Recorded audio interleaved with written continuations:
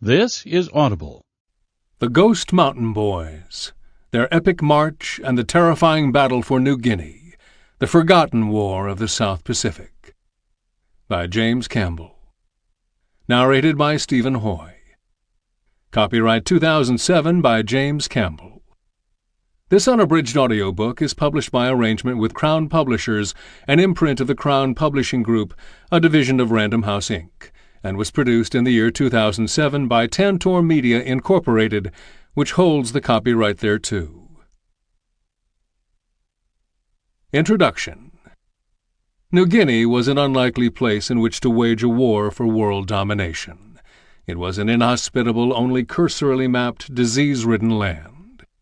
Almost no one, not the elite units of the Japanese forces that invaded New Guinea's north coast in July 1942, not the Australian Imperial Forces or its militia, and maybe least of all the U.S. Army's 32nd Red Arrow Division, was prepared for what military historian Eric Bergerud calls some of the harshest terrain ever faced by land armies in the history of the war. In New Guinea, exhaustion and disease pushed armies to the breaking point. Losses to malaria alone were crippling. 67% of the 14,500 American troops involved in the battles for Buna and Senananda contracted the disease. On the Senananda front, casualties due to malaria were over 80%. The suffering was enormous on all sides. For the Americans, it could have been alleviated, at least initially, by better planning, but eventually the topography and climate would still have exacted a terrible toll. By the time the Red Arrow men arrived in New Guinea in September 1942, U.S. Marine troops were already fighting a brutal, well-documented land battle at Guadalcanal in the Solomon Islands. The Marines had a superbly oiled publicity machine that kept them in the spotlight. The 32nd Division soldiers fighting in New Guinea felt forgotten. The American public in particular suffered from the misperception that, except for Guadalcanal, the South Pacific was a naval war with a few insignificant ground operations thrown in for good measure. By October 1944, they knew that General Douglas MacArthur, who had fled the Philippines, had returned 2.5 years later, keeping his promise. But they had little idea of what went on in the interim, which is to say that they had scant knowledge of the land war in New Guinea. Americans' lack of interest revealed a geographical ignorance. The European front, and the exception of Guadalcanal, they could comprehend. The vast blue Pacific with its obscure island nations remained a mystery. Yet the fighting on the island of New Guinea, especially the early confrontations at Buna and Senananda, was every bit as fierce as that at Guadalcanal. General Robert Eichelberger, who would assume command of the 32nd, wrote that in New Guinea everything favored the enemy. Casualties at Buna, in fact, were considerably higher than at Guadalcanal. On Guadalcanal, 1,100 troops were killed and 4,350 wounded. The cost of New Guinea's combined Buna-Senananda-Gona campaign was 3,300 killed and 5,500 wounded. As William Manchester points out in his book American Caesar, if the difference in the size of attacking forces is taken into account, the loss of life on Papua New Guinea had been 3 times as great as Guadalcanal's. On New Guinea, as at Guadalcanal, topography determined everything. Tanks and artillery, which won the day in Europe, were rendered useless. In the matted jungles, men were forced to fight battles at point-blank range. Soldiers used anything that worked: grenades, fixed bayonets, and sometimes their hands. Eric Bergerud described the struggle as a knife fight out of the Stone Age. George Johnston, an Australian war correspondent, called it one of the most merciless and most primeval battles. As fierce as the fighting was, the terrain and climate were just as dangerous. General Hugh Casey, MacArthur's chief engineer, called New Guinea the ultimate nightmare country. Support units, he said, would face challenges without precedent in American military history. Before his first inspection of the island, he assumed that nothing could compare with Bataan and Samar, but New Guinea was in a class of its own. War, Casey told MacArthur, would be almost impossible to wage on the island. His warnings proved prescient. For the troops of the 32nd Division, New Guinea became the ultimate nightmare country indeed. Leonard Sill would later say, "All who were alive were so near death. Our briefing, before we began near Port Moresby, did not prepare us for what we were about to encounter. In the beginning we were all young, healthy GIs, eager to conquer the world. In a matter of weeks, long before we met the enemy force, all of us had been transformed into ghosts of our former selves." Bob Hartman of Grand Rapids, Michigan, minces no words. "If I owned New Guinea and I owned hell, I would live in hell and rent out New Guinea." The first time Carl Smestad saw the Senananda battlefront, he was convinced that it would be his graveyard. God help us, he thought. We're never going to get out of here alive. One would think that the 32nd must have been a division of elite fighters, or that it contained units of crack troops. Nothing could have been further from the truth. Although field service regulations specified all troops must be thoroughly acclimated before initiating operations, the men of the 32nd were not ready for the jungle. When it came time to send the division to New Guinea, a commanding general judged it soft and just barely fit for combat.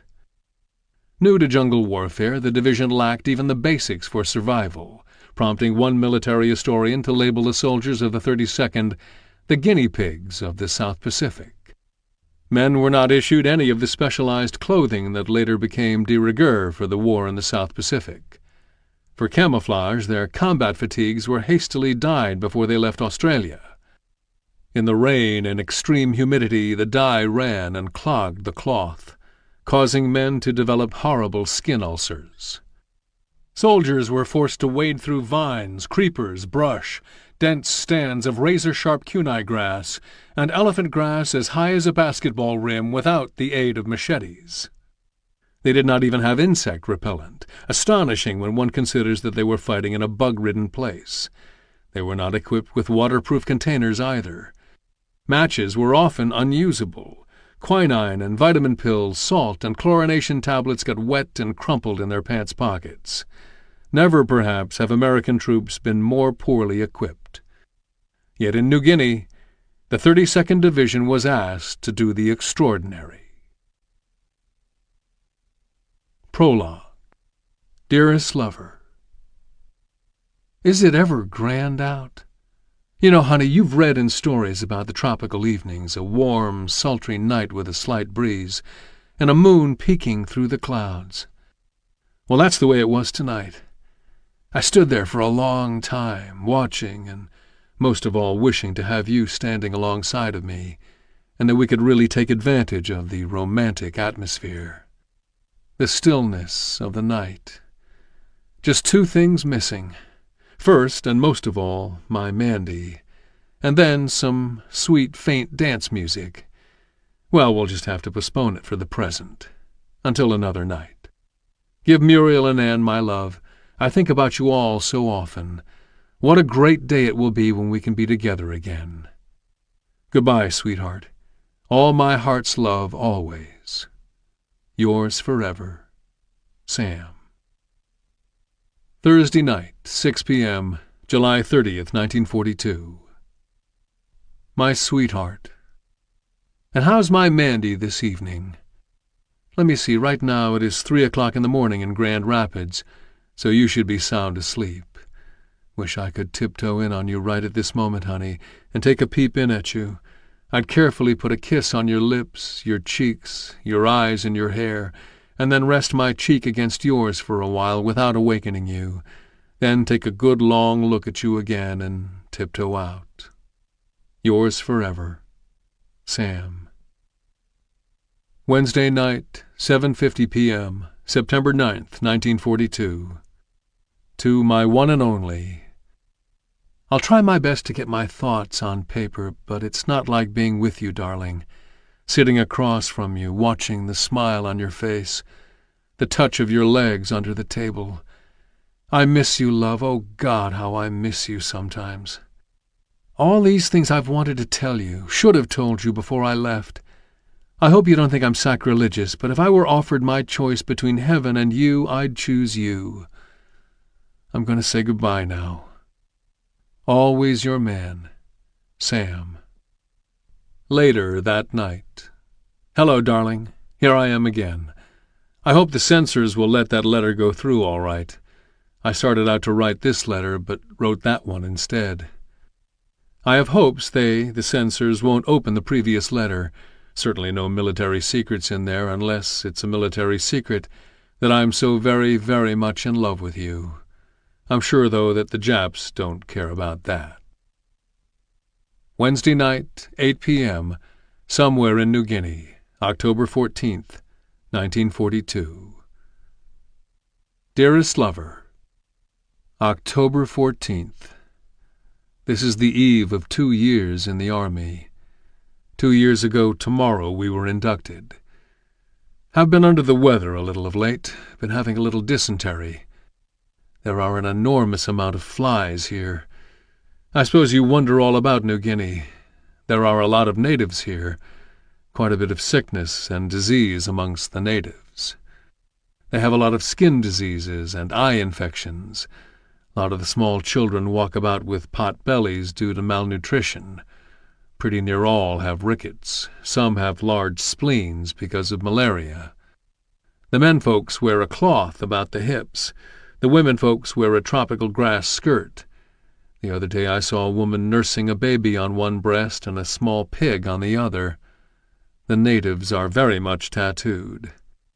They make wonderful boatsmen. Night before last crossed a fast-streaming river, and 2 of these natives handled a boat and took us right straight across like nothing. The women seem to do much of the work. We'll see a native carrying a spear coming down a path, and behind him comes his wife all loaded down with fruit, coconuts, wood, etc. on her back and head, and perhaps a baby sitting on top of that holding on to her hair. What I'm really looking forward to is the day I step on U.S. soil. What a day that will be. Good night, my Mandy. Lovingly yours, Sam. Monday night, New Guinea, November 2nd, 1942.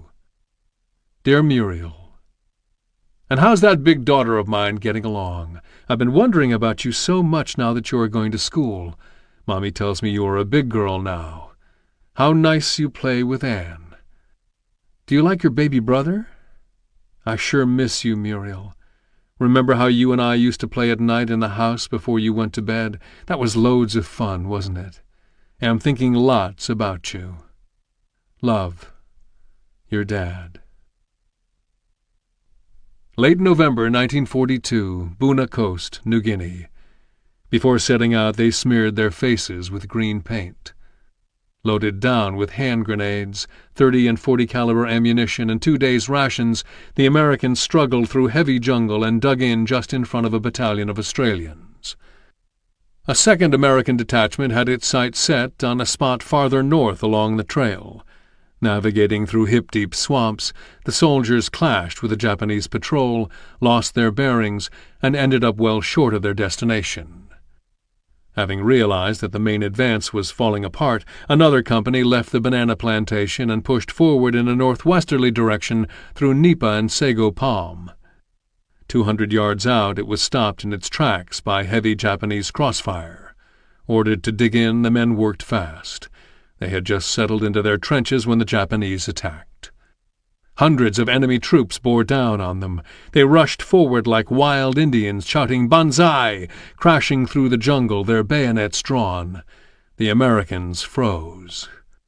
The Japanese soldiers were almost upon them when the Americans finally fired. The forest filled with the smell of gunpowder. Called forward, 2 Australian companies hurried to help, and together they drove back the Japanese, inflicting heavy losses. At night, as their foxholes filled with water, the soldiers listened to swamp rats feeding on corpses. 3 days later, having patrolled the area and drawn up rudimentary maps, the Americans again prepared to attack. They opened up with artillery and mortars and then moved forward. One detachment pushed straight north, followed by a platoon of Australians and the regimental surgeon, Major Simon Sam Warmanhoven, and a portion of his staff. To avoid the swamp, the soldiers clung to the main trail. 100 yards out, they slammed into the Japanese and were halted by a torrent of fire. When a mortar landed among the Australians, Major Warmanhoven ran forward, dashing past enemy fire lanes. 5 men lay dead. Another 8 were alive, but the shrapnel had done its work. They were badly torn up. Warmanhoven jumped from one man to the next as mortars exploded around him. He gave each soldier a half-grain of morphine, cut away their clothes, and dusted their wounds with sulfanilamide powder.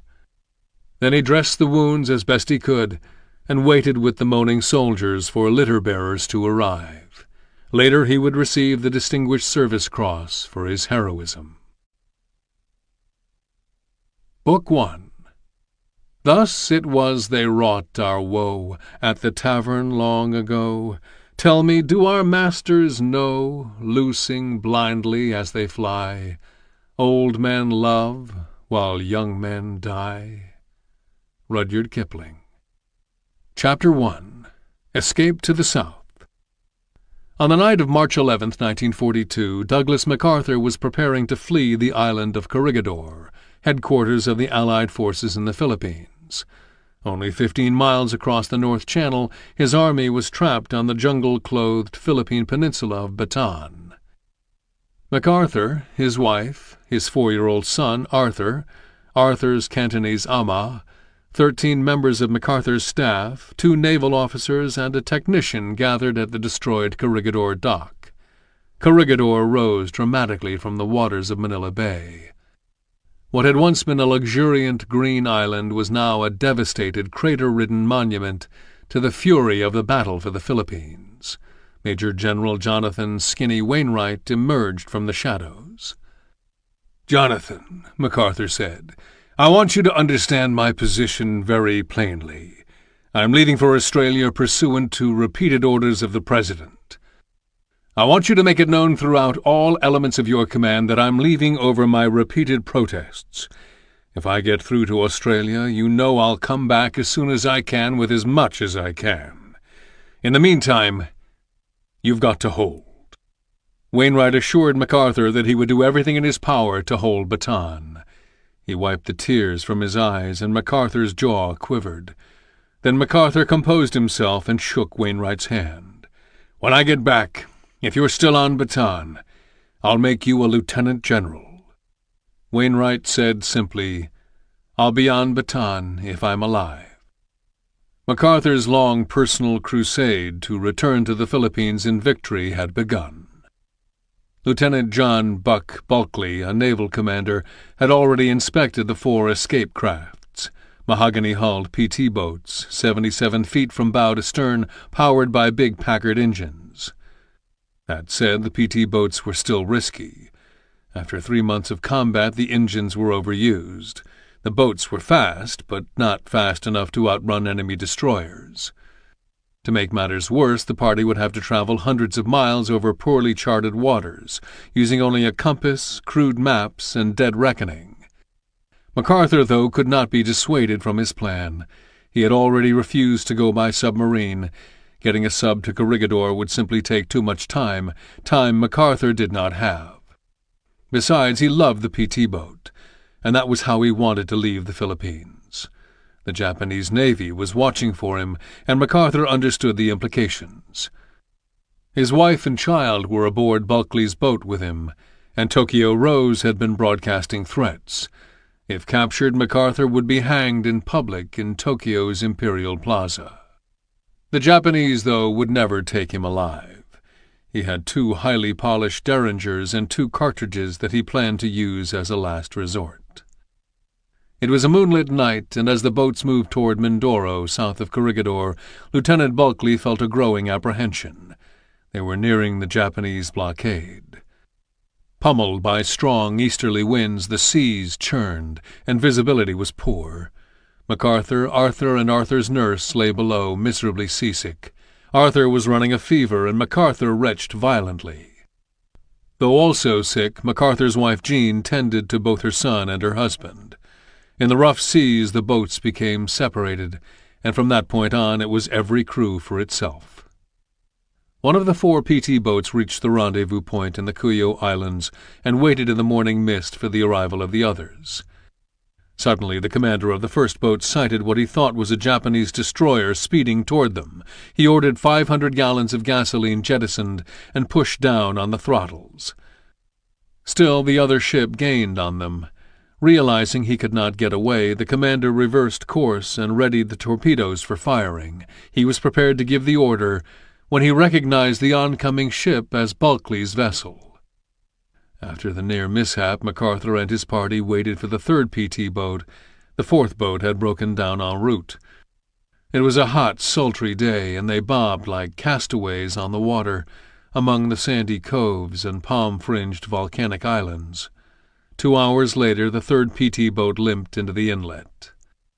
MacArthur now had an important decision to make. The plan was to meet the submarine permit. At that point, they had to choose, submarine or PT boat. MacArthur was tempted to travel the rest of the way by submarine, but Bulkeley pointed out that Taguayan, where they were to assemble, was 3 hours away, and that they would never be able to get there in time. MacArthur was getting antsy. Knowing that there would be planes waiting to transport them to Australia, MacArthur decided to make directly for Mindanao in 2 of the original 4 PT boats. Less than an hour after leaving, MacArthur heard the lookout shout, "Looks like an enemy cruiser." Bulkeley drew in a deep breath when he saw the faster warship's imposing outlines. Then he calmed himself and waited for the inevitable. But the inevitable never came. The seas were rough, and the PT boats lay low in the water, surrounded by whitecaps, and skidded by the cruiser without being spotted. Hours later, in the waning light of the afternoon, they saw the hulking silhouette of a Japanese warship. They cut their engines and hoped they would be mistaken for native fishing vessels. The ruse worked. They had averted disaster. Again. On a clear night, illuminated by the moon, they continued across the Mindanao Sea, bound for Cagayan, on Mindanao's north coast. When they arrived at the Del Monte Cannery in Cagayan in the early morning of March 13th, they knew that they had slipped through the Japanese blockade. But now the group faced another potential disaster. The plan had been to reach Cagayan by water and then to fly directly to Darwin on Australia's north coast. However, as MacArthur watched one war-weary B-17 land, he grew furious and refused to let anyone board. He had expected 4 reliable planes, not one dilapidated B-17. For nearly 4 days, MacArthur and his party risked discovery, while his commander of American forces in Australia tried to secure Navy planes. Everyone was tense, especially Major General Richard Sutherland, MacArthur's chief of staff. Sutherland fumed that they were sitting ducks. A Philippine informant could easily betray them to the Japanese, who were on the south end of the island and regularly patrolled north. On the evening of March 16th, 2 of the Navy's best flying fortresses landed. Hours later, as the 2 bombers crossed the Celebes Sea, enemy fighters appeared out of the darkness. Terror swept through the planes. Had they made it this far only to be gunned down by enemy pilots? They could do only one thing, continue to fly their course. As they watched, the Zeros inexplicably turned back. Then MacArthur knew that they had finally escaped. When the flying fortresses landed 40 miles south of Darwin at Batchelor Field, 2 DC-3s were waiting to transport the group to Melbourne. However, MacArthur refused to fly. His wife had been very sick on the flight, and out of concern for her he did not want to board another plane. What eventually convinced him not to travel by train was his son's condition. Arthur remained very ill. His doctor did not think that he could make the long overland journey. After considerable discussion, MacArthur finally agreed to fly. When they landed in Alice Springs to refuel, the rest of the crew went by air to South Australia. MacArthur, though, insisted now on traveling by train. But the one that serviced Alice Springs had left the previous day, so arrangements had to be made to bring in a special train.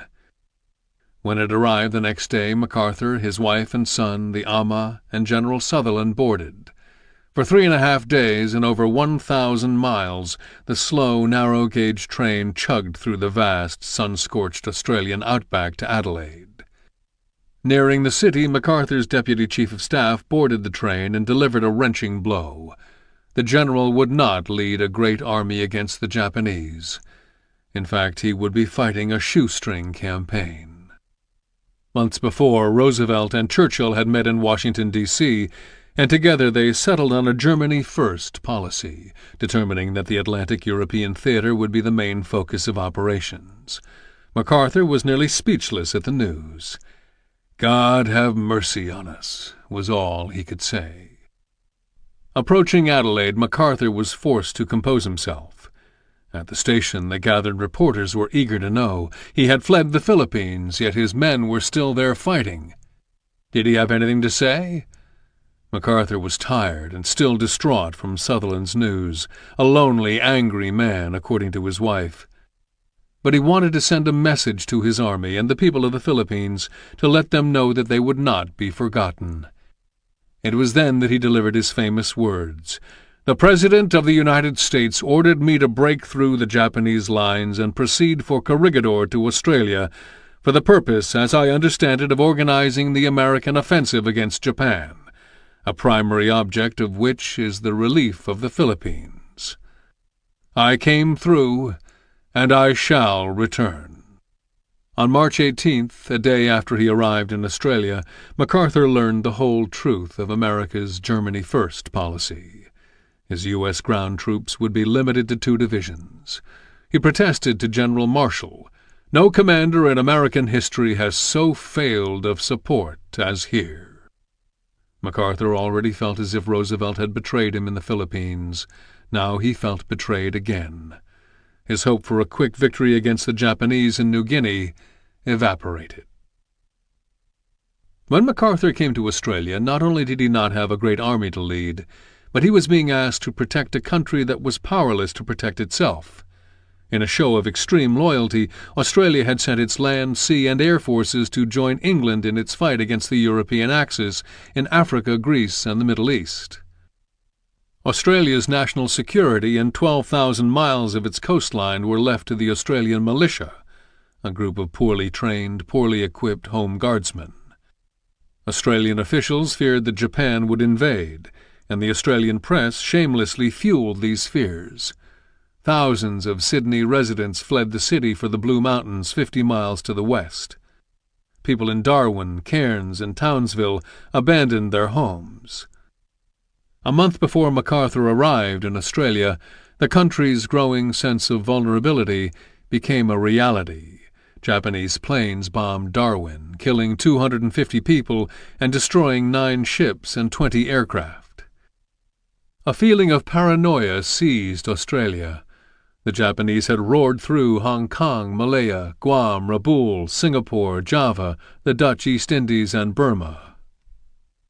Eventually, what Japan would call its Greater East Asia Co-Prosperity Sphere would cover the entire coastline of Asia, extending from Manchuria to Rangoon, and would include the Pacific in a line running south from the Aleutian Islands. It would occupy 1/6 of the Earth's surface. The Australians feared they were next. On February 3rd, Japan bombed Port Moresby, New Guinea's largest city, for the first time. By early March, Japanese forces occupied Salamaua and Lae, 2 cities that were part of Australia's New Guinea Mandate. The invasion was staged from Rabaul, a small town on the island of New Britain, 400 air miles off the New Guinea mainland, which the Japanese had overwhelmed 1.5 months earlier, despite valiant opposition from the Australian forces garrisoned there. The Japanese transformed Rabaul into their South Sea base. With a magnificent harbor and 2 airfields, Rabaul held one of the largest collections of troops outside of Japan. After the Japanese landed in New Guinea, Allied headquarters in Australia did its best to anticipate Japan's next move. Would Premier Hideki Tojo's army invade Australia? Whatever Japan's plans were, there was no denying the reality. Australia, New Guinea, and the Solomon Islands were the last major positions still left to the Allies in the Southwest Pacific. On February 17, 1942, Army Chief of Staff General George C. Marshall ordered the transfer to Australia of the 41st U.S. Infantry Division. The 41st's mission was to protect Australia's ports and air bases and to provide garrisons for the defence of its eastern and northeastern coastal cities. Despite the imminent arrival of the 41st Division, when MacArthur landed in Australia in mid-March 1942, he began lobbying for more troops and more planes and ships, especially aircraft carriers. MacArthur combined his obsession with returning to the Philippines with a suspicion that the political powers in the U.S., especially the Joint Chiefs of Staff, and the demands and influence of the Navy in the Central Pacific were depriving him of the resources he needed to wage a war. Only 9% of U.S. supplies went to the Southwest Pacific. He complained that he was always the underdog and was always fighting with destruction just around the corner. To an extent, MacArthur's fears were justified. MacArthur and the Navy brass were openly hostile to each other. Both lobbied for a finite supply of resources, for which the Navy was often given preference. Australia's Prime Minister John Curtin had been waging his own personal campaign for troops for months, entreating Great Britain for its help, before MacArthur ever set foot in Australia. Britain, though, had thrown herself full force against the Germans, and Churchill maintained that he did not have the troops to spare. In desperation, Curtin turned to the United States. The day after Pearl Harbor, Curtin allied Australia with the Americans, declaring that Australia was at war with Japan. On December 23, 1941, he wrote to Roosevelt and to Churchill, "Our resources here are very limited. It is in your power to meet the situation. Should the government of the United States desire, we would gladly accept an American commander in the Pacific area." At the same time, Curtin demanded 3 divisions from Australia's imperial forces sent home at once. When Churchill told him that his request was impossible to fulfill, Curtin persisted and eventually won the return of 2 out of the 3. Churchill argued that to remove the 9th Division from the Middle East would jeopardize the British line. He then suggested to Roosevelt that if the Prime Minister agreed to leave the 9th Division in place, the United States should send to Australia another U.S. Army Infantry Division. Marshall chose the 32nd. A full 7 months later, as the Japanese Imperial Army ascended a high ridge overlooking Port Moresby, MacArthur dispatched 2 of the 32nd Division's 3 regimental combat teams to New Guinea. Although MacArthur came to Australia in defeat, no one would have known it from his reception. One of the most decorated generals of his time, a man who during World War I was called by America's Secretary of War the finest front-line American general of the war, had arrived to defend Australia in her hour of need. In fact, MacArthur's arrival overshadowed the return of one of Australia's own heroes. Curtin had ordered General Sir Thomas Blamey to return home from the Middle East as speedily as possible, appointing him Allied Commander, Australian Military Forces. The March 18th announcement that MacArthur would be the Supreme Commander of the Southwest Pacific area upstaged Blamey's appointment. Blamey was unhappy about the news, which he got while traveling by train east from Perth. But the Joint Chiefs of Staff had already worked out the organization of the Pacific, dividing the theater into 2 distinct areas. The Pacific Ocean, which included North, Central, and South, went to the Navy, and the Southwest Pacific, including Australia, the Philippines, New Guinea, the Solomons, the Bismarck Archipelago, and a portion of the Dutch East Indies, would go to MacArthur. Conceding to General George Marshall, who argued that an Australian should command Allied troops, MacArthur reluctantly appointed Blamey as his commander Allied land forces. In an uncharacteristic moment of modesty, MacArthur named himself as Commander-in-Chief Southwest Pacific Area, SWPA, rather than Supreme Commander. Despite MacArthur's choice of Blamey, Australian officers were still unhappy. The staff of MacArthur's general headquarters was entirely American, composed of trusted advisers who had served on his staff in the Philippines. Not appointing an Australian as a senior member of his staff, which was known as the Baton Gang, was a move by MacArthur that generated bad blood between the Commander-in-Chief and the Australians, though it was one he defended gruffly. "There was no prospect," he said, of obtaining qualified senior staff officers from the Australians. From the beginning, MacArthur regarded Blamey ambivalently. In his words, Blamey was sensual, slothful, and of doubtful moral character, but a tough commander likely to shine like a power light in an emergency. The best of the local bunch. Blamey's opinion of MacArthur was not much different. The best and the worst of the things you hear about him are both true, Blamey said. On a bright sunny morning in March, a train pulling MacArthur's private railroad car came to a stop at Spencer Street Station in Melbourne. 6,000 people, including the Prime Minister and other dignitaries, greeted MacArthur with an outburst of adoration. A correspondent for an Australian newspaper said that he had never seen any man receive such acclaim. MacArthur stepped from the car, and though weary, he was an impressive-looking man. He sported a flourishable cane, and wore his signature gold-embroidered cap dashingly at an angle. After a brief but dramatic speech in which he took a jab at Roosevelt for consigning him to Australia to command an insufficient army, MacArthur and Sutherland stepped into a limousine and made for the Menzies Hotel. For the next few days MacArthur went into hiding, guarded closely by his devoted Chief of Staff, General Sutherland, trying to come to terms with the reality of his situation. A part of the 32nd Division's fate was sealed when Churchill persuaded Roosevelt to break England's stalemate with Australia by sending Australia another U.S. Army infantry division. The division's ultimate fate, though, hung in the balance for months after MacArthur arrived down under. The defensive strategy devised by the Australian Chiefs of Staff was to hold the Brisbane Line, 1,000 miles of coastline between Brisbane and Melbourne, the heart of the country's industrial power and its population centre. Barbed wire was strung along the beaches in Sydney and Melbourne, and a blackout was imposed on the southeast coastal cities.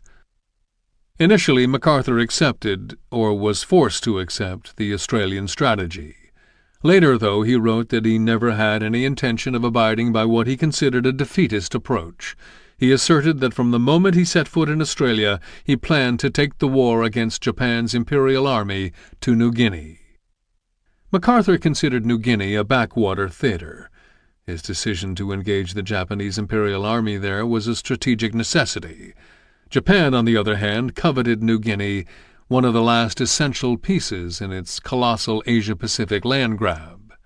Once it controlled the island, it could isolate and perhaps invade Australia. More important, possession of New Guinea would allow the Japanese to cut off the 8,000-mile Allied supply line, one of the longest in military history, that ran from the west coast of the United States to Australia via Hawaii and Fiji, thereby ending Allied influence in the South Pacific. MacArthur's decision to fight for New Guinea and Admiral Ernest King's efforts to challenge Japanese expansion in the Solomons by invading Guadalcanal upset Japanese plans for putting a quick end to the war and suing for a favorable peace that acknowledged its numerous conquests. But even as MacArthur prepared to send troops to New Guinea, he bitterly resented its necessity and remained obsessed with the Philippines, vowing to return even if he were down to one canoe paddled by Douglas MacArthur and supported by one Taylor Cub plane. In New Guinea, that pledge would be put to the ultimate test. MacArthur would be up against a Japanese army whose determination to hold the island would initiate one of the South Pacific's most savage campaigns. Chapter 2. A Train Heading West. 3 weeks after MacArthur arrived in Australia, his dream of a speedy return to the Philippines was shattered. Major General Edward King, ignoring MacArthur's orders for a counterattack against the Japanese on Bataan, surrendered to them on April 9, 1942. The capitulation was the largest in U.S. military history. 3 days before the surrender and 10,000 miles away, the 32nd Infantry Division was loaded onto a train. The decision to move the division puzzled battalion and company commanders who had been led to believe that they were headed for the European Theatre of Operations, ETO. The rumor was that the division was now bound for the Southwest Pacific. Although many of the 32nd Division's men could not have pointed on a world map to the area defined as the Southwest Pacific, they were familiar with Europe's historic battlefields. Called the Red Arrow, the 32nd Division first distinguished itself in World War I. Because of its exploits, the French gave the 32nd the sobriquet Les Terribles. Its symbol, which it wore proudly as a shoulder patch, was a red arrow piercing a line. It was said that there was not a line the tenacious 32nd could not penetrate. It was the 1st Division to pierce the German Army's Hindenburg Line, for example. By 1940, though, the 32nd Division's glory was a distant memory. On October 15th that year, when the Fighting 32nd was called to colors in the first peacetime conscription act in American history, it was a largely untrained, loosely organized National Guard unit, comprised mostly of men from Wisconsin and Michigan. In the lean years at the end of the Depression, many jobless young men saw the National Guard as an alternative to poverty. Most felt no special calling or patriotic duty or military ambition. Stanley Jastrzemski of Company G, 2nd Battalion, 126th U.S. Infantry, was one of those men. Born and raised in Muskegon, Michigan, he joined the National Guard to help support his family. Jastrzemski had the longest name in the company. Jastrzemski, the men of Company G used to chant jokingly, and at only 16 he was its youngest member. When Germany invaded Poland, Jastrzemski considered going to Poland and enlisting in the Polish army. He stayed home, however, and to help support his family, he joined the National Guard instead. His immigrant parents were dead, and there were 6 kids living at home. The Jastrzemski children tended a garden and traded vegetables with neighbors for chickens and rabbits. There was no money, though, and the family needed the paycheck the Guard offered. For Jastrzemski, the Guard offered just enough money to live on. For others, it provided a small beer and entertainment fund. A guy's local Guard unit met one night a week. For that he received a paycheck of $12 every 3 months, enough for him to keep food in the house and to take a gal he was sweet on to the picture show. For weekend maneuvers and 3 weeks of summer training, the Guard paid extra. Upon having their service extended beyond 1 year, many Guardsmen threatened to go AWOL. Ohio was the code word of their rebellion, over the hill in October. But October 15th came and went. The truth was that life in the Army was not half bad. Call-up meant 3 meals a day, a roof overhead, a chance to shoot guns, and steady pay. When the 32nd was mobilized in October 1940, it was sent via troop trains to the Deep South, far from its Midwestern roots. The send-off was festive. Units marched to train stations, bands played, and thousands of people lining the parade routes shouted their encouragement. Camp Beauregard, situated at the fringes of Alexandria, Louisiana, was the division's new home. Beauregard, though, was not ready for the 32nd. Built as a National Guard summer camp and equipped to accommodate only 1 regiment, the camp's infrastructure was overwhelmed by the division's 100 officers and 3,200 enlisted men, who promptly dubbed Beauregard Camp Disregard. The tents in which they lived were heated with charcoal, which gave them terrible headaches, and when the cold late-fall rains began, the camp, trampled by the boots of thousands of men and the heavy tires of military vehicles, became a mud-hole. Jastrzemski and the 32nd spent only 4 months at Camp Disregard, but it was a stay plagued by personnel turnover, equipment shortages, and an inadequate training regimen. One guardsman said bluntly, "We fired our rifles, screamed, and ran at straw dummies. That was the extent of our training." Carl Stenberg, a heavy weapons squad leader in Jastrzemski's Company G, recalls that the training area at Disregard lay 4 miles from camp. Company G marched out in the morning and back to camp at night. He remembers the sound of metal on metal, of rifles clanking against helmets. "Put it this way," Stenberg says, "we did a lot of marching." On weekends, the men would head for New Orleans, Alexandria, or Natchez, Mississippi, attracted by the promise of music, booze, and women. Despite the occasional outbreak of gonorrhea and the lurid films designed to scare the men into abstinence, The buses from Camp Beauregard deposited them every weekend at the front door of a brothel in Alexandria that they called Ma Bell's. One guardsman, who spent his share of time at Ma Bell's, said that the line of eager young men often ran around the block. In February 1941, the 32nd moved to the newly built Camp Livingston, Louisiana, 10 miles northeast of Alexandria.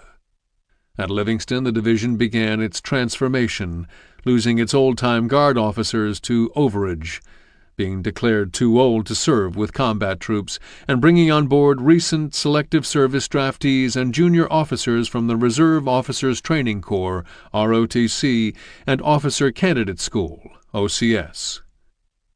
With the infusion of troops, Captain Simon Warmenhoven, formerly the senior resident in surgery at St. Mary's Hospital in Grand Rapids, Michigan, and now one of the doctors in the 126th Infantry Regiment's medical detachment, stayed busy. Warmenhoven was no stranger to hard work. Growing up, he had put in long hours on his father's farm. On summer breaks during college, he ran a 4-horse grain binder and traveled all over cutting wheat for local farmers.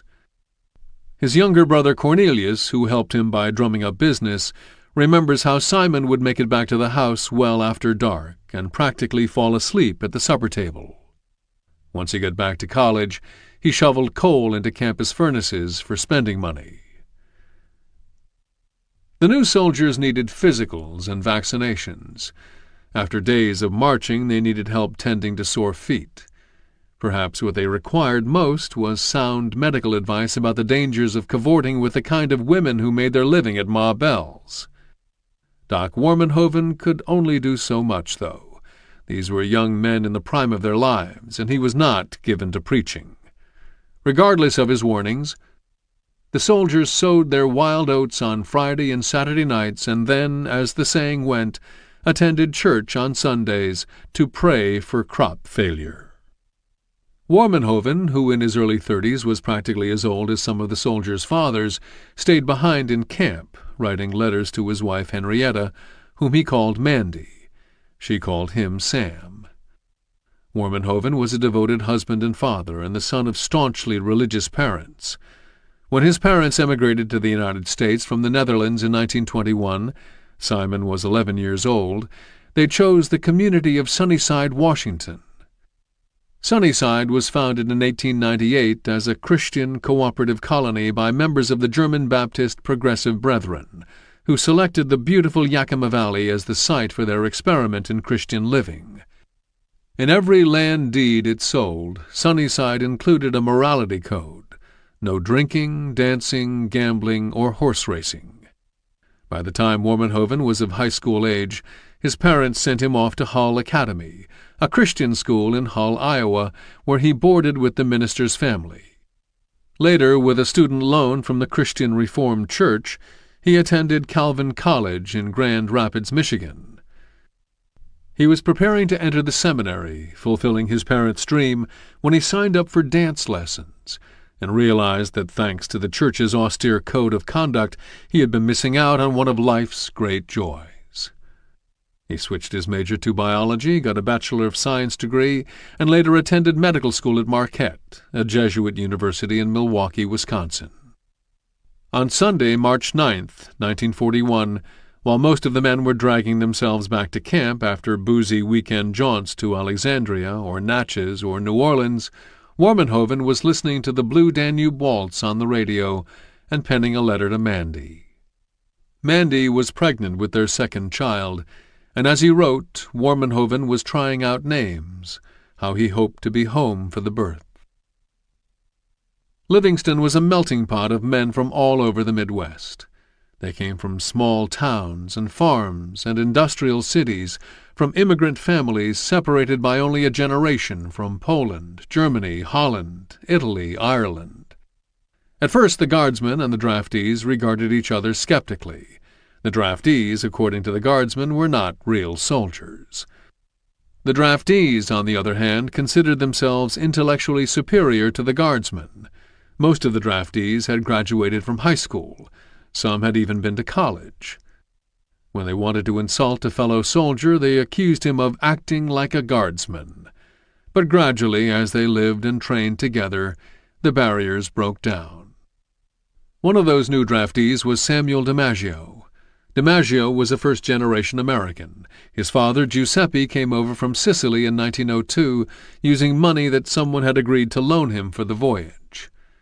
Having worked for 2 years to pay back his sponsor, Giuseppe traveled back to Sicily to fetch his bride, and after returning began his career as a railroad man in Albion, Michigan, roughly 90 miles west of Detroit. After a few years, he took a job with the largest local employer, Malleable Iron Company, which made parts for automotive manufacturers. Sam DiMaggio was born in 1916 in Albion on a table in a house owned by the company. Like the Jastrzemskis, the DiMaggios cultivated a large garden in their backyard, growing most of the food they ate. By 14, Sam was working at the Malleable Iron Company in order to pay for school supplies and books. On the night shift, he stoked 50 pot-bellied stoves with coal. It was hard, grimy work. In 1935, he graduated from high school, fulfilling a dream. But the dream ended there, and shortly after, he returned to his old job. In 1941, his life changed forever in the form of a draft notice.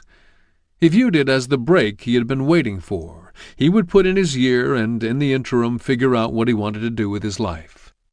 When the gates of the Malleable closed behind him for the last time, DiMaggio glanced back and said, "I'm never coming back here, you son of a bitch." On April 11th, Good Friday, DiMaggio reported to Fort Custer in Battle Creek, Michigan. A few days after Easter, he was on a southbound train without the vaguest idea where that train was headed. 2 days later, he arrived at Camp Livingston, Louisiana. He had never been farther than 10 miles from home. Physically, Camp Livingston was a far cry from disregard. It was a spacious, thoroughly up-to-date camp with gas heaters in all the tents, heated latrines, bathrooms with an unlimited supply of hot water, washing machines, and raised walkways made of crushed stone or oyster shells. Livingston was a veritable military city with over 14,000 tents, 1,500 buildings, laundries, bakeries, post offices, fire stations, and hospitals. At Livingston, the 32nd's training lacked a sense of urgency. DiMaggio was surprised by how casual it was. First Sergeant Paul Lutyens of the 2nd Battalion's E Company admitted, "No matter how much our officers and non-coms talked about combat, we couldn't help but think they were talking about somebody else." In late summer 1941, the Army initiated the Louisiana Maneuvers, the largest peacetime war games in U.S. history. 400,000 men trained in the unrelenting heat and humidity of the hills, valleys, and pine forests of Louisiana and East Texas. The experience was intended to toughen the men and to develop their skills in the field. With an eye toward the European theater of operations rather than the SWPA, the men were trained in modern mechanized mobile warfare that emphasized World War I tactics based on big guns preparing the way for infantry. The maneuvers were considered a great success, though they would have no practical application for the 32nd Division once it arrived in New Guinea, where jeeps, tanks, and trucks were neutralized by a terrain that reduced war to its most primitive. It was not that the opportunities for mimicking New Guinea's conditions did not exist. The swamps of Louisiana were so available, Major Herbert C. Smith, then the 128th Infantry Regiment supply officer, wrote with the clarity of hindsight, "But we did not train in them. Had we only known." During the Depression, fathers earned money any way they could, and Alfred Middendorp was no exception. He had gone to chiropractic school, but after getting his diploma, discovered that he did not enjoy practicing. Then he took a sales job with a biological supply company, peddling test tubes and beakers to universities and high schools around the country. Afterward, he opened up his own business and caught and killed stray cats, embalmed them, and sold them to researchers at the University of Chicago. After joining the National Guard in 1931 for the extra money it offered, he had another commitment, and with federalization 9 years later, the Army became his first responsibility. In winter 1941, Captain Alfred Medendorp had just arrived home from Camp Livingston on leave to Grand Rapids, Michigan. He had not seen his wife and 3 sons in nearly a year.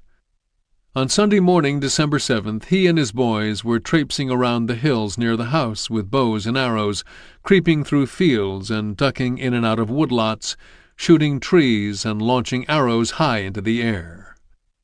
Alfred Jr. crept along with his dad, picking his way over dry leaves and sticks. There was no snow, but the ground was frozen. The leaves crumbled like wax paper under their feet. Dot Medendorp was in the kitchen, tidying up. On the radio, the Glenn Miller Band was playing Don't Sit Under the Apple Tree with Anybody Else But Me, when a newsman's urgent voice interrupted. Dot rushed to the radio to turn up the volume. The Japanese, the newsman reported, had just bombed Pearl Harbor. Dot hurried to the back door and called out, "Al, come quick! Something's happened!" Alfred Medendorp rushed toward the house, followed by his sons. Dot was standing at the back door, holding it half open. "Japan just bombed," she said, choking on the words. Medendorp brushed past his wife and sat down at the kitchen table. The voice on the radio repeated, "The Japanese have bombed Pearl Harbor." Medendorp tried to absorb the impact of the news. Then he looked up to see Al Jr. standing at the door, holding his little bow. Later that day, Medendorp received a telegram ordering him back to Camp Livingston. The following day he left, but not before Dot took a family photograph. In the photo, Medendorp is standing behind his 3 sons. The low, dun-colored hills that they had wandered the previous morning form the photo's backdrop. His arms encircle the boys. He is in full-dress uniform and smiles slightly. The boys, too, are dressed up. Hats, Sunday coats. Al Jr. wears stockings and tucks his hands into the pockets of his checkered black and red peacoat.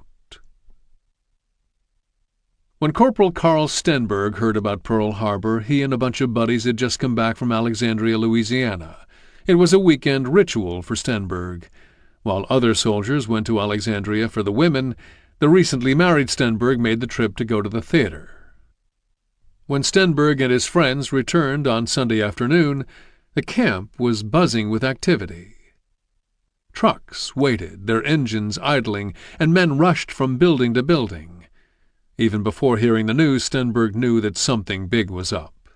It was in the mess hall that he learned what had happened. "The Nips just bombed Pearl Harbor," exclaimed a cook. The following day, fearing the Japanese might follow up Pearl Harbor with attacks on other strategic sites, the entire camp mobilized. The division sent soldiers to guard dry docks, factories, shipyards, bridges, chemical refineries, utilities, and sulfur mines across the South, from Mississippi to Louisiana to East Texas. Some officers, including Major Herbert Smith, went to the infantry school at Fort Benning to learn combat tactics. Pearl Harbor abruptly ended Stenberg's dream. Pearl Harbor abruptly ended Stenberg's dream of putting in a year and returning home to resume his life.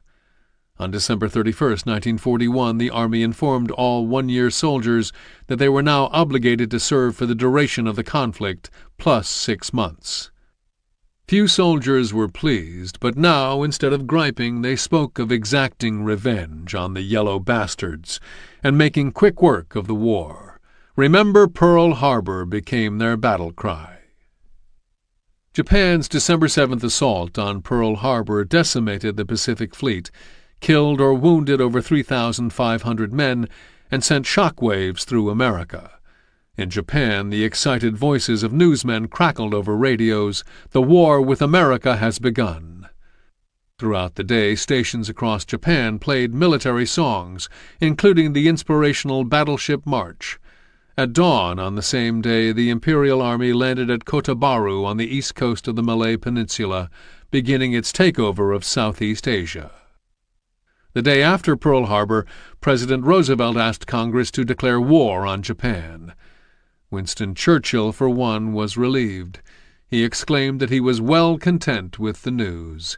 The U.S. had been forced to enter a war it had long resisted. America geared up at a furious pace. Across the country, men by the thousands no longer waited to be drafted. Many did not even know where Pearl Harbor was. They knew, though, that the Japanese had just bombed American soil. The Selective Service cracked down on conscientious objectors, and the Attorney General rounded up alleged Axis sympathizers. Meanwhile, President Roosevelt issued his infamous Executive Order 9066.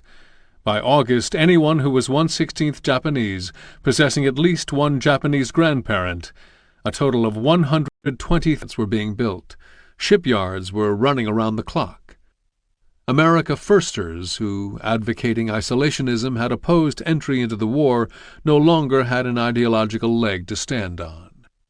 The American public supported strict rationing programs, which included limits on paper, shoes, silk, butter, milk, canned goods, meat, and fuel oil.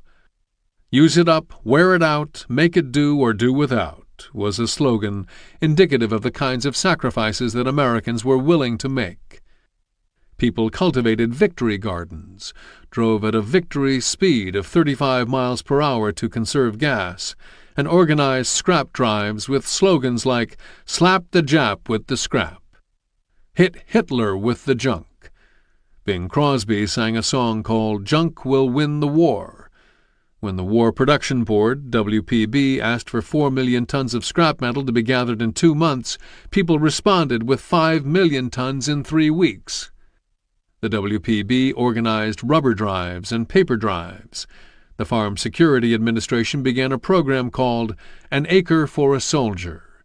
The profit on that acre was used to buy canteens and other essentials for servicemen. Overnight, apathy had turned into fervent patriotism. By mid-February 1942, concerns about a Japanese follow-up attack had quieted. The men of the 32nd were back at Camp Livingston, preparing to go north to Fort Devens, Massachusetts, by special troop train. At this point, Churchill, Roosevelt, Curtin, and Marshall had not yet struck their deal to send the 32nd to Australia. The plan was to ship the division to Northern Ireland. In fact, its 107th Engineer Battalion was already on its way. But only 6 weeks after arriving at Fort Devens, the 32nd was getting ready to move again. Few of the men knew what was in the works. What they did know was that they were no longer headed for Europe.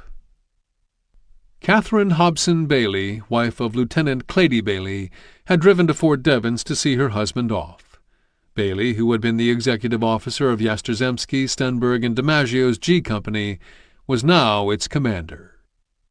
Earning the respect of the men of Company G had not been easy for Bailey when he reported to Camp Livingston in April 1941. The first strike against him was that he was an ROTC officer. National Guard units were insular groups, made up of men whose friendships often dated back to high school, even grade school. National Guardsmen were not very accepting of outsiders, especially new officers. The second strike was that Bailey, an Indianan, was an interloper among the tightly knit Muskegon, Michigan men. But Bailey quickly earned the admiration of the men of Company G with a unique combination of charisma, humor, and toughness. As an ROTC second lieutenant, he had done a 2-year stint in the Civilian Conservation Corps, and it was in the CCC that Bailey learned how to motivate men. The key was to be right there with them, struggling under a heavy pack, doing the work that they did. When other officers enjoyed the privilege of riding in jeeps to training areas, Bailey chose to walk with his men. When the occasion called for it, he could be decidedly unmilitary. One member of G Company recalls, "He ran a light ship, making weekend camp fun. No inspections, no reveille, just fun and card games."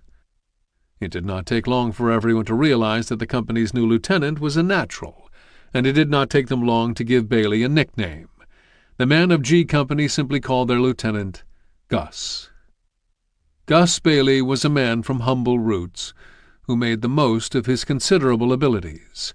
A farm boy, he was no stranger to the kind of back-breaking labor that characterized rural life during the Depression. The house he grew up in had no electricity or indoor plumbing. His father, Jim Bailey, was a carpenter who built houses and barns all over the county. His mother, Mamie Bailey, sold eggs and cream and canned with Clady's help, but mostly the farm provided just enough for the family, including a once-a-week Sunday chicken supper. A standout athlete by the time he reached high school, Clady swapped the hard court for the baseball diamond and became a star pitcher on the Indiana University baseball team that won the Big Ten championship in 1934. Bailey was no ordinary jock, though. While at IU, he developed a love of Robert Service's Northwoods ballads. Poetry wasn't something he tried to hide in the Army either. Later, the guys of G Company learned to look forward to his recitations of Service poems, which Bailey performed with flourish. Bailey was a poker player, too. Once he got to G Company, it was Bailey who instigated the all-night games, which invariably meant late nights and tables decorated with empty beer bottles. It was during the fall of 1940, while Bailey was still teaching and coaching at Heltonville High School, that he and Catherine Hobson began dating. She was a beautiful redhead and recent graduate of Bedford High School, 12 years Bailey's junior. Given that she was the age of the senior girls strolling the halls of Heltonville High, there might have been some who considered the budding romance improper. If so, Bailey would not have cared a whit. He was as taken with Catherine as she was with him. What had first caught her eye was Clady Bailey's, Catherine always called him Clade, looks. Bailey was a handsome, square-jawed man with a field of brownish-blonde hair. He was a fashionable dresser who wore white starched shirts and pinstriped suits and liked his shoes well polished. But what Catherine had come to love most about him was not his good looks, which he never let go to his head, but his honesty and kindness. He was the same, she said. He never varied in his kindness to people. Once Bailey left for Camp Livingston in April 1941, Catherine and he continued their romance by mail. 2 months later, while he was home on extended leave, they were married. It was a small ceremony, just Clady and Catherine and 2 witnesses, Sam Bailey, Clady's cousin, and his wife Mildred, the couple that had set up Clady and Catherine's first date.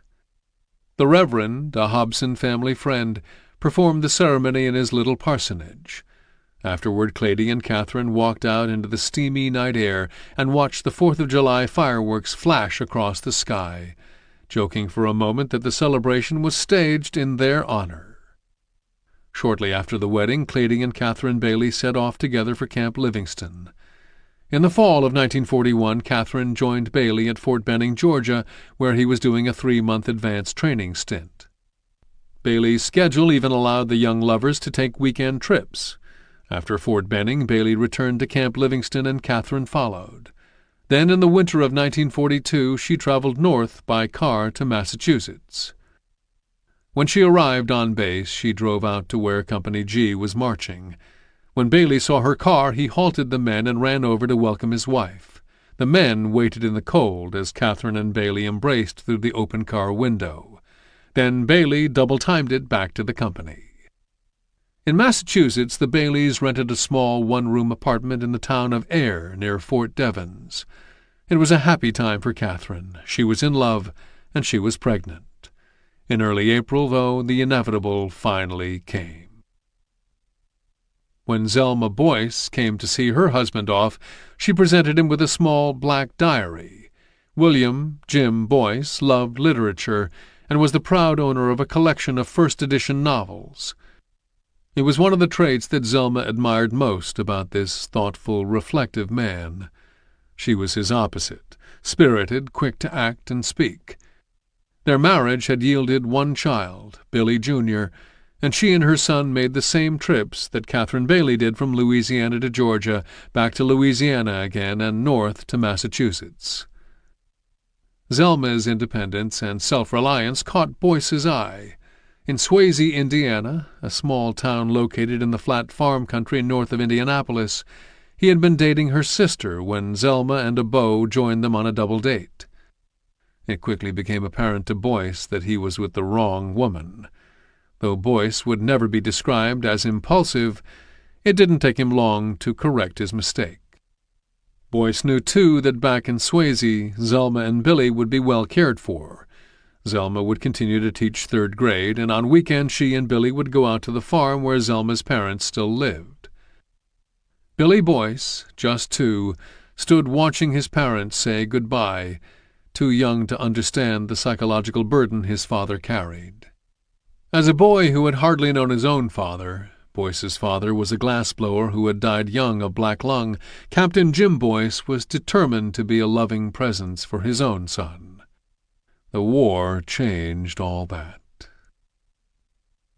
Major Herbert Smith had been transferred from the 128th to the 126th and was acting as the 2nd Battalion's XO, executive officer. He was too busy for teary goodbyes. Besides, his wife Dorothy and their son Jerry had spent a week at Fort Devens in March.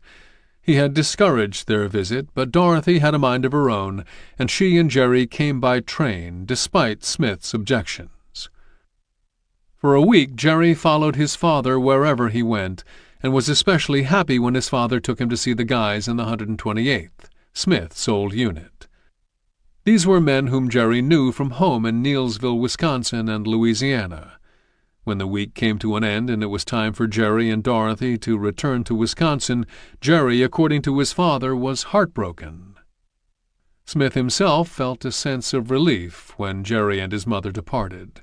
He had to get back to his new regiment. The transition from the 128th to the 126th was not an easy one for him. After having spent his entire military career in the 128th since enlisting in the Wisconsin State Guard in 1919 at the age of 16, Smith was faced with having to try to win the loyalty and respect of a bunch of guys he did not know. Truth was, he was lucky to be in the Army at all.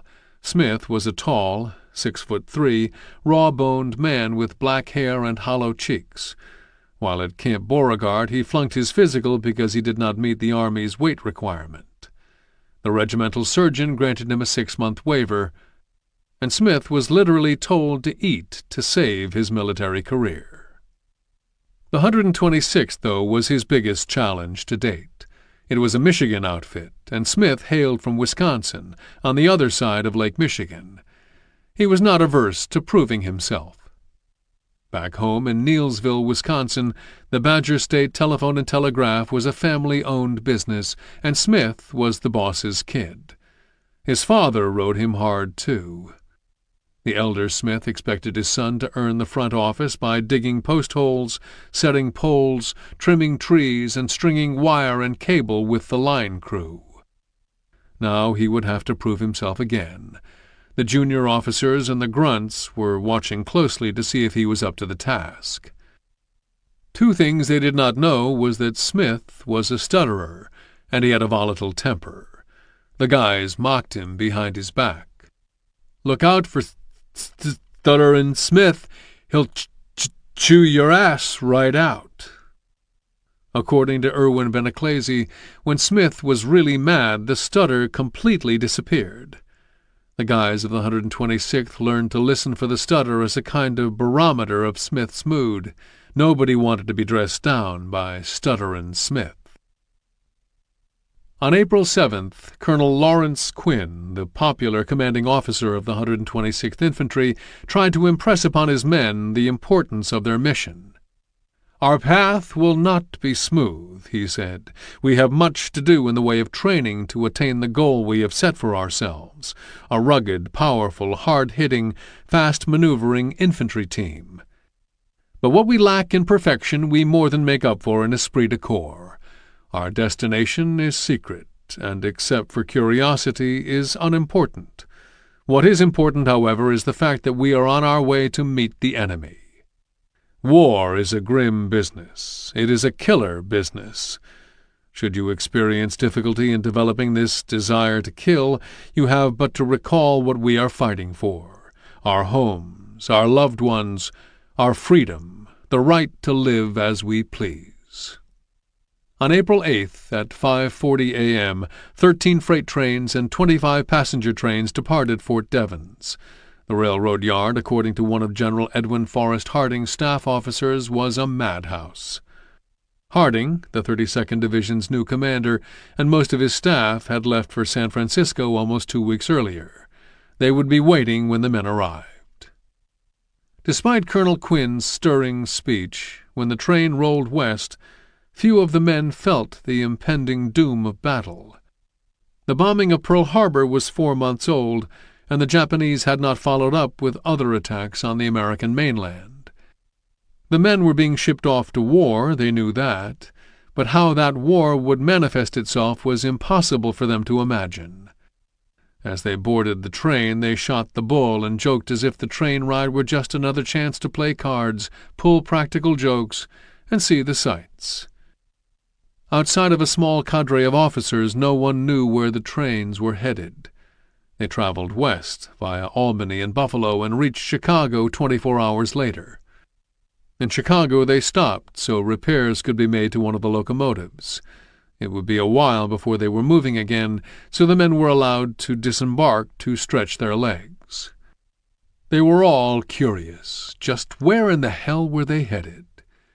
That's when a sergeant recognized a relative in the train yard. He slipped by the guards at the depot platform who had been posted there to stop the soldiers, for security reasons, from talking to anyone and said, "Come on, give me the skinny."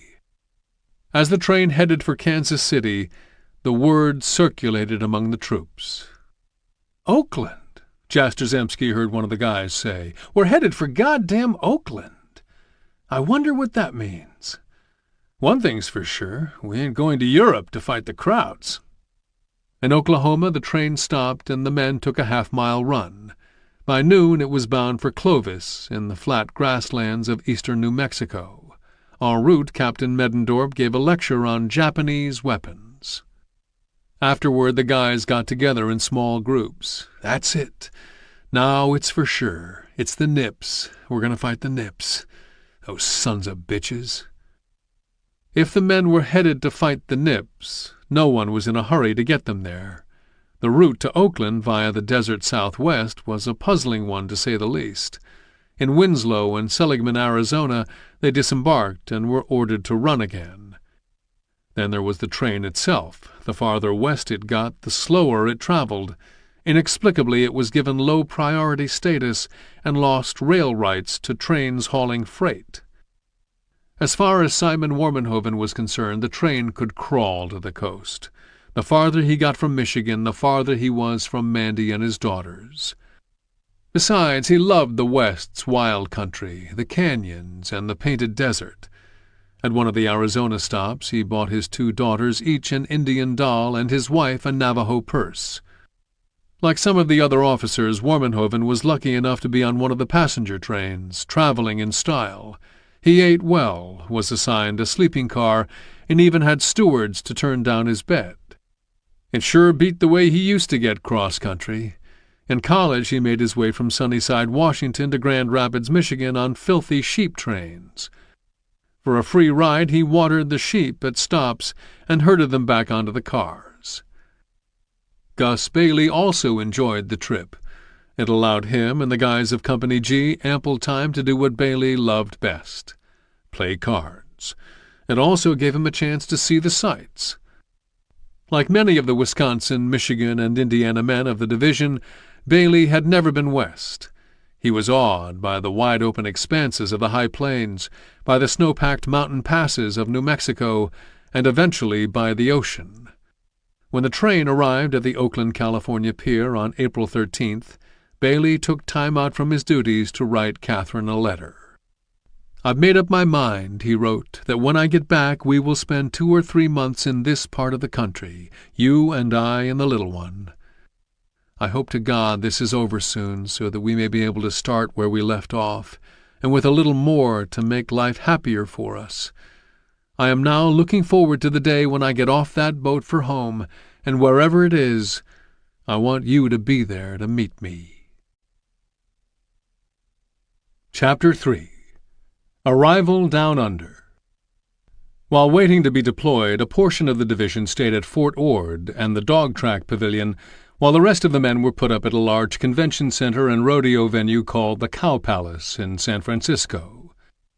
According to Stutter and Smith, the Cow Palace was a miserable concrete monolith, as cold and drafty as the North Pole, and the men hated it.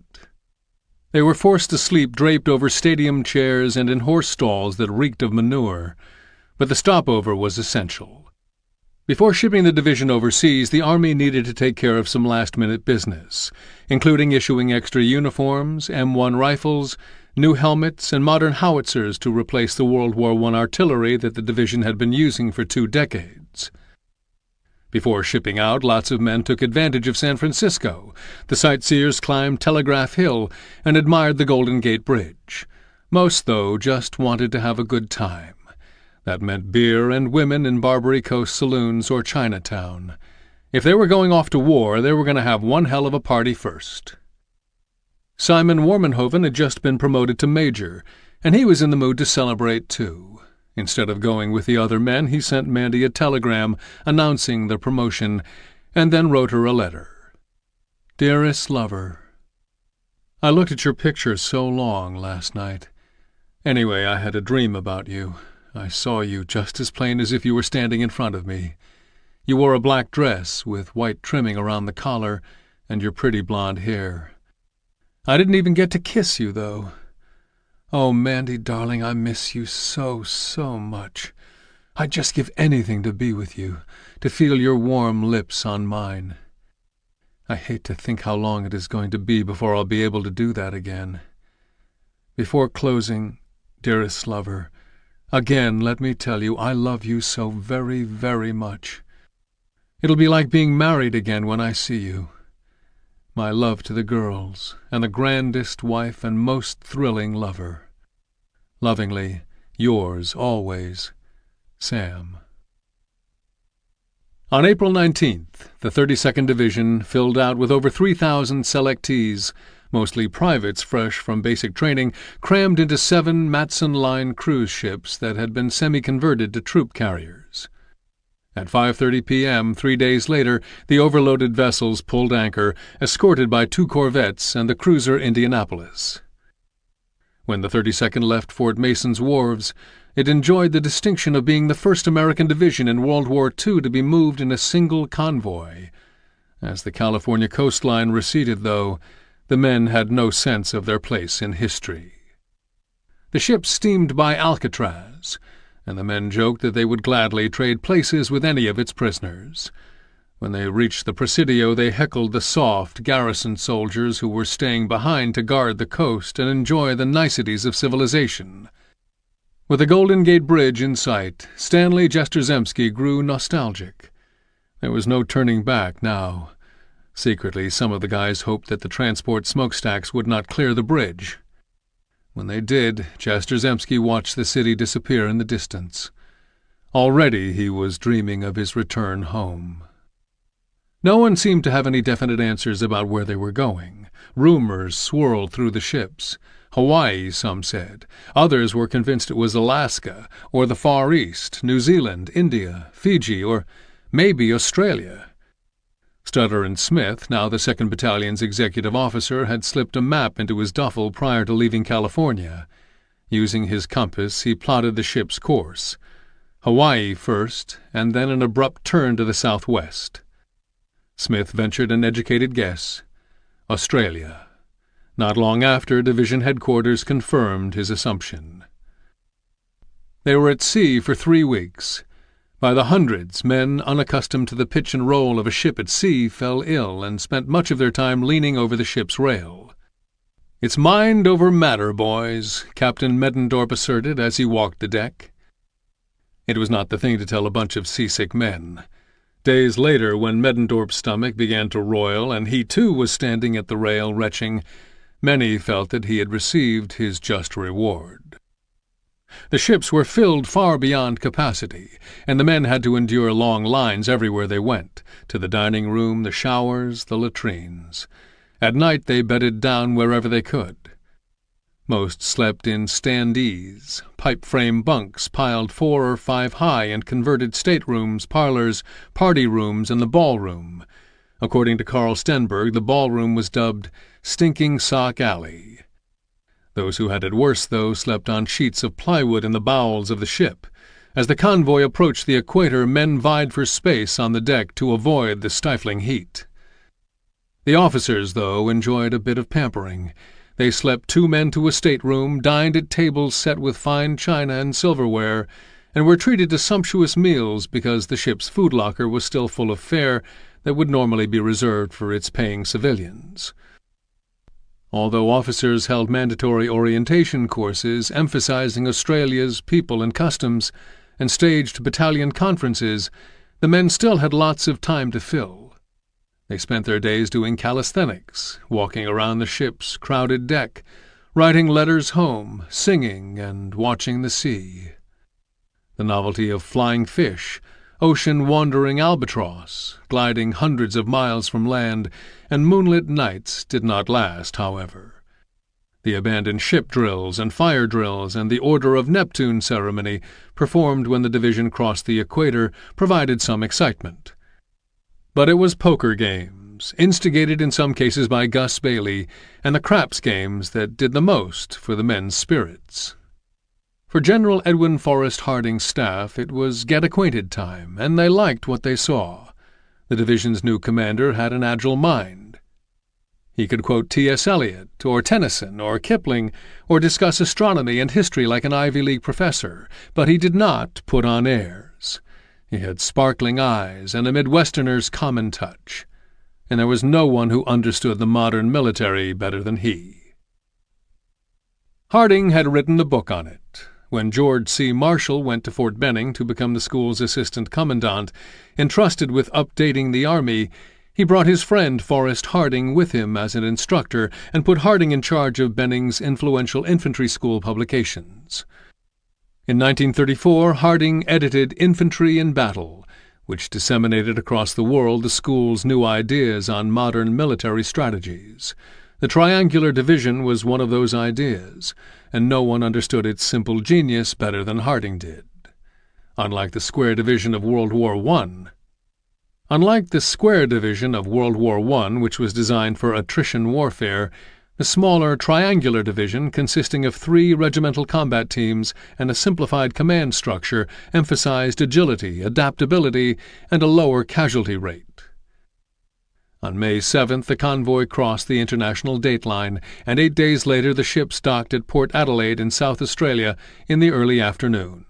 The 32nd Division had traveled 8,500 miles in 21 days. Throngs of Australians turned out to greet the division. As the men walked down the gangplank, they received a hero's welcome that rivaled MacArthur's. Some of the men expected to be met at a primitive wharf by Aborigine porters on kangaroos. What they got instead were young Australian women who swooned at the handsome American GIs. "I could get used to this awful quick," Willie LaVenture said, winking to his best buddy Stan Jastrzemski. LaVenture and Jastrzemski had been through a lot together, but they had never seen anything like this reception. They had not even fired a shot in defense of Australia, and already they were being celebrated as heroes. According to Jastrzemski, young women were throwing flowers, blowing kisses, waving handkerchiefs, and crying. The adoration was short-lived. Officers herded the men onto trains as swiftly as they could, and shortly after 6 that evening the division was bound for one of 2 camps outside of Adelaide. The 126th went to Camp Sandy Creek, and the 127th and 128th went to Camp Woodside, 30 miles from Sandy Creek.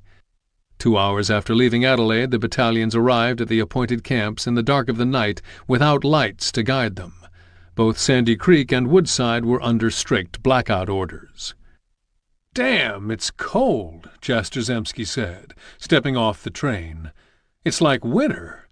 I thought Australia was supposed to be warm." "Where are the beaches and the girls?" someone asked. "They're here, all right," another guy said. "The Army's gonna surprise us." The following morning they were not joking around. Camp, they discovered, was a bunch of tin warehouses and huts with canvas roofs and no insulation. Their beds were nothing more than burlap bags filled with straw. The various units spent the next week getting settled. They worked fast because company commanders were eager to get them on their feet again. After 3 weeks at sea, the men had grown soft, and because of the seasickness, many had also lost weight.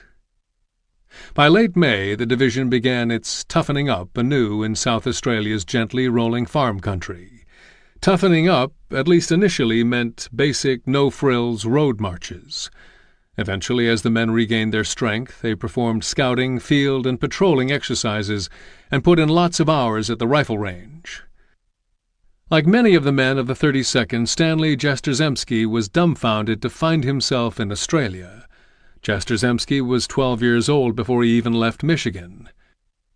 He was a small kid, but wiry and athletic, and did the high jump and broad jump for the Polish Falcons of the National Polish Alliance. When the Falcons were invited to LaPorte, Indiana, for a regional track meet, Jastrzemski accompanied the team.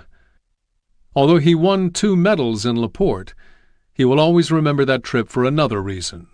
The Muskegon team stayed in a hotel. There, Jastrzemski took a bath in a real bathtub for the first time in his life. Although the division was being prepared for battle, the men felt more like wide-eyed sightseers on a tour of Down Under. Adelaide had a powerful draw on them. A city of roughly 1 million people, it offered abundant entertainment. According to Stutter and Smith, who was no Puritan, soldiers quickly learned to indulge in the Aussie penchant for having a good time. The men learned to give her a go, Australian style, whether they were drinking flat Aussie beer or chasing Aussie women. The Americans were well paid. They would be awarded 30% raises when they went overseas, especially in comparison to their Australian counterparts, and they spent with abandon on food, drink, and girls. Prostitution was legal in Australia, and in May 1942 venereal disease became a serious problem for the 32nd Division. These were pre-penicillin days. Warmenhoven had to hospitalize soldiers for 30 days, even for cases of gonorrhea. With the help of local public health officials and the police, however, division medical officers set up prophylactic stations across the cities and towns frequented by the troops. Warmenhoven clearly had his hands full, but he still found time to write Mandy. Tuesday night, 8 p.m., June 2nd, 1942. Dearest Lover, before I forget to mention it, from now on send all your letters airmail. Seems that if you send it airmail, it is then taken across the ocean by these bomber planes. I'd sure feel so much better after hearing from you. That old heart starts aching for news from the loved ones way back in the States. I keep wondering about you all. I suppose Anne is quite a walker by now, isn't she? I remember so distinctly when Muriel first began to walk, how after she got into it, how she used to run all the time up and down the rooms, then every once in a while she'd take a nice spill on the slippery floor in the kitchen. I suppose pretty soon you'll be going to the cottage. Sure would love to spend a weekend with you out there, lover. So many sweet and fond memories are contained in the cottage. I suppose that you read all about the big air raid over Germany by 1,000 bombers. Well, those Germans certainly have it coming to them. Don't feel sorry for them at all. Isn't it awful the way they are murdering those poor Czech families because of the attempted murder on that butcher Heydrich? If the Russians can keep up their present tempo and a few more such air raids over Germany, I then think that Germany won't last long any more. Then they can all concentrate on Japan, and that phase of it will be simple enough. Sure hope I don't have to stay out here too long. Yours forever, Sam. 6 days later he wrote again. Monday, 4:30 p.m., June 8th, 1942. To my one and only. My first letter from home, today. I've read it over and over and almost know it by heart. This certainly was quite a letter, honey. And so my Mandy is going to have another little warmie. I sure was thrilled to read about it, sweetheart. Although I must honestly say, not surprised. Remember the last time I examined you? I think that was around March 20th. I hoped then that you would be pregnant. I didn't like to say anything about it then because I just had a premonition that after I would leave you there I wouldn't be seeing you again for a long time. Well, darling, I'd sure be tickled to have a son. The thing that makes me feel bad is not being home with you to watch them grow up. I'll bet when I get home he'll say, "Mama? Who's that man?" There's a lot of things I could write about, if I were sure that you were the only one reading them. So many places you'll have to read between the lines. So much I'd like to tell you. Whatever may happen to either one of us, always know this, my darling. I've always most sincerely and most deeply loved you. I'll be so anxious to hear from you all the time now, darling. I'll be praying for you. Give Muriel and Anne a hug and a kiss for me, and Mandy, darling, all your Warmie's heart's true love. Forever yours, Sam. The soldiers that Warmenhoven treated could hardly be blamed for their casual attitude about their training. They were doing what came naturally to young men. They were living day to day, making the best of a situation over which they had no control. War might be just around the corner, but they would deal with that when the time came. Had they been privy to the intelligence that showed that Japan coveted the island of New Guinea, they might have reacted differently. As early as May 19th, as the regiments were settling into Camps Sandy Creek and Woodside, Ultra, the name for the Allied code-breaking system that had cracked Japanese and German wireless codes, revealed that the Japanese army planned to attack Port Moresby via a mountain route from the north coast. On June 9th, when Allied intelligence again notified MacArthur that the Japanese were contemplating an invasion of New Guinea's Papuan Peninsula, he alerted General Blamey, his commander of Allied land forces. "There is increasing evidence," he wrote, "that the Japanese are displaying interest in the development of a route from Buna on the north coast of southern New Guinea through Kokoda to Port Moresby. From studies made in this headquarters, it appears that minor forces may attempt to utilize this route." Blamey directed MacArthur's inquiry to Major General Basil Morris, who at the time was commander of New Guinea Force, and also head of ANGAO, Australia-New Guinea Administrative Unit, the military government that ran New Guinea after Japanese planes bombed Port Moresby. Morris replied that there were ANGAO officers, native constables, 2 Papuan infantry battalions, a unit made up of natives, and a company from the Australian Infantry Battalion patrolling the area around Kokoda. Blamey followed up with another message instructing Morris to take all necessary steps to prevent a Japanese surprise landing along the coast north and south of Buna, to deny the enemy the grasslands in that area for an airdrome, and to assure that we command the pass at Kokoda. Morris replied, "Ray, the Japs, I don't think you need to worry about them. It is not likely they will want to commit suicide just yet." Despite Morris's assurances, MacArthur was concerned. The Allies had just finalized their own plans for seizing New Guinea. Operation Cartwheel called for a powerful 2-pronged attack by MacArthur's ground forces and the U.S. Pacific Fleet.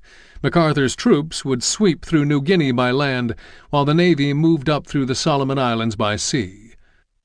Operation Providence stipulated that Australian troops and American engineers would march over the Kokoda track to Buna and prepare the area for the arrival of a main Allied landing force, which was to make the trip from Port Moresby. That force would travel around the tail of the Papuan Peninsula and then north up the coast in a series of small coastal steamers.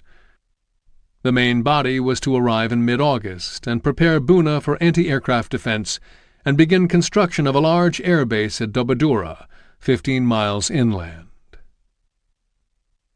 The resounding booms to the north on the evening of July 21st puzzled Captain Sam Templeton. A thunderstorm? How could it be? The sky was a cloudless blue. Templeton had no time to investigate. After receiving a directive from Allied headquarters in Brisbane, General Morris had ordered him and a company of Australian militiamen to cross the mountains via the Kokoda track and defend the Kokoda airfield from a possible Japanese invasion.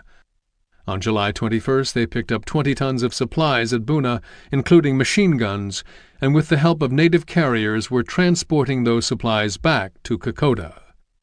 As Templeton and his party made their way toward Kokoda, one of his sergeants was urgently trying to relay a message. "A Japanese warship," he said, "is shelling Buna to cover a landing at Gona or Sanananda. Acknowledge, Moresby. Over." Despite sending out repeated warnings, the sergeant received no reply. In the meantime, 3 coast watchers 40 miles northwest of Buna picked up the message and relayed it to Port Moresby. The following day, Templeton learned what had happened from native constables who had witnessed the shelling and had traveled all night to Awala, where the track began its climb to Kokoda. The Japanese landing terrified the natives. Arthur Duna, a Buna villager, described the scene. "As if you had a dreamlike spirit chasing you, and you want to run, but you cannot run, and the spirit catches you. It was just like that. There was a great panic. That afternoon you have to run away from where you were at the time of Japan landing. There was not time to go to your village to gather your family or collect your valuable belongings. Wife ran naked without her husband and children. Husband ran naked without wife and children. A child ran without his parents, and even if he was with his small ones, he deserted them. All ran in different directions into the bush. All ran like rats and bandicoots in the kunai grass. The night fell, and each individual slept either in the grass or under trees. The soil was your bed, and the rotten logs your pillow. You go to sleep wherever you happen to run into." The Japanese invasion force made camp east of Basabua at 3:30 a.m. on July 22nd. By 6 a.m. on July 23rd, the men were moving again, eager to reach what they thought was a road running from Buna to Kokoda. After taking a wrong turn, the force did not arrive at Buna until 15 hours later. Led by Colonel Yusuke Yokoyama, the invasion force was made up of elite soldiers who had fought in Shanghai in 1937, Guam in December 1941, and Rabaul in early 1942, and 900 men of the Tsukamoto Battalion under the command of Lieutenant Colonel Hatsuo Tsukamoto, part of the superbly trained 144th Infantry Regiment. The 144th was assembled in Kochi City, a country town situated in the verdant hills at the mouth of the Nyoto River on the island of Shikoku. Its members were hardened, enthusiastic volunteers, the sons of farmers and tradesmen. Rounding out the force were soldiers from the 15th Independent Engineers Regiment, who doubled as combat infantry, mountain and anti-aircraft artillery units, a force of highly skilled naval shock troops, 100 Formosan troops, praised for their fearlessness and endurance, 52 horses, and 1,200 native conscripts from Rabaul. Yokoyama's orders came directly from Japan's South Seas headquarters in Rabaul. Initially, his mission was to reconnoiter the presumed road running from Buna to Kokoda and Kokoda south to Port Moresby, and to put the first portion in a condition to handle vehicles, pack horses, and bicycles. However, by the time he departed Rabaul on July 19th, that mission had changed. Yokoyama's men were now considered an invasion force. Leading the advance guard of the invasion force was Colonel Tsukamoto, a thundering old man with a great affection for sake. On the afternoon of July 24th, he was at the head of a long line of men bound for the government station of Kokoda. Kokoda was an outpost with huts, native gardens, a school, and a small hospital, situated on a plateau in the northern foothills of the Owen Stanley Mountains. Kokoda also possessed a strategically important airfield. Seizo Okada, a war correspondent assigned to the invasion, described the march inland. The unit continued to walk with single-mindedness. Each man is required to carry provisions for 13 days in his backpack, comprising 18 liters of rice, a pistol, ammunition, hand grenades, a spoon, first aid kit. A patrol of scouts from the Tsukamoto Battalion traveled lightly and even faster than the rest of the battalion. Its objective was to push on night and day to Port Moresby. While the Japanese soldiers marched on Kokoda, engineers remained behind to solidify Japan's hold on the north coast. They built an airfield and fortified the beachhead with anti-aircraft guns and a system of reinforced and interlinked bunkers. Some of the engineers also constructed a palm log road from Buna to the inland village of Saputa. The Japanese plan was to build a vehicle base and radio station there. Clearly, they were still under the illusion that the Kokoda track was navigable. Yokoyama's engineers toiled tirelessly in torrential rains. When trucks stalled in channels of thigh-deep mud, soldiers were turned into pack mules. They worked around the clock, carrying supplies from the coast. Sleep was a luxury, and when they did rest, they did so in riverbeds, where they risked being swept away during flash floods. "Our duty to reach the front line," one Japanese engineer wrote, "would not let us rest for one moment." They completed the Buna-Saputa Passage in just 3 days. It was an incredible achievement, though it received little recognition. The Japanese soldier was expected to endure misery, fatigue, hunger, and disease. The Japanese had beaten MacArthur to the punch, but even as they stormed ashore, MacArthur and his advisers dismissed the invasion as a minor threat. Brigadier General Charles Willoughby, MacArthur's head of intelligence, clung to the notion that the Japanese would penetrate inland only as far as they needed to build airfields. The airfields, Willoughby argued, would allow Japanese pilots to attack Port Moresby and the Cape York Peninsula of Australia, and could support a possible seaborne invasion of Port Moresby and Milne Bay. But a major land assault on Port Moresby was inconceivable. 10 days after Yokoyama landed at Basabua, General Marshall contacted MacArthur. Keeping Port Moresby in Allied hands and re-establishing Allied control over Papua's north coast, he insisted, was of paramount importance. MacArthur reassured Marshall that he was doing everything in his power to secure New Guinea. MacArthur had just ordered 2 Australian Infantry Division AIF brigades to Port Moresby. Comprised of seasoned soldiers, the brigades had returned from the Middle East in late March 1942. Upon arriving in Australia, however, most of the soldiers were sent to Queensland to perform menial labour, finishing airfields and fortifying the coastline, thus forfeiting valuable training time, so when they arrived in Port Moresby in mid-August, they lacked the skills for jungle fighting. They had the wrong equipment, too. For example, instead of jungle green, they wore bright khaki-coloured battle gear. Instead of pants to keep away the mosquitoes, leeches, and chiggers, they had knee-length shorts similar to the ones they wore in the deserts of North Africa. And in a land where every additional pound was a burden, they carried too much weight in their field packs. MacArthur was not ready to send in the 32nd yet. As Colonels Yokoyama and Tsukamoto marched inland, the American division was thousands of miles from New Guinea, traveling by train from South Australia to a tent encampment called Camp Tambourine. Situated in semi-tropical country 30 miles south of Brisbane, Camp Tambourine was 1,500 miles north of Adelaide. Rather than launching into jungle training exercises the moment they arrived at Tambourine, the troops had to build the camp from scratch. Soldiers who should have been learning to patrol and to maneuver at night were forced to cut down and clear trees and dig latrines. It was weeks before the division was able to drill again. Watching the Red Arrow men, Harding remembered that General Marshall had counseled him against taking over the division. The 32nd, Marshall said, was poorly trained and rife with Midwestern small-town politics, enmities, and allegiances. At the time, Harding thanked his old friend for the advice and accepted the division anyway. The chance at his first field command was too attractive to resist. As soon as he was able, Harding implemented a live-fire infiltration course called the Sergeant York and set up commando, sniper, and Tommy gun schools. One of his most capable instructors was a man named Herman Bottcher. Bottcher was not new to Australia. Though German-born, Bottcher left his native country at the age of 20, bound for Sydney, Australia, in May 1929. As he roamed the city looking for employment, he studied a German-English dictionary. Eventually he found a job as a carpenter on a sheep station in New South Wales. While there, he saved his money and nursed a dream of coming to America. In November 1931, when he landed in San Francisco, that dream became a reality. With $60 in his pocket, he took a room at a hotel on 3rd Street and searched for work. Jobs were few, so he traveled south to San Diego.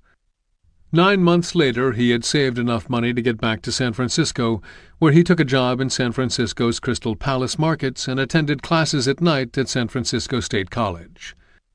4 years later, he was off again, lured to Spain by the Civil War, where he enlisted with the International Brigade. He spent 2 years fighting with the Loyalists, rose to the rank of captain, and was twice wounded.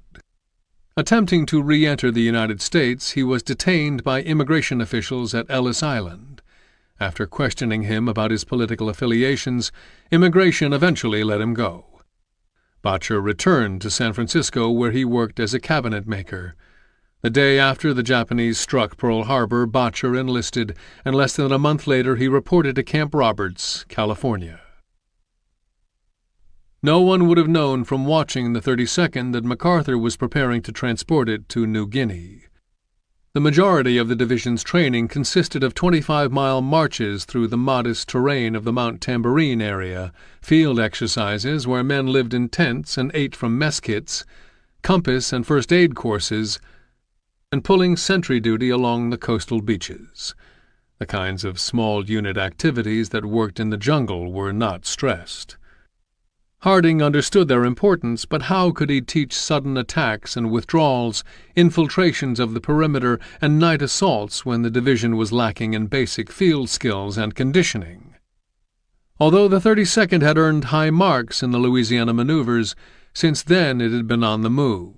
Louisiana to Fort Devens to San Francisco to South Australia, and now Camp Tamborine.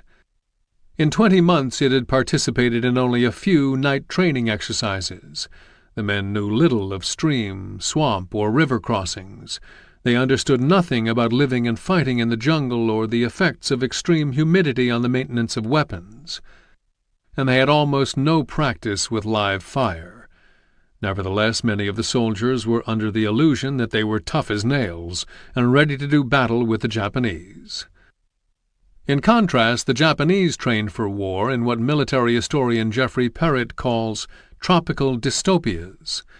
During the 1930s, the Japanese Imperial Army sent recruits to the rugged island of Formosa. The training there was intense, rigorous, and designed to inure soldiers to suffering.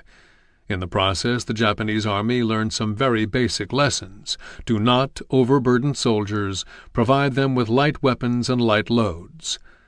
Give every soldier a headband to absorb sweat that would otherwise pour into his eyes. Do not confine troops' movements to trails, and use the jungle and the element of surprise to outwit and outmaneuver the enemy. The Imperial Army also simulated island landings. Crammed into the holds of ships, soldiers were deprived of water and forced to endure unbearable heat. Then they were dumped onto beaches under combat conditions. Meanwhile, Japanese engineers developed barges with innovative bow ramps that could carry and quickly discharge men and even light tanks. By late in the war, the barges were already obsolete. But early on, the innovation afforded the Japanese forces a technological advantage over the U.S. Army.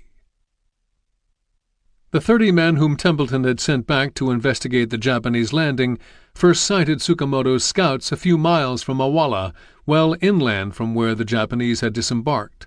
They were clearly moving fast. The bayonet blades of their long-barreled 25 caliber Arisaka rifles and Type 38 bolt-action rifles gleamed brightly in the glare of the tropical sun. Templeton's platoon fell back to the village of Wairopi on the Kamusi River. At 9 a.m. the following morning, the platoon received a message from Templeton instructing it to retreat to Oivi. 10 of the men remained at Wairopi. They cut the cables of the wire rope bridge that spanned the river, sending it tumbling into the current.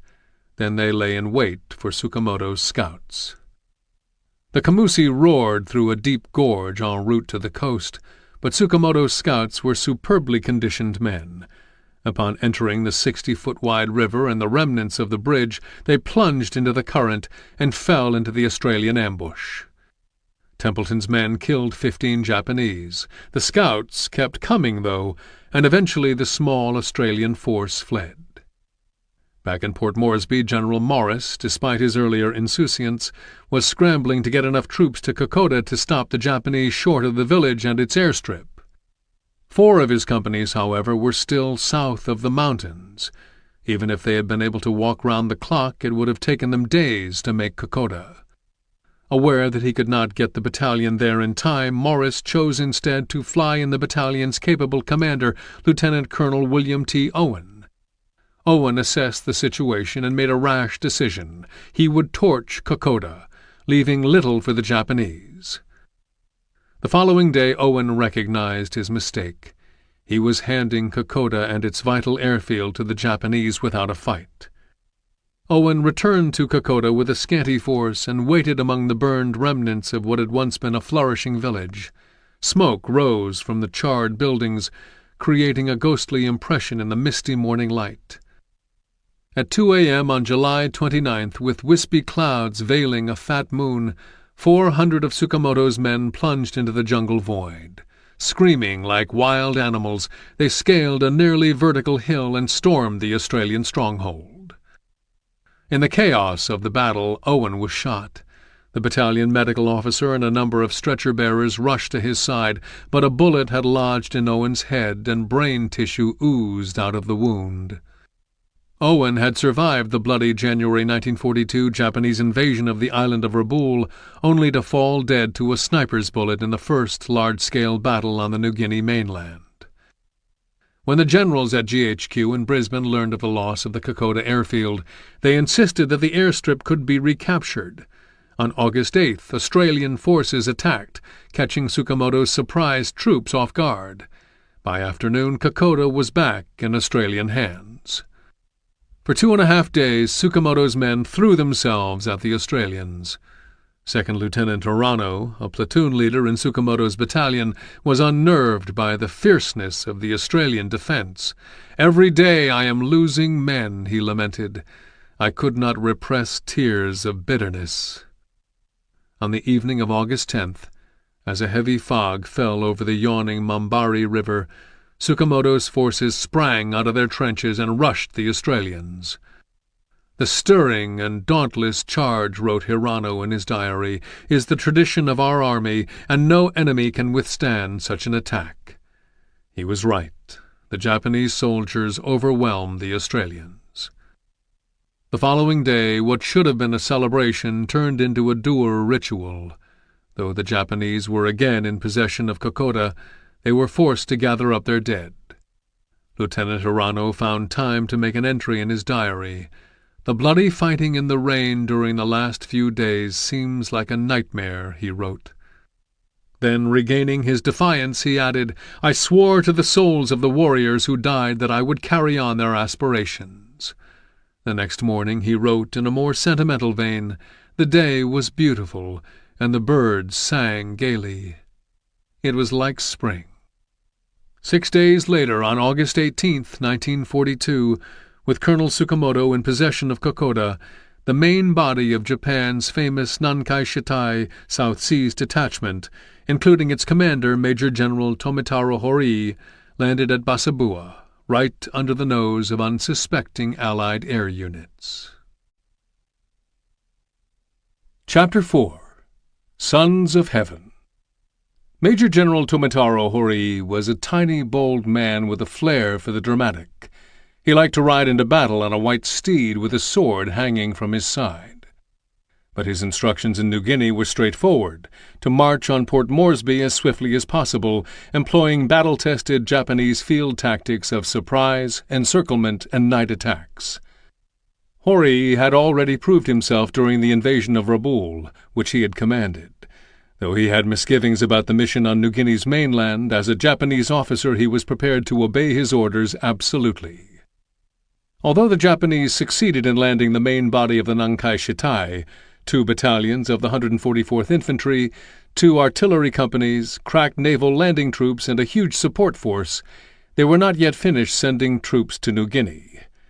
A day after Horii's men arrived at Basabua, another regiment left Rabaul bound for the Buna coast.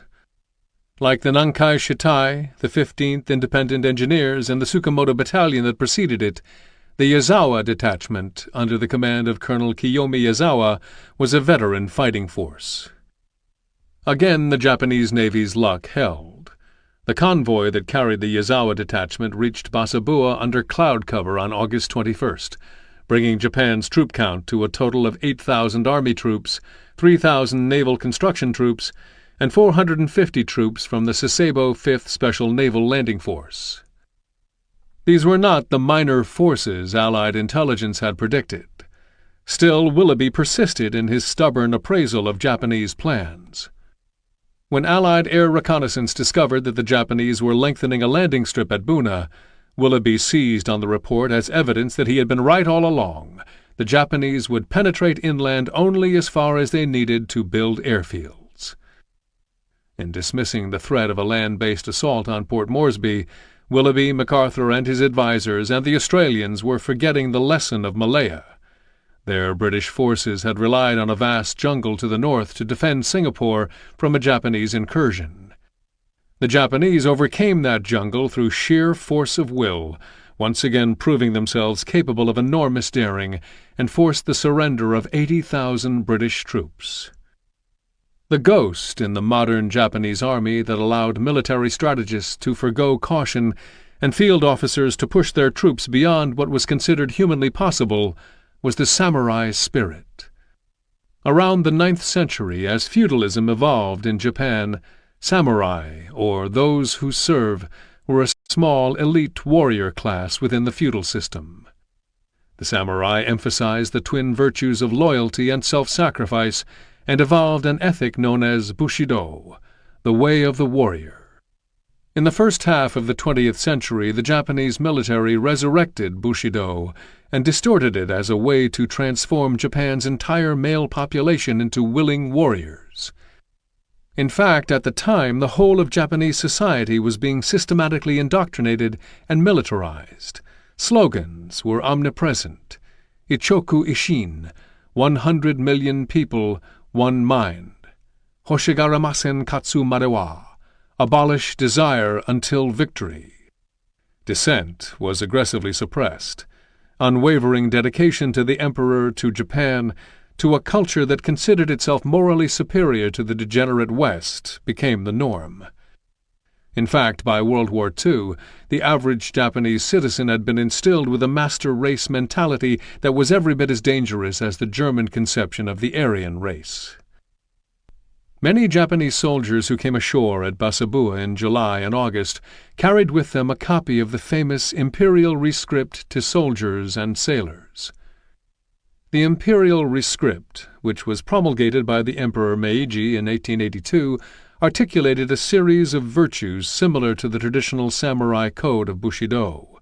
Bravery and loyalty were seen as the ultimate manifestations of a soldier's commitment. He was encouraged to relinquish all personal initiative. Consequently, Japanese soldiers carried out orders unquestioningly.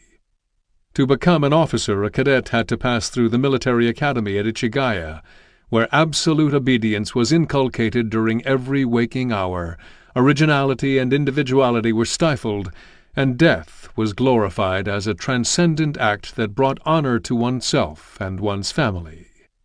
A good soldier was said to die with the emperor's name on his lips. And death, even a grisly one, was preferable to surrender. Surrender was the consummate disgrace, a humiliation that would forever haunt not only the soldier but the soldier's family too. Mothers, bidding farewell to their sons, were said to encourage them to commit suicide instead of being taken prisoner. On August 19th, as the morning burned into midday and the tropical sun bore down on them, General Horii and his men marched with all the confidence of invaders certain of victory. Soldiers led the way. Then came more troops lugging mortars, machine guns, and field pieces, followed by Rabaul natives carrying ammunition. Horii believed that his campaign was a sacred one, to extend the light of the imperial power over the greater East Asian co-prosperity sphere and to eliminate the white race from Asia. A popular regimental song reflected similar sentiments. Of heavenly Japan, the emperor's power is clear. We must build a new world order. While we have this weighty mission, even if in the waters grass-grown corpses soak, let us go, comrades, with hearts united. By the time Horii, whom a lieutenant described as an unsympathetic man, reached the village of Soputa, 10 miles inland, and set up camp in a coffee plantation, he was already frustrated with his troops' progress. He feared a protracted struggle and worried over the reliability of his supply line, which extended by ship from Rabaul to Buna and eventually, as he advanced, by carrier into the mountains. He had hoped that they might be able to navigate the trail on horseback, but by the time he got to Soputa, he realized that the terrain was far too rugged for horses, and that he had seriously underestimated the difficulty of the advance. As little as Allied headquarters in Brisbane knew about New Guinea, the Japanese may have known even less. Yokoyama and Horii had no maps or geographic surveys, and no conception of the topographical hurdles and medical problems their troops would encounter. Horii's faith in the inevitability of Japanese victory was illustrative of a broader Japanese conceit: victory disease. Encouraged by Japan's stunning successes in Southeast Asia, victory disease caused its military leaders to ignore warning signs. The impetuousness of the Japanese plan was in keeping with the Japanese Imperial Army's modus operandi. Fighting spirit was valued at the expense of strategy and planning. Patience and prudence were antithetical to the most revered of all of Japan's martial virtues: action. Supply considerations were given little attention. Troops were forced to make do with inferior weapons. In many cases, infantrymen carried a Type 38 bolt-action rifle that shot only 5 rounds. Grenades were left over from the Russo-Japanese War of 1904-05 and were highly unreliable. The Japanese did have 2 exceptional weapons: a wheel-mounted artillery gun carried in pieces and the Juki heavy machine gun. For the most part, though, the Imperial Army relied on speed, surprise, and courage. Never concerned with heavy casualty rates, the Japanese regularly employed suicide squads and night attacks to strike terror into the hearts of its enemies. On August 26th, as the first rays of dawn cut through the enveloping night fog, General Horii began his advance from Kokoda down the track. His orders to his enthusiastic troops reiterated basic Japanese battlefield tactics. "Lay in wait," Horii advised them, "and then go around the flank. Harass them and exhaust them by ceaseless activity. Finally, when they are completely exhausted, open the offensive.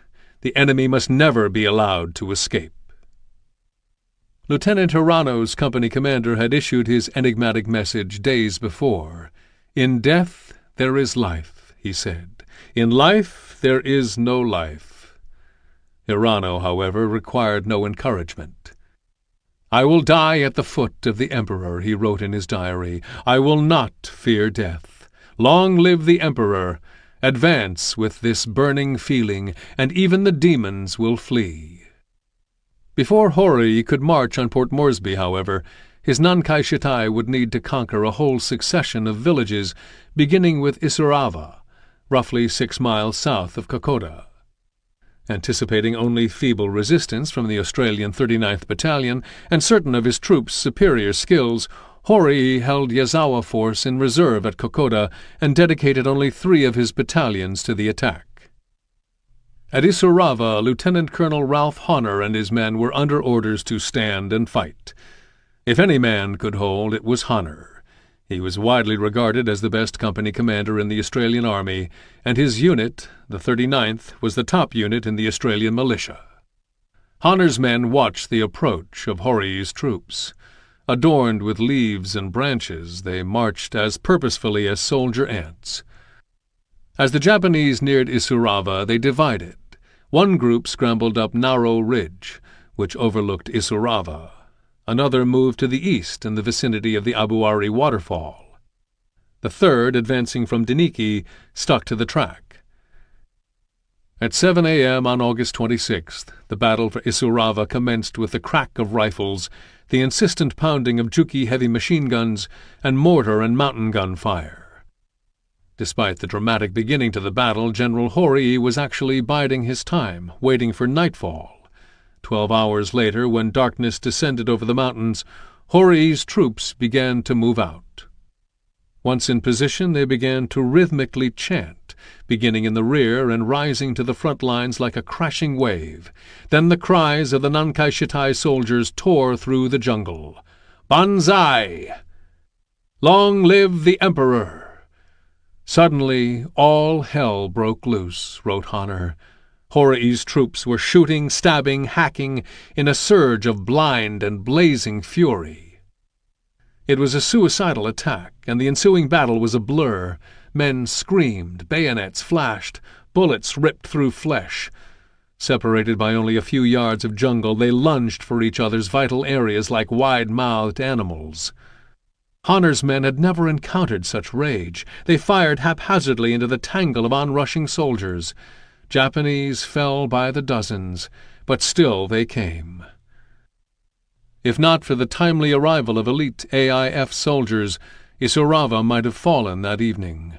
But together Honor's men and the fresh AIF forces beat back the Japanese. According to Honor, the reinforcements were a providential blessing. Honor's men were gaunt specters with gaping boots and rotting tatters of uniform hanging around them like scarecrows. Their faces had no expression, their eyes sunk back into their sockets. They were drained by disease, but they were still in the firing line. One AIF soldier wrote that he could have cried when he saw them. The morning of August 27th dawned quietly, and the Australians began to search the jungle for what Honor grimly called the jetsam of death. Lacking litters, medics draped blood-stained men over their shoulders and floundered back to camp. On the Australians' eastern flank the scene was just as grim. Unable to stop the oncoming Japanese, Australian soldiers lunged into the overgrown jungle, leaving behind ammunition, food, clothing, and weapons. Soon, according to Honor, mortar bombs and mountain gun shells burst among the treetops or slashed through to the quaking earth. Heavy machine guns chopped through the trees, cleaving their own lanes of fire to tear at the defenses. Bombs and bullets crashed and rattled in unceasing clamor. Day and night the Japanese kept up the bombardment, while patrols tested the Australian perimeters, sneaking into bayonet soldiers distracted by the mortars. At the narrow ridge front, Hori's troops dispensed with stealth. Honor wrote, "Through the widening breach poured another flood of attackers, met with Bren gun and Tommy gun with bayonet and grenade, but still they came. To close with the buffet of fist and boot and rifle butt, the steel of crashing helmets and of straining, strangling fingers, corpses, according to Honor, soon cluttered that stretch of open ground."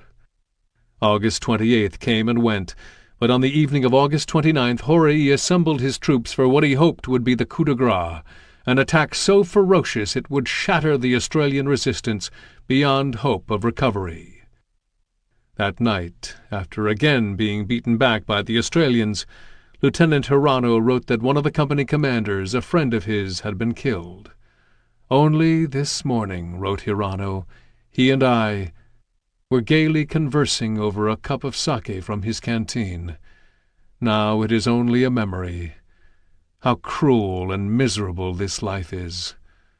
Despite their personal sadnesses, the Japanese army did not relent. Facing a torrent of fire from the Australian Bren and Tommy guns, Hori's troops kept coming, preferring death to the dishonor of staying back. At noon the Japanese threw caution to the wind. Scaling a steep hill, they ascended straight into the throat of the Australian defence, breaking through. The Australian troops withdrew down the track. Isurava was now General Hori's. The 4-day battle for Isurava was a bloodbath. The Australians lost 250 men. Hundreds more were wounded. One battalion was reduced to half its initial size. For the Japanese, the victory was Pyrrhic at best. Hori lost over 550 men and had more than 1,000 wounded. After Isurava, Hori's army continued to chew up ground. With each new conquest, Hori would symbolically raise the Japanese flag. For Damien Perrer, an Australian war photographer, it was a terrible sight. Perrer and the Australians could not know, though, the price Hori was paying to fly the white Japanese flag with its dazzlingly red sun. In each village it seized, Hori's men were forced to build great pyramid-shaped funeral pyres to cremate their dead. "Our casualties are great," a Japanese officer wrote in his diary. "The outcome of the battle is very difficult to foresee." Lieutenant Sakamoto, a machine gunner with Hori's advance force, wrote somberly of corpses piled high. As General Hori's desire to take Port Moresby took on a quality of stubborn fanaticism, his preoccupation with his supply line grew. Thanks to relentless bombing by U.S. 5th Air Force and Royal Australian Air Force units, the line was hanging by a thread. "It is humiliating," wrote Sakamoto, "to see enemy planes strafing us and not a single plane of ours to assist us." As the Nankai Shitai approached Aora Creek, Horii demanded that his commanders exercise the most painstaking control so that every bullet fells an enemy and every grain of rice furthers the task of the Shitai. He then cut the daily ration of rice to 1 1/2 pints per man. According to Sakamoto, men were already slashing through the jungle to search for taros and yams to satisfy our hunger. Still, by early September, the Japanese attack on Port Moresby had acquired an air of inexorability. Horii's men had fought their way over the divide. They had climbed breathtaking cliffs and waded through muddy swamps and seized the vital Australian dropping grounds at Myola on the southern slopes of the Owen Stanleys. Now, in addition to trying to stop the Japanese, the Australians had to contend with their own supply problems. With Myola in Japanese hands, carriers had to lug huge loads on their backs all the way from Port Moresby. To make matters worse, frightened native carriers, sensing that the Australian army's defeat was imminent, dropped their supplies and fled into the jungle. While Horii's army was routing the Australians on the Kokoda, other Japanese soldiers were attempting to capture Milne Bay. At the extreme southeastern tip of New Guinea, Milne Bay is strikingly beautiful. On both sides of the bay, 4,000-foot jungle-clad mountains rise precipitously out of the blue-green tropical waters. Between the mountains and the bay lies a thin coastal strip of swamp, sand, and dense dripping rainforest. The Japanese had never even expected to be at Milne Bay. Their initial plan was to seize the island of Samurai, southeast of Milne Bay, and launch a seaborne invasion of Port Moresby from there. However, when Japanese planners discovered that the Allies were constructing a garrison and an airfield at Milne Bay, they switched gears, choosing at the last minute to invade. The Allied base was located at the head of the bay, on the only dry ground in the area.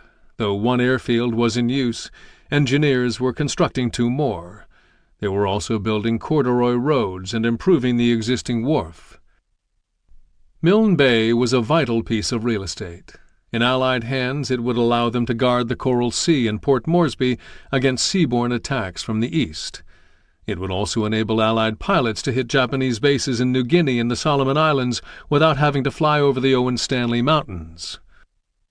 Although Japan's strategists in Rabaul chose an elite naval landing force to lead the invasion of Milne Bay and followed up with reinforcements, by the end of August it was obvious that Milne Bay was a losing effort. On the nights of September 4th and 5th, Japanese troops were evacuated. Having secured Milne Bay, MacArthur could now turn all his attention to the Kokoda. What he saw there in mid-September 1942 alarmed him. Surely he had ordered enough fighting men to the front. Why, then, could the Australians not hold back Horii's army? Chafing at MacArthur's insinuation that the Australians were not fighting, Lieutenant General Sidney Rowell, head of New Guinea Force, a position that put him in command of all Australian and American troops, tried to set the record straight. His men were exhausted, sick with dysentery and fever, and despite the reinforcements, outnumbered. The Japanese were hardly better off. One of Horii's section leaders kept a diary of the campaign. On September 9th he wrote, "We are in the jungle area. The jungle was beyond description. Thirsty for water, stomach empty. The pack on the back is heavy. My neck and back hurt when I wipe them with a cloth. The sweat still pours out and falls down like crystals. The sun of the southern country has no mercy."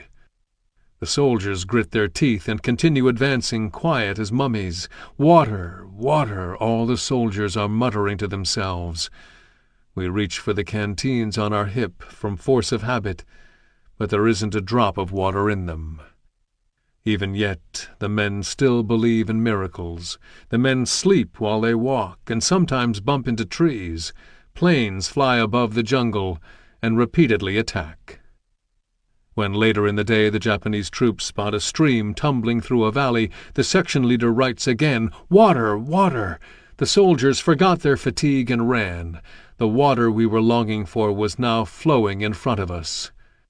Indeed, there is a blessing from above." They bent down and put their mouths to the stream.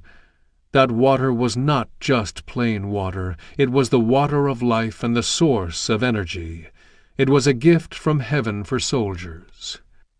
Seemingly indifferent to the suffering of his men, General WWII initiated a series of savage attacks over the course of the next few days, and on September 17th his troops ascended WWII Ridge and celebrated with loud, triumphant shouts of "Banzai" and tears of joy. 3 weeks after landing at Basabua, Port Moresby was within their grasp. The Japanese had done exactly what Allied General Headquarters had said they would not, could not, do. Chapter 5. Cannibal Island. Before the Nankai Shitai clambered up WWII Ridge, General MacArthur was confident that the reinforced Australians would be capable of halting WWII's progress on the Kokoda track, and made plans for an offensive on 3 axes. On the first axis, the Australians would engage WWII's army in a frontal action on the Kokoda. The third consisted of large-scale infiltrations from Milne Bay along the north coast of Papua.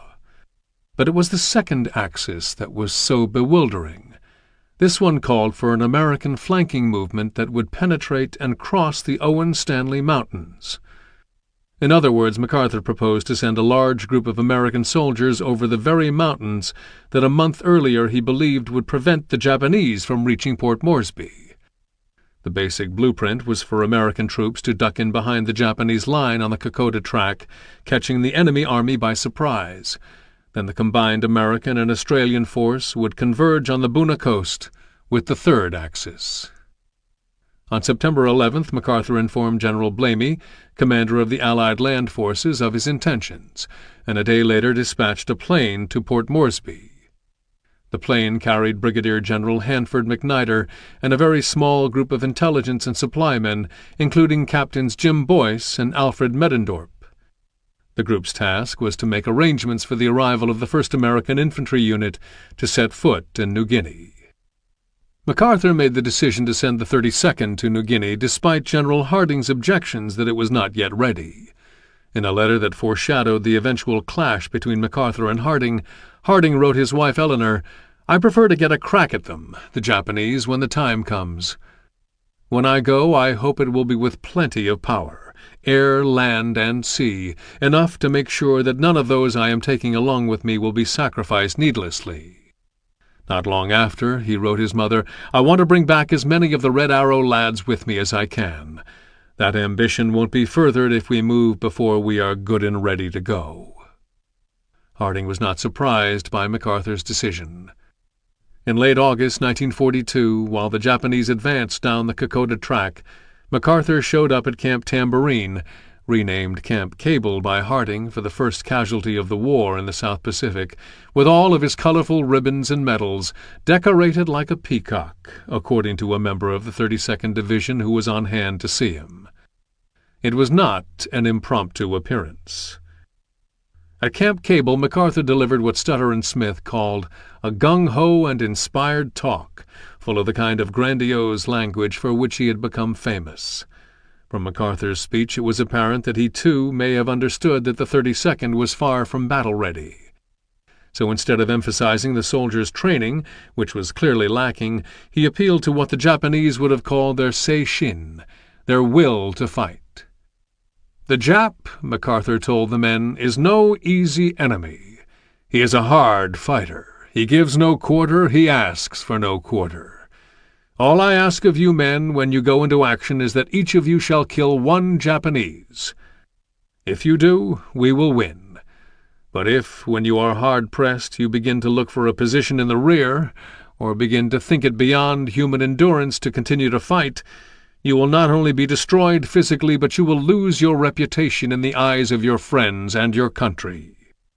If a man has the fighting courage, even if he has poor equipment, poor training, and if he has the fighting spirit, he will win.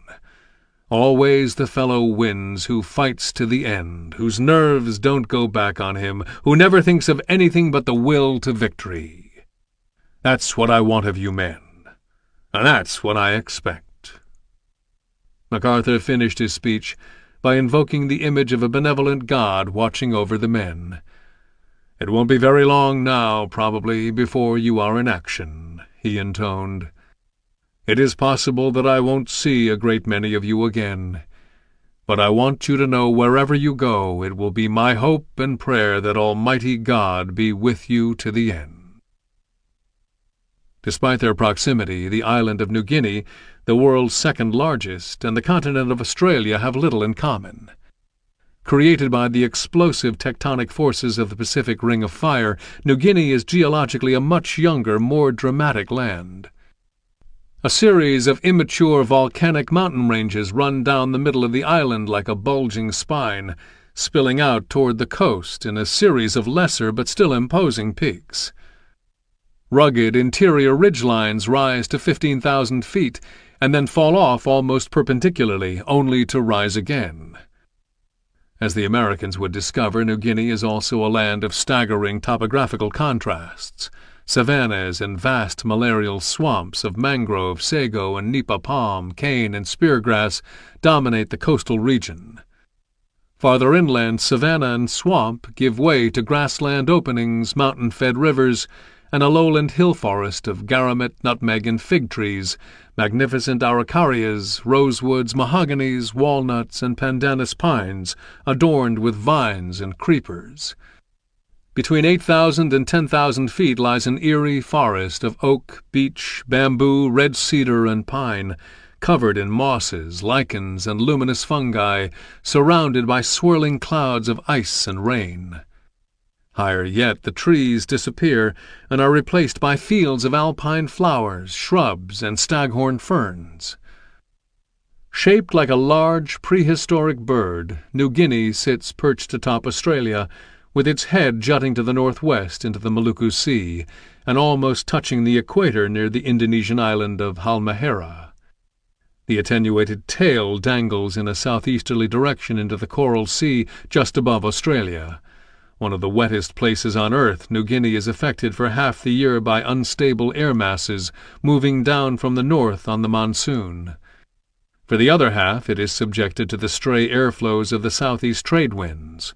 The monsoon and trade winds bring constant rain, in some areas over 200 inches a year, carving a tangle of trackless ravines into the great volcanic ridges. The rain also brings abundance. New Guinea is home to an unparalleled diversity of butterflies, birds, plants, strange marsupials, crocodiles, 90 species of snakes, including the taipan, death adder, Papuan black, and python, and over 3,000 varieties of orchids. Although botanists have discovered around 1.5 million species on the planet, some speculate that there may be 3 times that many undiscovered plants on the island of New Guinea alone. The island also contains over 800 of the world's languages, esoteric tongues of largely unknown origins, which evolved among people living in isolated universes of ravine and swamp and mountaintop. The first European to encounter New Guinea was Jorge de Meneses, a Portuguese governor from the Spice Islands, whose ship was caught in a monsoon on a voyage from the Malay Peninsula. In 1526 he landed on the island of New Guinea and christened it Ilhas dos Papuas, from the Malay term Orang Papua, meaning fuzzy-haired man. In 1545 Inigo Ortiz de Retes, returning from the Moluccas to Mexico, sailed by the island and named it Nueva Guinea, either because he thought its natives resembled those of African Guinea, or because the island was exactly opposite Guinea. Centuries later, New Guinea still remained largely untouched by outsiders. The obstacles of terrain, climate, and disease successfully repelled the world's colonial powers and their appointed adventurers. Those undaunted by the endless swamps, by the island's impenetrable mountains and cloud forests, by the threat of malaria, scrub and murine typhus, filariasis and leishmaniasis, were deterred by something else: New Guinea's reputation for being inhabited by cannibals who ate the bodies of their dead parents as a gesture of love, and headhunters who punctured their enemies' skulls and sucked out the brains. Headhunting and cannibalism were vital customs in New Guinea. Although the Australian territorial government outlawed the practice of headhunting as early as 1920, it was impossible to enforce. Cannibalism was also discouraged, though with little success. Along the Fly River, for instance, west of Port Moresby and the Gulf of Papua, if an enemy was killed in battle, warriors would often cut up the dead body and pack the flesh into bamboo logs for easy transport. Back at the village, the flesh would be cooked with sago. Some speculate that the people ate human flesh out of necessity because of the paucity of protein, a lack that was particularly acute in the highlands. Among certain tribes, human flesh was eaten in the belief that the strength of the deceased would be transmitted to the living. Headhunting also served a variety of purposes. Heads taken in battle were often preserved as a means of communicating with the spirit world, for initiation rituals, and as trophies which warriors displayed to enhance their standing in the villages. Even among tribes that did not take heads, the belief that the skulls and bones of dead relatives possessed magical properties was common. In the Sepik River region of New Guinea, a widow was obliged to stay in a hut with the body of her dead husband until the flesh had rotted from his skull and bones. Although cannibalism and headhunting were not practiced by all of the tribes, much of New Guinea was populated by an intensely territorial and martial people who were mistrustful of outsiders. Even tribes living along the same river system engaged in near-constant payback skirmishes, fueled by a simple principle: an eye for an eye. If one tribe stole a pig from another tribe, the offended tribe would be honor-bound to stage a raid and take a pig. If in the process the raiding tribe killed a man, they could expect that the death would be avenged. Because of the warlike reputation of its people, New Guinea became a place where for centuries imagination and invention substituted for hard facts. However, by the mid-1800s, whalers and sealers were plying the plentiful waters of the Cannibal Islands. Traders searching for pearls, tortoiseshell, sandalwood, ebony, wild rubber, copra, and bêche de mer explored the mainland. And ruthless blackbirders rounded up young men as slave laborers for Peruvian mines and South Pacific sugar plantations. Given the burgeoning interest in the island, the world's powers could no longer ignore New Guinea. Emissaries from Britain, Germany, and the Netherlands ventured there, and many of the expeditions ended very badly. One of the first recorded disasters occurred in 1782. The captain of the Northumberland, a Dutch ship that was cruising off the coast of New Guinea, sent 10 men ashore, not for the purpose of exploration, but for water and vegetables. "They came down on us like unto a half-moon, men, women, and children, such as could take a bow and arrow into their hands," wrote the only survivor. "They came down into the water, then fired their arrows as thick and as fast that we could not see for the darkness of their arrows. They carried one of our boys out of the boat and cut him through the middle, and throwed his bowels into the air. I perceived them broiling the remains of poor Mr. Sayce." A century later, bona fide explorers fared no better. At age 32, Otto von Ehlers joined the German East Africa Company and climbed Mount Kilimanjaro. Following his service in the company, he began a series of journeys to Zanzibar, Bombay, Kashmir, Nepal, Burma, Ceylon, Hong Kong, Canton, Peking, and Korea, and wrote of these adventures in flashy, self-aggrandizing travel books. When he came to New Guinea in 1895, it was said that he stood proudly on the pinnacle of his success. If anyone could conquer New Guinea, von Ehlers surely could. On August 14th, von Ehlers set off with 41 native porters and W. Peering, a German police master stationed in northern New Guinea. Von Ehlers immediately noted the terrain, which was unforgiving, a cruel, endless succession of ridges and valleys. Up and down, down and up, his team struggled for days, hacking their way through the thick jungle. Rattan thorns ripped at their clothes and exposed skin, and leeches either fell from the overhanging trees or slithered upward from the ground, attaching themselves and later dropping off, leaving small, exposed wounds, which were soon infested with red maggots. Von Ehlers' face and body were covered with infected sores, and Peering could walk only with the help of 2 carriers. Nearly 40 days into the trip, the team's food ran out. Von Ehlers finally agreed to let Peering kill his beloved mastiff, though von Ehlers refused to eat any of it. The team then subsisted on grass shoots and young leaves. Already weakened by hunger, both men came down with dysentery. When the porters became too weak to carry their loads, the team abandoned much of its luggage. Days after, they arrived at a large river. Von Ehlers ordered 2 of the porters to construct a raft, having decided that he and Peering and the 2 porters would abandon the others and float to the coast, leaving the rest of the porters to do whatever they could to survive. Von Ehlers' cowardice was aptly rewarded, however, when the 2 porters killed him and Peering and continued on, though they too later got their comeuppance when they were beheaded by the Gaib people. By the early 20th century, much of the work of exploration was being done by prospectors and missionaries, many of the latter of whom were fueled both by an explorer's sense of adventure and a desire to spread God's message. Initially, however, most of the missionaries confined their proselytizing to the coast. Those who dared to set foot in New Guinea's interior never made it out. The terrifying stories did not discourage the Reverends James Chalmers and Oliver Tompkins of the London Missionary Society, 2 ardent men of God. Although they knew the reputation of the Fly River people, who they had been told were practicing cannibals and did not greet outsiders kindly, they set off in 1901 from Daru to bring God's word to the benighted people.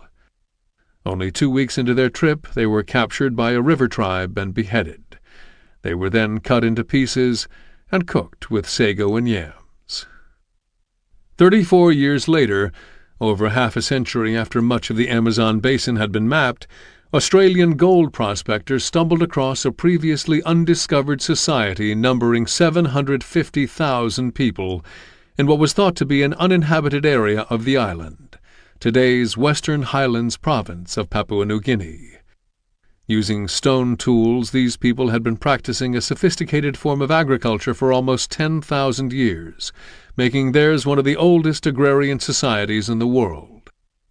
In 1942, when the 32nd Division arrived in New Guinea, the island was still terra incognita.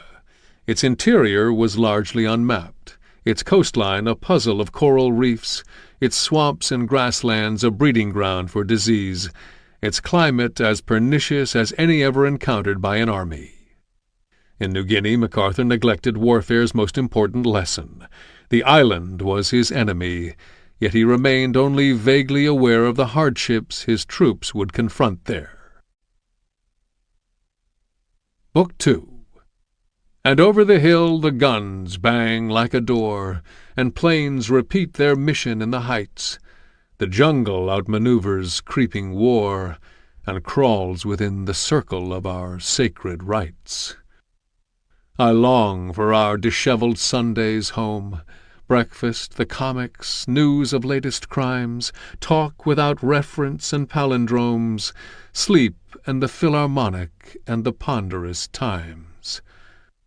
I long for lounging in the afternoons, of clean, intelligent warmth, my brother's mind, books and thin plates and flowers and shining spoons, and your love's presence, snowy, beautiful, and kind. Carl Shapiro, Sunday, New Guinea.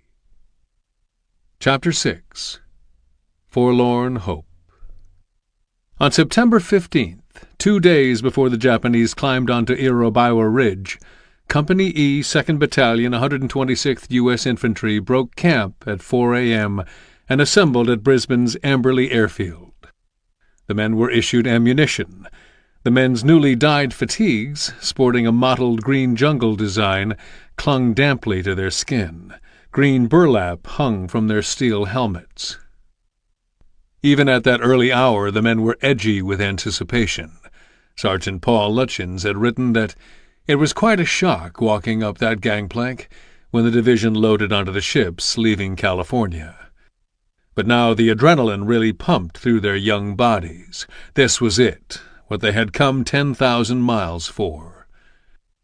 No one uttered a word, until somebody with a timely sense of humor, it might have been Sergeant John Fredericks, another Big Rapids man, started whistling an old cavalry bugle call, and the men were still chuckling when Captain Melvin Schultz appeared. Schultz would not say much about where they were going, not that Lutjens or any of the others expected him to, but it did not take a genius to figure out that they were being airlifted to New Guinea. For many of them, the flight to New Guinea would be the first of their lives. Though Melvin Schultz was Company E's commander, he was raised in Muskegon, Michigan, and was regarded as something of an outsider. It was First Sergeant Paul Lutjens of Big Rapids, Michigan, who often ran the show. Lutjens was an affable but physically imposing man. He was also devoted to Company E. Twice during training in Louisiana he refused a commission because he did not want to leave his friends. Like Lutjens, nearly 50% of Company E's men were from the Big Rapids National Guard unit. In fact, many of the guys had joined together, continuing ties of friendship that went back to childhood. Mostly it was a reason to drink and play poker and avoid the realities of life at the tail end of the Depression. Lutjens was one of the few who was employed, but work in a factory was not exactly the kind of thing a guy dreamed of doing. In other words, few of the men seemed destined for greatness. If someone had asked the people of Big Rapids if Lutjens and his crowd were going to amount to anything, they might have shaken their heads. They're not bad boys, really, but no more than a few of them will do anything with their lives.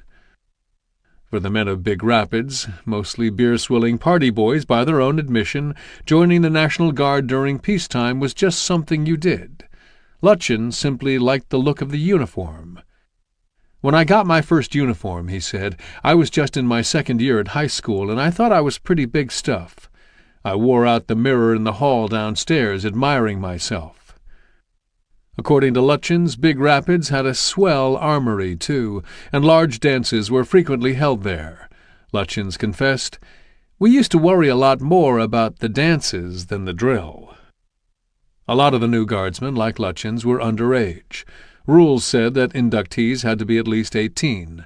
The National Guard, though, did not care who you were or how old you were, as long as you had a pulse, joked one former guardsman. Its philosophy was, if the body is warm, we'll take it. Anybody could be a weekend warrior. Postmasters, bankers, teachers, mechanics, cooks, factory workers, the unemployed. On the afternoon of September 15th, the men of Company E, a platoon of engineers, a medical officer, and 4 aid men divided into groups, a dozen to a plane. "We were pretty tense and mighty afraid," Lutjens remembered.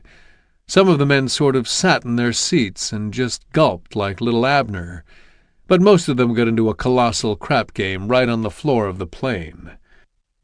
The men of Company E imagined that they were going straight into combat, jumping off the plane and storming the Japanese amidst a barrage of bullets. It would be dramatic stuff, something to make the folks back home in Big Rapids proud. After an uneventful flight across the Coral Sea, the Douglas and Lockheed transport planes neared Port Moresby, and Lutjens took a moment to look out the window. There were big, fresh-looking craters on the landing strip down on the edge of the jungle. Over on one side were the smoking ruins of 2 planes that had evidently just been hit by Japanese bombers, he wrote. But when the men reached 7 Mile Drome outside of Port Moresby, the men disembarked with their bayonets sheathed. There were no Japanese to be found. A blast of hot air nearly brought Lutjens to his knees. In the back of the transport truck he was already writing in his diary, September 15th, 1942, 5:30 p.m. Temperature 115 degrees. Japs 20 miles away.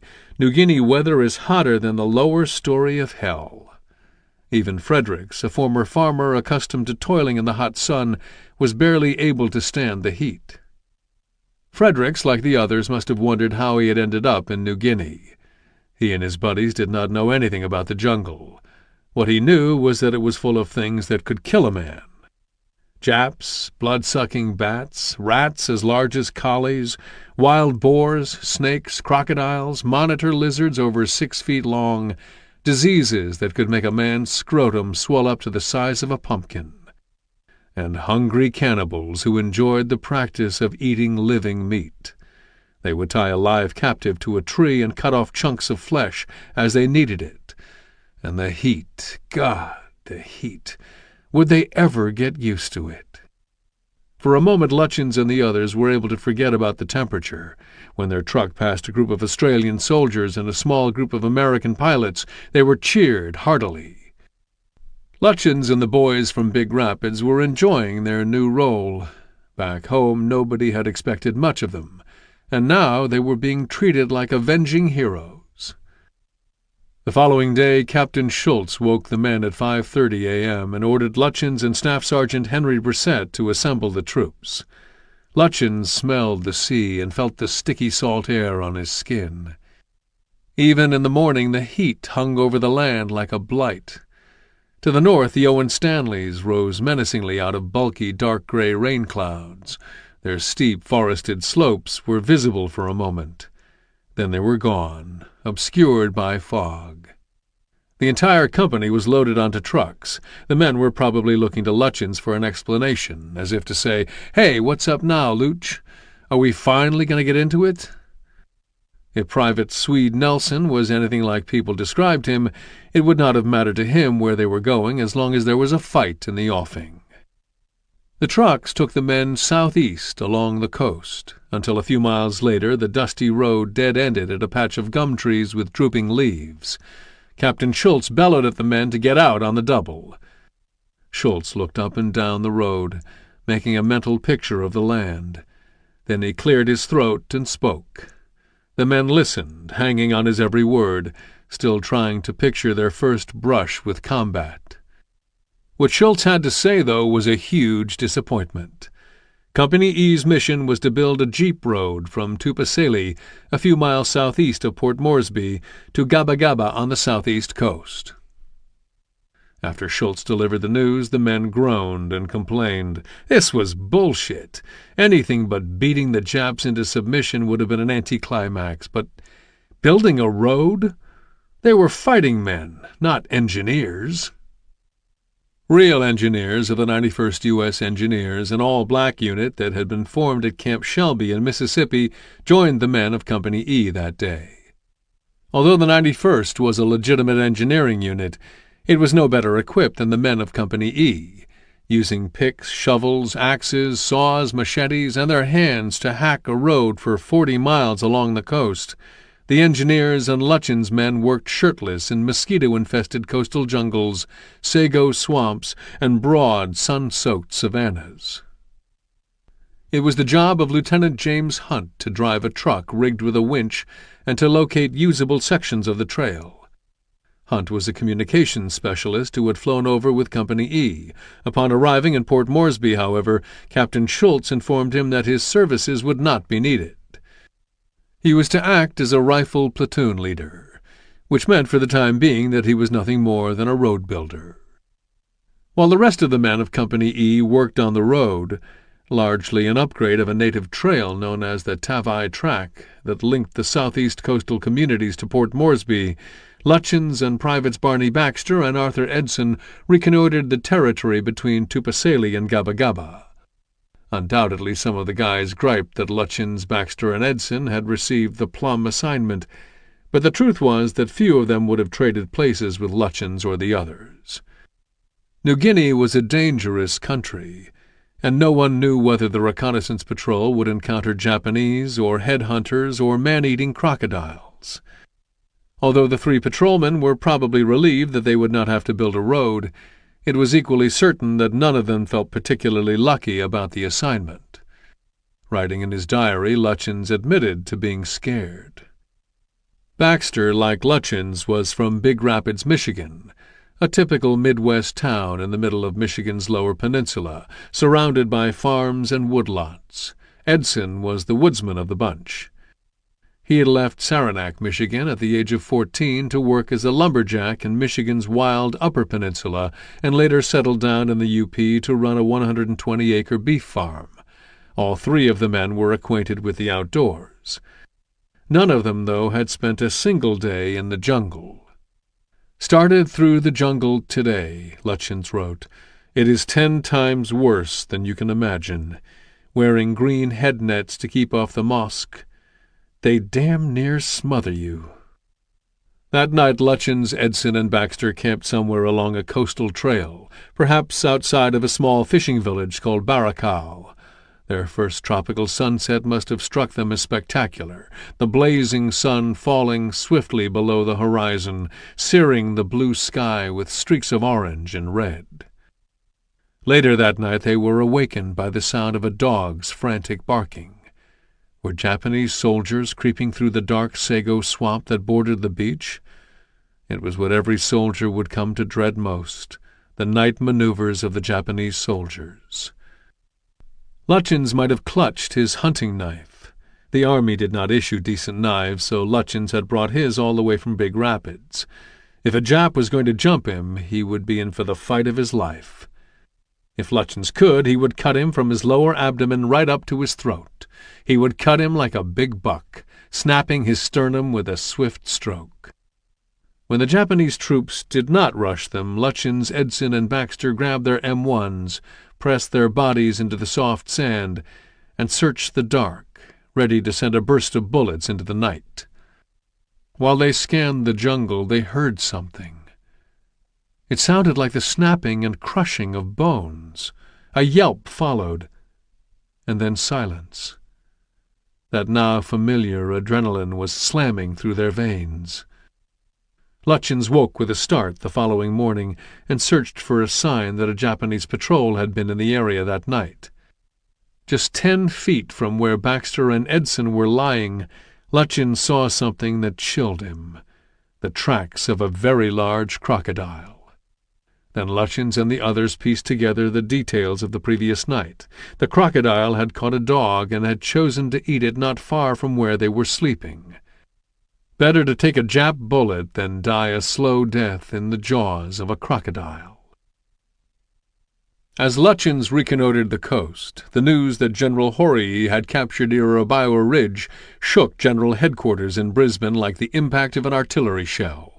The Japanese army was now only 30 miles from Port Moresby.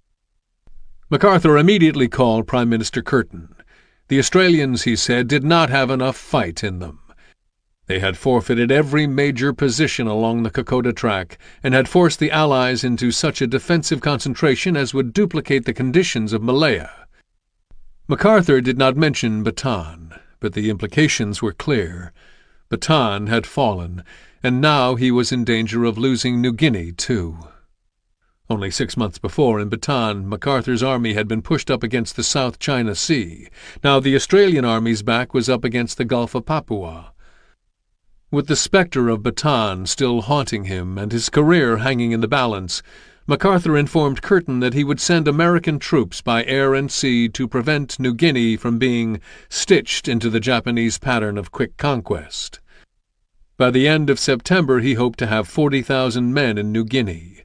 If they fought, MacArthur continued, they should have no trouble in meeting the situation. If they would not fight, 100,000 would be no good. MacArthur then requested that General Blamey be sent to New Guinea to take command and energize the situation. Curtin was in full agreement.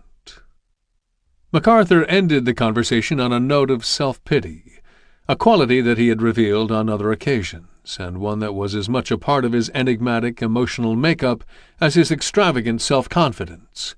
"Must I always lead a forlorn hope?" he asked the Australian Prime Minister. On September 18th, only hours after speaking with Curtin, MacArthur mobilized 2 of the 32nd's 3 regimental combat teams, the 126th and the 128th U.S. Infantries. The plan was to send the 126th, minus its artillery team, by ship to New Guinea. The 128th would leave Australia via the airfield at Townsville in what would be the first mass movement of troops by air in World War II. Originally, MacArthur was opposed to the idea, but General George Kenney, MacArthur's commander of Allied forces in the Southwest Pacific, convinced him that in the time it would take to move the men by ship, the Australians might already be behind barbed wire at Port Moresby. While his buddies were building the coastal road, Lutchins arrived in Gaba Gaba. It had taken him, Edson, and Baxter 5 days to cover the 35 miles from Tupaseli. When they reached Gaba Gaba, which the soldiers mispronounced as Kappa Kappa, a beautiful village of hibiscus and bougainvillea-lined walkways, tall, graceful coconuts, and thatched huts built on stilts over the shallow water of a small protected bay. They set up temporary headquarters near the village's wooden wharf. Although Gaba Gaba was a small coastal village, the people were familiar with the war. Less than 40 miles from Port Moresby, the villagers heard the frequent Japanese bombing raids on the town and had been buzzed by Zeros. Just weeks before Lutyens arrived, a village elder and his wife were working in their garden southeast of the village when they saw a plane drop into the sea. The old man and woman left the garden and paddled out to the wreckage in an outrigger. There they discovered an American pilot hanging onto a piece of the plane, trying to stay afloat. The old man dove in, grabbed him, swam to the dugout, where he and his wife managed to lay him in the narrow boat, and then they paddled back to the village. After a week of convalescing in the village, the pilot made his way to Port Moresby on foot and by boat, and 2 weeks later flew over the village and airdropped food as a thank you. The war also had a much more tangible effect on the village. Angao officers who were organizing carrier teams for the Americans were already in Gaba Gaba, preparing for the possible American march over the Owen Stanleys. Hundreds of native carriers would be needed, and the officers would eventually recruit all able-bodied men from Gaba Gaba and area villages. They considered any male with hair under his arms. The Angao officers literally lifted the arms of a boy to see if he qualified, old enough to work. Those who balked at the prospect of carrying for the Americans were conscripted at gunpoint. Often the only people left in the villages were old men, women, and young children. Gaba Gaba was not as primitive as Lutyens had expected. An Australian expatriate ran a bakery out of the village, and had Lutyens and his men wanted to, they could have enjoyed fresh baked bread every morning. Far from being the murderous headhunters that Lutyens must have expected, the villagers of Gaba Gaba, a Motu word meaning small drum, were shy, gentle, and kind-hearted. Though Lutyens does not mention it in his diary, while he and Privates Edson and Baxter waited for the road builders to reach them, they probably had time to enjoy village life. Gaba Gaba was part of a world they had never even imagined. When the tide was in, children paddled around the bay in little outriggers, chattering and singing, or used the wooden ladders to their houses as diving boards. The Motuan women, unashamedly bare-breasted, wore grass skirts and bore striking face and arm tattoos. When they were not nursing their babies, young mothers carried them in colorful, beautifully woven string bags, which they fastened to their heads with tumplines. The bags hung to their hips, so that when they walked, the babies swung gently back and forth. When not tending to their children or working in the garden, the women spent much of the day cooking over fires on open-air porches. Until they were pressed into duty as carriers, the men went off each morning on fishing excursions. When they were not fishing, they accompanied the women to the jungle, where they tended small garden plots with long wooden sticks. As fascinated as Lutyens would have been by the people of Gaba Gaba, the villagers, especially the children, were surely drawn to the Americans. Frank Gaby was 4 or 5 at the time the first Americans came, and remembers them passing out biscuits and lollipops in return for papaya, sugar cane, and coconuts. In the short time the Americans were there, the villagers grew accustomed to them and began to call them their Tura, friends. Lieutenant James Hunt, who, along with a platoon of men, went ahead of the road builders to guard the growing supply depot, describes the scene at Gaba Gaba. Although the plan was to build the road suitable for truck traffic, supplies were already being moved to Kappa Kappa by small coastal boats, which could not come close to shore, but were unloaded some distance at sea onto native outrigger canoes, which transported their load to shore. Some items, such as oil drums, were merely dumped into the water and pushed ashore by the natives. A large group of natives were assembled for this purpose and made their camp near the beach. The village consisted of native huts built on pilings or stilts in the ocean, all connected by narrow walkways. During our stay in Kappa Kappa, the natives discovered that a slap on an empty oil drum made a drum sound very pleasing to them. They assembled one evening at the beach and put on quite a show, using several oil drums, with some impromptu dancing and merrymaking, which we enjoyed very much. When the men of Company E and the 91st U.S. Engineers arrived in Gaba Gaba, they were exhausted from their road-building exertions and took a day to recuperate before Captain Schultz gave them their new orders. MacArthur wanted the road extended from Kappa Kappa to a rubber plantation 4 miles inland at the village of Gobaragari on the Kemp Welch River. After Company E and the 91st U.S. Engineers set up camp in the village of Gaba Gaba, it did not take long for trucks and jeeps carrying supplies to rumble in from Port Moresby. The Americans had suddenly transformed a quiet village of 400 into a major operations base. The people of Gaba Gaba were frightened at first by the big trucks and the roaring noise.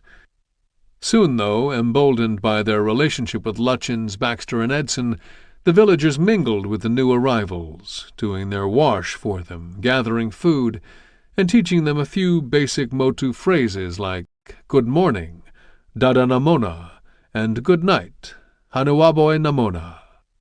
In return, the Americans good-naturedly gave away their remaining Australian shillings, reasoning that where they were going the money was worthless to them anyway. As interested as the villagers of Gaba Gaba were in the men of Company E, they were fascinated by the black men of the 91st Engineers. The people of Gaba Gaba had been living under the imposition of the Australian colonial administration for over 3 decades, an era known still as Taim Belong Masta. Although the Australians governed less harshly than other colonial administrations, the divisions between white and black were clearly defined. Natives were laborers and white men were their bosses. The natives were expected to work when told to. When they saw the men of Company E and the black engineers working side by side, they imagined that in America black men and white men lived in a kind of harmonious equality. What they did not know, of course, was that the U.S. Army units were racially segregated and racial tension ran high, much as in American society in general. While black men were allowed to serve as engineers, they were not allowed in the infantry. While the rest of his company and the engineers took a much-needed break from their road-building efforts, Lutchins and Sergeants Henry Brissett and Herbert Schulte made a reconnaissance upriver. Word was that MacArthur wanted a road to Gobaragari in order to convert what was a rubber station into an advance base for the overland invasion. It was Lutchins' job to figure out if it could be done. After scouting the area, Lutchins, Brissett, and Schulte were eager to get back to Kappa Kappa to deliver their report. The notion struck all of them at the same time. Why walk 2 days to the coast when they could use the river?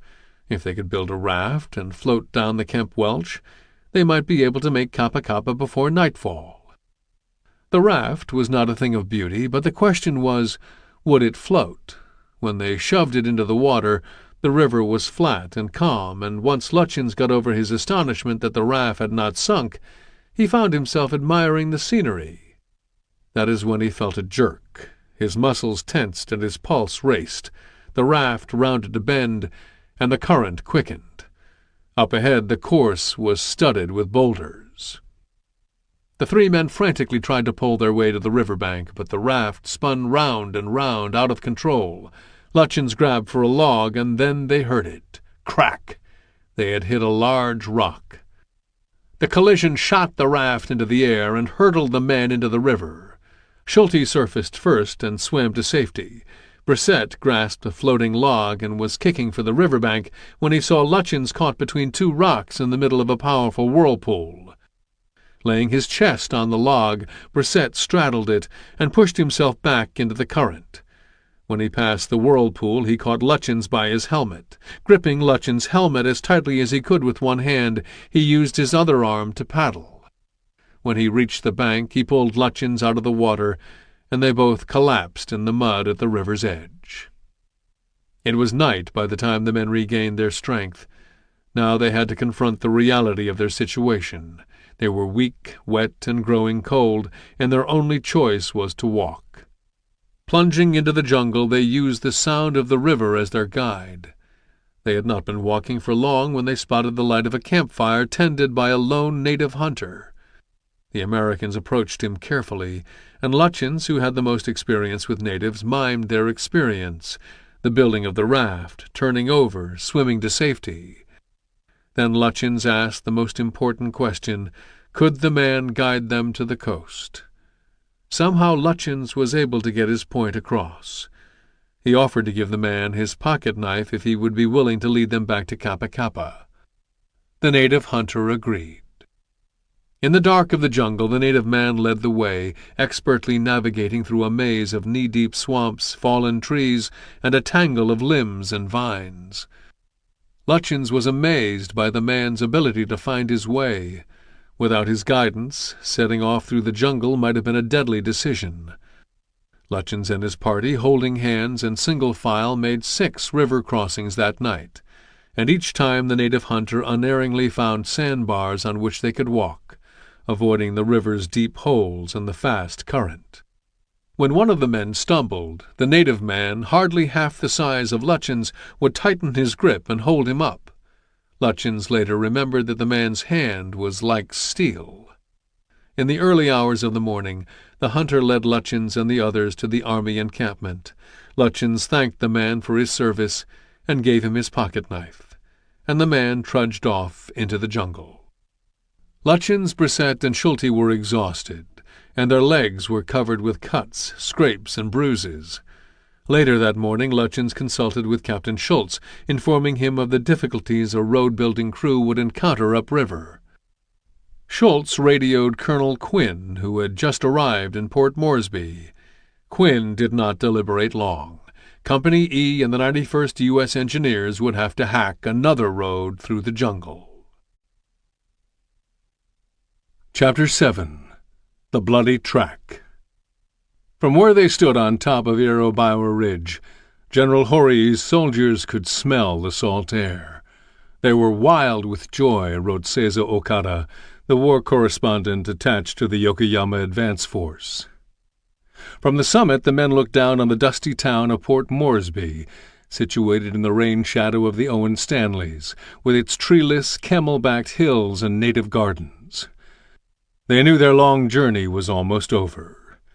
The endless waves of mountains which Seizo Okada wrote had become a living animal had finally vanished. Soon the dying would be over. Hori's army had marched with only one objective in view, asleep or awake, Port Moresby, and now the Allied base was within its grasp. Seizo Okada effused, "We gazed over the Gulf of Papua from the peak of the last main ridge we had fought to ascend. I can see the ocean, the sea of Port Moresby." The officers and men who had endured such bloody conflict embraced on the top of a stony ridge, crying and pointing. There were no longer any deep mountain ranges in front to block their progress.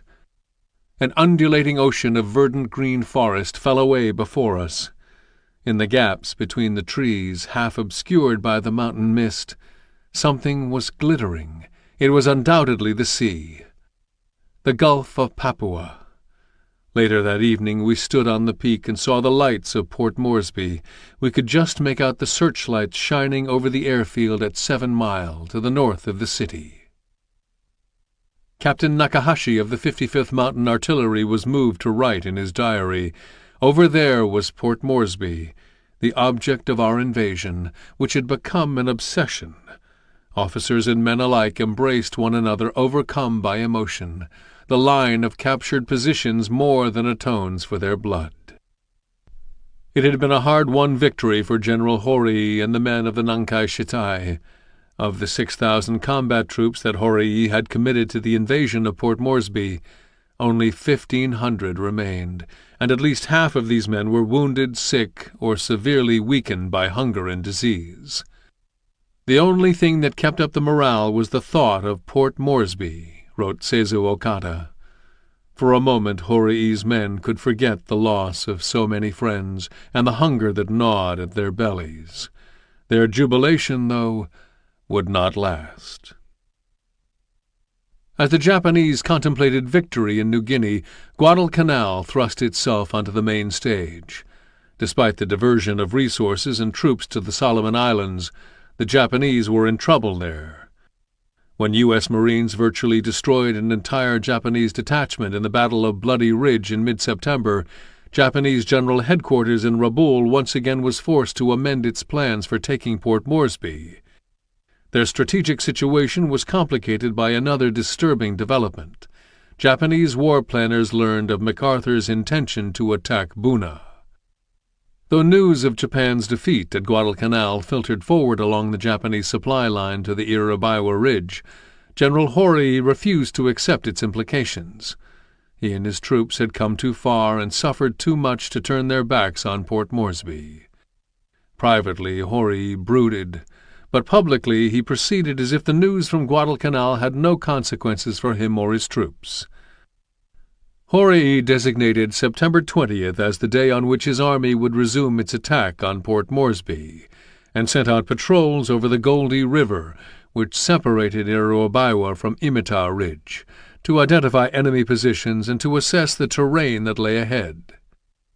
Horii's soldiers were too busy foraging in the jungle and among the scattered native gardens to contemplate the aftermath of Japan's defeat at Bloody Ridge. Despair, though, filled their diaries. On September 11th, hoping to conserve his food supply, Horii had cut the daily rice ration to less than a pint per man. Yet by September 17th, the rice was nearly gone. Horii's supply situation was desperate. Allied pilots pounded Rabaul with 1,760-pound bombs and attacked transport ships bound for Buna. Those supplies that made it to the north coast and were marked for the front line rarely made it that far forward. Starving soldiers and carriers pilfered them along the way. On Iroibawa Ridge, sick and wounded men were left to die because there was not enough food to nurse them back to health.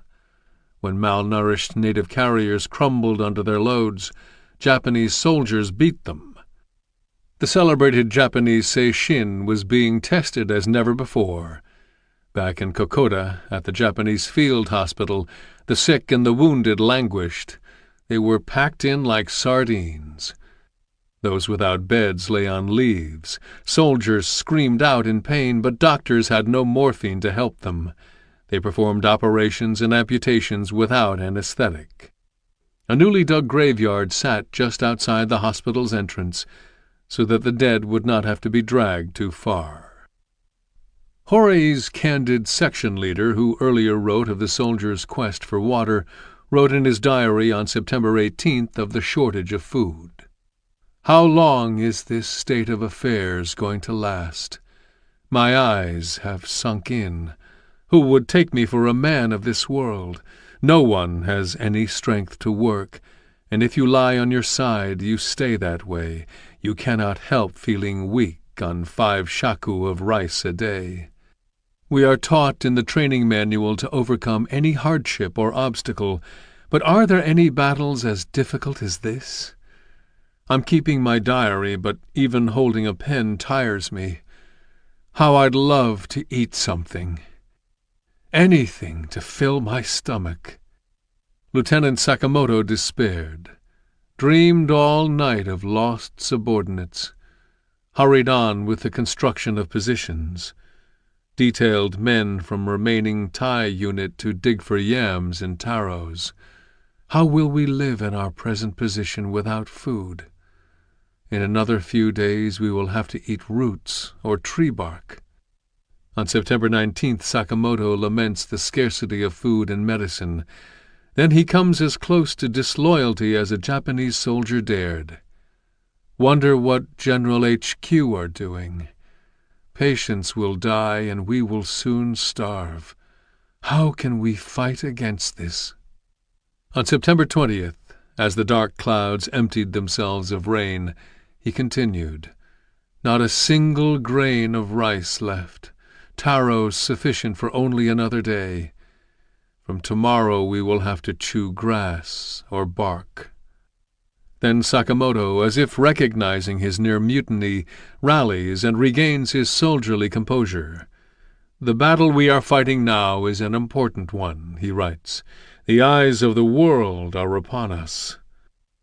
That same day, September 20th, Horii had hoped to resume the attack on Port Moresby. His army, though, stayed put. Recognizing the need to boost his soldiers' morale, Horii assembled his troops and read to them a message he had prepared. "More than a month has elapsed since the Shitai departed from Rabaul. Following in the footsteps of the gallant Yokoyama advance-tai, we have crushed strong positions at Isurava, the Gap, Eora, Efogi, etc., advanced swiftly, and after a fierce battle destroyed the enemy's final resistance at Irobaiwa. We now hold securely this high hill, the most important point for an advance towards Moresby. Each Tai has tramped over mountains and through dark valleys and pursued the enemy for over 20 days. We have waded through knee-deep mud, climbed breathtaking cliffs, uncomplainingly carried heavy weights of guns and ammunition, overcome the shortage of provisions, and thus accomplished a breakthrough of the so-called impregnable Stanley Range. Words cannot describe the hardship. The enemy at Tulagi and Guadalcanal have not yet been annihilated." Then Horii continued his deception. "The reason we have halted," he lied, "is to regain our fighting strength, in order to strike a crushing blow at the enemy's positions at Moresby. Realize the value and importance of your mission, bolster your morale, and make your preparations complete, so that we can throw in the full fighting strength of the Butai."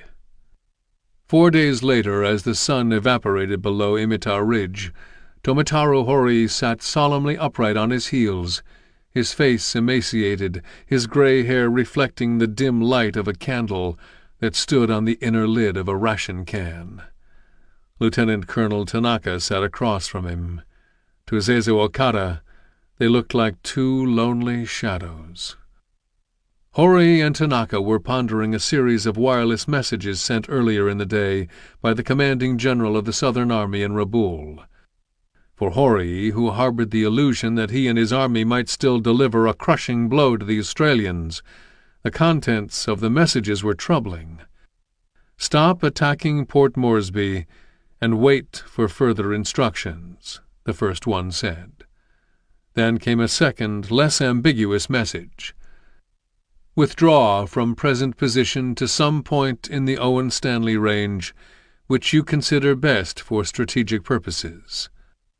Horii refused. "I'm not going back. Not a step," he raged. "I cannot give such an order." Horii, according to Seizo Okada, then grasped his samurai sword and held it near Tanaka's neck and vowed not to retreat an inch. Darkness settled over Irobaiwa Ridge, and Horii was determined to push on to Port Moresby. How could he retreat, he asked, after all the blood the soldiers have shed and the hardships they have endured? Besides, the Japanese army had never retreated before. Horii could not bear the disgrace. Then came a third message, bearing orders from Rabaul, instructing Horii to withdraw completely from the Owen Stanleys and concentrate on the coast at Buna. If Horii was resolved to disobey the order to withdraw, the next message left him no option. It came directly from Imperial headquarters in Tokyo.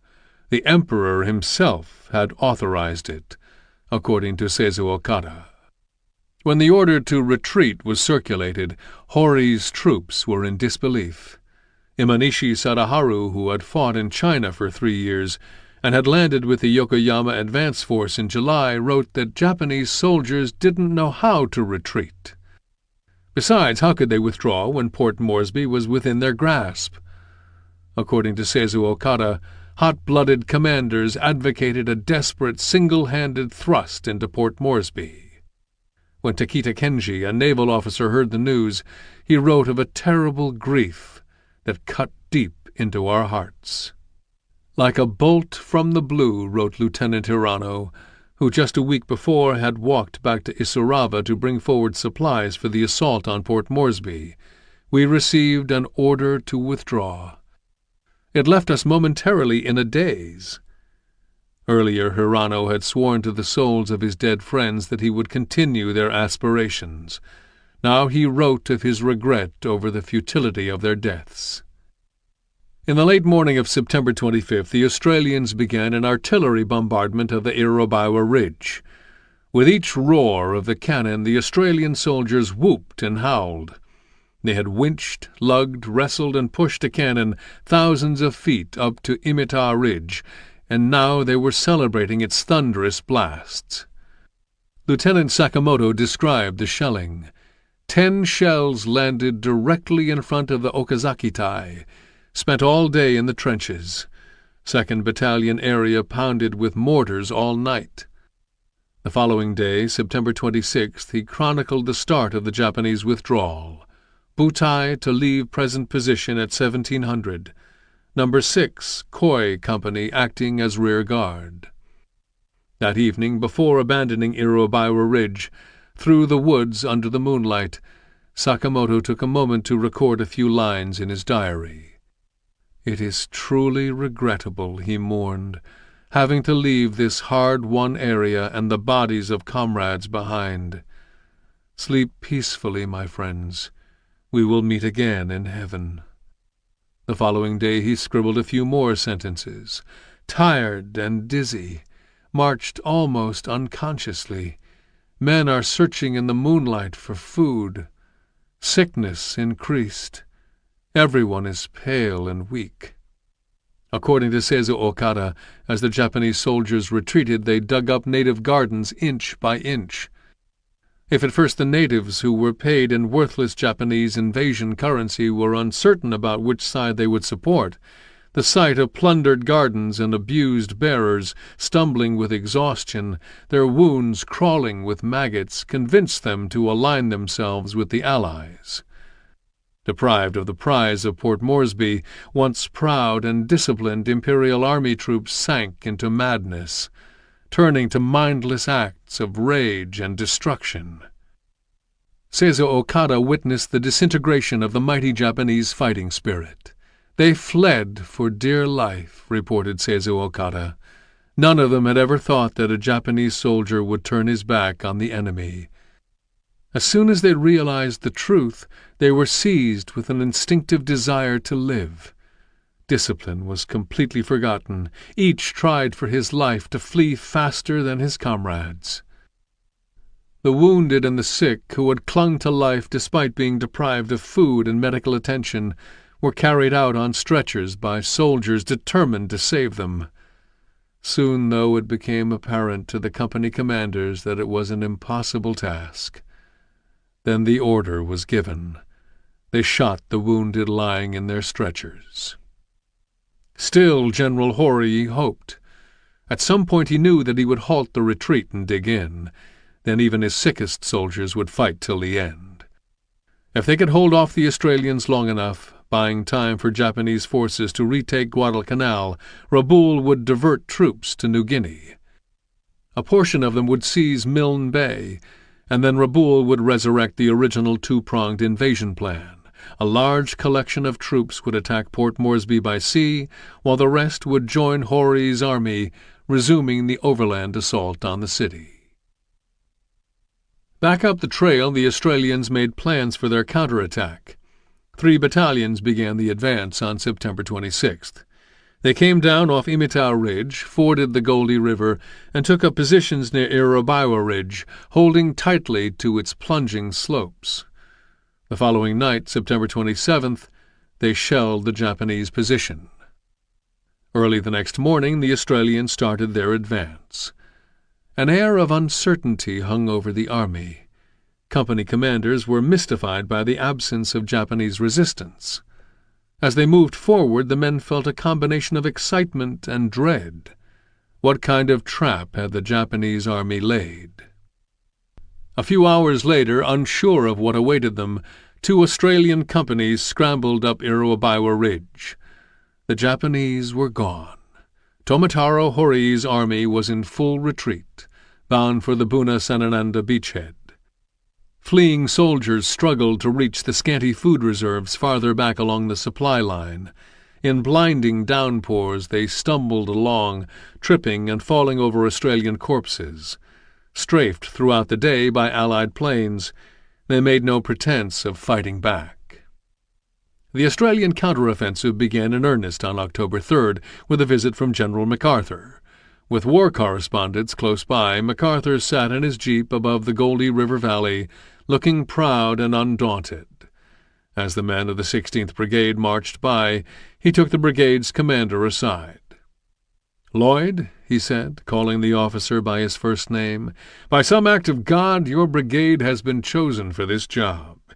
The eyes of the Western world are upon you. I have every confidence in you and your men. Good luck, and don't stop." Then MacArthur's driver turned the jeep around. The following day MacArthur was on his way back to Brisbane. His first visit to New Guinea had lasted hardly more than a day. His first visit to the troops, barely an hour. Chapter 8. Marching into the Clouds. October 6th, 1942. As Captain Jim Boyce was lying low in the mountain village of Joray on the north side of the Owen-Stanley Divide, he scribbled a note in his diary. "Lonesome for back home. Rain and rest." If Boyce was enjoying a rare moment of self-congratulation, the situation warranted it. He had just led a reconnaissance team for 17 days across the mountains via an obscure trail that the Americans came to call the Kappa Kappa, which no one other than native hunters in a 1917 government patrol had ever walked. The Australians had counseled MacArthur against using Boyce's route, and the Australians knew what they were talking about. They had been locked in a death grip with the Japanese on the Kokoda since late July, a campaign made fiercer by the terrain. But the Kokoda was what the Australians called a track. A difficult but established trail, it served as a government mail route, stretching from outside Port Moresby north across the Owen-Stanley Mountains. Since inheriting Papua from the British in 1906, the Australians had explored portions of the Papuan Peninsula, imposing a kind of Pax Australiana over the territory. According to its 25-year-old Colonial Patrol report, the terrain over which MacArthur proposed to send a battalion and possibly an entire regiment, though only 30 miles east of the Kokoda Track, traversed much rougher country. The trail was too rugged, they said, the rivers too fast, and the mountain passes too high. If anyone had the guts to scout a trail across the Papuan Peninsula, it was Jim Boyce. Boyce did not look the part of a pioneer. He was a nearly bald, plain-looking man, and at 38 he was hardly young. He was also one of General Harding's favorites, intelligent, confident but unpretentious, undersized but tough, as Harding himself was. In fact, Boyce was so small that he had been afraid that the army would reject him. 1 week before his physical, he stuffed himself with food and water to make the Army's minimum weight requirement. Boyce liked the look of Joray. With its large meadow, he knew it would be ideal for airdrops.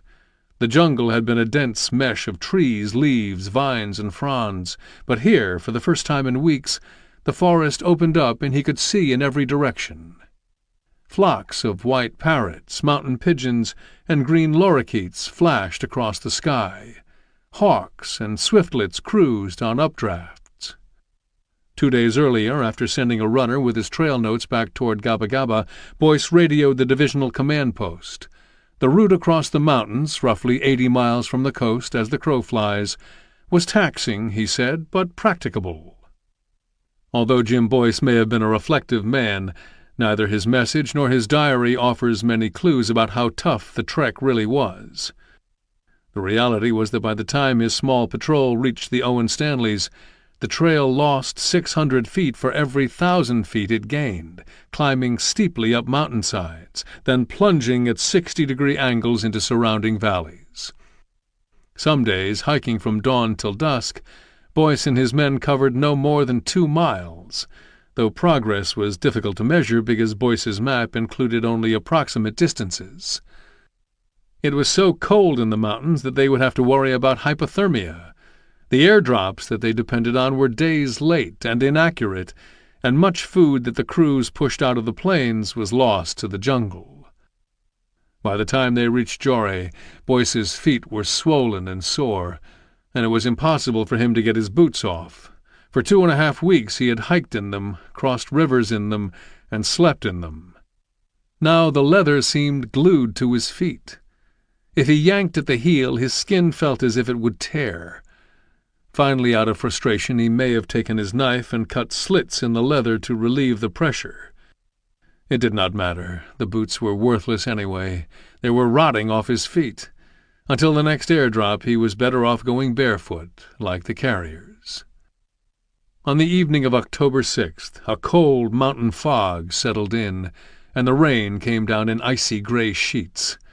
Boyce huddled under his shelter half. He had been lucky. He had made it to Jore through tangled rainforest and clouds of mosquitoes and sweat bees, across gushing rivers and over the Owen Stanley spine without a serious mishap. Considering that he knew nothing of the route before he set out, it was an amazing accomplishment. Now the mountains lay behind him, surrounded by clouds. As was his habit, Boyce removed 2 photos from a tin rations box. One of the photos was of Billy sitting in a Scout Flyer wagon. The other was of Zelma, Billy, and the family dog standing in the front yard of their Swayze home.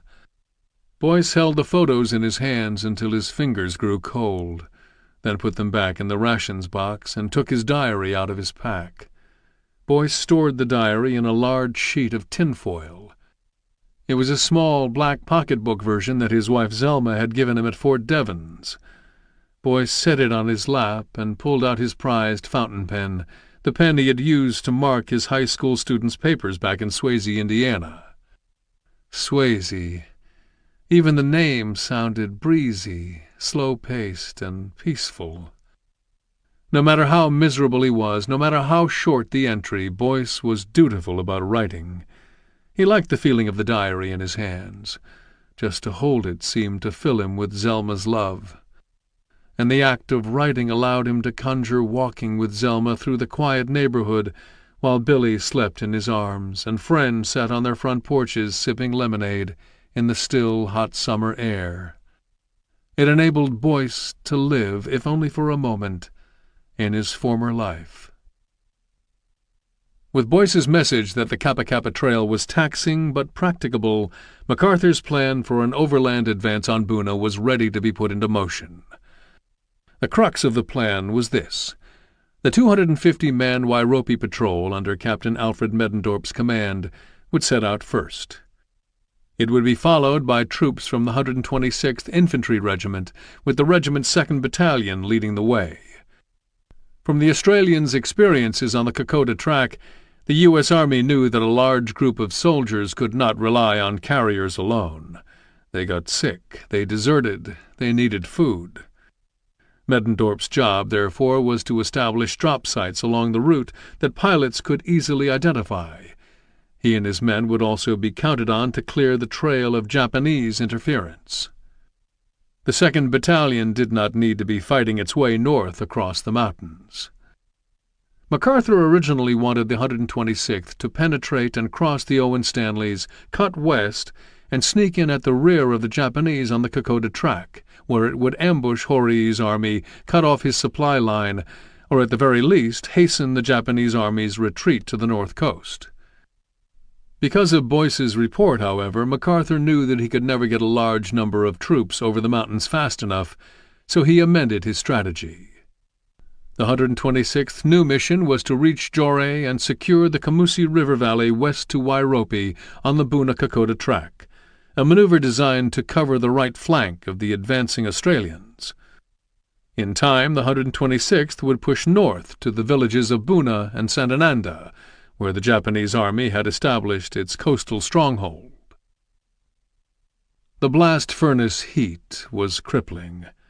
At Nepeana, Captain Alfred Medendorf stood in the shade of a coconut palm, trying to escape the sun, waiting for General Harding's jeep to arrive. Working from dawn till dusk, Company E and the 91st Engineers had slashed a road not just to Gobaragari, but another 10 miles upriver to the village of Nepeana. Although the road, which Company E dubbed Michigan Avenue, was nothing more than a peep trail, a bone-jarring path that quarter-ton vehicles could negotiate, it allowed the Americans to transport supplies further inland. The advance base was located just south of Gorabagari, at Kalikadobu, which the Michigan boys, following a theme, called Kalamazoo. The name also brought to mind a favorite 1940s song, I've Got a Gal in Kalamazoo. Like Boyce, Middendorp might have been trying to conjure images of home, autumn in lower Michigan, the yellow-orange hickory shining in an electric blue sky, ducks in the sloughs, field corn ready to be picked, crisp nights and a big shining harvest moon. He might have tucked in his shirt and massaged his hair into place. How absurd to care about his looks in a place like New Guinea. Growing up in his hometown of Grand Rapids, Michigan, Middendorp had been regarded as a handsome ladies' man. Unlike many other young men his age, his popularity with the opposite sex did not stem from his ability as an athlete. In fact, his father, a Dutch immigrant, had never liked the brutality of football and refused to let his son play on the high school team. Instead, Middendorp focused on music. He had a talent for it. Just out of high school, he started a jazz band in which he played the saxophone and clarinet. At 5'11" and 190 pounds, he was strong and built like an athlete, and he was proud of that. Dorothy Shute was one of his many admirers. After meeting at a dance where Middendorp's band played, they dated, and a year later they married.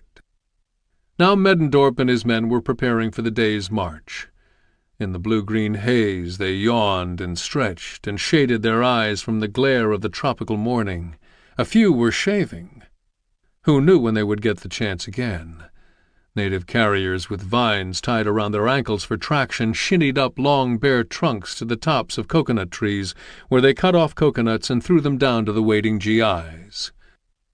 Some of the other carriers, using fiber ropes, were tying bags of food to poles fashioned out of saplings, which they would carry on their shoulders, 2 men to a pole, one in front and one in back. An Australian sergeant barked at the carriers and told anyone willing to listen, "You got to treat 'em with a firm hand, or they'll run all over you." Middendorp had not had much experience with natives, but he had watched other Australians manage natives, and he knew that he did not like this sergeant's style. Besides, he understood that the patrol, as he would later write, depended on them utterly, and they were to be treated as kindly as possible. An old native man collected stray cigarette butts, taking a few remaining puffs.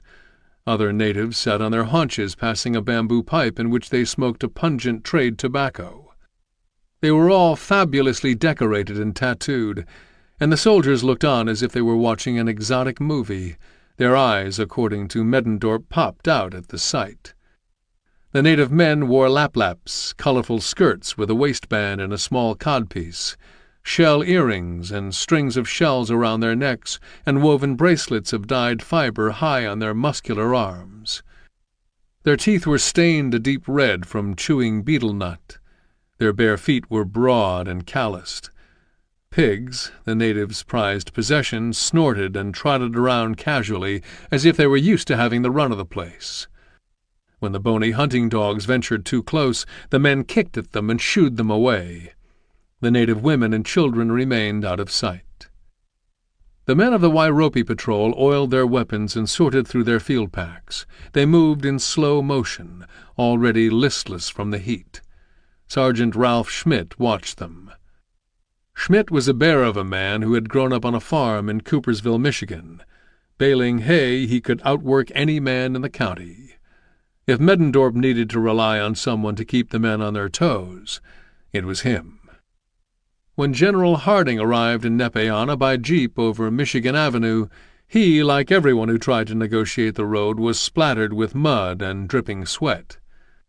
No matter, he was eager to hear of the patrol's 10-mile march from Kalikadobu to Nepeana. Middendorp did not intend to paint a pretty picture. He knew that Harding would want the unvarnished truth. Middendorp told General Harding that for many of his men the trail had been a nightmare. The men of the Wairopi patrol carried 80 pounds from the skin out. the clothes on their backs, their backpacks, 10-pound M1 rifles, 2 bandoliers of ammunition, and pineapple grenades. It was too much weight. Under a battering tropical sun, through jungle and rolling savanna country with mosquitoes teeming in the long grass, they walked sluggishly. Nothing in their training, no 25-mile hike through the tablelands of Australia, no Louisiana maneuvers could have prepared them for the strain of it. Middendorp's assessment of that first day must have left Harding uneasy.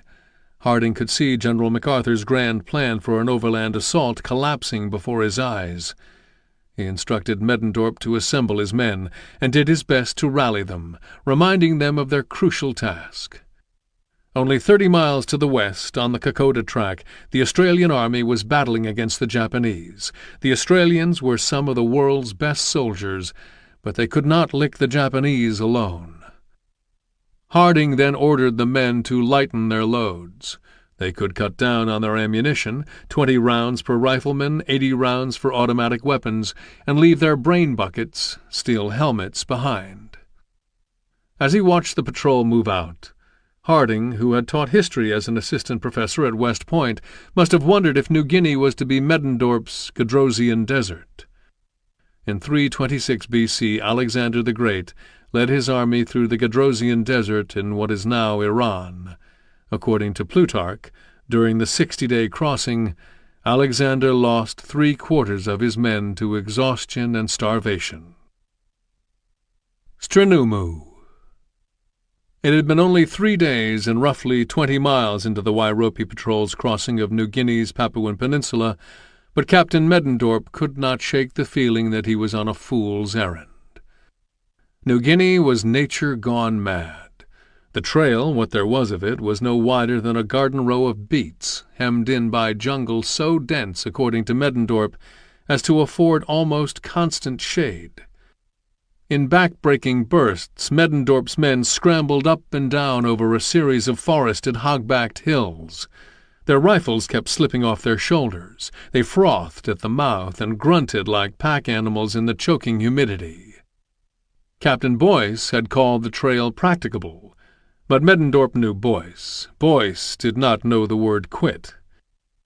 When Boyce boarded the native lugger outside Port Moresby on September 17th for the 24-hour trip to the trailhead, Middendorp was on hand to see him off. If Jim Boyce had called the trail taxing, Middendorp might have guessed that it would be sheer hell. Only 3 days out, and already the terrain and climate made a mockery of military order. Seeing the condition of his men, Middendorp must have realized that drastic measures were needed. A devoted officer, it is easy to imagine him walking up and down the line, shouting words of encouragement, coaxing the patrol along. Fortunately, he had one man with him he would not have to coax, and that was Roger Keast. Keast was head officer of the anti-tank company and Middendorp's second in command. According to Middendorp, Keast was loved and admired by everyone who knew him. He was also the perfect complement to Middendorp. Middendorp was a cautious rule-maker and follower. Keast was more impulsive. He had great physical strength and charisma, and regarded all things military with a healthy dose of skepticism. At Lansing Central High in Michigan, Keast had been movie idol handsome and a star athlete, a football, basketball, and track man, famous for returning a fumble for the game's only touchdown against rival Lansing Eastern. After graduating from Central, he went on to a stellar career in football, basketball, and track at Michigan State. As the 5th fastest quarter-miler in the country, Keast made All-American in 1932. After setting the mile and 2-mile relay records, Keast's team was invited to take part in the 1932 Olympic Games in Los Angeles. Because of illness, though, the team had to withdraw. After graduating, Keast worked as a teacher and coach. He was a natural-born motivator, and in 1940 his basketball team at Graverate High School in Marquette, Michigan, won Michigan's Upper Peninsula Class B championship. Keast was already a lieutenant in the Army Reserves when in the spring of 1941 he was called up and reported for duty at Camp Beauregard, Louisiana. North of Strnumu, where the cold, mountain-born Mimani and Lala rivers feed into the Kemp Welsh, Middendorp and Keast stopped for a rest. At any other time of year the soldiers would have been able to fill their canteens, but now the rivers were swollen from recent rains.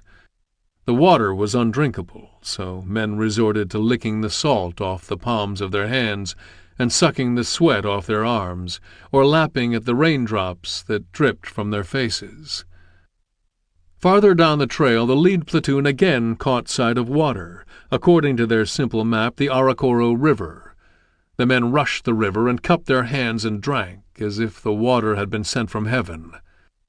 Many of them were resolved never to walk again, yet when the patrol moved out they did too, driven on by the fear of being left behind. Each and every American soldier had heard the stories. The Japanese were jungle supermen who liked to attack in the night. They would slither through the forest and disembowel a man or slit his throat and then crawl back to their units without being noticed. After drinking at the stream, the men slowed to a snail's pace, their bellies full of water. Middendorp, Keast, and Schmidt did their best to keep them moving. It must have been unnerving, though. Already the Wairopi patrol was being undone by the jungle. The first steep ascent nearly killed them. Boyce had reported that soldiers would need hobnail boots. Rubber heels, he said, were of no value. It did not take long for the Wairopi patrol to discover just how right Boyce was. Men slipped, stumbled, and fell, and got up only to slip and stumble and fall again. Some leaned on wooden sticks slashed from trees. Others used creepers and vines and ferns, which cut and tore their hands, to pull themselves up the steep inclines. Parrots screeched as if heckling them. According to Middendorp, the trail told a tale of exhaustion and misery. Strong young men in their late teens and early 20s, men hardened by the Depression and manual labor, high school and college athletes lay at the side of the trail in a stream of ochre-colored mud, cursing their fate. Their legs had given out, their chests heaved, and they gasped for air. Some retched, coughing up volumes of water. Later, Middendorp would write, "We had to go slowly. We struggled through thick tangles of brush, over steep hills, over slippery stream bottoms. The column was like a long snake. Our sick were in the rear, staggering along with the help of the faithful aid men." Many of the men opened their packs and discarded what they could. Some things, leather toilet seats for instance, were ridiculous, a testament to just how little the U.S. Army knew about outfitting its soldiers for jungle warfare. But they threw out essentials, too: soap, towels, extra socks, shelter halves, mosquito netting, blankets, underwear, and raincoats. Later, many of the men would come to regret it.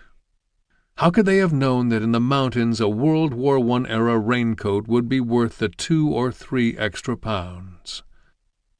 Near dusk, a native runner reported that Captain Keast had located a bivouac site 2 miles up the trail.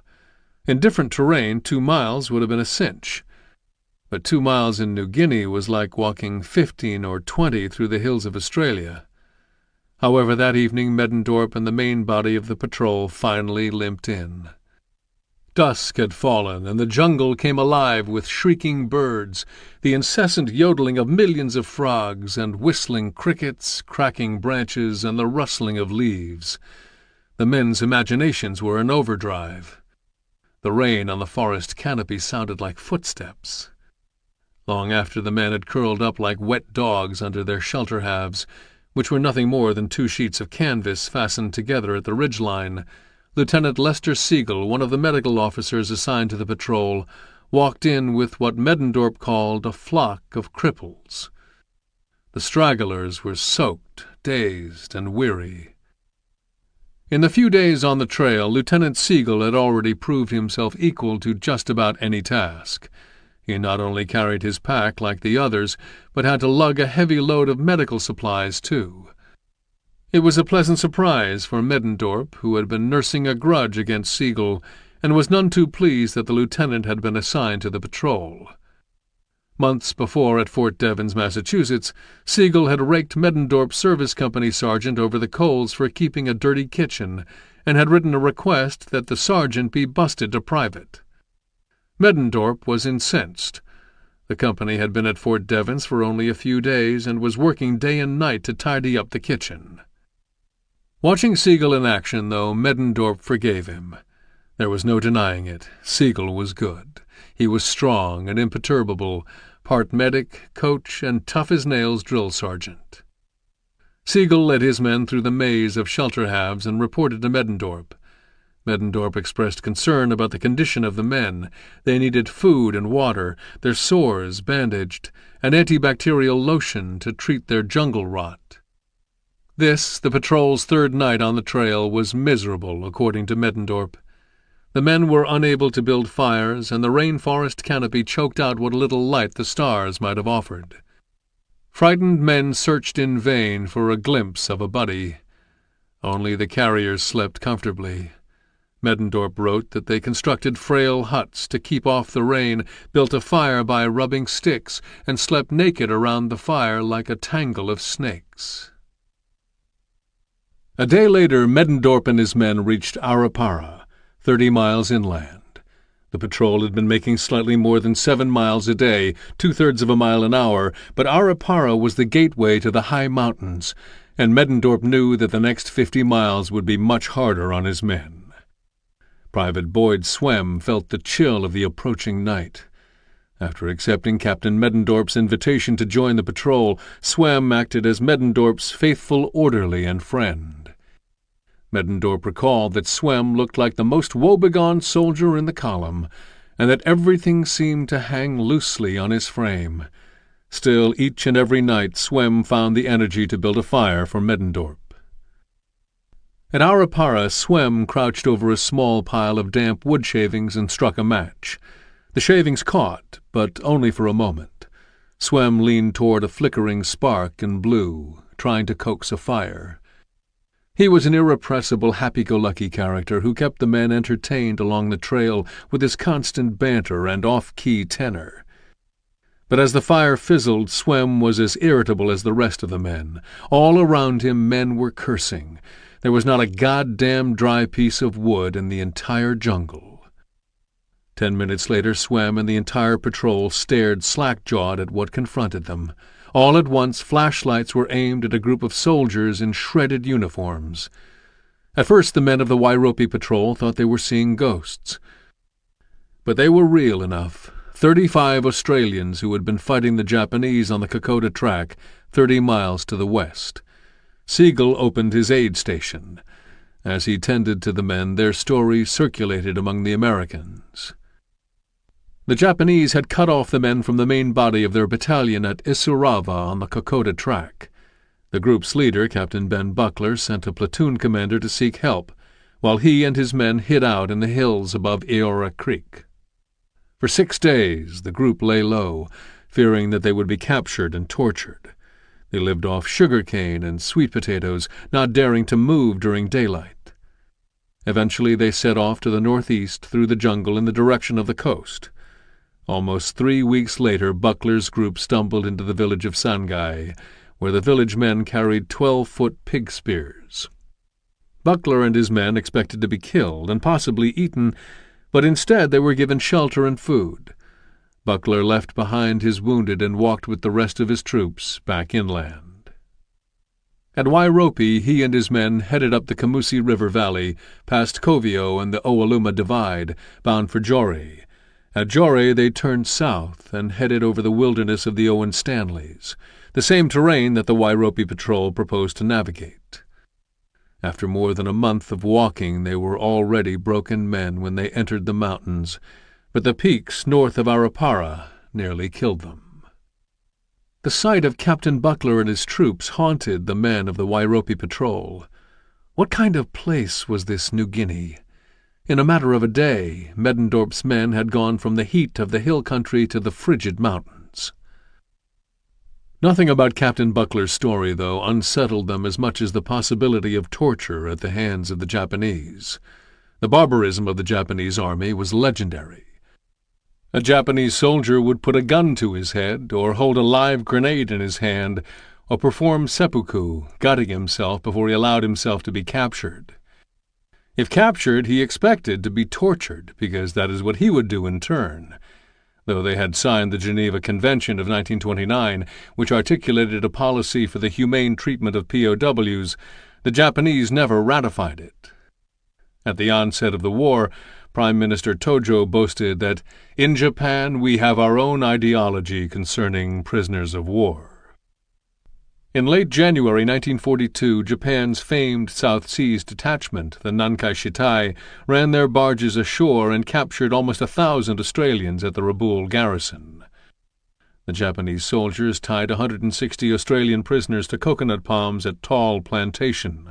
While the remaining Aussies looked on, Japanese trainees used the men for bayonet practice. Bayoneting was officially sanctioned by the Japanese military. It was said to eradicate a sense of fear in raw soldiers. The plantation was filled with the cries of dying men and the grunts of Japanese recruits digging their bayonets into the bellies of their Australian captives.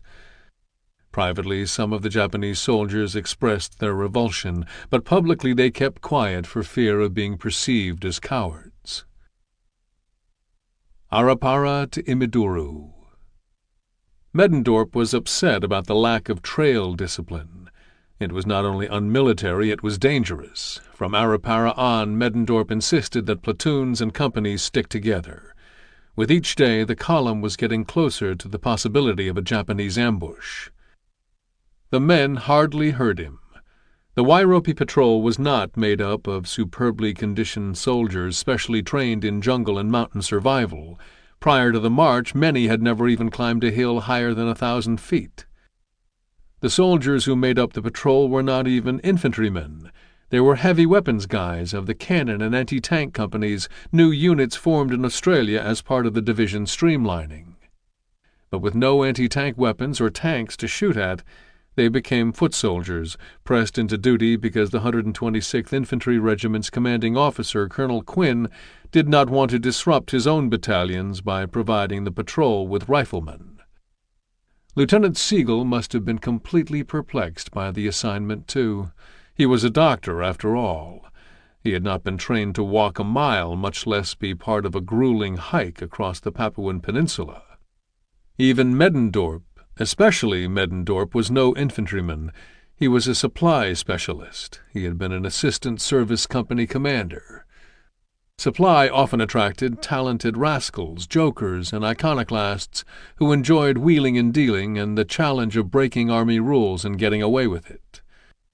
But it also appealed to meticulous can-do soldiers who followed army regulations to a T. Middendorp was the latter. He liked a good pair of socks, a knife with a blade sharp enough to cut paper, and clean silverware. When the general in charge of supply for the entire Southwest Pacific area was looking for a conscientious supply professional to identify airdrop sites at 4-day intervals along Boyce's route, he chose Middendorp. It was a daunting task under the best of circumstances. 900 men of the 2nd Battalion were scheduled to follow Middendorp's patrol. Although it would use hundreds of native carriers, it would still need to resupply along the trail. What Middendorp did not know was that some of the men from his former company were happy to see him go. He was an able officer, but he could also be a vain, demanding man. He was always talking about separating the men from the boys, says a former service company soldier. He rode the guys hard, but he was a physical man and could back it up. After scaling Turner's Bluff outside Arapara, the men knew they were in the mountains for real. A series of imposing razorback ridges stretched as far as they could see. Sometimes, Middendorp wrote, the patrol was marching above the clouds. Even Keast, the former star athlete, found the trail grueling. In a letter to his brother Bob in Lansing, Michigan, he wrote, "We are in the clouds about 20 hours out of 24. You can guess from that it's pretty wet most of the time. The sun is really hot when it's clear. The country here is supposed to be the most geologically disturbed, 25-cent word, in the world." Most mountainous country is continuous ranges, but this is many short ranges and cross ranges. There is absolutely no flat ground. Mountains all around with deep valleys in between. There are no roads, just a narrow goat trail that winds over the mountains or along the streams with steaming jungle growth on all sides. The march to Imiduru, the patrol's 5th day on the trail, gave Middendorp reason to hope. The patrol climbed 3,000 feet in 4 hours of hiking, and platoons stayed together. But that evening Middendorp's hopes were dashed. The men's feet were shot, and their backs ached. Middendorp knew he could not afford to lose any of them, so he instructed Sergeant Schmidt to let the men who were worst off use the abandoned native huts instead of their leaky shelter halves. Later in the Pacific War, soldiers would use jungle hammocks with a rainproof cover and mosquito netting. At first the men were relieved to get out of the rain, but once they turned off their flashlights, rats nibbled at their toes and cockroaches as big as mice crawled over them. Even so, the men hardly moved a muscle. Rats and cockroaches were a price they were willing to pay to have a roof over their heads. The next morning Middendorp had to contend with more bad news. The native huts had been teeming with fleas, and the men who had slept there were now infested. To make matters worse, all but 20 of the patrol's carriers went bush, fleeing in the middle of the night and hiding with other villagers in secluded jungle caves. Their pay, a shilling a day plus rations, a stick of tobacco, and maybe some salt, was not enough for them to overcome their fear of the mountains. They hailed from societies governed by an intricate web of magic, myth, and sorcery, and the sight of Buckler's emaciated men trudging out of the darkness confirmed their superstitions. The mountains were a place of bad spirits, masalai, and ghosts. The carriers warned that anyone who ventured into the high country would go blind, that his nose and ears would rot away, and his teeth would get so cold they would shatter in his mouth. As Middendorp later noted, the carriers were also concerned about the patrol's supply of food. They had no concept of an airdrop. According to them, the patrol was marching straight into starvation.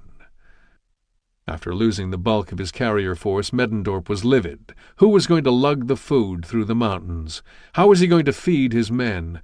Could he ask them to carry more? Could he hope for an airdrop at Laruni? Middendorp made the only decision available to him. He instructed his men to shoulder as much extra weight as they felt they could.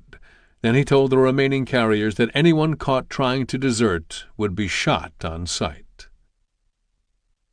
2 days outside of Arapara, and 50 miles from the south coast, the Wairopi patrol stopped near the village of Laruni on the banks of the Mimani River, which, fed by day-long rains, now barreled out of the mountains. No one could have been more surprised that Middendorp had made it that far than General Harding's intelligence officer, who had just taken part in an aerial reconnaissance of the trail. On October 9th, he wrote in his diary, "Never saw such mountains.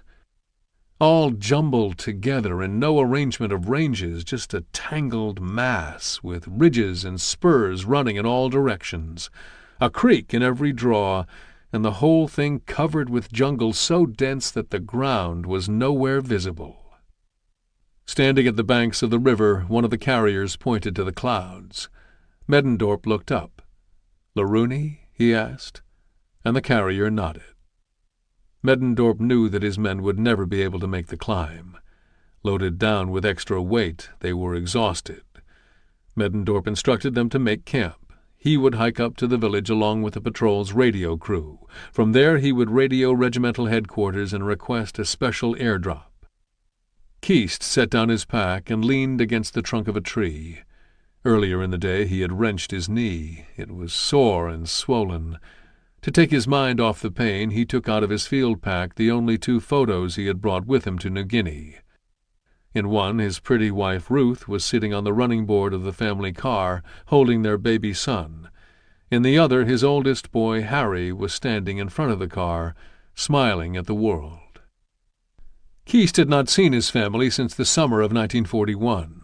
Unlike Zelma Boyce and Catherine Bailey, Ruth Keast never made it to Fort Devens. That would have required traveling by train or car from Michigan with young Harry, who was 6 at the time, and with Roger Jr., who was very young. Keast did not mind Ruth not being there. He felt more comfortable knowing that she was at her parents' farm with the boys. Besides, she had already said goodbye when she and Harry left Georgia. While Keast was at Fort Benning during the summer of 1941, Ruth and young Harry rented a shack the size of a one-car garage outside town. Farther back off the road, a creek coursed through the woods, and alligators lounged along its muddy banks. Occasionally, feral pigs emerged from the thickets, raiding and spilling the garbage cans and rooting among their contents. Ruth could tolerate the alligators and the pigs. What she could not stand was the humidity. Though she had grown up on a farm outside of Dimondale, Michigan, and was no stranger to the outdoors, she wilted in Georgia's sticky summer heat.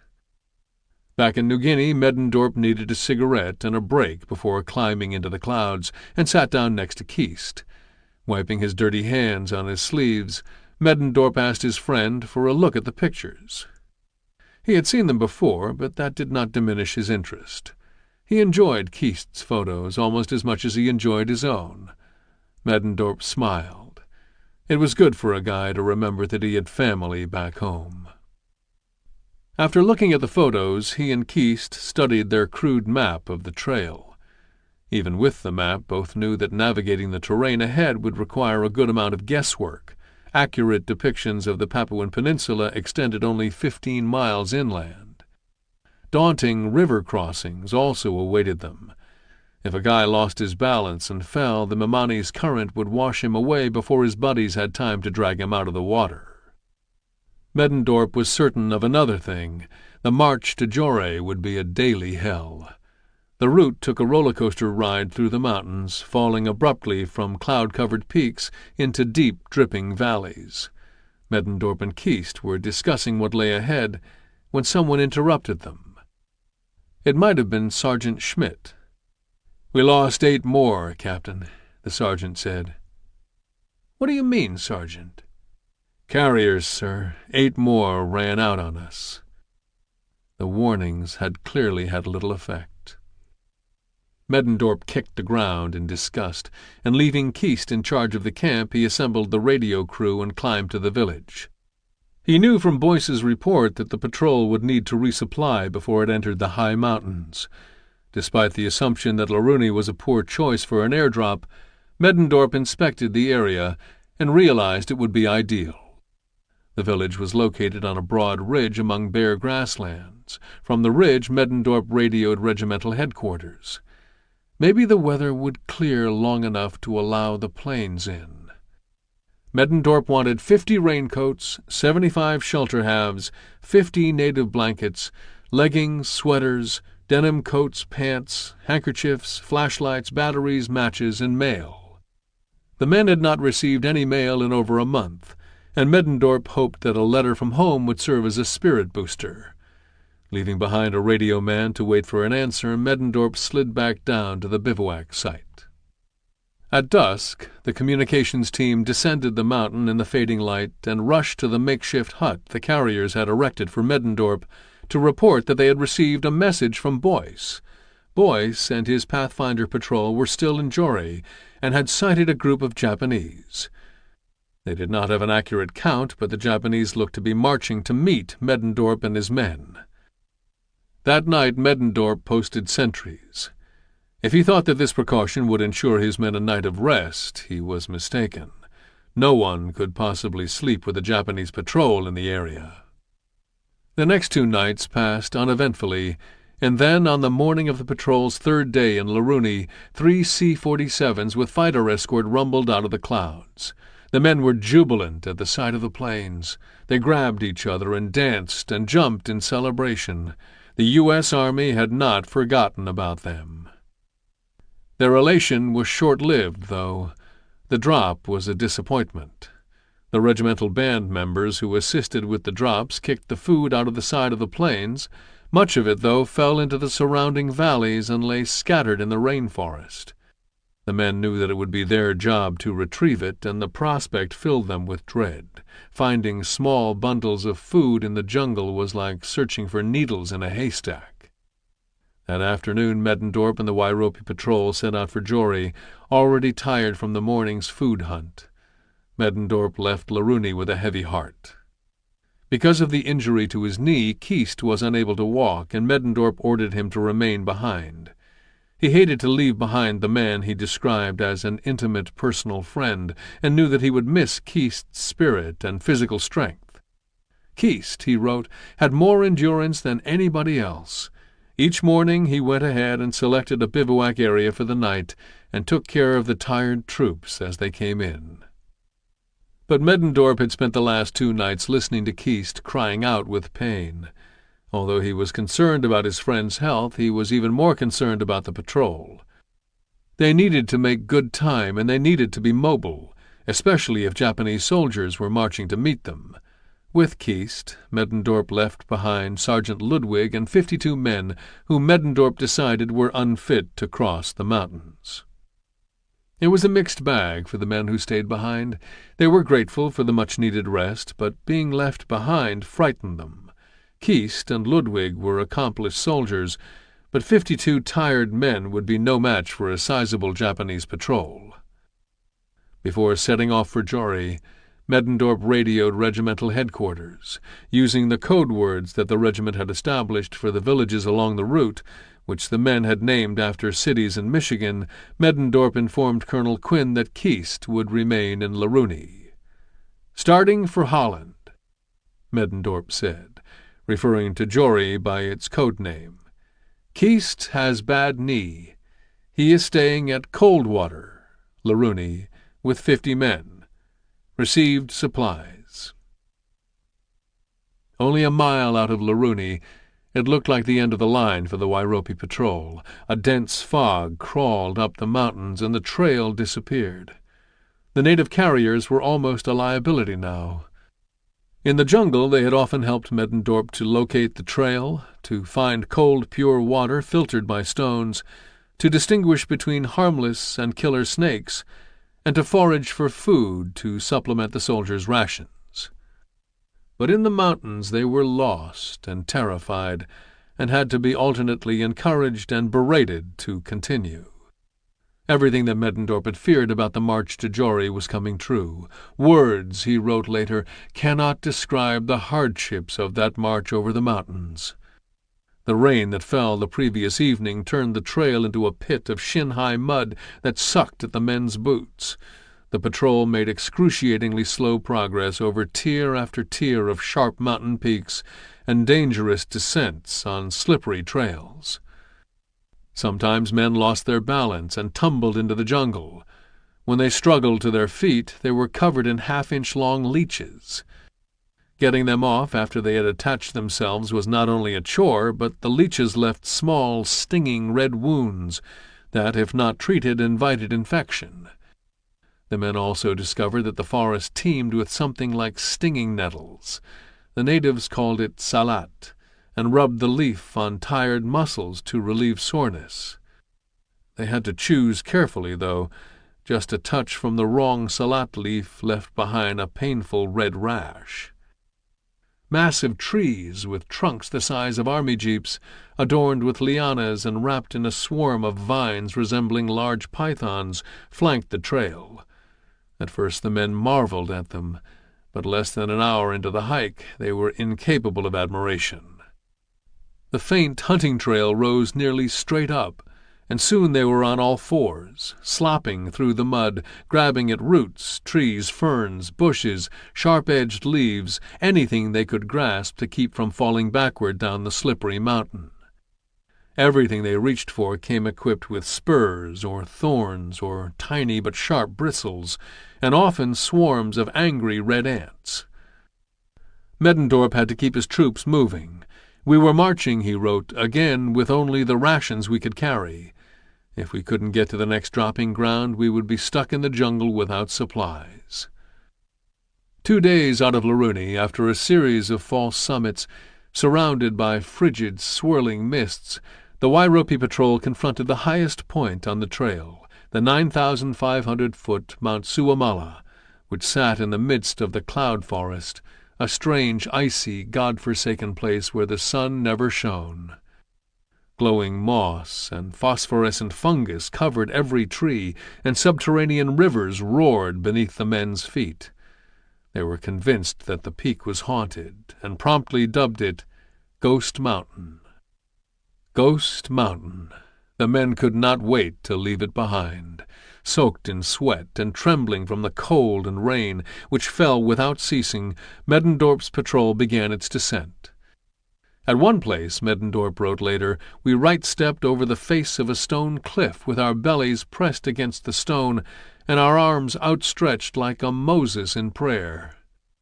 It is still a miracle to me that all of our men got over that point safely. As darkness fell, the patrol made it to level ground. Middendorp continued. Finally we reached the bottom and made camp beside a clear running stream and in a constant rain. Too exhausted to prepare camp or to build fires, they ate their rations cold and shivered in the chilly night air. As much as they had hated the heat of Nepeana, the men longed to be warm again. By noon of the next day the patrol reached Suwari. Middendorp wrote that the village's wild natives fled in terror. Despite the probability of fleas, the native huts looked too warm and dry to pass up, so Middendorp halted the patrol. They would spend the rest of the day and the night in the village. Then Middendorp issued a warning. No souvenirs. Nothing was to be touched. The soldiers were to leave tobacco behind as a thank you. Middendorp wanted the people to know they could trust the American soldiers. Middendorp's precaution was a smart one. The patrol had reached the north side of the mountains, and that meant the possibility of Japanese. The last thing the patrol needed was angry natives who could report its presence to the Japanese and spoil the entire plan, or worse yet, get a lot of people killed.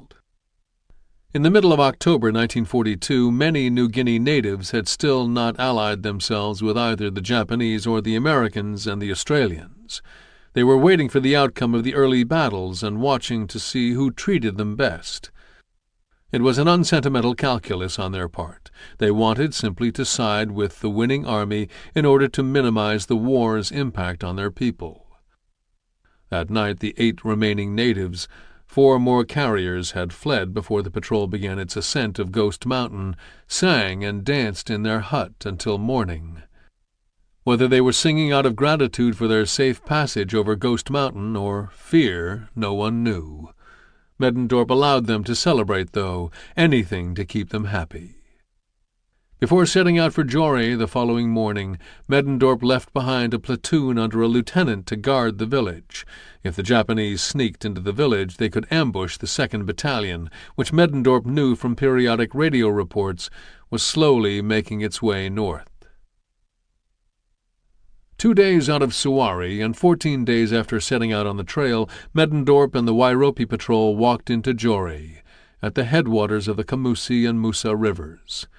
It had taken the patrol nearly a week to travel the last 16 miles. At Jory they discovered Boyce's Pathfinder patrol, from which they had not heard anything since Laruni. Everyone, it seemed, was okay. After sighting the Japanese patrol, Boyce decided that it was safer not to try to make radio contact. Boyce, who had been out scouting, returned to the village. What he saw stunned him. Middendorp and his men were a pitiful sight. For a moment Boyce may have experienced a twinge of doubt. Had his report on the feasibility of the route across the mountains consigned hundreds of men to misery? For him and his small patrol, the trail had been extraordinarily tough, but it was practicable. But what would become of an entire battalion? What would happen when the monsoons arrived? Would the trail be practicable then? Boyce did not express any of these reservations to his friend. "Well, Al, you old son of a gun," he said, shaking Middendorp's hand. Hoping to achieve a bit of humor, Middendorp paraphrased Stanley encountering Livingston. "Jungle Jim, I presume." The following day, Middendorp dispatched a 50-man detachment into the Kamusi River Valley. When Sergeant Jimmy Dennenberg's group left Jory, everyone was outfitted with new boots that had been dropped days before. Few had a pair that fit well, but no one cared. New boots, ill-fitting or not, were something to be grateful for. Middendorp stayed behind to radio Colonel Quinn. Then, because every porter with whom he had begun the hike had deserted, he spent the day rounding up 75 native carriers. Middendorp described the new carriers as wild-looking. To be sure, the natives of Jory were some of the most isolated people on the Papuan Peninsula. Except for infrequent contact with Australian colonial patrols and perhaps the odd prospector, they had no exposure to the outside world. They were tattooed men who wore bone necklaces, ear and nose ornaments, loincloths of beaten bark, and fur hats. They smeared their bodies with pig fat to protect against the cold. They believed in sorcerers, supernatural forces, the dream world, and spirits that had to be propitiated through elaborate rituals. Lieutenant Siegel examined the natives. Many were covered in bug bites, and because of a vitamin B deficiency, they also had skin diseases, festering sores, peeling skin, and grayish scales. In truth, Siegel was only able to give them basic care. He had sent numerous radio messages requesting surgical instruments, and though food and ammunition came, the instruments never did. It was a constant frustration for Siegel. How was he to care for an entire patrol and its carriers with only one scalpel and a few hemostats? Using that one scalpel and his knife, Siegel first took care of the soldiers' boils and ulcers. Some of the men had skin ulcers where their fatigues had rubbed and the straps of their backpacks had pressed against their shoulders. Some had malaria, with temperatures hovering at 103 degrees.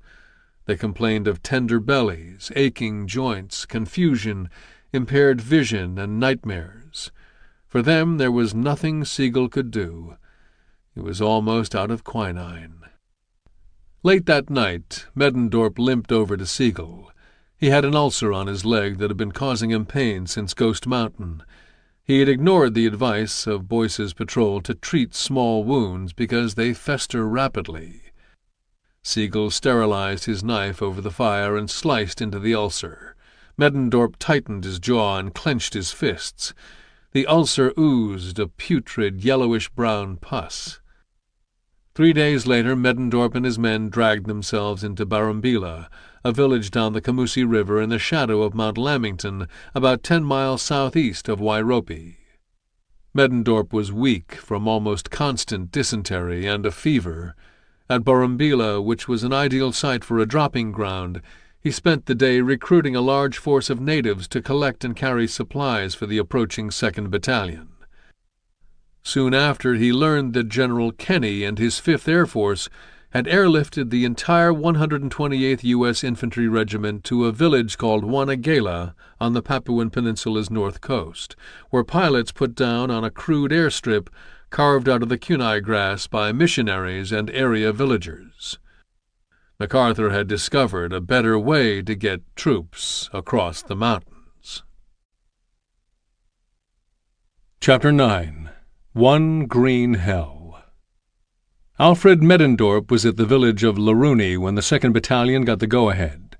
Though Major Simon Warmenhoven worried about the myriad medical needs of 900 men marching across New Guinea, there was little he could do now. A team of medics and a platoon of engineers would accompany the battalion. Warmenhoven could only hope for the best.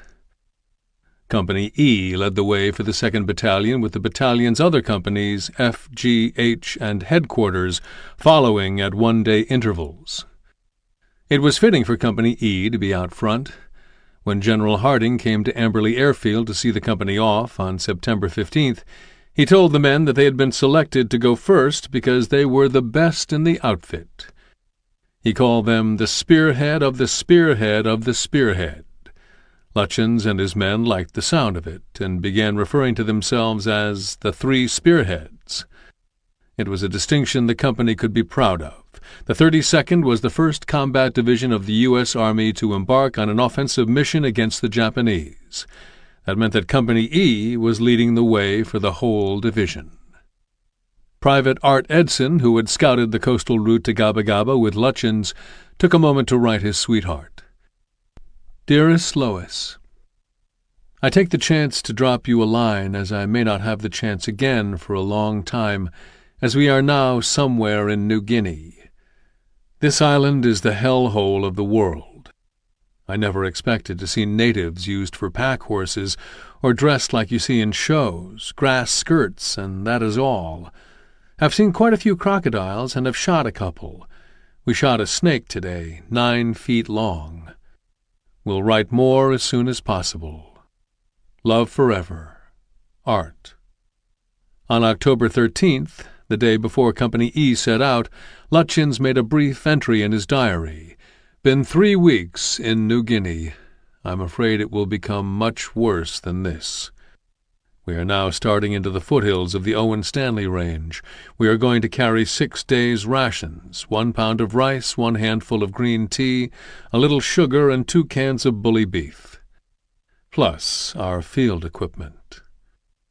What Lutchins described was a situation in which each man was carrying an almost impossible amount of weight. Provisions and field equipment, ammunition, plus a weapon, a 10-pound M1 or a 9-pound Model 1903 Springfield rifle, or a 12-pound Thompson .45 caliber submachine gun, or a 20-pound Browning automatic rifle, BAR, meant that the average man in Company E carried nearly as much as Middendorf's men, 60 to 80 pounds.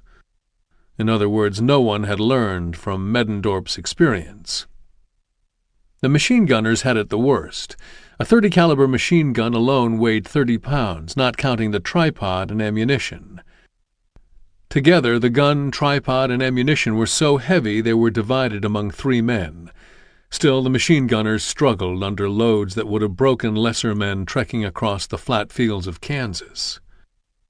The men lugged 60-millimeter mortars over the mountains, too. One carried the 14-pound baseplate, another carried the long 18-pound tube or cannon, another the legs, which weighed just over 15 pounds, and 3 men lugged the mortars, 3 4-pound rounds per man. Company E's trek began, ironically, with a party. At Nepeana, the natives danced and sang and lavished them with rice, yams, and pawpaws. The day after, reality set in with pelting monsoonal downpours that drenched the soldiers to the bone and turned the trail into a river of mud and clay. Lutchins described what would become an ordinary day. We'd start at 6 in the morning by cooking rice, or trying to. 2 guys would work together. If they could start a fire, which was hard because the wood was wet even when you cut deep into the center of a log, they'd mix a little bully beef, canned mutton, in a canteen cup with rice to get the starchy taste out of it. Sometimes we'd take turns blowing on sparks, trying to start a fire, and keep it up for 2 hours without success. I could hardly describe the country. It would take 5 or 6 hours to go a mile, edging along cliff walls, hanging onto vines, up and down, up and down. The men got weaker. Guys began to lag back. It would rain from 3 in the afternoon on, soaking through everything. The rivers we crossed were so swift that if you slipped it was just too bad. It was every man for himself. No one waited for anyone else unless he was hurt. An officer stayed at the end of the column to keep driving the stragglers. There wasn't any way of evacuating to the rear. Men with sprained ankles hobbled along. If they hadn't made it, they'd have died. The engineers did their best to remove roots, deadfall, and large rocks from the trail. At river crossings, they toppled trees that could reach the far bank. At steep ascents and descents and along treacherous cliffs, they sometimes erected handrails. On the way to Stranimu, the men of Company E, like Middendorf's men, began to jettison equipment they considered extraneous. After all, what need would they have for a gas mask, or a razor, or a mess kit? The guys got together in groups of 3. One kept a spoon, another a knife, another a fork. Later they would share the utensils. One guy would dip into a can of beans, take the biggest bite he could, and pass on the spoon. As they approached the mountains, Lutyens watched as men discarded equipment regardless of its utility. They threw out blankets, raincoats, mosquito nets, and extra underwear. They cut their pants off just below the knees and their shirts at the shoulders. They sliced off the extra leather at the top of their boots. Some ripped the buttons from their shirts. They kept their toothbrushes, though. They needed something to clean their rifles. The waste delighted the native carriers, many of whom brought along nothing more than tobacco, a machete, and a string bag. The practice of platoon leaders like Lutyens was to stop every hour for a 10-minute rest. While the men rested, the carriers set down their loads and backtracked, scavenging everything they could fit in their bags. When Company E finally reached Leruni, the rain came down in waves. Lutyens was huddled under a shelter half with his best friend, Staff Sergeant Pieper, and Sergeant John Fredericks. All were wet and caked with mud. Their bodies ached, but they were too hungry and exhausted to sleep. What they did was to talk about food. Back home on the farm in Michigan, Fredericks had been a great eater, so Lutyens and Pieper deferred to him. Fredericks did not disappoint them. He talked about sprawling farm breakfasts and heaping suppers, and about canning apples.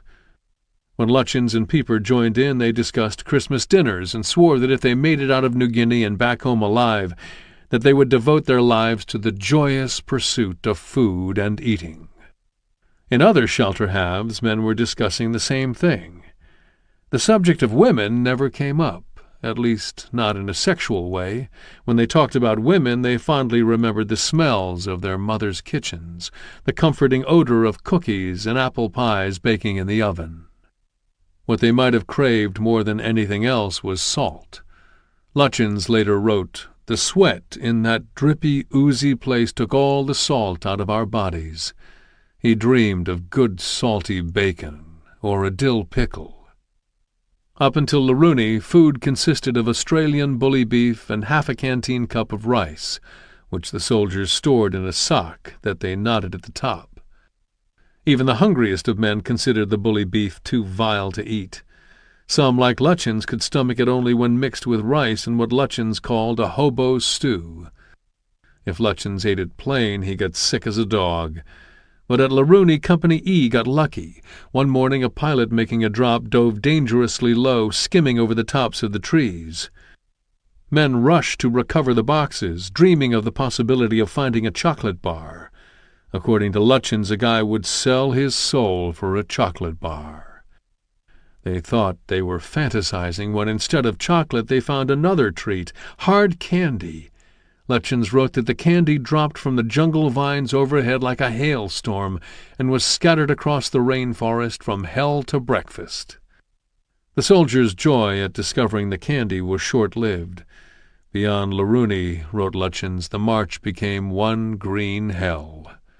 Still, Company E kept moving, motivated by a curious sense of pride. No one, according to Lutyens, wanted to get passed by another unit.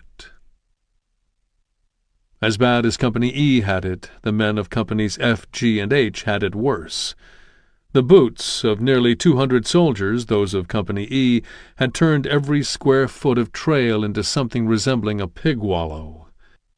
It was man against jungle, and it was obvious to Don Stout, a platoon sergeant from Muskegon, Michigan, that the jungle was winning. Stout had joined the Michigan National Guard in 1939 at the age of 15. He had never liked school anyway, and if the recruiter sensed that Stout was too young, he chose to ignore the Guard's 18-year-old requirement. Stout was proud of his new uniform, though he had to contend with people who called him a freeloader living off the federal government. When Stout joined the Guard, he never envisioned himself slogging through the jungles of New Guinea. "You should have seen 'em," Stout says. "Guys were straggled out so far along the trail. When they were too sick or tired to move, they would set up a pup tent, if they hadn't tossed it already, and pray that they would get better before the last company came past." At 25, Don Ritter, a staff sergeant also from Muskegon, was something of an old-timer, especially compared to Stout, but he certainly did not lack for strength.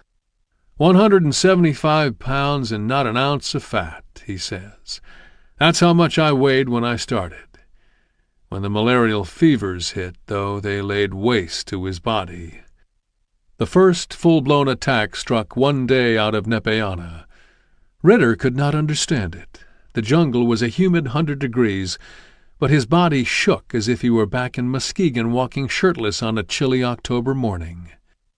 By the time the medic was able to check him out 2 days later, Ritter's chill had turned into a 103-degree fever.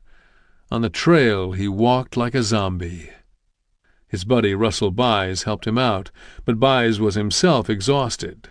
Ritter's legs were buckling on him, and his teeth rattled like a train going over the tracks.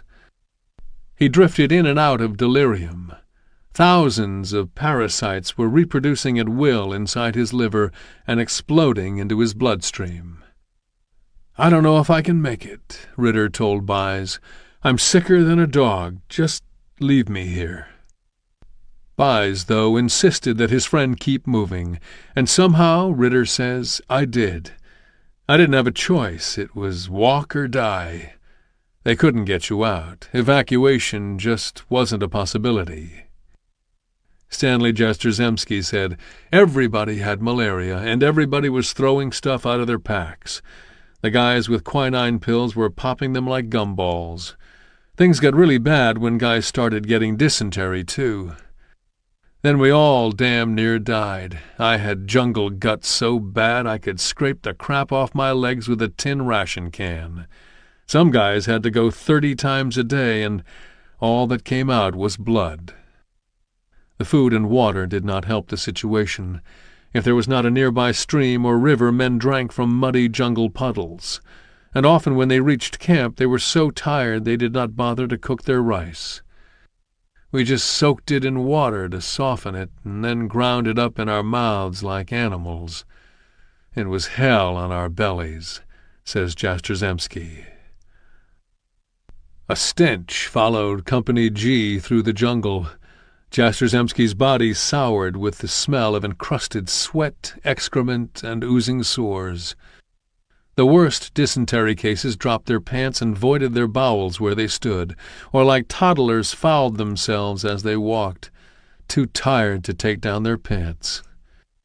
Some resorted to cutting the backs out of their pants and relieved themselves whenever nature called. Disease has always been the enemy of armies. MacArthur witnessed this firsthand in the Philippines, and before that as a divisional commander in World War I, when trench foot and the flu ravaged battalions. In the Philippines, dysentery, ringworm, hookworm, Dobie itch, and especially malaria disabled countless men. By March 1942, the combat efficiency of MacArthur's troops had fallen by more than 75% due to disease and malnutrition.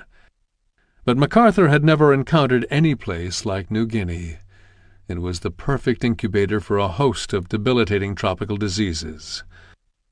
The bodies of the men of Stout, Ritter, Jastrzemski, and countless others who made the march across the Papuan Peninsula coursed with pathogens. Although the dysentery outbreaks might have been avoided through better hygiene, the men were largely defenseless against insect-borne diseases like malaria. The 32nd Division suffered several types of malaria, especially vivax and falciparum. Vivax debilitated its victims, making them susceptible to potentially lethal secondary infections. Falciparum, vivax's wicked cousin, sometimes caused men to go mad, and occasionally, if left untreated, caused death. Despite the prevalence of malaria, however, Army physicians knew very little about treatment of the disease. Traditionally, soldiers fighting in malarial regions of the world relied on quinine as a malaria suppressant. An alkaloid extracted from the bark of the cinchona tree, quinine was discovered by Spanish missionaries in the 17th century in Peru and Bolivia. Though quinine masks the effects of malaria, it does nothing to cure it, as some of the men of the 2nd Battalion discovered. Quinine was unreliable in more than one way. It had become a sole source commodity grown only on the island of Java, which fell to the Japanese in January 1942. Quinine shortages proved disastrous in New Guinea. Eventually, soldiers fighting there would have an alternative, atobrin, quinacrine hydrochloride, which ironically had been developed as a synthetic substitute for quinine by the Germans in the early 1930s. In 1939, realizing atobrin's potential, the United States began a crash program to become independent of foreign sources. But atobrin had its drawbacks. It was so new that medical officers experimenting with dosage feared its toxicity and worried about potential atobrin psychosis. More basically, soldiers loathed the taste of it. Company commanders trying to enforce a daily regimen were also up against a rumor that atobrin caused impotency and sterility. When their skin took on the yellow hue of an atobrin tan, soldiers did not need any more convincing. They were young men who hoped to return to wives and girlfriends. They would take their chances with malaria. But in October 1942, all that was available to soldiers like Ritter and Jastrzemski was quinine. Without the aid of waterproof containers, though, the quinine was almost impossible to preserve. In the heat and humidity, the pills dissolved in their pockets before they could use them. Some men did not care. The quinine made their ears ring so badly they refused to take it. If a guy could not trust his ears, he was as good as dead. In addition to malaria, New Guinea served as a breeding ground for a variety of other nasty diseases. Dengue, or breakbone fever, which was carried by the Aedes mosquito, the same breed that causes yellow fever, and was accompanied by terrific headaches and throbbing body pains. And the dreaded scrub typhus, which brought on high fevers, hallucinations, and severe, sometimes fatal hemorrhaging. The culprit, in the case of scrub typhus, was not the mosquito, but a tiny chigger. Just as dangerous for the men of the 2nd Battalion were jungle rot and leishmaniasis, caused by the bite of sandflies, both of which were characterized by open sores. Because they could lead to serious complications, and because most soldiers tended to ignore the sores, jungle rot and leishmaniasis scared the hell out of the medics. Then there was beriberi, directly linked to the soldiers' diet of polished white rice. Caused by a thiamine deficiency, beriberi presented a whole assortment of debilitating symptoms, including vomiting, confusion, loss of sensation in the hand, and the ravages of jungle-borne pathogens on a physically depleted army. In September 1942, he told the head surgeon in the G4 section at his general headquarters that malaria had played such an important part in his defeat in the Philippines that he wanted to keep it under control in New Guinea. Despite this, General Headquarters never implemented a determined plan to deal with disease in New Guinea. This omission would prove to be ruinous for the entire 32nd Division. The medics of the 19th Portable Hospital, who accompanied the 2nd Battalion across the mountains, bore the brunt of this oversight. After the dysentery epidemic struck, they divided into 4 teams, established way stations along the trail, and treated the men as best they could given their limited resources. All the while they were cursing General Headquarters, because even when medical supplies did make it to Australia, they often did not make it north to New Guinea. Although the medics were seemingly working miracles, they could do nothing for Lieutenant Colonel Henry Geerds, the 2nd Battalion's commander, who suffered a heart attack outside of Stranimu. Geerds was an old-timer, a veteran of World War I. The march across the Papuan Peninsula was simply too much for him. Stutter and Smith, who was running a radio detail at the trailhead at the time, received the news of the battalion commander's heart attack that evening. Using the landline, Smith notified regimental headquarters. The following day, Colonel Quinn ordered him to catch up with and take command of the battalion. Smith had not been pleased about being left behind at the trailhead in some rear-echelon job while the men that he had helped to train trudged off to fight the Japanese. But now he must have wondered, could he lead a battalion across New Guinea? Smith may have experienced a moment of doubt, but Colonel Quinn had no such reservations. Smith had no airs about him. He was a rough, likable, straight shooter, an enlisted man's officer. Late on the 2nd day, Smith and his small team, which included Captain John Bowett, an accomplished doctor whom Warmanhoven had instructed to accompany Smith, reached Strnimu. Smith and Boet were lame and tired, and if initially Smith underestimated the difficulty of the hike, he did not any more. The following morning he recruited a local guide. Romy was a slender, athletic-looking native man who soon rendered himself indispensable to Smith. Romy could speak and read and write English, and became the group's chief cook, translator, and fire-builder, too. Romy's greatest gift, though, was as a trader. At villages along the trail, Romy often used the small group's supply of salt tablets and safety matches to barter for precious fruit and vegetables. As Smith and his party of men hustled to overtake the rest of the battalion, Lutjens and Company E entered the high mountains north of Laruni.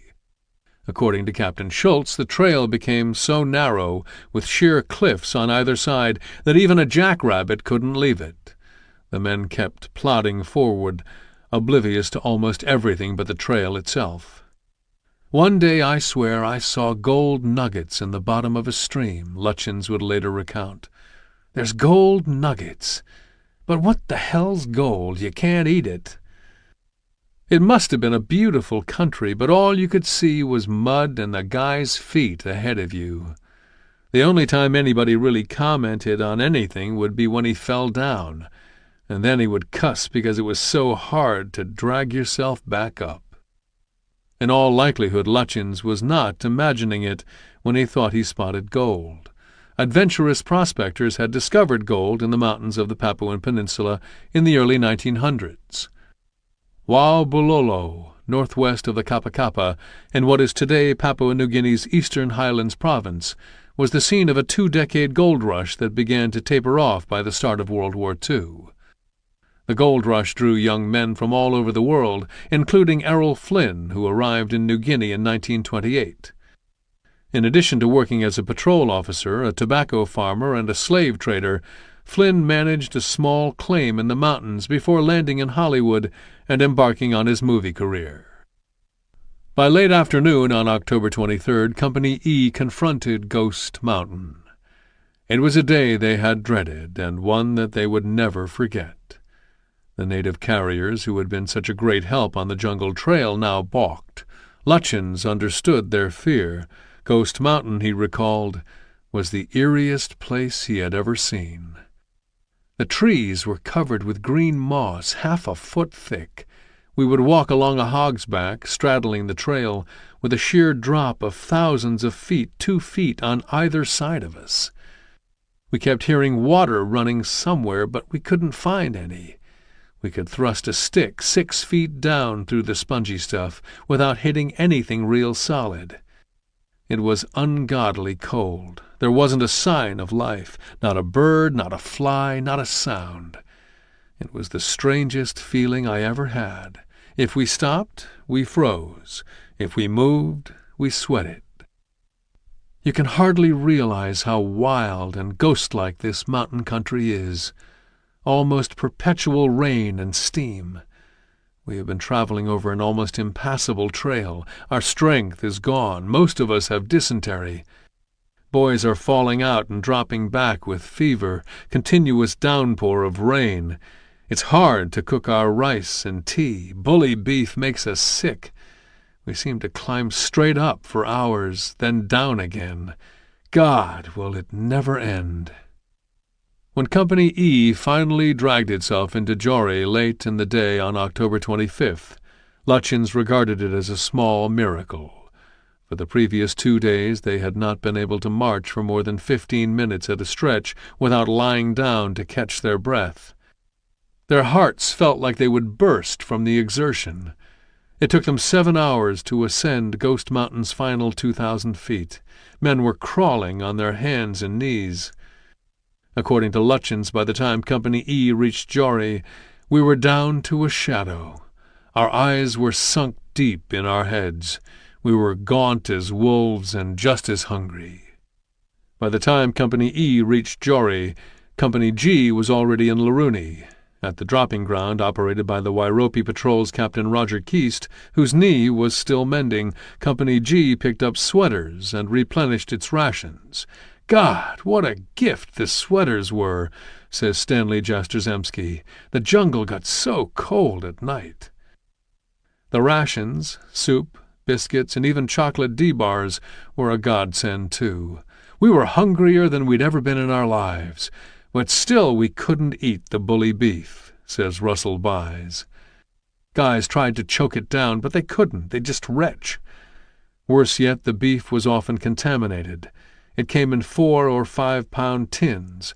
After opening the tins, the beef spoiled quickly, especially in the hot jungle. Larooney revived the men, but they had no time to linger. They needed to be back on the trail, moving as fast as they could in the direction of Joré.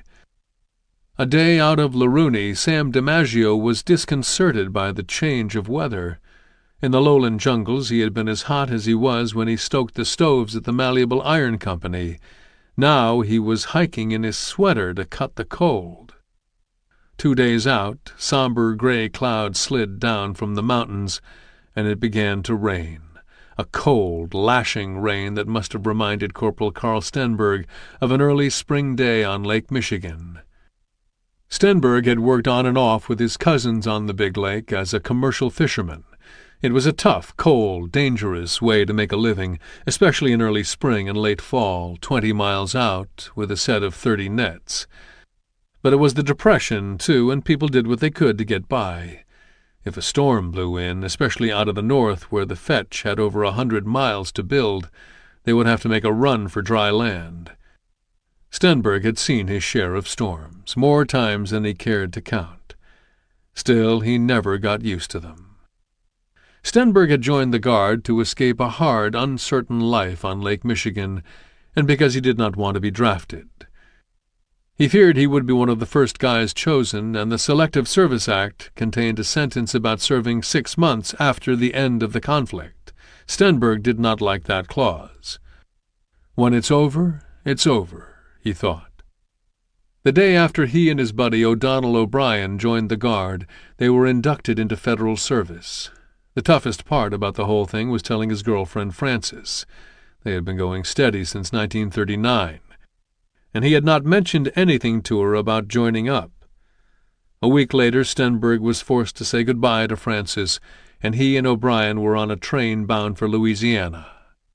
Had he gone with his gut, he would have joined the Navy. He had always loved the water, and in the Navy he would have had a bunk to sleep in and decent food.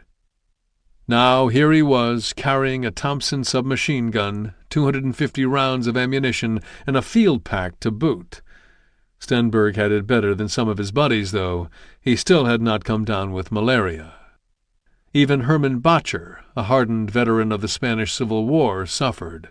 "We were never dry," Bacher said. "Sometimes in 12 hours marching we would make 3 miles.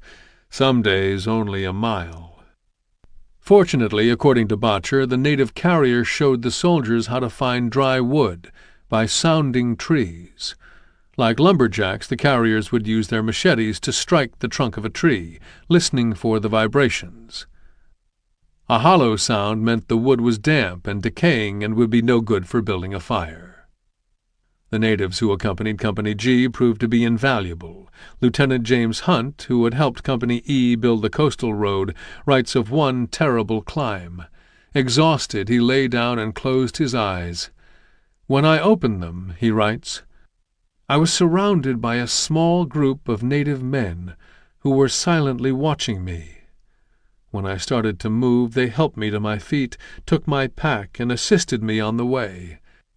I had stopped within a few hundred yards of the top of a hill, and when we reached it, one of the men climbed a coconut tree and got a fresh coconut, which their leader opened so I could drink the milk, which was cool and refreshing. Then they went with me down to the bottom of the hill to our campsite. I thanked them and gave each one a cigarette, which pleased them greatly. I then lay down on a canvas litter. The afternoon rain started, but I was so exhausted I just lay there in the rain." At midday, Gus Bailey called for a brief rest. Bailey had never seen anything like what confronted him on the trail. Here he was, a lieutenant in the role of a captain, and his company was falling apart. Bailey wrote his wife Catherine that the men were so weakened by dysentery that sometimes he had to carry his own pack as well as the packs of 2 other men. Catherine would later write him back, telling him to take it easy, to avoid being a hero. According to Catherine, his response was always the same: "I won't ask my men to do anything I will not do myself." One of Bailey's second lieutenants remembers that despite the circumstances, Lieutenant Bailey never appeared discouraged. Jungle rot had left the skin on his ankles and feet as brittle as onion skin. The skin peeled off as he walked, and blood seeped through his socks. When late in the day Bailey called for the men to stop and set up camp, Stenberg was relieved. His muscles were shot. He breathed shallowly in the rarefied air and chewed on a piece of foot-long sugar-cane he had cut from one of the native gardens. The sugar-cane hung like an amulet from a sock stretched and fastened to either end and worn around his neck. Around him men staggered. Some fell to the ground and lay there as if dead. Men who could still walk searched for flat ground on which to set up their shelter halves. Some did not see any point in trying. After regaining some of their strength, a number of men tried to build fires, but the wood was soaked.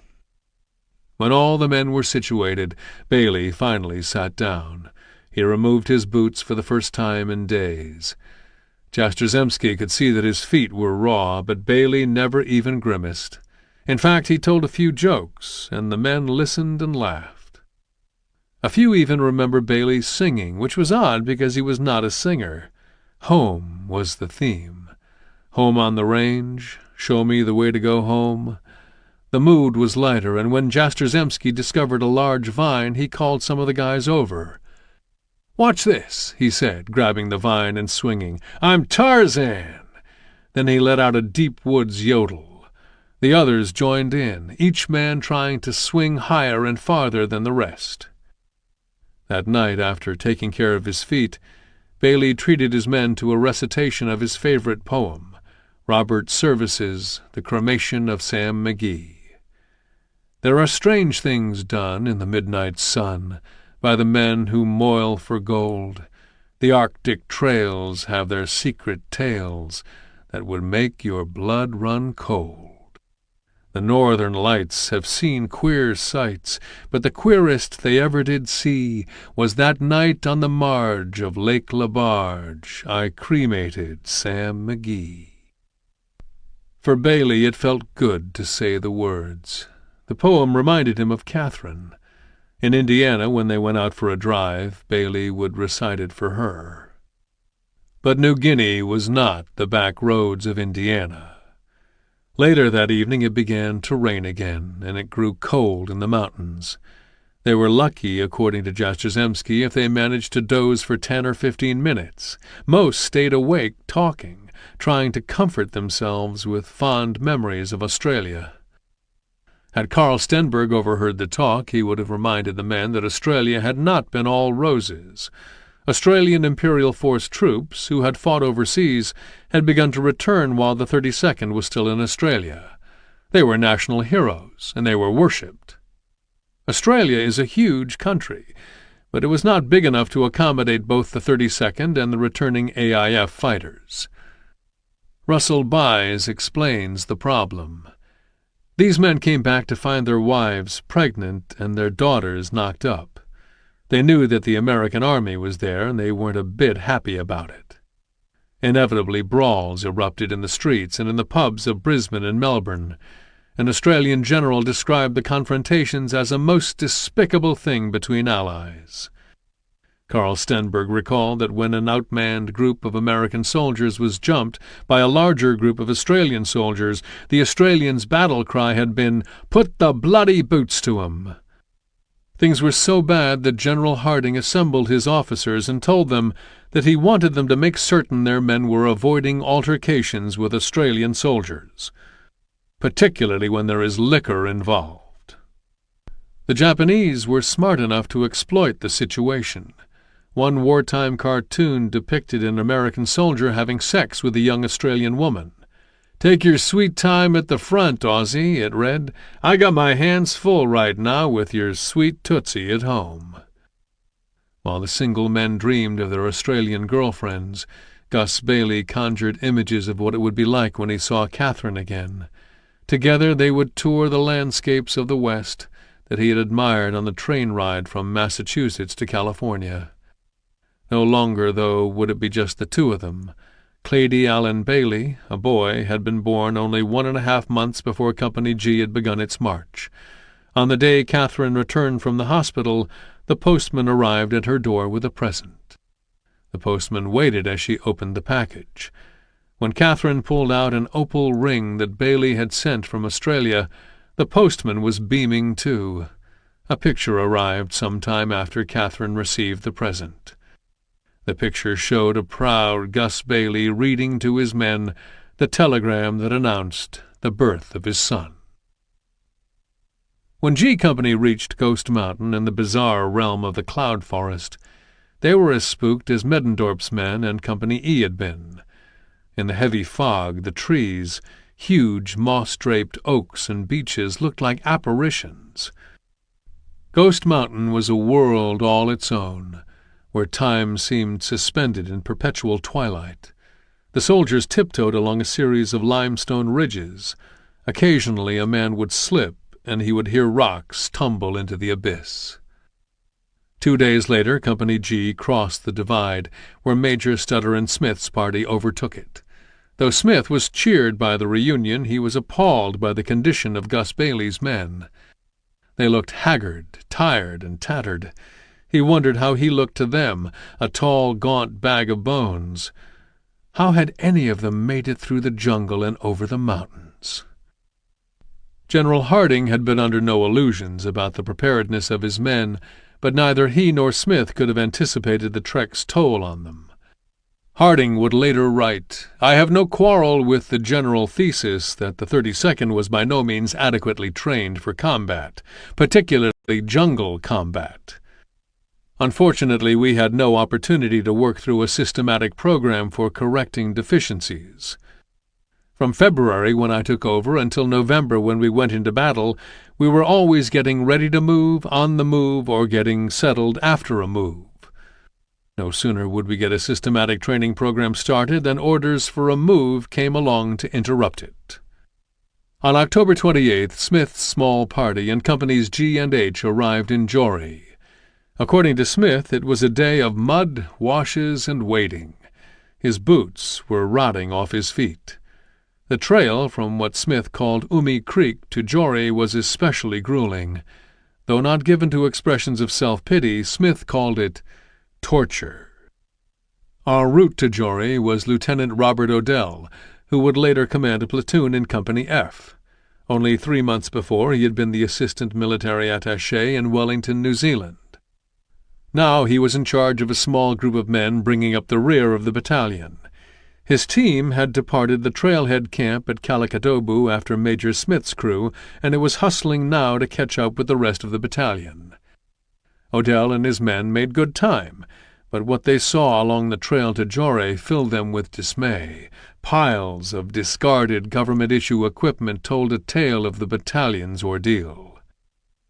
Though Bailey was hoping to rest his troops once they reached Jory, Boyce, who was still in Jory, keeping a handle on things, informed him that Company G was to join him and Company F on the march to Natunga early the following morning. Lutchins and Company E had left for Natunga the previous day. Prior to leaving Jory for Natunga, Boyce received a message from Colonel Quinn. "Your message signed 6:45, morning 2-7, referring to batting average and confidence just received. Stop. Sorry if I have said anything to raise such questions. Stop. Same farthest from thoughts. Stop. Have utmost confidence in your ability and loyalty. Stop. Have tried to show it by turning whole show over to you. Stop. You are not only leading the league in batting, but have been unanimously selected most valuable player. Stop. I am personally interested in you and every man out there, and wish I could be with you. Stop. It's tough being so far away. Stop. I know you will win. Repeat, I know you will win. Stop. Keep your chin up, Jim. Back here we are all pulling for you. 100%. What precipitated the exchange between Quinn and Boyce has been lost to history. Perhaps as the one who gave the go-ahead for the march across the peninsula, Boyce was burdened by a sense of uncertainty about whether he had done the right thing. Had the trek indeed been too much for the men? They had made Jory, but each and every one of them had suffered mightily. Had Quinn sensed Boyce's ambivalence and sent the message to bolster his sagging spirits? Or perhaps it was the colonel who initially voiced his worries about the men's condition. Maybe Boyce interpreted his inquiry as a vote of no confidence. Whatever the reason for the exchange of messages, the one irrefutable fact is that the trek from New Guinea's south coast to Jory brought each man face to face with the limits of his physical and emotional endurance. As Boyce and Companies F and G were preparing to proceed to Natunga, Smith assumed his new role as battalion commander. His first responsibility was an unusual one. Romy asked if the carriers could hold a celebratory dance. Though the prospect of 60 dancing natives did not thrill Smith, he told Romy that he would at least consider the idea. Smith then called a meeting of his company commanders. "What do you think, boys?" Smith asked. "I think it's imperative to keep the porters happy. We can post guards just in case they get carried away." The setting for the celebration could not have been more perfect. The natives found a natural amphitheater at the base of a gently rising slope. As the sun slid behind the Owen Stanleys, the men began a slow dance to the accompaniment of reed and bamboo panpipes and small drums with heads made of dried reptile skins. As darkness advanced, the tempo increased, and Romy joined Smith on the hill overlooking the celebration grounds. Romy explained that the dancers were reenacting historic battles between the mountain tribes and the coastal natives, which often centered on the precious commodity of salt. The mountain people would come to the sea to evaporate seawater and obtain salt. When they did this, they were trespassing on the tribal lands of the coastal people. Romy assured Smith, though, that the dancers had no intention of becoming warlike. Herman Bottcher describes the mood at Jory that had seized everyone, soldiers and carriers alike. It was electric. The Owen Stanleys were behind us, and far in the distance we could see the beautiful green lowlands of the Buna Peninsula. We were overjoyed, particularly the faithful native porters. We made our first comfortable camp, and the natives gathered coconuts, green bananas, squash, taro roots, sugar-cane, pawpaws, limes. We had an orgy of eating, and they stayed up all night dancing and beating on the tom-toms. We had accomplished the march with only about 20 casualties. One man died. Early the next morning, Companies F and G hit the trail for Natunga, 2 days' march northeast of Jory. Once they reached the village, the bulk of their journey would be behind them. Situated in the steep foothills of the Owen Stanley Mountains, Natunga was roughly 30 miles south of the Buna coast.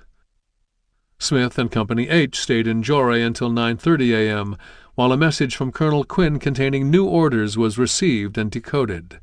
The entire battalion was to lay over in the village of Natunga. Forward scouts had indicated that the village was an ideal location for an airdrop. It sat on a prominent hilltop with 15 acres of open grasslands. Colonel Quinn complimented Smith and the rest of the battalion on its determination. He also passed along some uplifting news. The Japanese were in full retreat on the Kokoda track. Then he added, "Hug and kiss Jim Boyce for all of us." Chapter 10. To Swallow One's Tears. Namida on Nomu. In late October 1942, the Australians pressed their counterattack on the Kokoda track. By the time Horry reached the village of Myola, his men were manifesting symptoms of beriberi, typhus, dysentery, colitis, and malaria, for which many didn't even have quinine. Others were slowed to a virtual crawl by jungle rot.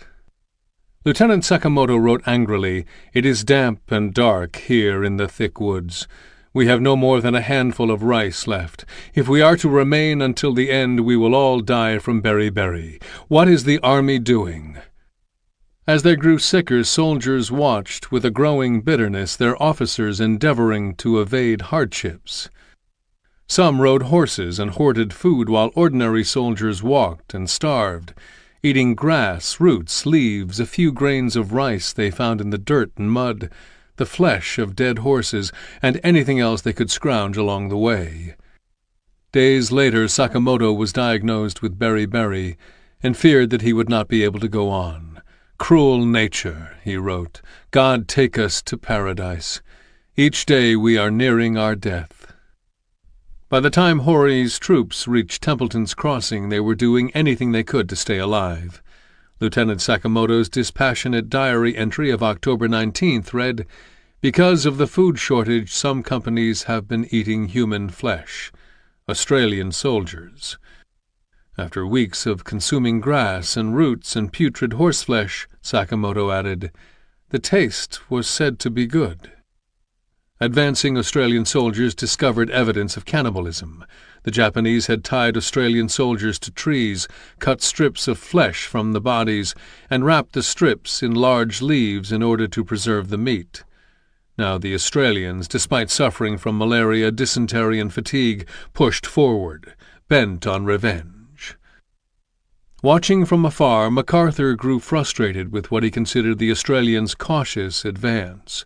When Arthur Tubby Allen, the Australians' commanding general, reached Myola on October 17th, a message awaited him. In it, MacArthur made it clear that he was unhappy with the pace of the counterattack. The casualties, he said, were extremely light. Allen refused to let his men rush blindly into an ambush. What he knew and MacArthur did not was that at some strategic point the Japanese would turn and fight. That place was Aora Creek. Once they reached the ridge that towered over the gorge, they stopped running and dug in.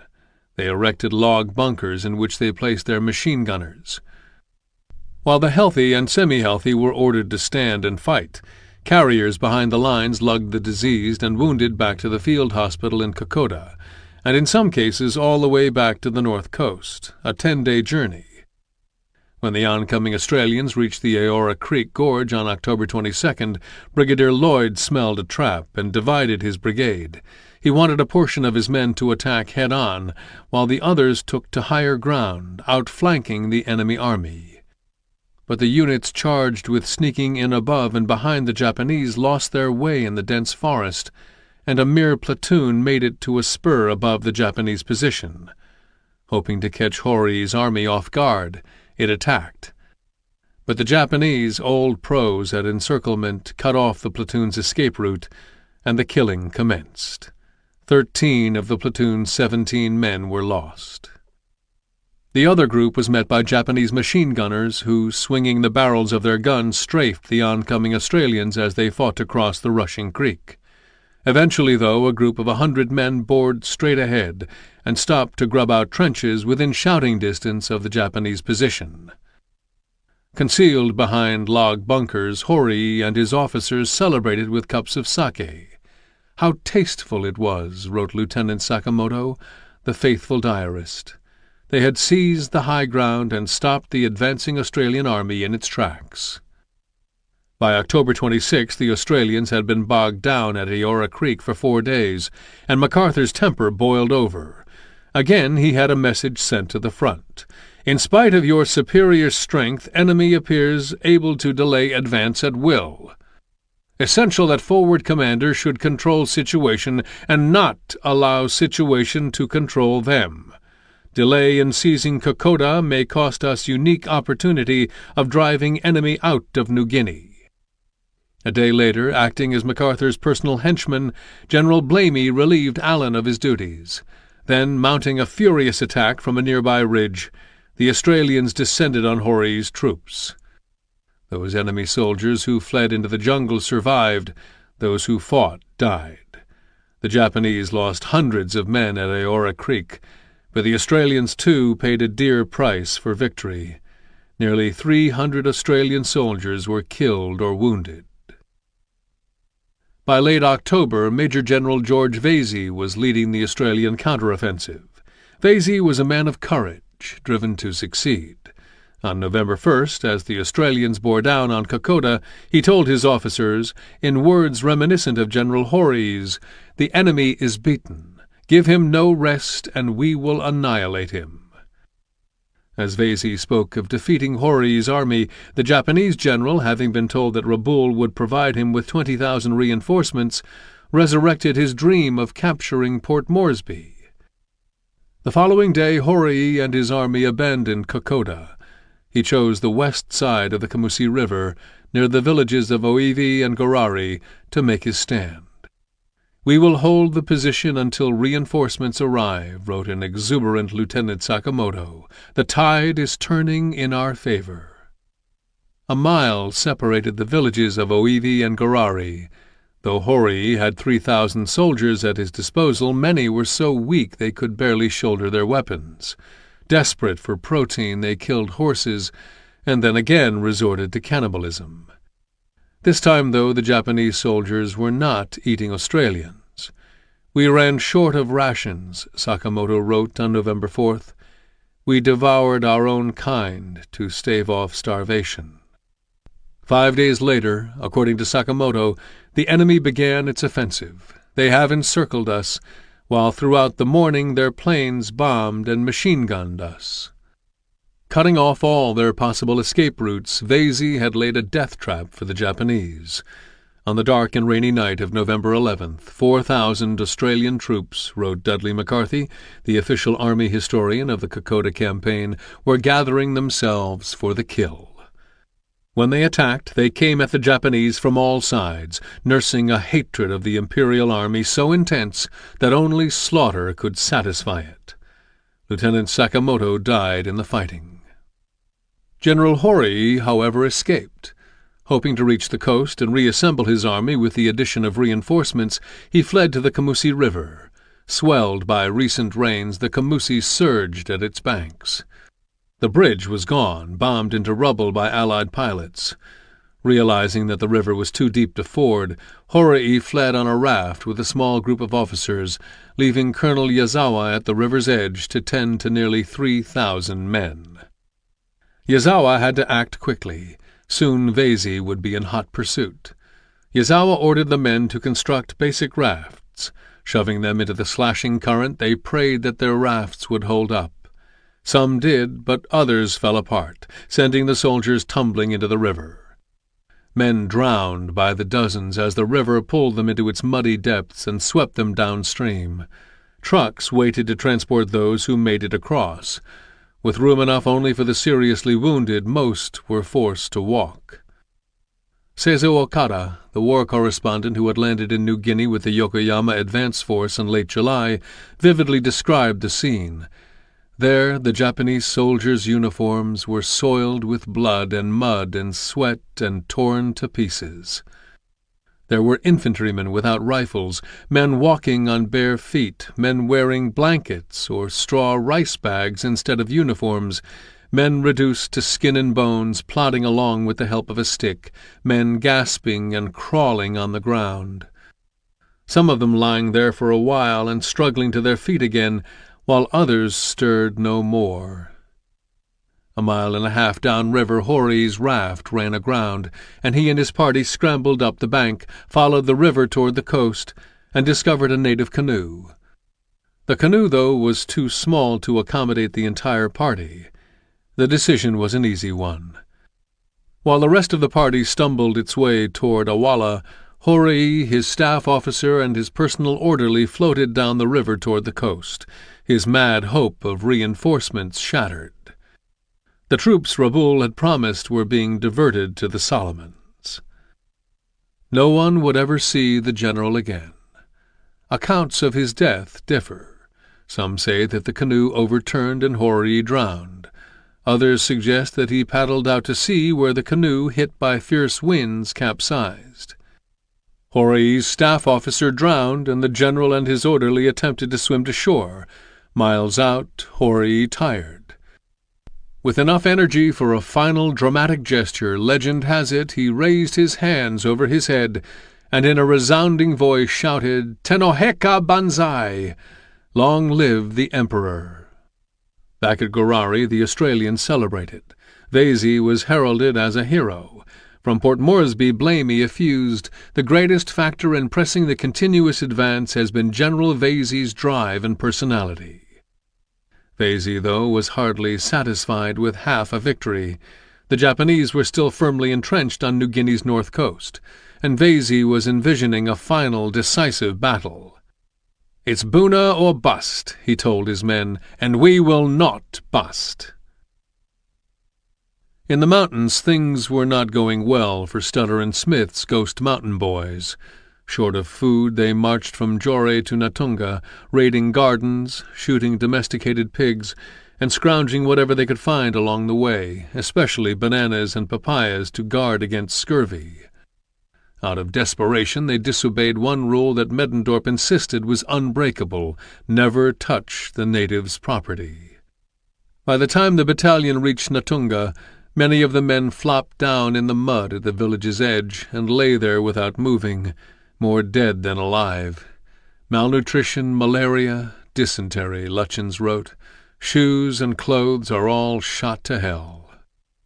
Back at regimental headquarters on the south coast, Colonel Quinn had grown increasingly concerned about the condition of his troops. When Smith alerted him that the men needed food and medical supplies to continue, Quinn took matters into his own hands. He would personally oversee the airdrop. Natunga looked to Smith like the perfect spot for a drop. In the distance, Mount Lamington loomed blue and ominous, its peak obscured by clouds. Heavy jungle stretched from Natunga to the mountain's steep slopes and north along the rain-swollen Girua River, but Natunga itself sat in a large meadow on a hilltop. Smith realized that it might be the battalion's last chance to resupply before going into battle. Natunga also had a ready supply of healthy, well-fed natives to carry provisions.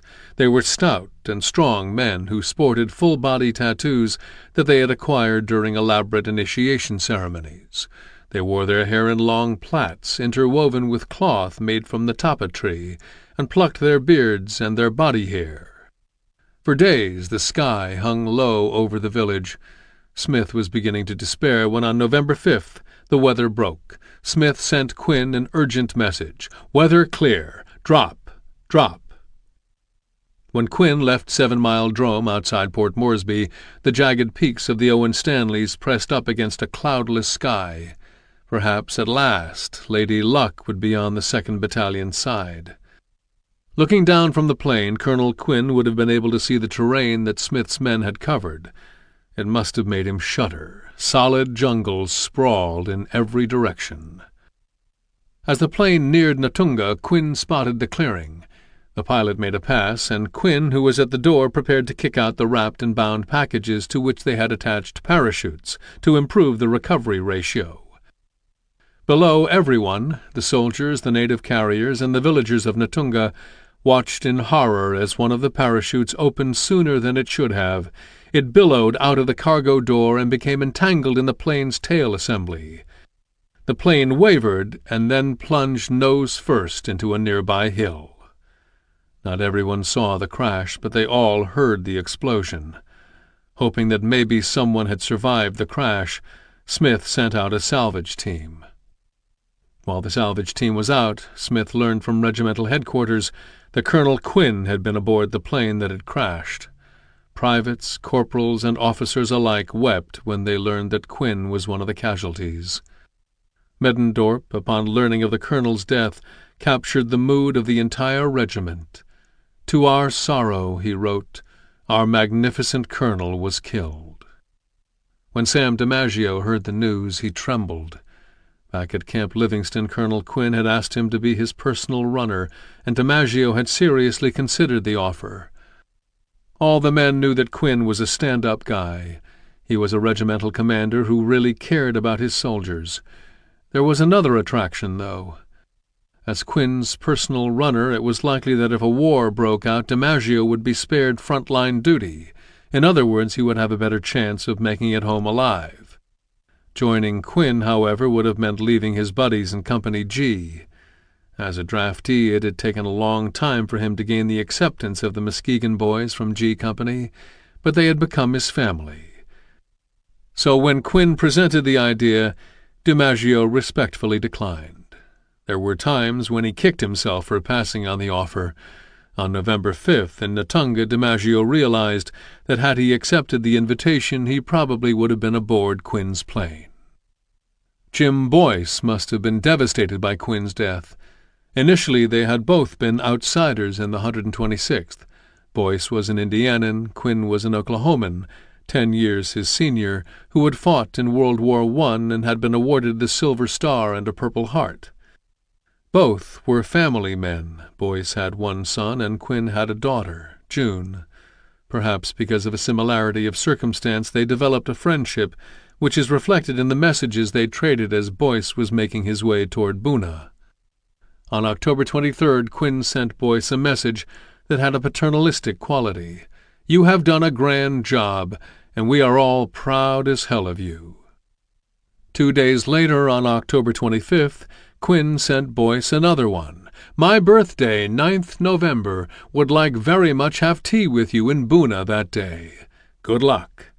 It was vintage Quinn. Funny, encouraging. Later that day, Boyce responded, "Please have faith in us. We will lick the hell out of them." A few days later, Boyce received another message from Quinn, which Quinn asked him to read to the troops. The colonel wrote, "A few weeks ago this force was assigned a mission described by many as impossible.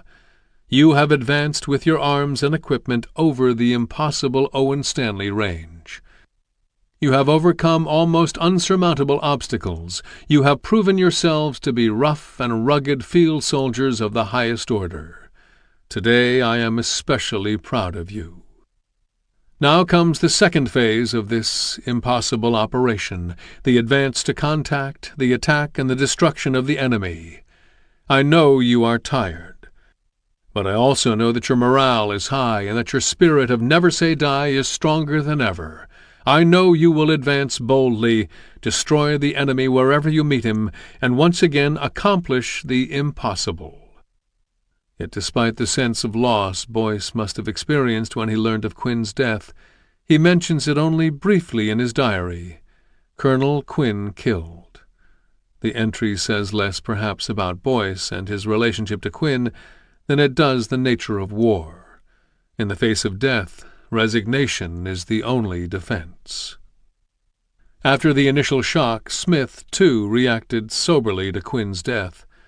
There was little time to mourn. He radioed Captain Keast at Laruni and ordered Father Stephen Zenas sent forward to perform the burial ceremony. Lutchins had just returned from the village of Pongani, where he and Art Edson had been directed to make contact with the 128th in order to get its radio frequency so that Smith could stay in touch with General Hanford McNider and his coastal force. Upon arriving in Natunga, Lutchins noted that the salvage team pulled out mashed bodies with one hand and enjoyed undamaged fruitcake it had found among the wreckage with the other. For the minute or two it took the men to devour the cake, hunger trumped grief. Affected perhaps by Quinn's death, Art Edson felt the need to write his sweetheart, though he could not have known if the letter would even make it out of New Guinea. Dearest Lois, just a few lines to let you know that I'm still alive and kicking. We are still in New Guinea. Forever. Love, Art. On the other side of the mountains, General Harding knew that the 32nd had just lost a good man, and his best regimental commander, and that by a wide margin. On November 8th, the 126th held a memorial for Colonel Quinn in Port Moresby. The regimental chaplain presided over the service. "He is not present to lead the regiment," the chaplain said, "but Larry Quinn marches on and will lead this regiment. What he put in you will not be lost in this war or after. But when you go, and you will go soon, and you will go far, I am sure as I stand here that the spirit of Larry Quinn will go forward with you and join with you in making the name of Le Terrible death in the eyes of our enemy." Chapter 11. Fever Ridge. On November 6, 1942, the day after Colonel Quinn died in the plane crash, MacArthur moved his headquarters from Brisbane to Port Moresby, leaving behind his wife and son. Upon arriving in New Guinea, MacArthur settled into the comfortable government house, which had been the residence of the colonial governor for the last 50 years. The house had been refurbished for his arrival. It was probably the only building on the entire island of New Guinea with modern plumbing. It was appointed with fine tropical furniture, hardwood floors, and even a library. MacArthur enjoyed a menu of fresh eggs, milk, salad, and meat. He also had a staff of 9 native boys who wore serving gloves and pressed white laplaps decorated with blue stars and red stripes. The house, which the soldiers referred to as the Ivory Tower, was situated in a grove of stately coconut palms on a grassy hill overlooking the port area. From its spacious veranda, adorned with bougainvillea, hibiscus, and pink frangipani, MacArthur could lounge in his silk dressing-gown with a black dragon emblazoned on the back, enjoy the breeze, and admire his handiwork. He had ordered his chief engineer officer to transform the port into a first-rate base, and the officer had done just that. 4 days before leaving Australia, MacArthur established the tentative date for the Allied attack on the Buna coast, postponing it by 2 weeks from the original plan. The 128th Infantry Regiment, which had been waiting for orders to move out since arriving at Wanagala by plane, greeted the announcement with anger and frustration. After arriving at Wanagala during the 3rd week of October, the 128th had begun marching in the direction of Pongani. En route there, however, the regiment got mired in the vast swamps of the Musa River delta, which slowed its movement to a crawl.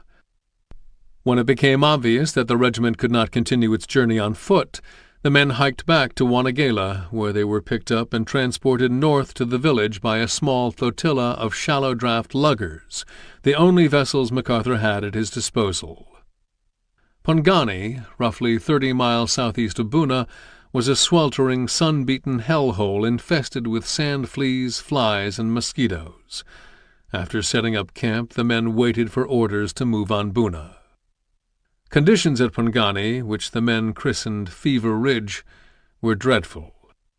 According to Lieutenant Colonel Stanley Hollenbach, commander of the portable surgical hospital there, the hospital was filled way beyond capacity with malaria and dengue fever cases, and quinine was in short supply. Dysentery became a problem. Men's feet swelled and numbed and turned bluish-white. It felt as if they were walking on wood blocks. As the trench foot grew worse, their feet blistered. When the blisters burst, men were in such pain that they could barely stand up. To make matters worse, the soldiers began to suffer from malnutrition, too. Their daily intake amounted to 1/3 of a sea ration and a couple of spoonfuls of rice a day, hardly more than 1,000 calories. The weather added to their misery. The camp felt like a sauna. Soldiers withered from lack of fresh water. When it rained, they collected it in their helmets. When it was not raining, the tropical sun burned their backs red. Many of the men were so sunburned that it hurt to move. After 2 weeks, a general malaise set in. Men stopped washing. They did not bother about the bugs. They did not see the point in sterilizing their mess kits. They grew absent-minded and forgot to drop an iodine tablet in their water. Those who had quinine discarded it because it made them sick. According to a ground forces observer at Pongani, the lid really blew off when they heard the news of MacArthur's decision. He wrote, "The reason for the order was, of course, to gain time to stockpile supplies for the impending advance, but the division, restive and eager to be up and at 'em, did not see it that way. Opinions were freely expressed by officers of all ranks that the only reason for the order was a political one. GHQ was afraid to turn the Americans loose and let them capture Buna because it would be a blow to the prestige of the Australians who had fought the long, hard battle all through the Owen Stanley Mountains and who therefore should be the ones to capture Buna. MacArthur also postponed the attack because he was reluctant to concentrate large numbers of Allied troops on the Buna coast until the situation at Guadalcanal clarified itself. Recalling the tragedy of Bataan, What he feared most was that if the Japanese took Guadalcanal, they could commit the full might of their forces to an invasion of New Guinea. The Americans would then be trapped on the north coast. MacArthur insisted on a plan for the swift withdrawal of Allied troops, and General Blamey assured him that he had one. Blamey had already endorsed General Harding's plan to fly the remaining portions of the 126th Infantry Regiment into Pangani, where a usable airfield had been discovered and improved. Aware of MacArthur's reservations, Blamey added his own wrinkle. After landing, they would hike inland and temporarily join Major Smith's 2nd Battalion at the village of Bofu, north of Natunga, and wait for orders to attack. The entire route, Blamey assured MacArthur, would be protected by the Hydrographer's Range, a sprawling series of mountains that butted up against the coastal plain. At worst, if the Japanese invaded en masse, the 128th Infantry Regiment could use the same route to evacuate the coast. On the other hand, if all went well and the Japanese were preoccupied with Guadalcanal, the Allies could launch a three-pronged advance on Buna, beginning sometime in mid to late November after the Australians had crossed the Camusi River. MacArthur was satisfied with Blamey's blueprint, and the transfer by air of regimental headquarters and the 1st and 3rd Battalions of the 126th Infantry Regiment began on November 8th, 2 days after MacArthur arrived in Port Moresby. Major Simon Warmanhoven, preparing to be airlifted to New Guinea's north coast, wrote his wife a hurried letter. Somewhere in New Guinea, Sunday night, 10:45 p.m., November 8th, 1942. My lover. Hello, Mandy, darling. I'm going to sit down here and dash off a letter. Things are moving fast right now, and I'm taking time out to let you know that my thoughts are with you, the grandest and most wonderful person in my life. Don't be surprised, hon, if there'll be a little lull in my letters. I'm ever so much in love with you. Until next time, lovingly, always, Sam. As the Allies were assembling their forces, MacArthur received news from Guadalcanal. Admiral Halsey's fleet had destroyed an 11-ship Japanese convoy carrying most of Japan's reserve troops. It was now safe for Marine Corps troops, reinforced by the Army, to begin their raid on the Japanese-held garrison. Admiral Halsey's victory was a turning point in the war, one to which MacArthur, weighing the impact of the report from his secluded veranda, must have responded ambivalently.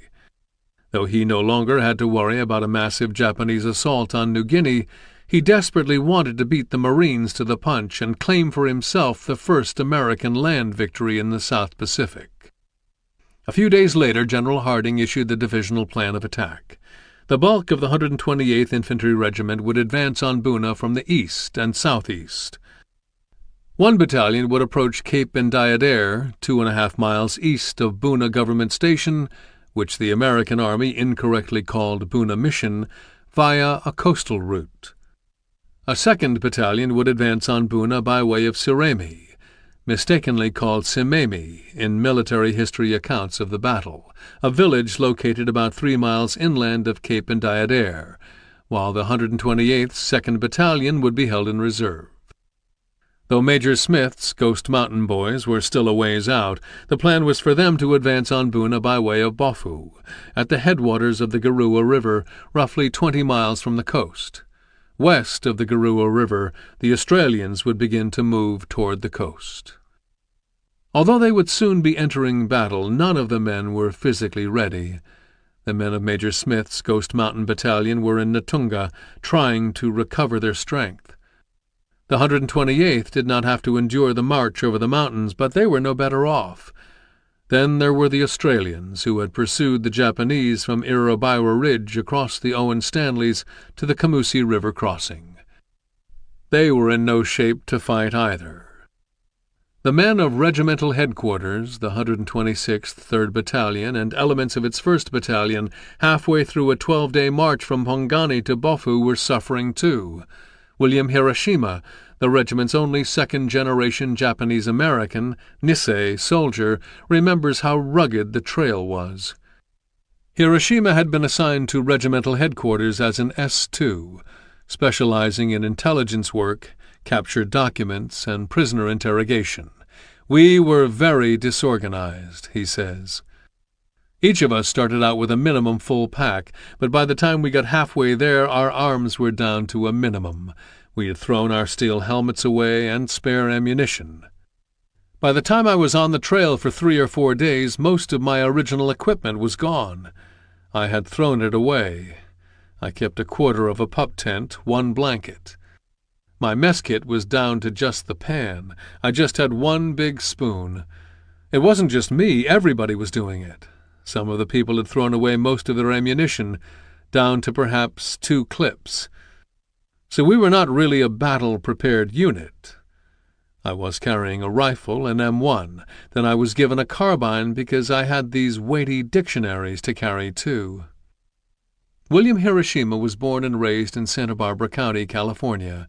His father emigrated to the United States during Japan's rice crisis of the 1890s. Reaching Hawaii, he had worked as a cutter in the pineapple orchards. Later he left Hawaii and moved to the Santa Barbara area to work on the railroad. It was backbreaking labor even for a man accustomed to toiling in farm fields from sunup to sundown. After getting a job as a janitor at the Seaside Oil Company, he felt he was finally settled and sent back to Japan for a bride. His son William was born in March 1920, the second of 3 brothers. Hiroshima grew up like any other kid in America. In fact, he was treated better than the Oklahomans who flooded California during the Depression. The Hiroshimas tried their hardest to be a typical American family. Like many Japanese Americans, they eschewed any association with Japan and Japanese culture.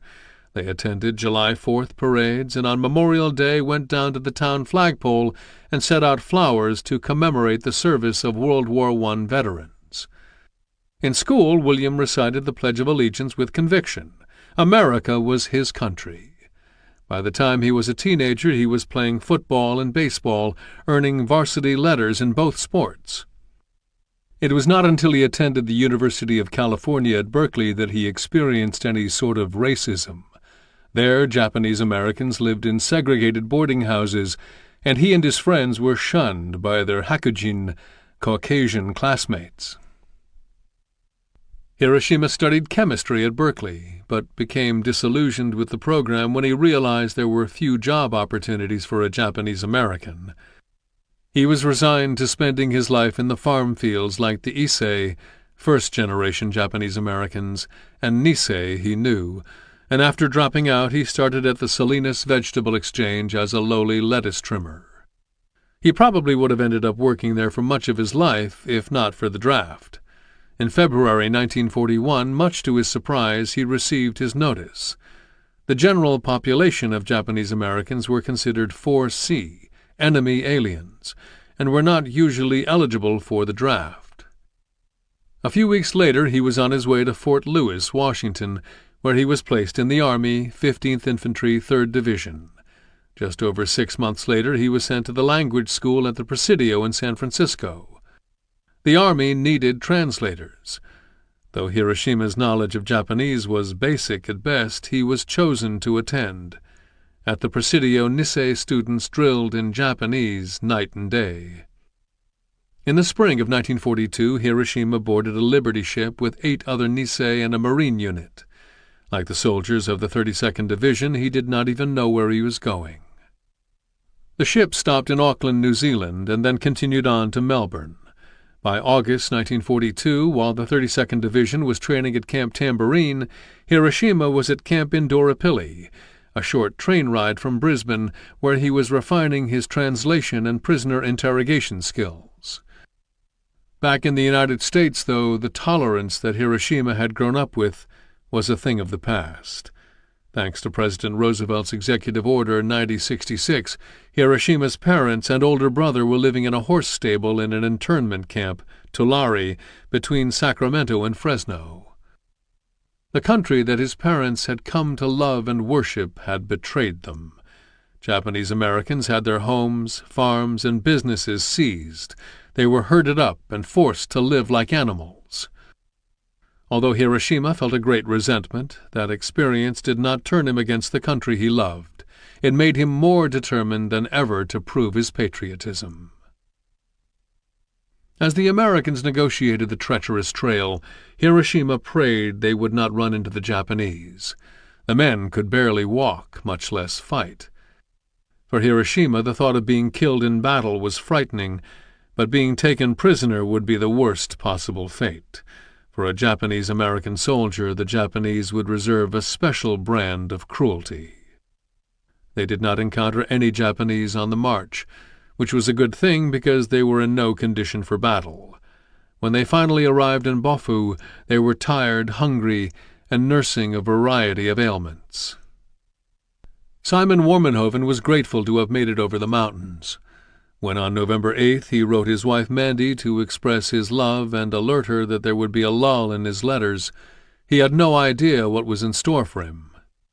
He had walked over the mountains shouldering his own pack, a smaller bag of medical supplies, and occasionally the pack of another doctor. Once they reached Bofu, the men collapsed, but Warmenhoven's work had just begun. He had managed to keep the men of the 126th healthy while they were training in Australia. He treated venereal diseases and, on a small scale, malaria, dengue fever, and an assortment of skin ailments. That was comparatively easy. Now, it seemed, everyone had some kind of ailment. Soldiers were burning up with fevers, and some had dysentery so bad he worried about dehydration. Everyone had feet torn up with blisters, sore knees and shoulders, and backs scorched by the sun. And he had not even gotten around to visiting Stutter and Smith's Ghost Mountain Boys. What would happen once the fighting started? How could he treat all the sick and wounded? How would the newly created portable hospital units, forerunners to MASH, Mobile Army Surgical Hospitals, function?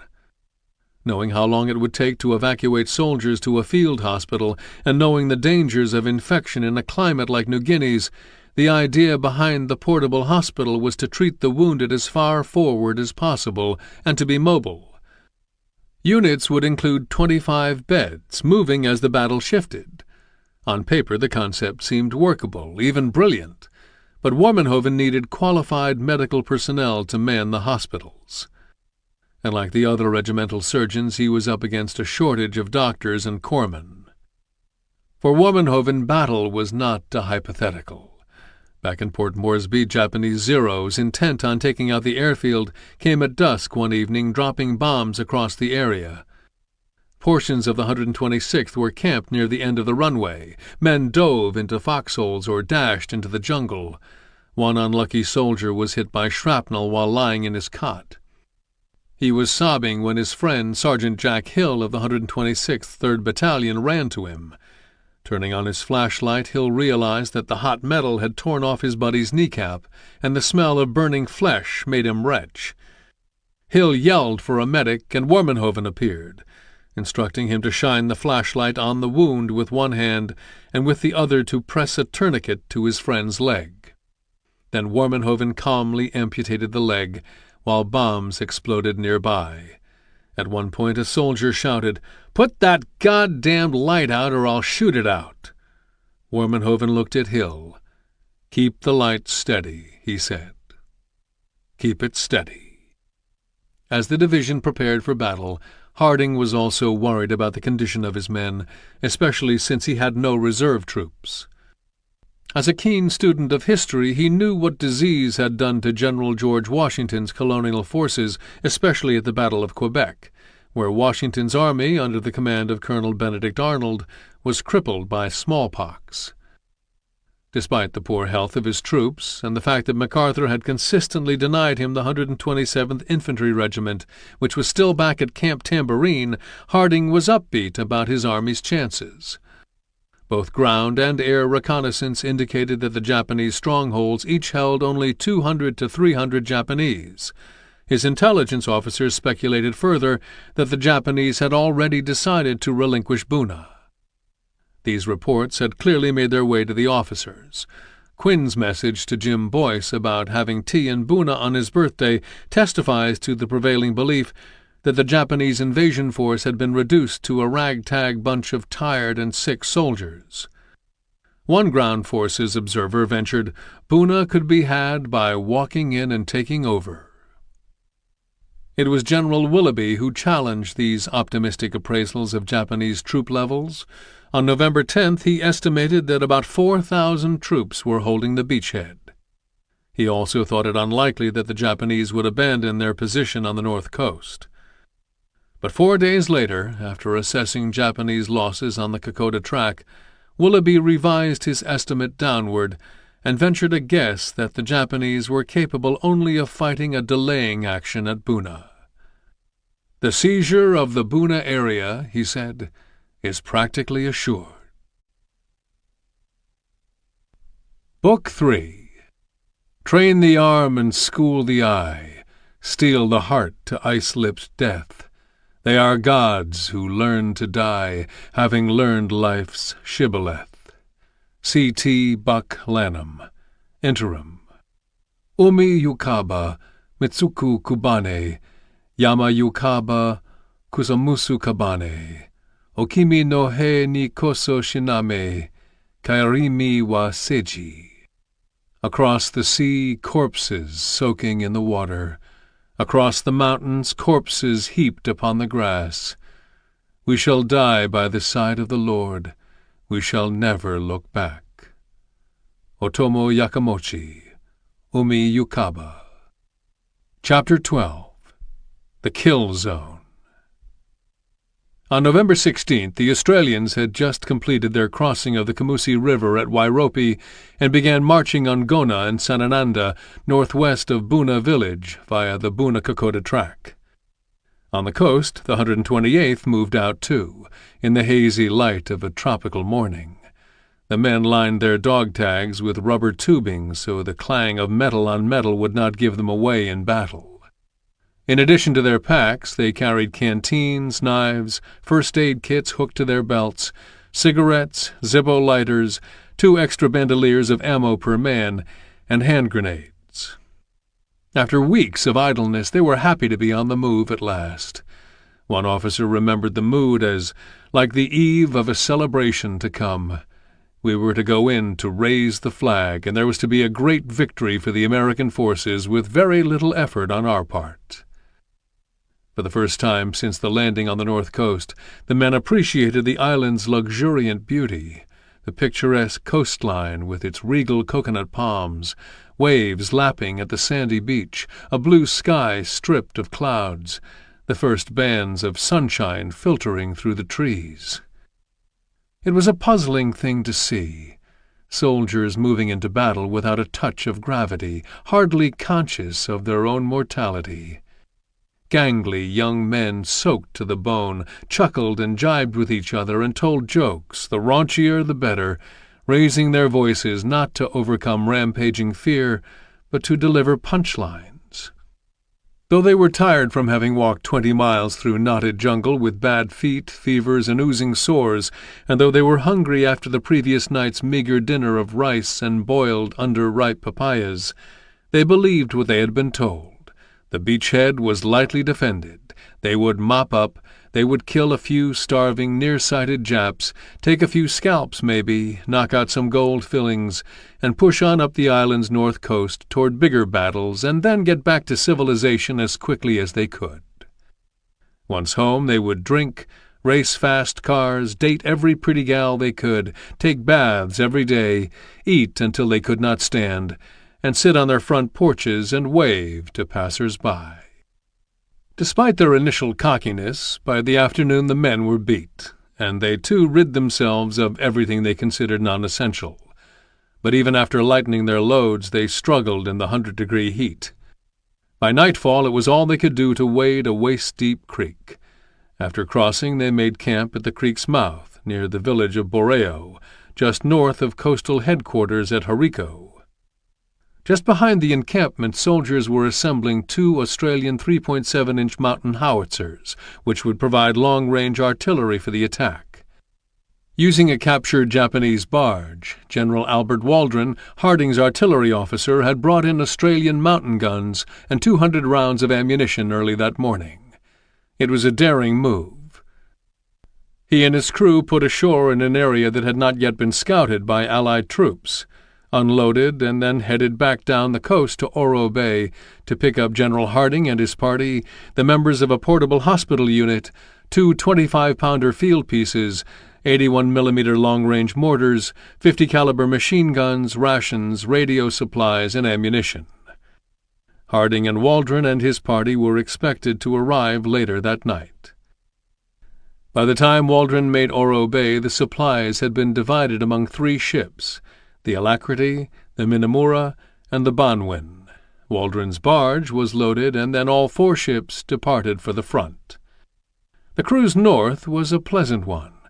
It had been over a month since a Japanese plane had been sighted along the north coast, and the crews of the various ships were relaxing for perhaps the last time before going into battle. Just off Cape Sud-Est, General Harding, who was aboard the Minamura, was enjoying dinner with the captain and its crew. It was nearly dusk, and the sky throbbed with the rich shades of a tropical sunset. A slender native boy stood at the bow of the ship, throwing out a plumb line and shouting out the depths. Angelfish gathered around the line, and the sea was radiant with color. Off the starboard bow, the black fin of a shark broke the surface of the water. In the distance, the Alacrity, the largest ship in the convoy, was already dropping anchor off Hariko. The Alacrity towed a barge and carried most of the ordnance, 40 native carriers, and the 29-man hospital team. Harding was sipping a cup of coffee when suddenly he heard the far-off sound of airplane engines. As the drone of the engines grew louder, everyone thought the same thing. Are they ours? The Minamura's captain stood and searched the rose-colored horizon with his binoculars. When he saw the blunt noses, he knew. Zeros. The Minamura's skipper swung the ship toward shore. The captain grabbed an ammunition belt and lunged for the machine gun mounted on the port deck. The native boy no longer shouted out depths. He had slipped silently over the side of the boat. Moments later, 18 Zeros with red balls on the underside of their silver wings appeared out of the evening sky. The Zeros buzzed overhead and kept on going as if on a bombing mission in some far-off place. Everyone on the boats held his breath, wondering if the planes would return. Without Allied aircraft escorts, which had already left for Port Moresby in hopes of making it over the Owen Stanley hump before darkness, the ships were sitting ducks. Minutes later, the Zeros materialized out of the southern sky. They came in fast and low, bent on destruction, strafing the Bonwin, the 3rd ship in the convoy. Aboard the Bonwin, men were hugging the decks inside the main cabin. Incendiary bullets ricocheted off barrels and wood planks. Though they were unaware of it, a fire fueled by burning gasoline was making its way to the main cabin, which was soon engulfed in flames. The ship was going down. 3 Zeros then attacked the plodding barge. The pilots were making one run after the next, spewing tracer bullets, according to Lieutenant Colonel Stanley Hollenbach, who from the beach watched the attack unfold. When the bullets tore into gasoline drums, a surge of black smoke shot into the sky and surrounded the barge. It did not take the men long to realize that they were goners if they stayed aboard. Anyone who was able to swim, including General Waldron, dove as far from the barge as they could, with bullets smacking around them. Aboard the Alacrity, crewmen were firing back with 50 and 30 caliber machine guns and rifles. It was a futile fight. In less than a minute the Alacrity was ablaze. Men hurled themselves into the water. A bomb fell among the natives, who had abandoned ship at the same time and killed all but 12 of them.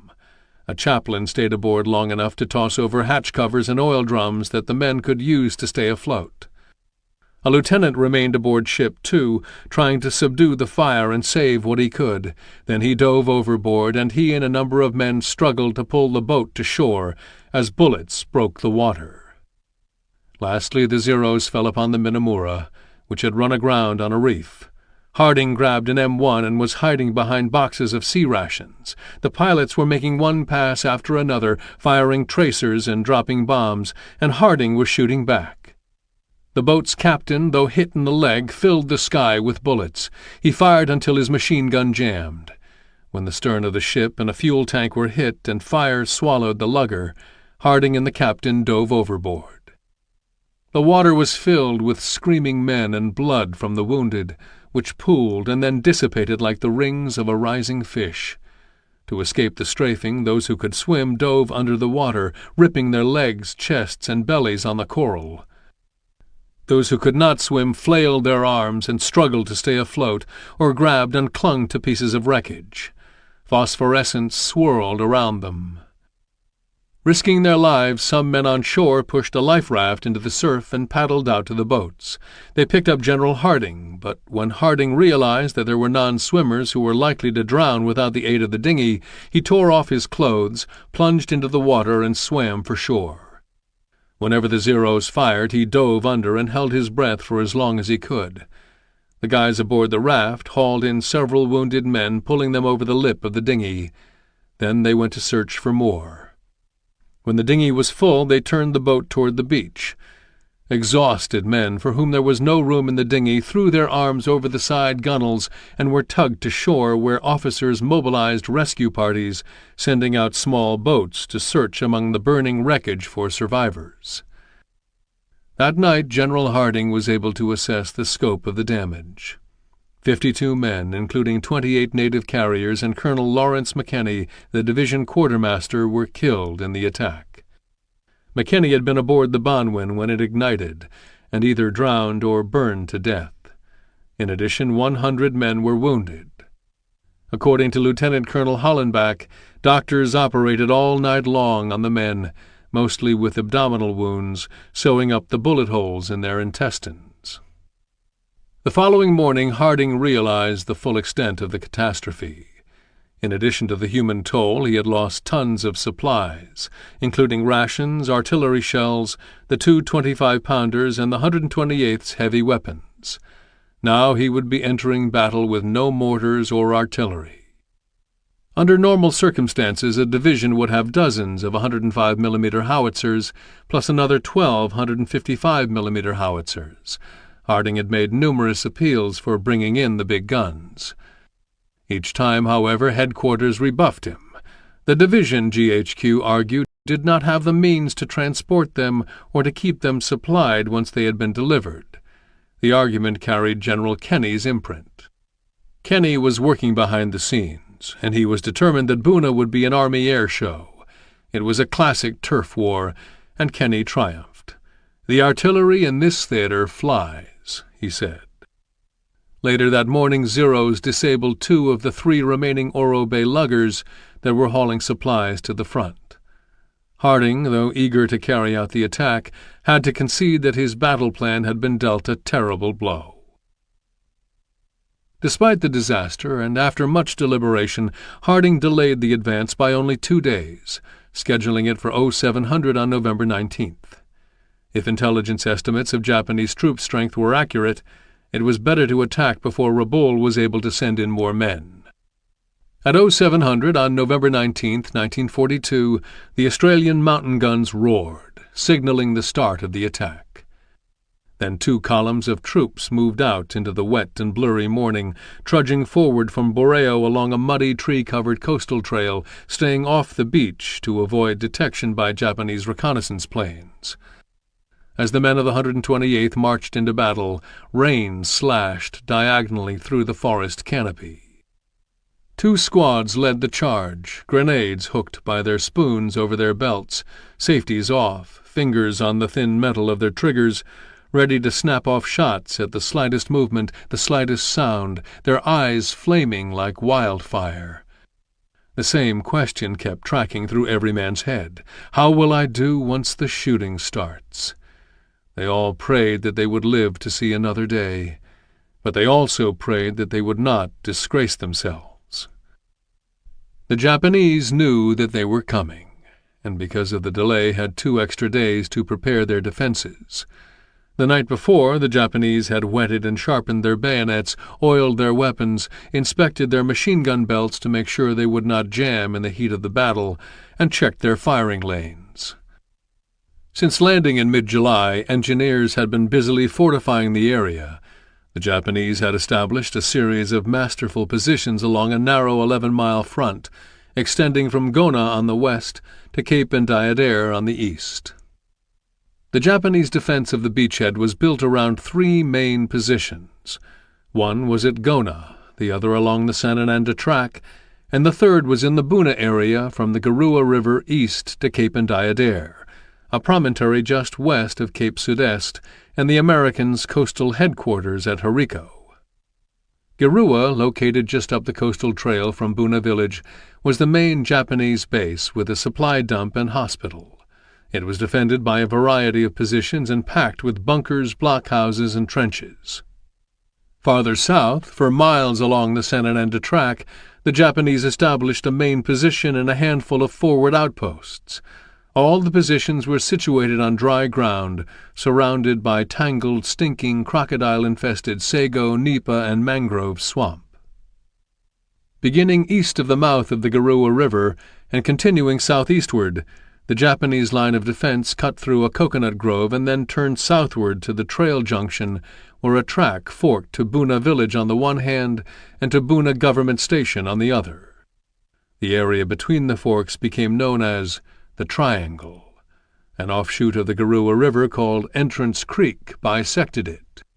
Sweeping north, the Japanese line enclosed the Triangle and then turned eastward to the grassy area known as Government Gardens.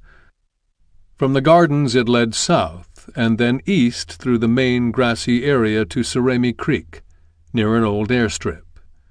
Continuing southward, it enclosed the bridge over Surami Creek between the old strip and a new airstrip.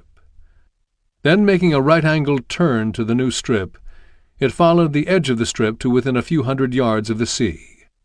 Cutting sharply northeast, it emerged on the sea at a point about 750 yards below Cape Ndiadere in an area of coconut palms known as the Doropa Plantation. In the Surami Creek area, the only dry ground was occupied by two strategically important airfields, one called Old Strip, which was bombed relentlessly by Kenny's pilots, and the other called New Strip. Although the airfields were primitive, MacArthur coveted them. In Allied hands, they would serve to check any further Japanese threat to Port Moresby. They would also aid an Allied advance along New Guinea's north coast and make bombing raids on Rabaul far more practical.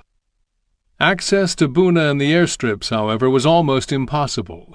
By water, Buna was protected by a maze of shallow coral reefs. By land, it was surrounded by a swamp, only 3 feet above sea level, reaching far inland. The natives used the few dry areas for gardens of taro, yams, sugarcane, bananas, and breadfruit. The drier areas outside the perimeter of the swamp were barely more accessible. They were covered with coconut palm plantations and broad fields of golden kunai and elephant grass. The elephant grass grew to heights of 10 feet, and both grasses were razor-sharp. In the area east of the Garua River, the Japanese had erected hundreds of impregnable coconut log bunkers between 8 and 30 feet long. In designing them, the Japanese engineers had attended to the smallest of details. The bunkers were reinforced with coconut logs, I-beams, sheet iron, and 40-gallon steel oil drums filled with sand, and camouflaged with earth, grass, rocks, and more logs. Because of the high water table, engineers constructed them 7 or 8 feet above the ground and carved out firing slits in them. The entrances were positioned so they could be covered by troops in adjacent bunkers, and they were angled to protect soldiers from hand grenades. The bunkers opened directly onto fire trenches or were connected to them by shallow crawl tunnels. Bunker and trench systems protected all of the inland approaches to Buna village and Buna government station. The approaches, in turn, were honeycombed with enemy emplacements. Colonel Yokoyama, the commanding officer of the 15th Independent Engineers, took charge of all the Japanese forces west of the Garua River. Captain Yasuda, the senior naval officer, took command east of the river. The Japanese line at Buna left the 32nd Division no room to maneuver and forced the Americans into swamps, putrid with decay, or onto paths where the Japanese could concentrate their firepower. The situation clearly called for an amphibious assault using shallow-draft landing craft, but all available Higgins boats had been diverted to Guadalcanal. As the men of the 128th closed in on the Japanese positions, The jungle, according to Robert Doyle, a Milwaukee Journal reporter assigned to the 128th, was as quiet as a church. Another 100 yards down the trail, the 128th met a hailstorm of fire. Men were scythed by Japanese machine gunners, by snipers who used a smokeless powder and were tied into the tops of trees with enough water and food to last them days, and by riflemen hiding in their bunkers. The Japanese shells made a small flash, so the Americans could not tell where the shots were coming from. If a tribe of headhunters wielding spears had attacked, the Americans could not have been more shocked. They had stumbled directly into the enemy's kill zone. One scout took a bullet to the head. His killer was only 4 feet away, invisible in his camouflaged bunker. When the men saw the scout go down, they scattered. They dove from the trail and fired wildly.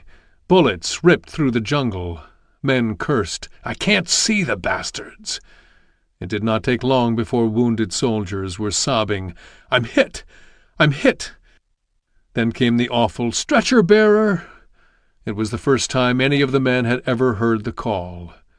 Those who survived the war would always remember it. A medic was jumping from one man to another, opening his pouch to get at first aid supplies, and dusting gaping wounds with sulfa powder to fight infection. The jungle was full of injured soldiers, blood-spattered vines and ferns, shards of shattered bone, and strings of bloody intestines hanging from gaping holes in men's bellies. The Japanese snipers were especially fond of the gut shot. A gut-shot soldier would act like a decoy. He would cry out for help, drawing in more soldiers.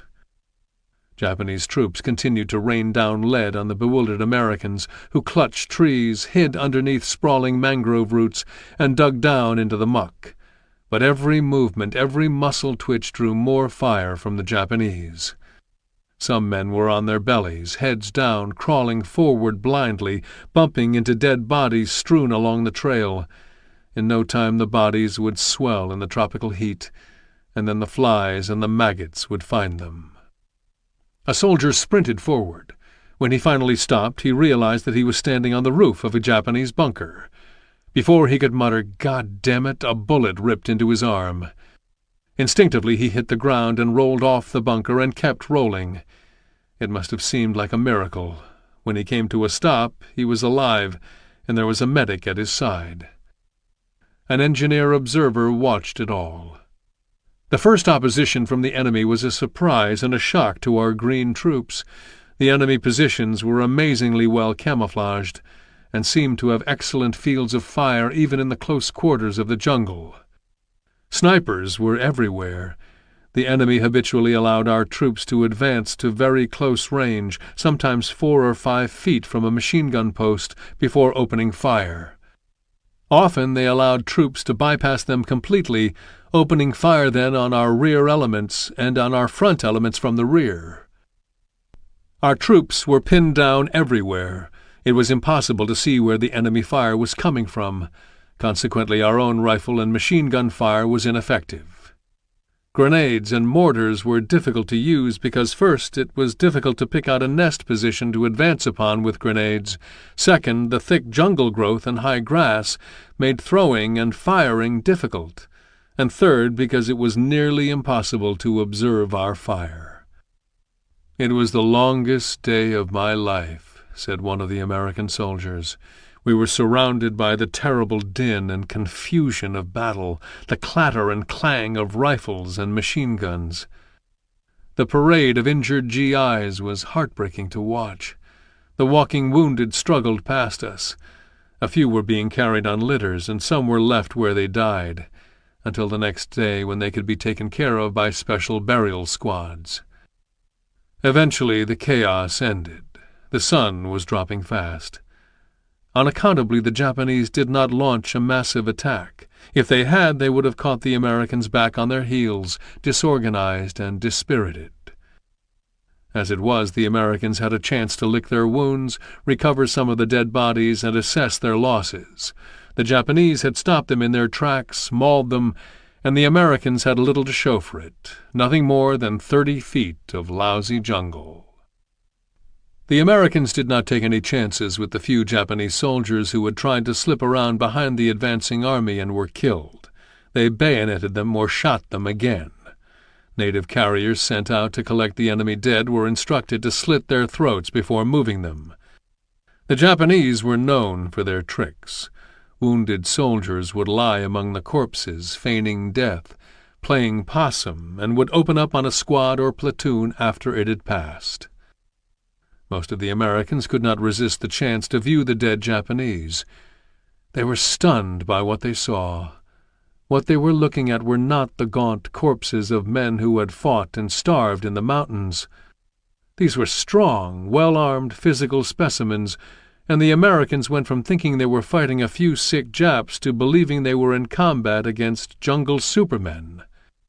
Sergeant Roy Gormanson of Company A said, "I always thought that the Japanese were small people, but then I saw my first dead Jap. He was 6'1" or better." The reality was that despite a formidable Allied air presence, the Japanese had succeeded in landing 900 fresh troops at Basabua on November 17th. These were probably the soldiers that Gormanson had come upon. Many of them were from the 144th Infantry and the 3rd Battalion's 229th Infantry, a unit whose two sister battalions were fighting on Guadalcanal. The 229th was made up of experienced jungle troops who had fought in China, Hong Kong, and Java. All 900 men were deployed east of the Garua River in the Cape and Diadere d'Europa plantation area under Colonel Yokoyama, who was formerly in charge of the Senananda Garua area west of the river. As curious as the Americans were to see the bodies of Japanese soldiers, they were unnerved and frightened at the sight of their own dead. Some of the men avoided the corpses. The shock that they had experienced in their first battle had turned into a kind of despair. To look upon a dead friend might mark them for death in the next battle. Others came to pay their last respects before the bodies were covered up. Many cried. A handful turned bitter and made silent promises to themselves that they would pretend to fight, but when the bullets were spraying across the jungle, they would crawl behind a tree. They had no intention of dying in some God-forsaken place. Others vowed revenge. In future battles they would kill like machines and afterward take souvenirs. It was a barbaric ritual, but one that became commonplace. These men rifled through the pockets of the Japanese dead, scrounged through their packs, taking whatever they could: photos, flags, insignias, sabers, pistols, harakiri knives, money, diaries, even boots, and the split-toed tabi shoes that many of the Japanese soldiers wore. Some would cut open the mouths of the dead from ear to ear. Then with the butts of their rifles they would smash a dead man's teeth and take his gold crowns. Some cut off fingers and kept them for good luck. One guy cut the ears off a Japanese soldier and kept them. That evening, after rounding up the corpses, the soldiers of the 128th dug in. The medics, who had been shot at all day, removed their red crosses and arm brassards and began dyeing their white battle dressings green. Japanese snipers loved to zero in on the white bandages. None of the men slept. It was raining, and they wrapped themselves in leaky raincoats or shelter halves. Their foxholes were filled with water. And their minds played tricks on them too. Vines became gun barrels, trees skulking Japanese soldiers. Dead bodies came back to life. Cicadas and crickets shouted obscenities. The Japanese were on the move too. Ray Bailey, a platoon sergeant with Company B, remembers stringing up trip lines that night. He and two of his buddies, they called themselves the Three Musketeers, used C-ration cans and grenades. They pulled the pins on grenades and then crammed the grenades into the cans, knowing they had only 5 seconds, 1 Mississippi, 2 Mississippi, before the grenades splattered their guts all over the jungle. Once in the can, the grenade handles would not budge. If a Japanese creeping through the jungle hit the string they had tied to the handles, the grenade would come tumbling out of the can and trigger the detonator. Bailey and his buddies thought that they would sleep easier after setting the trip lines, but the Japanese had other ideas. "They had one of our guys," Bailey says. "He was hollering. They were torturing him so we could hear, and there was nothing we could do about it." The day before, the Americans had brought in a Japanese prisoner. "We never felt any hate against him," Bailey recalled. But after that, everyone vowed they would never bring in another Jap prisoner. Back at his headquarters at Mbogo, Harding was stunned by the 128th's defeat. Allied intelligence had seriously underestimated the number of enemy soldiers at the beachhead, maintaining that the Japanese army had only 1,500 effectives, when in actuality its troop strength numbered nearly 6,500 fighting men. To make matters worse, Harding was still reeling from the news he had received that afternoon. He would have to forfeit his 126th Infantry Regiment to General Vesey, who wanted it west of the WWII River on the San Fernando track, a move that had MacArthur's blessing.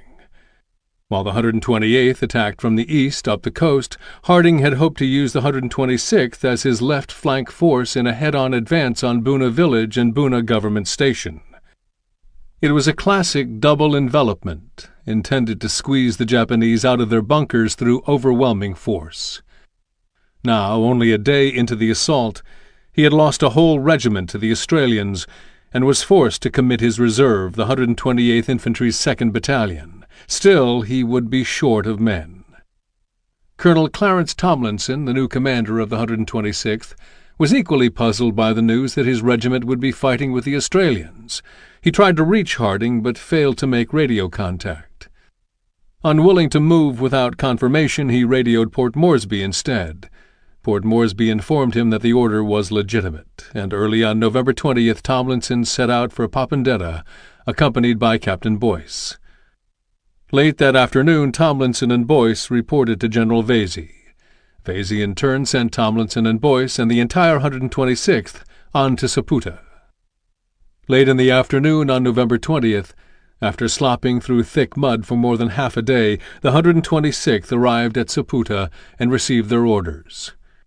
They would have a day of rest, and on November 22nd they would be committed to battle. Though wet and hungry, they were still feeling cocky. They would show the Australians how to fight. The exhausted Australians, whom they had been sent in to relieve, could have been offended by their brazenness. Instead, they merely smiled knowingly. Dudley McCarthy, an Australian historian who witnessed the arrival of the Americans, wrote that the Australians were content to sit back for a while and watch the Americans. There was a very real interest in their observation and a certain sardonic but concealed amusement. The Americans had told some of them that they could go home now, as they, the Americans, were here to clean things up. The following day Tomlinson and Captain Boyce scouted the front, and that evening met with the 126th Battalion commanders to discuss plans for the next morning's attack. Their only map was a vague, subpar 1-inch to 1-mile sheet, which did not contain descriptions of the terrain ahead, so the advance was going to require a good amount of guesswork. Tomlinson and Boyce were certain of one thing, though. The fighting was not going to be easy. Heavy jungle and swamp lay at the junction of the Saputo-Buna and Saputo-San Fernando tracks west of the WWII River, and the Japanese were dug in and waiting. Chapter 13. A Poor Man's War. With no shortage of bad news coming from the front, MacArthur's publicity team in Port Moresby was busy creating a message that had almost no basis in reality. The same day the 126th arrived in Saputo, MacArthur's communique read, "Our ground forces have rapidly closed in now and pinned the enemy down on the narrow coastal strip from Buna to Gona. We are fighting on the outskirts of both places." As if convinced by his own PR, MacArthur issued orders calling for a full-scale advance on the Buna-San Fernando-Gona front early the following morning. All columns, he said, were to be driven through to objectives regardless of losses. The message that General Harding received from MacArthur read, "Take Buna today, at all costs. MacArthur." Harding could not believe his eyes. His 128th was up against thousands of Japanese troops, blistering fire, log bunkers, and a huge swamp that limited his army's mobility. His 126th had been stolen from him. He had no artillery, and he was dealing with a supply crisis. His luggers and trawlers had been sunk off Hariko, and the WWII airstrip was not yet fully functional. He was operating on what he called a hand-to-mouth, catch-as-catch-can basis. It was not the way to run a war, much less win it. As if the terrain was not enough, equipment failures made his problems worse. Radios used by mortar platoons to coordinate firing did not work. Because of their short fuses, the few 81mm mortars that made it to the front had almost no effect on the Japanese bunkers because they blew up on impact. Harding was also to have received a number of tanks, but Murphy's Law prevailed. When the tanks were loaded onto barges at Oro Bay, the barges sank.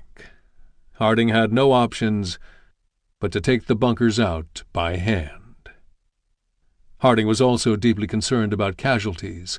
In just 3 days of fighting he had lost 63 men, and in 1 day of fighting alone a single battalion suffered 41 killed and wounded. Now MacArthur wanted him to take Buna regardless of the costs. Harding knew that if he followed orders he would be sentencing hundreds of Red Arrow soldiers to a certain death. "I know as well as anybody that you can't win battles without getting a lot of people hurt," Harding wrote in his diary. "But I also know that infantry can't break through an automatic weapons defense without first knocking out the automatic weapons. Anyone who knows his World War stuff knows that." What Harding did next was to tell his officers that they were to push the offensive only as long as the progress they made justified the losses. Progress in the jungle, though, was tough to calculate. Was it 100 feet? 200? Harding let his officers be the judges. He would accept the responsibility for defying MacArthur's orders. After 3 days of disappointment, General Harding needed good news, and it came with a pick-me-up late in the day on November 21st. After the loss of his 126th Regiment, Harding had been troubled about the state of his left flank, and practically begged Lieutenant General Edmund Herring to return a portion of his men. Having taken over for General Rowell, who had been dismissed by Blamey in late September, Herring was now commander of all Australian and American forces in New Guinea. Herring agreed to Harding's request, and instructed General Vasey to pick a battalion to turn over to Harding for action east of the Garua River. For Vasey it was an easy choice. He selected Major Smith's 2nd Battalion, the Ghost Mountain Boys, who everyone seemed to agree had been done in by their 130-mile march across the Papuan Peninsula. Smith's men were weary and filthy, and their dirty uniforms hung loosely on their gaunt frames. They looked more like haggard Depression-era hobos than fighting men, but at least Harding had another battalion with which to work. Early on the morning of November 22nd, Colonel Tomlinson pulled Smith aside. "Good luck, Herbie," Tomlinson said, "and get the hell out of here before the bastards change their mind." Smith took Tomlinson's warning to heart, and he and his men double-timed it for the Garua River crossing. By late morning the 2nd Battalion was at the riverbank. It had only been a few days since they last forded it, but during that interval, fed by recent rains, the river had risen dangerously.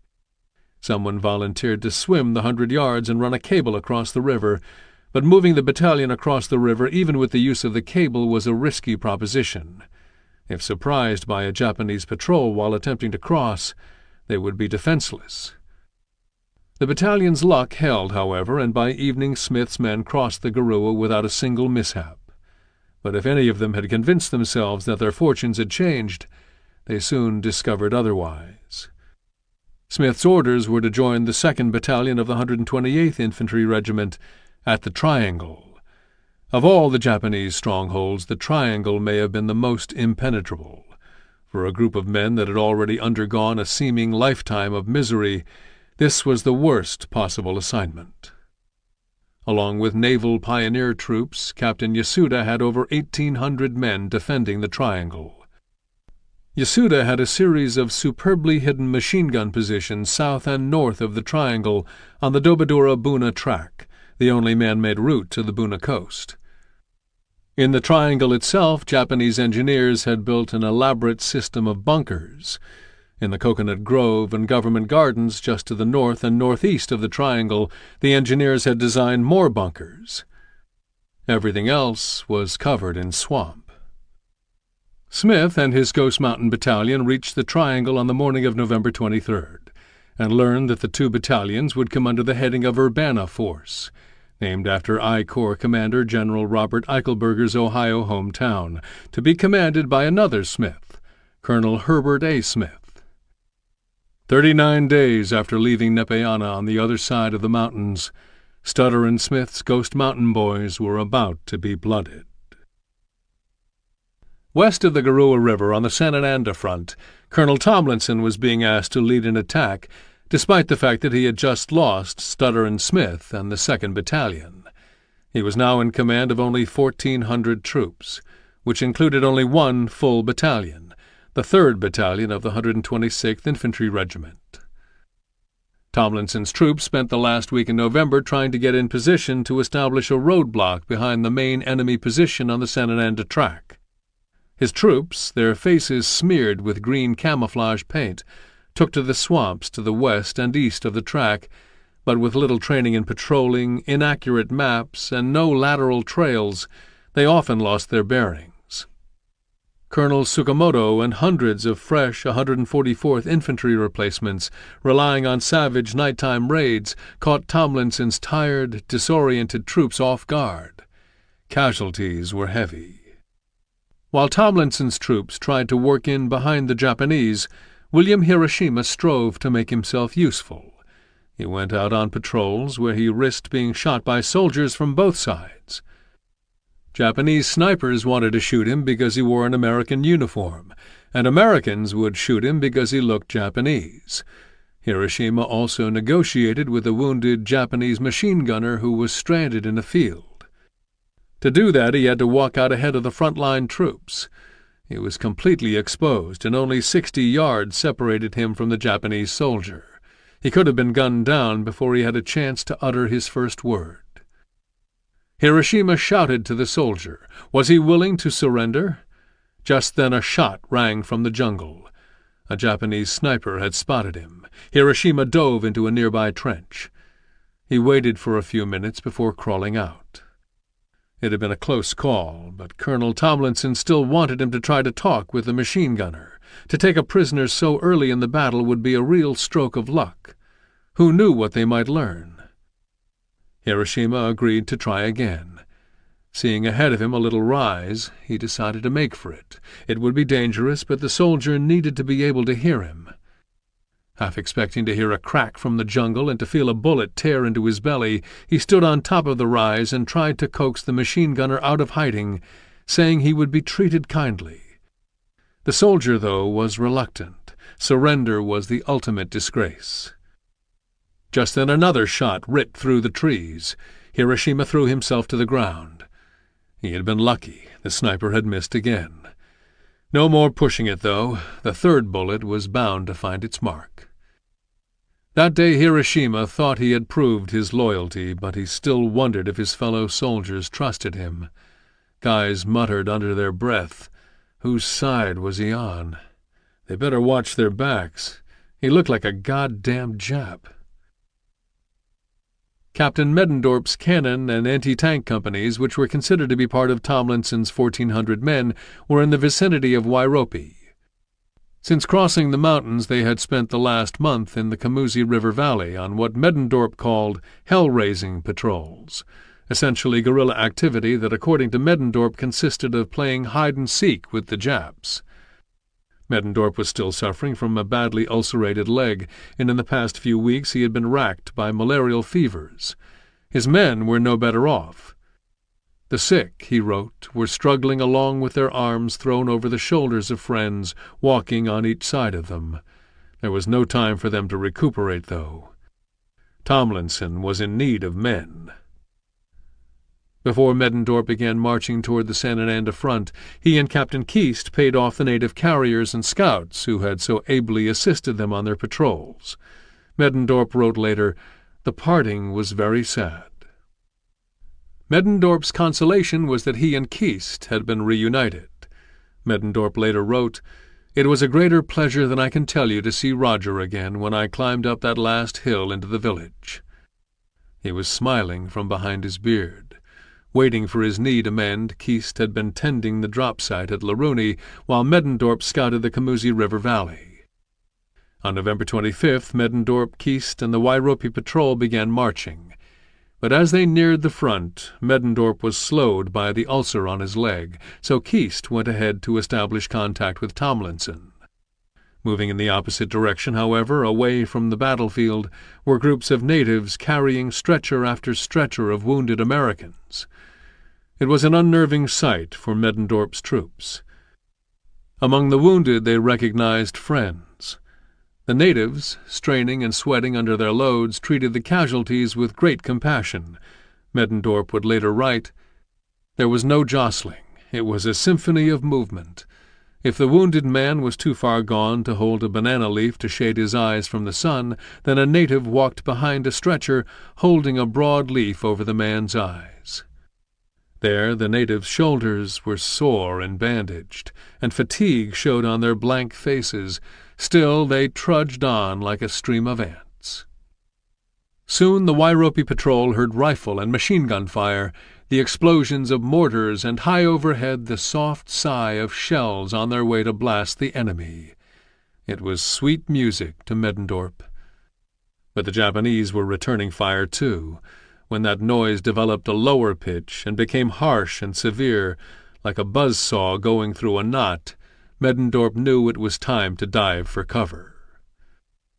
Middendorp finally reached Tomlinson's command post. Keast informed him that after a series of setbacks, just 2 days before they had lost more than 100 men killed or wounded, Colonel Tomlinson, a hard-nosed West Pointer, had scheduled his largest attack yet for the morning of November 30th. Middendorp was relieved by the news of the delay. He and his men badly needed a day of rest. The day before the attack, Colonel Tomlinson pulled aside Middendorp and Keast to discuss plans for the following day's attack. Tomlinson's shirt was streaked with sweat and salt. He had large rings under his armpits and a skunk-like band that ran from his neck to the small of his back. "There's only about half a dozen Japs out there," Tomlinson roared. "3 of those have dysentery and the other 3 fever. They move 1 machine gun from place to place. Our men are green, and they think that every bullet has their name on it. We must teach them to keep on advancing as long as they are not exactly being fired at. After hitting the ground, they must learn to get up and get along. Now get in there and do your part in cleaning them out, or I'll just have to tell the Australian general in command on this front that our regiment cannot accomplish its mission." Neither Middendorp nor Keast knew what to make of Tomlinson or his speech. They had had almost no contact with the new colonel. Quinn had been their regimental commander, the leader they loved, but Quinn was now buried in a grave in the Misty Mountains. Who was Tomlinson kidding, trying to convince them that they were up against only a skeleton force? They had seen the wounded allies being carried from the front. "It won't be any pushover tomorrow," Keast said, when he and Middendorp left Tomlinson. Middendorp's account of Tomlinson's speech was infused with sarcasm. Properly impressed with the necessity of giving the enemy a killing, we started out on the half-day march to get into position. As the men were assembling, Father Stephen Zenas paid the soldiers a visit. By now Zenas had proved himself. He had earned Middendorp's respect on the long, cold journey from Camp Livingston, Louisiana, to Fort Devens, Massachusetts, when instead of going by troop train he went with Middendorp in an unheated Army-issue truck with a canvas top and side curtains. More recently he had volunteered to march across the mountains with the 2nd Battalion. Never again would he be thought of as a pampered chaplain. Zenas had a great field of a beard. As always he was filled with spirit and good cheer, though his legs, Middendorp noticed, were a mass of running sores. At one point Zenas pulled Middendorp aside. "Be sure," he winked, "to use plenty of hand grenades, Skipper. They're buried up to their eyebrows." Middendorp carried Tomlinson's orders for the attack in his pocket. When he and Keast got to the front, Middendorp turned them over to the battalion's executive officer, who scratched out a diagram of the plan in the soft black jungle humus. The orders called for Middendorp and Keast to attack eastward from the left flank on November 30th. Another group of men would attack head-on, and one would advance from the right. The goal of the attack was to establish a roadblock north of the main Japanese position on the Saputo-Senananda track. "We'll get those bastards," Captain John D. Shirley assured the battalion XO after the meeting. "Tomorrow we'll get those bastards." Captain John D. Shirley was from Grand Rapids, Michigan, and he and Middendorp had been inducted together as second lieutenants in the National Guard. Shirley pointed to a position just down the track where a platoon commanded by Lieutenant Herschel Horton was set up, and volunteered to escort his old friend and Keast there. Middendorp gladly accepted. Shirley was a bundle of energy, Middendorp would later write. Every move he made was on the double. I couldn't keep up with him, for I had already been in the jungle for 2 months. I could get where it was necessary to go, but couldn't put out any spurts of energy. The trail to Horton's position led through Guinea grass. Shirley bent forward and ran along like a pheasant. It was not the first time Middendorp realized just how hard he had pushed himself in the last 2 months, but he and his men were in the same boat. They were all weary, even the youngest of the soldiers. Now, trying to keep up with a relatively fresh soldier, it was obvious that he was not up to it. Just what had the last 2 months done to him? Middendorp knew that he had lost weight, maybe 40 pounds, since entering the jungle in early October. He could feel his ribs and his hip bones and the sharp corners of his shoulders. Now only 150 pounds, he tired easily. On the short hike to Lieutenant Horton's position, he had to stop a number of times to catch his breath. Then there was the ulcer that looked like it might never heal. Shirley dropped off Middendorp and Keast with Lieutenant Horton. Keast flashed Horton a smile. They had known and competed against each other since their college days when Horton was a trackman at Notre Dame. "Hello, Horton. Glad to see you again," Middendorp said. "Quiet," Horton snapped, "and get down." Middendorp, Keast, and Horton lay on their bellies like snakes in the sharp 3-foot Guinea grass. The hot sun beat down on them, and the air was thick and wet. Except for the occasional shot, the front was largely silent. Even the birds grew quiet. Horton, Keast, and Middendorp went over the plans for the following morning. "This is how it's going to happen, boys," Horton told them. "I'll fire 2 shots with my pistol, and that will be the signal to begin the attack." Keast said, nodding in agreement, 2 shots. That night Keast, like the other men, drifted in and out of sleep. He would doze off and then wake with a start, his heart pounding, his head cobwebbed with images. His son Harry moved in and out of his dreams as if he were real. Sometimes it was as if Keast could reach out and hug him. He would pull Harry in close and hold him in his arms. Awake, his head cleared and his eyes adjusted. All he could see was darkness and the phantom shape of trees. Then the dank smell of the jungle would fill his nostrils, and he would remember where he was. On the morning of November 30th, the men were stretched tighter than piano wires, and smeared in mud with sweat dripping off their foreheads. The combination of salt and dirt clouded and stung their eyes. How in the hell were they supposed to kill Japs when they could hardly see? In tense whispers they passed the word down the line. 2 shots, listen for 'em, and then we go. As they waited, touching their triggers and trying not to hyperventilate, they imagined the various ways they might die. "Keep a tight asshole," someone said. "Now is not the time to be shitting your pants." Squinting and adjusting his gaze, Keast tried to make sense of the shapeless jungle. Where was the enemy? All he could see was the morning haze cut by a dim sun, shimmering trees, and in some areas where the 3rd Battalion and the Australians had already clashed with the Japanese, bare patches where trees had been stripped of their leaves. Lying in the Guinea grass waiting for Horton to give the signal, Keast recalled the details of his photographs. Ruth sitting on the running board of the family car holding their baby son. Harry with his perfect doll face, smiling at the world. Where were they now? What were they doing? For a moment he might have dreamed of the future, chasing his sons in the backyard, watching them swing their arms in that exaggerated way kids did when they ran, throwing the football with Harry, seeing Roger Jr. heave a basketball up to a rim, all coiled up, launching the too-big ball with all his might. Keith's feet were burning, and a dull ache had settled into his knee. The rest in Larooney had helped, but the knee was still weak. Then 2 shots. Gunfire exploded from the line. To pull the trigger after waiting for so long gave the men a giddy sense of release. Soldiers shot in the general direction of the enemy and hoped that their bullets struck flesh. Japanese troops returned fire. The volley was loud, theatrical, but brief. Middendorp heard the sound of empty clips popping out of rifles. He turned to Keast. "Sure," he said, "only 6 sick Japs." After 10 minutes of artillery, with Middendorp assisting Lieutenant Daniels, the Australian artillery forward observer, in registering the shots, the telephone operator got on the phone. "Guns off," he said. Middendorp and Daniels stepped in front of the lines to assess the damage. Company I, under Captain Shirley, was ready now.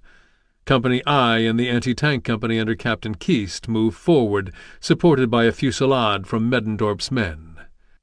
"Follow the sun!" Shirley shouted. "Follow the sun!"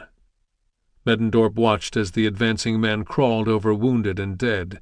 He was startled by the fury of the Japanese response. They gave back every bit they received. The .25 caliber Japanese Arisaka rifles had a peculiar high-pitched sound, like the crack of a bullwhip. Each of those cracks was answered by the coarse bark of American .30 caliber M1 rifles.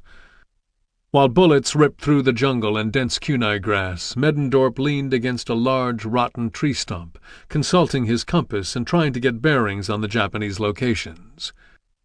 Enemy bullets hit the tree stump, splattering wood chips all around him. Somewhere in the jungle a Japanese Juki machine gunner opened up. Middendorp could tell it was a Juki by its slow, heavy thud. Just behind the front line, Lieutenant Siegel worked, according to Middendorp, as calmly as in a hospital at home. His aid station was nothing more than a thatched hut with a mud floor and assistants with flashlights. On the battlefield, soldiers improvised stretchers of balsa wood or split bamboo, wrapped them with telephone wire or denim jackets, and went out to recover the wounded. They had to act fast. It did not take long for open wounds to become infected, even gangrenous. Once off the line, they carried their comrades into slit trenches to protect them from rifle fire and mortar fragments. There the wounded lay wrapped in dirty, blood-soaked battle dressings, until Siegel could attend to them. Though Siegel was sick himself, over the past 2 months Middendorp had watched him grow thinner and paler, he worked mightily to stabilize the wounded before they were carried back to the regimental station. There were times, though, when even a talented medical doctor like Siegel was powerless. That is when Father Zenas took over. Zenas had buried his first man, Colonel Quinn, at Natunga, surrounded by the mountains and the green solitude of the jungle. Here he walked along the slit trench, holding his rosary, administering last rites to the dying, while the battle raged around him. Back at the front, Shirley and Keast's assault was stalled after 400 yards by withering enemy fire. Notified that the advance had bogged down, the battalion executive officer rushed to the front to rally his troops and led the way across a large kunai field. When the attack slammed up against a wide stretch of swamp through which the Japanese had cut lanes of fire, the jungle vibrated with the sound of machine guns, and the executive officer was killed.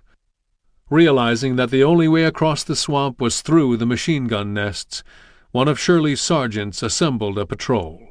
10 men, with 2 automatic rifles, a Tommy gun, and a bunch of grenades between them. As they crept and slithered through the swamp, bullets ripped through the trees and over their heads. The men knew that the Japanese were firing indiscriminately. If the machine gunners actually spotted them, however, it would be like a carnival shoot. The Japanese could wipe them out in a matter of seconds. When the patrol got within 30 feet of the machine gun nests, the men decided not to push their luck. They rose and tossed their grenades. The barrage stopped. Seeing their opening, Keast and Shirley drove their men through the Japanese line. When the Japanese retreated, the two captains agreed to rest the troops. They had gained another 600 yards. In the jungle, where success was measured in double-digit increments, it was a tremendous accomplishment. Late in the afternoon, as a gray mist settled over the jungle and fruit bats gathered in the darkening sky, Shirley's scouts located an enemy bivouac off the main Saputa-Senanenda track. Shirley and Keast realized that if they hoped to make a move on the enemy stronghold, they would have to do it before nightfall. "Fix your bayonets, and let's cut the guts out of them," Shirley said. If his men, who had been locked in battle for almost the entire day, were surprised by the order, they should not have been. Shirley's ferocity was well known. Do or die, he was determined to get the bastards. Shirley and Keast divided their companies into 3 platoons, and then they led the charge through the jungle. "Keep moving!" someone yelled out. Giant ferns and vines ripped at their legs. Branches gashed their faces. They did not know where the Japs were until they saw the muzzle flashes. Then they hit a solid mass of enemy soldiers. Men fired at each other at point-blank range and slashed and lunged with their bayonets. Blood splattered everywhere. Shirley had hold of a man's neck, and he could feel the Japanese soldier thrashing under his hands. When the Japanese defenders scattered, Shirley and Keast wasted no time in securing the track. They dug in and placed rifle squads in all directions around the new position. The men were wet with sweat and covered in muck. Their hands were sticky with blood, but they had succeeded, beating the Japanese at their own game. They had established a perimeter 300 yards to the rear of the Japanese position on the track and had isolated the enemy's forward units. But as dusk fell, they realized the precariousness of their own position. Surrounded by Japanese snipers and machine gunners, they were cut off from the main body of the Americans by more than a mile of thick jungle. Shirley knew he had to get word back to battalion headquarters. Where the hell is the phone, he wanted to know. When one of the signalmen confessed that he had left it 100 yards back in a kunai patch, Shirley ordered him to get it. News of Shirley's and Keast's attack electrified battalion headquarters, but the victory had come at a price. On the way back to the command post, Middendorp saw the graves of the men lost that day. There were more, he wrote, but they were out there between the lines where they could not be gotten. He heard wounded men crying out and saw corpses already bloated by the heat. That night a breeze came in off the coast, cooling the jungle. Then Middendorp said of the unrecovered bodies, "We could smell them." East of the Garua River, as Colonel Smith began moving on the Triangle, he was heartened by the arrival of Major Stutter and Smith's 2nd Battalion. Smith, too, was happy to be back among familiar faces. The 128th had been his home for more than 20 years. One of the first people he saw was Lieutenant Mac Fredette, an old friend. Fredette was stunned by the condition of Smith and his men. Smith, who had always had problems keeping weight on, was as thin as a cornstalk. He had also just recovered from a bout of malaria. His men all wore long beards and, in Fredette's opinion, looked like walking skeletons. As the battalion got settled, Colonel Smith gave Stutter and Smith a quick tour of the area. However, the major would have very little time to familiarize himself with the lay of the land. The attack was scheduled for the following day. He must have hesitated for a moment when he saw the battlefield. Buna, Smith wrote, was a nightmare of jungle, kunai grass higher than a man's head, and swamps that rose and fell with the tides. The Japanese had built bunkers with excellent fields of fire covering approaches from inland routes. These bunkers were practically invisible. That night Stutter and Smith put Lieutenant Odell in charge of a platoon in Company F. Odell was 40 pounds lighter than when he had come to New Guinea.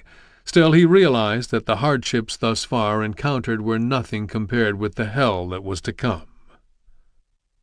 Just short of midnight on November 23rd, Colonel Smith and Stutterin' Smith held a council of war at the colonel's command post, which was situated along the Saputa-Buna track, 3/4 of a mile short of the triangle. They had already resolved the confusion that might arise from 2 battalions fighting side by side, each one commanded by a Herbert Smith. Stutterin' Smith became Red Smith, and Colonel Smith was White Smith. They also laid out the plans for the following day's attack. It would come from 3 directions and would begin at 0800 with bombing and strafing by American pilots. Before the troops moved out, 4 25-pounders new to the front would open up on the triangle.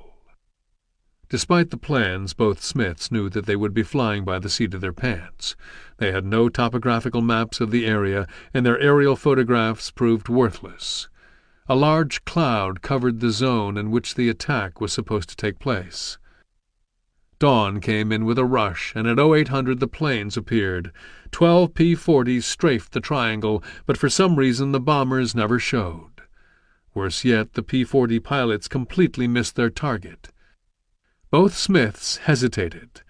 They could not possibly send their men into the triangle now. It would be a suicide mission. They called for more planes, which arrived 5 hours later, but only 4 of the 12 they had requested.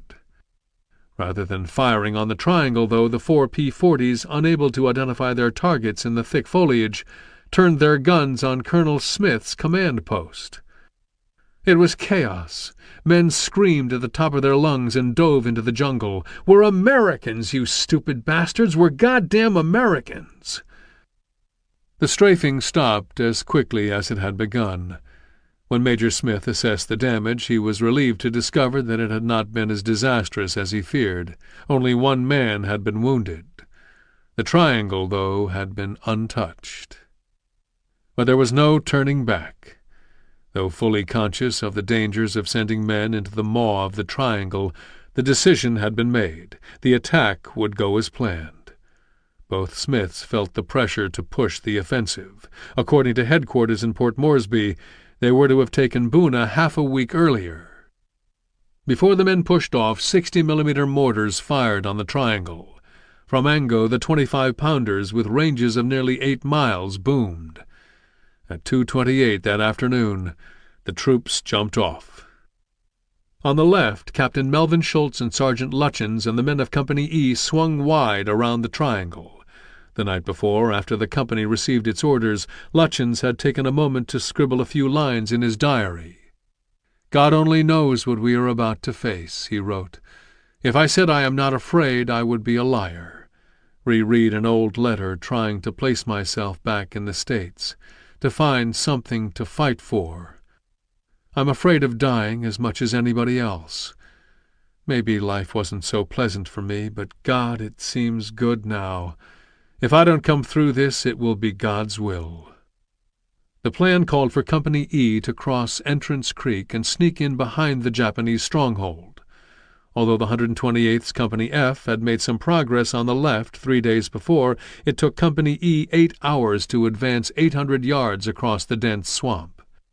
The men could not see more than 10 feet in any direction, and they were under strict instructions to hold their fire even if fired at. Their mission was reconnaissance. Men swore under their breath about how easy it would be for a bunch of Japs to ambush them in the swamp. They were goddamn sitting ducks.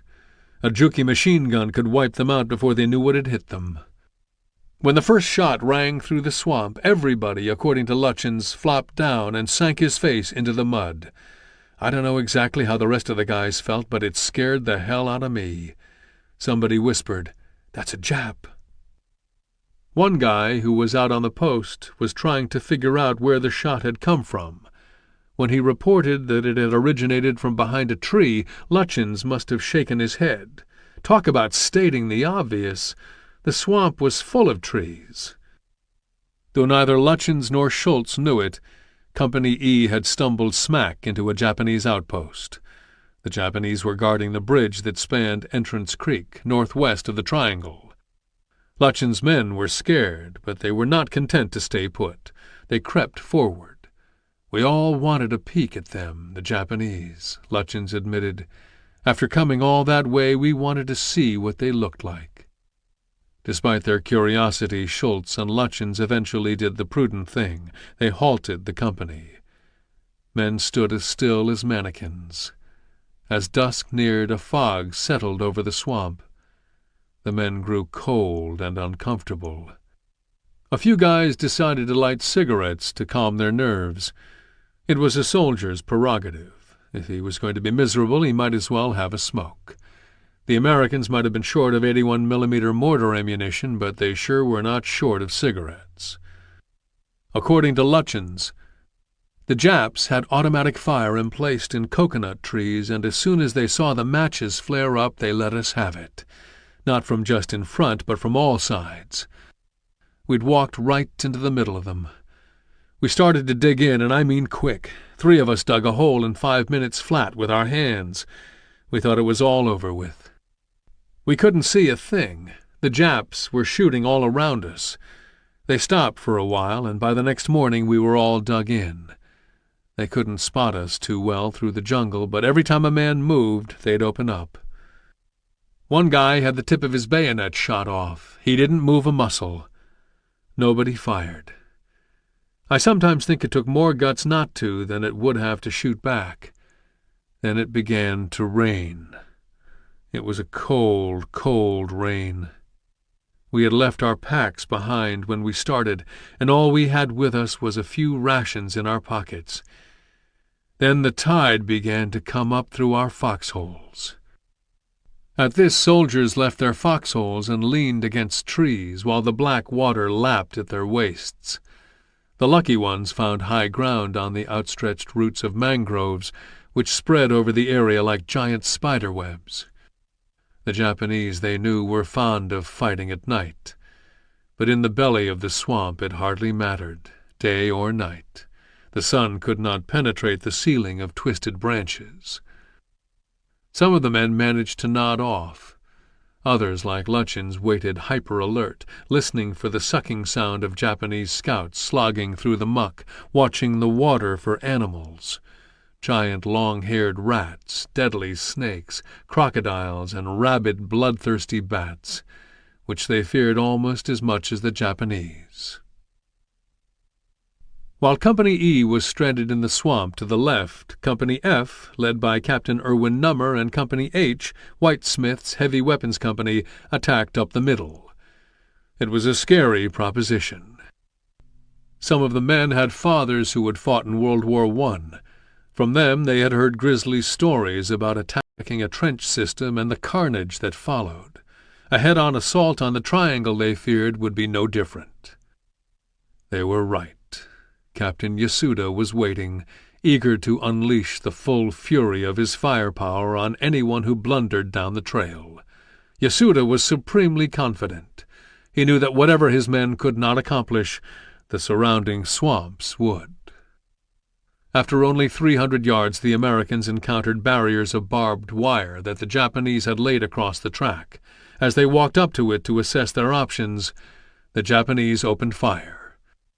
Some of the men were so close they could taste the gunpowder. Lieutenant Odell hit the ground and rolled off the track into the swamp that flanked it. He and the others had just 2 options, to dig in or to retreat. Captain Nummer called for a retreat. If they had any hope at all of advancing, they would need engineers with explosives to clear the trail. In the swamp to the right, Whitesmith's men, like Lutchins and Company, were trying to work their way behind the triangle when a large enemy force attacked them. It was a classic Japanese attack. Near dusk, the Japanese riflemen unleashed savage yells and bore down on the Americans. Though the Japanese could not have known just how raw and unseasoned the American soldiers were, the reality was that they were up against men who had never before experienced battle. Furthermore, they had caught them off guard. The Americans scrambled to defend themselves, only to have their weapons fail. According to the official report, mortars fell short because increments, the propelling charges in the mortar ammunition, were wet.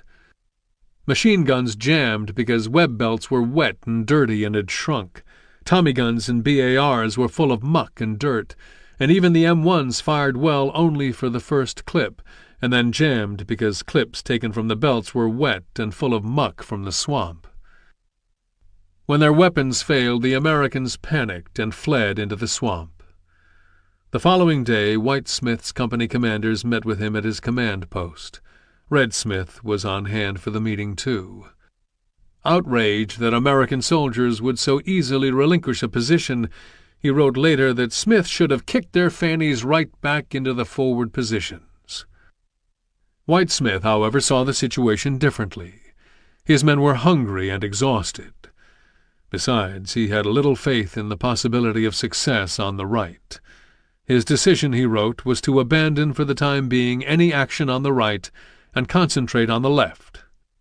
When he made General Harding aware of his decision, Harding agreed. The left-hand road to Buna was best. That put the burden of the attack squarely on the shoulders of Stutter and Smith's Ghost Mountain Boys. Chapter 14. If They Don't Stink, Stick 'Em. From the safety of Port Moresby, MacArthur watched in impotent fury. Offensives on both the Warren and Urbana fronts had yielded nothing but bad news. Making matters worse, the Japanese landed more troops on the night of November 24th. The next day, Generals Blamey and Herring paid MacArthur an unexpected visit at Government House. In the course of their conversation, both generals lobbied for bringing in reinforcements. MacArthur proposed calling in the 41st Division, which had been training in Australia for over 6 months. The Australian generals wasted no time being polite. They were unimpressed with the 32nd Division, they said. They preferred to use Australian troops. For Blamey and Herring, who remembered MacArthur's remarks about the efforts of their troops on the Kokoda Track 2 months before, it was sweet revenge. According to General Kenny, who was staying at Government House at the time of the Australian general's visit, the accusation that the Americans wouldn't fight was a bitter pill for MacArthur to swallow. Kenny did not bother to defend the 32nd either. In fact, he was openly critical of the division's commanders, who, he said, were unable to inspire their inexperienced troops. MacArthur was all ears. As a career Army officer, he did not have much faith in National Guard officers. In fact, the only one he trusted was General Hanford McNider. And McNider was recuperating in Port Moresby after being wounded by a Japanese rifle grenade while observing the fighting on the Warren front. The day after the general's visit, MacArthur sent 2 operations staff officers to the front with strict orders to observe what they could and to report back to him. One of them arrived at the Warren front, east of Buna Government Station, the day after Thanksgiving. Everyone knew by looking at his purposeful way of walking and his pressed uniform right off the quartermaster's shelf that he was from HQ, a typical theoretical staff officer devoid of practical knowledge of combat operations. The men did not bother to put on a show for him either. They were sick and tired, and their morale was low. According to E.J. Kahn, a member of Harding's staff and a former staff writer for The New Yorker, they were gaunt and thin, with deep black circles under their sunken eyes. They were covered with tropical sores, and their jackets and pants tattered and stained. Few wore socks or underwear. Often their soles had been sucked off their shoes by the tenacious, stinking mud. To make matters worse, after a full week of fighting, they had nothing to show for their efforts. After consulting with War Department observers, the HQ man was convinced that there was not only a lack of leadership on the Warren front, but that the men had no fight left in them. The observers told him of soldiers who refused to advance, relying instead on aircraft, mortars, and artillery. He heard stories about men who, in the heat of battle, abandoned their weapons and fled into the jungle. 2 days after arriving at the Warren front, he was back at Government House, where MacArthur was awaiting his report. The officer's assessment was damning, and exactly what General Headquarters wanted to hear. GHQ wanted to make changes, and now it had the evidence it needed to justify them. What the observer had omitted from his report was that without more troops, heavy artillery, especially 105mm howitzers, which were ideal for destroying pillboxes and bunkers, tanks, flamethrowers, which Marines at Guadalcanal were using with great success, grenade launchers, and Bangalore torpedoes. The Japanese bunker system was virtually unassailable. General Harding's head was on the chopping block, and he knew it. He had already dispatched Colonel John W. Mott, his chief of staff, to the Urbana front. Mott's orders were clear: do what he needed to do to invigorate the attack. Mott wasted no time asserting his authority, or, according to some, his ego. He relieved 2 of the 128th's company commanders. Mott also held a conference with the 2 Smiths. Earlier, Colonel White Smith had convinced General Harding that redirecting the efforts of the 2 battalions toward Buna Government Station instead of Buna Village might energize the stalled advance and drive a wedge between the Japanese positions. However, when Mott asked Colonel Smith if he had a plan for doing just that, Smith confessed that he had not. Mott then turned to Stutterin' Smith. Did Major Smith have a plan? Smith said he had been thinking about it since Colonel Smith had proposed the idea. Though there was nothing ingenious about it, in his opinion, throwing troops at the triangle was a recipe for disaster. Japanese defenses were too strong. The key was to move troops into position on the far west side of the triangle and stage an attack from there, behind the main Japanese position, while simultaneously striking at the head of the triangle. They might catch the Japs by surprise. Mott was impressed enough to adopt the plan, and he and Smith hashed out the details. He also told Smith that he would soon get a chance to put it into action. General Harding had scheduled an attack on both fronts for the last night of the month, November 29th to 30th. Meanwhile, Harding was in the process of moving his headquarters and staff from Mbogo on the coast to the inland Allied airfield at Dobodura, 15 miles from the coast, with a trail running on the left to the Urbana front and on the right to the Warren front. Dobodura was the logical choice for the new headquarters. Dobodura was an area of broad grasslands that a tribe of coastal natives had inhabited to avoid the attacks of a neighboring coastal tribe.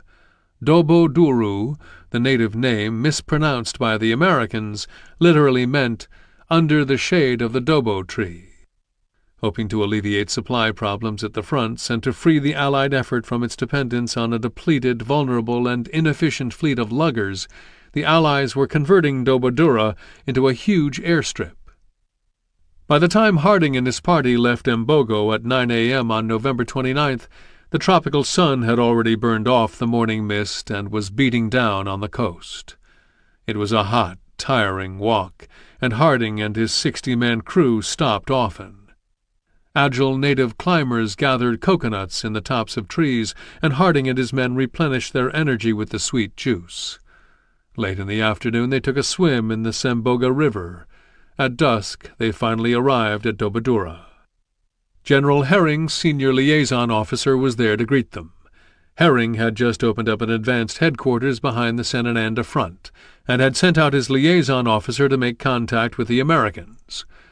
That evening Harding learned that General Sutherland, MacArthur's chief of staff, would also be paying him a visit. It didn't take Harding long to grasp what was going on. MacArthur's triumphant script, which he had written from the comfort of his breezy veranda, was in jeopardy of being undone, and MacArthur, the stage manager, was not at all happy. The attack that General Harding had scheduled for the last day in November was for all the marbles. All the men realized it, especially Smith's Ghost Mountain boys, whose return Harding had fought so hard for. Looking at them, Colonel Mott must have wondered why. Stanley Jastrzemski, the wet-behind-the-ears Polish kid from Muskegon, Michigan, was riding out another fever. The rumbling in his ears sounded like a train roaring through a valley. He had a temperature of 103 degrees and no quinine. He fumbled with his field pack, searching for the sweater he had picked up weeks before in Laruni. Soon the chills would come, then his teeth would rattle so wildly they would feel as if they were going to fall out of his mouth. Between the anticipation, the malaria, and the dysentery that had been with him since the 2nd Battalion's march across the mountains, he could no longer control his bowels. He had not bathed in a month and could barely stand the smell of himself. He stank like rotten meat. "Dear Lord," he prayed, "give me the strength and courage to continue." Even as Jastrzębski uttered these words, he knew that there were hundreds, perhaps thousands, of other American soldiers spread across the front, weakened by fatigue and dysentery, and burning up with fever. Prayer was their only recourse. With almost no quinine to soften the effects of malaria or bismuth to treat stomach ailments, Doc Warmenhoven and his staff could do little for the soldiers.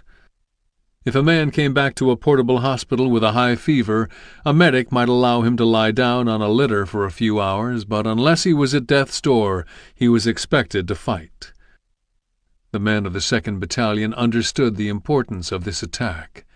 Some of them were going to die. Their tongues swelled, their skin felt too tight, their eyes were bloodshot. Tense and plagued by spasms of diarrhea, guys ran back and forth into the bushes to relieve themselves. Those who could eat ate perfunctorily. Fires were forbidden, so they spooned out cold tinned baked beans and ham and eggs. Jastrzębski emptied a K-ration box into his mouth. He gagged, but then worked up enough spit to swallow the crackers. A trickle of rain fell. He turned his helmet upside down to catch what he could. Then there were the men who did not bother with water or food at all. A handful walked back and forth as if in a daze, wearing a blank look that soldiers would instantly recognize as the Buna stare. These were the psychotics, men broken by hunger, disease, exhaustion, and the grind of combat. Some had willed themselves to forget everything they loved, the taste of cold beer and Sunday suppers, what it was like to be with a woman, the rumbling engine of a fast car, the slap of a ball hitting a catcher's mitt, the smell of fresh-cut alfalfa.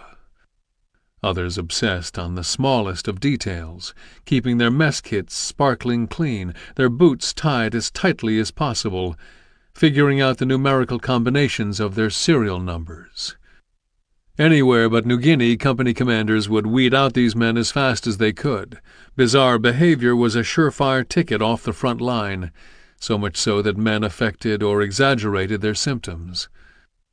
At Buna, though, what company commanders needed more than anything else was warm bodies to throw at the Japanese bunkers. Looking around at his men, some who were only half his age, Stutter and Smith must have wondered how many of them would survive the attack. Smith was not a man given to outpourings of emotion, but goddamn he loved these boys. And that Gus Bailey might have been the best of the bunch. Bailey never lost that twinkle in his eyes. A haze of cigarette smoke hung over the 2nd Battalion's camp. Men field-stripped their rifles, oiled them and wiped off the excess oil, sharpened their bayonets, and chain-smoked cigarettes down to stubs to dull their anxiety and temper their hunger pangs. The 2nd Battalion might have been short on food, but there was no shortage of coffin nails. The smokes were enclosed in their field rations, and each GI was given a liberal supply. "Just like the fucking army," someone said. "No goddamn food, but all the cigarettes you want." They were new enough to war that they had not developed any superstitions or rituals that experienced troops rely on to keep them safe. Soldiers were writing letters back home, just in case, or reading letters from home. Mail drops were made at Laruni, Jori, and Natunga, and some guys had a stack of letters that they read and reread until they had memorized them. As Lutjens said in his diary after receiving 2 letters from home, "No one will ever know what they mean to me." From the folks back home, the soldiers learned that things were tough there, too. People could not buy tires, so everyone was forced to learn how to recap and retread. To save on gas, they coasted down hills and never let their cars idle. Nobody went for Sunday drives anymore. Paper, especially toilet paper, was hard to come by. The Andrews sisters and Glenn Miller were doing their best to make the deprivation bearable.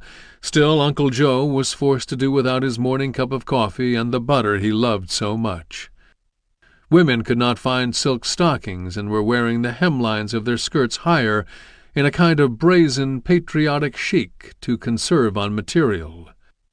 Canning companies were working around the clock to produce enough canned peas and sweet corn for the soldiers. Farmers collected urine from their horses, which was being used to make penicillin. People were saving and collecting everything they could: scrap iron, newspaper, rags, grease, tin cans, to be salvaged and sent to factories for military use. Children were harvesting milkweed seed pods, which, because they floated, were used in life jackets. Wives and girlfriends, sisters and mothers were rolling bandages to meet their Red Cross quotas. Everyone with a son or daughter serving overseas flew a blue star flag. A gold star meant that they had had a son or daughter killed in action. Some of the guys were writing letters to their wives or sweethearts, encouraging them to get on with their lives. They could barely make their hands shape the words. "I love you, darling. Please know that I love you. But I ain't coming home. I got this feeling I'm never coming home." As Gus Bailey waited for orders to move out, he must have wondered how he would ever tell Catherine about the hatred he felt. If it were not for Japan, he would be lying in her arms or holding Clady Allen, the son he referred to as the little one in his letters home. Jastrzemski was fighting off demons, too. Woozy with fever, he laid his head back and studied the incandescent Southern Cross that was partially obscured by ragged clouds. Like all soldiers, he would come to hate the hours before battle. He was glad of two things, though. First, he was out of the mountains. Under no circumstances would he ever make that march again. He wouldn't do it. Couldn't do it. Second, he was grateful that he was not out on guard. The guys on the posts had it the worst. They were in a no-man's land, close enough to heave a stone and hit an enemy sniper. Jastrzemski knew that they were dug in like rodents, watching the jungle, hugging the inside of their foxholes. Though they had been issued watches with glow-in-the-dark dials, they made sure to cover them. They could not even smoke. A sudden light would draw fire from both sides, enemy and friendly. At night in the jungle, even the fireflies were not safe. In the swamp northwest of the Triangle, Lutchens and his men had been pinned down for a week. They were tired, hungry, and antsy, especially Sergeant Halbert Davidson, the boxer, who resented the fact that he had been sent out on a fact-finding mission and confined to a wet foxhole for 7 days. One day he left his foxhole and slipped over the company's flank, crept up on 2 Japs, and killed them with 2 short bursts from his rifle. Captain Schultz could hardly punish him. The Japanese already knew they were there, so it was not as if Davidson had given away Company E's position. Besides, according to Lutchens, Davidson was that kind of guy. He couldn't bear not to shoot at them. He wanted to win the war. On the night of November 29th, a messenger from battalion headquarters navigated his way through the thick swamp to deliver Company E the news. The attack would kick off at midnight. Schultz assembled Lutchens and his other platoon leaders. They huddled close together, lighting their maps by scraping phosphorus from a log. After the meeting, Lutchens retreated to his diary. There was a woman, Frances Lorraine Phillips. They had gone to high school together back home in Big Rapids. Lutchens believed that she was out of his league, but he loved her still. Now, on the night before the battalion's first big push, Lutchens wrote her. Although the letter is dated November of 1942, from the text it's safe to assume that he wrote it on November 29th. It was a letter he would probably never have the chance to send. To a girl I love. Dearest, you will never know what you have meant to me since I have known you. I guess I've loved you since the first day I saw you 10 years ago. Many times I have tried to drive you out of my thoughts, knowing how hopeless it was. Just to know that one day you smiled on me gives me courage to face most anything. You probably don't even know I'm alive. Many a night, lying in the mud and hell of this country, you have been my consolation and friend, my courage and my life. The only time I would ever think of saying this is now, when my life means nothing. Forgive me for taking this unforgivable privilege, and please don't laugh. If I do come through this, everything will go back as it was. Never would I dare to mention this. Only God will know. What Lutchins and the others did not know as they prepared for battle was that many of the Japanese soldiers were on the verge of despair too. A captured diary from the Buna battlefield illustrates the mood of the Japanese troops. November 28th. Very beautiful morning. Can this be a blood-smeared battlefield? As usual, enemy planes bombed us. None of our planes appeared. At last our lives are becoming shorter. Look at the fierceness of the enemy mortar fire, which bursts near us. Today the word that the Buna crisis is imminent has reached the ears of the Emperor, and he has asked that Buna be defended to the last man. In response to the Emperor's request, the Japanese began to organize suicide squads. A Corporal Tanaka writes, "Today, November 30th, Battalion Commander Yamamoto and subordinates organized a suicide squad. Death is the ultimate honor. After my comrades and I are dead, please bury us in your leisure time. I ask this because it is dishonorable to remain unburied. Please take care of your health and serve your country." Back at the Triangle, Stutter and Smith's companies began to move out. Lieutenant Odell recalled some of the details of that night. We each grasped the shoulder of the man in front and slowly shuffled forward in the pitch-black of night. Our only guide was the telephone wire leading to the jump-off point, and the troops in the foxholes along the way who had been holding the ground recently captured. There was no trail, and consequently several hours were required to travel as many hundreds of yards. We all had bayonets. Rifle fire was forbidden until after the attack was well under way. Japs encountered along the way were to be dealt with silently. When a Japanese plane flew over low and dropped flares, the men froze. They hugged trees or pressed their bellies into the mud. The attack was scheduled to kick off at midnight, but it became apparent to Smith that because of the terrain his troops would never be in position in time. In some places the jungle was so dense that they were forced to crawl on their hands and knees, pushing like wild pigs through a tangle of vines, creepers, and bushes. When they came to a swamp too deep to wade, some men laid down a log. Hundreds of soldiers had to use that one log, and it took hours for all of them to cross. Following Gus Bailey, the men of Company G shoved clips into their rifles and sneaked toward the track that led to Buna village, their movements drowned out by the din of crickets and croaking frogs. Once they arrived at the jump-off spot, the men lay down in the kunai grass. Jastrzemski could feel the dew. He was close enough to hear the Japanese talking, the cadence of their conversations. The Japanese did not know where G Company was, but they knew something was up. They were firing over the Americans' heads. Every fifth bullet was a bluish-white tracer. It looked to Carl Stenberg as if a long, brightly lit clothesline had been strung across the kunai field. It seemed unreal, and for a few minutes he wondered if what he saw was really happening.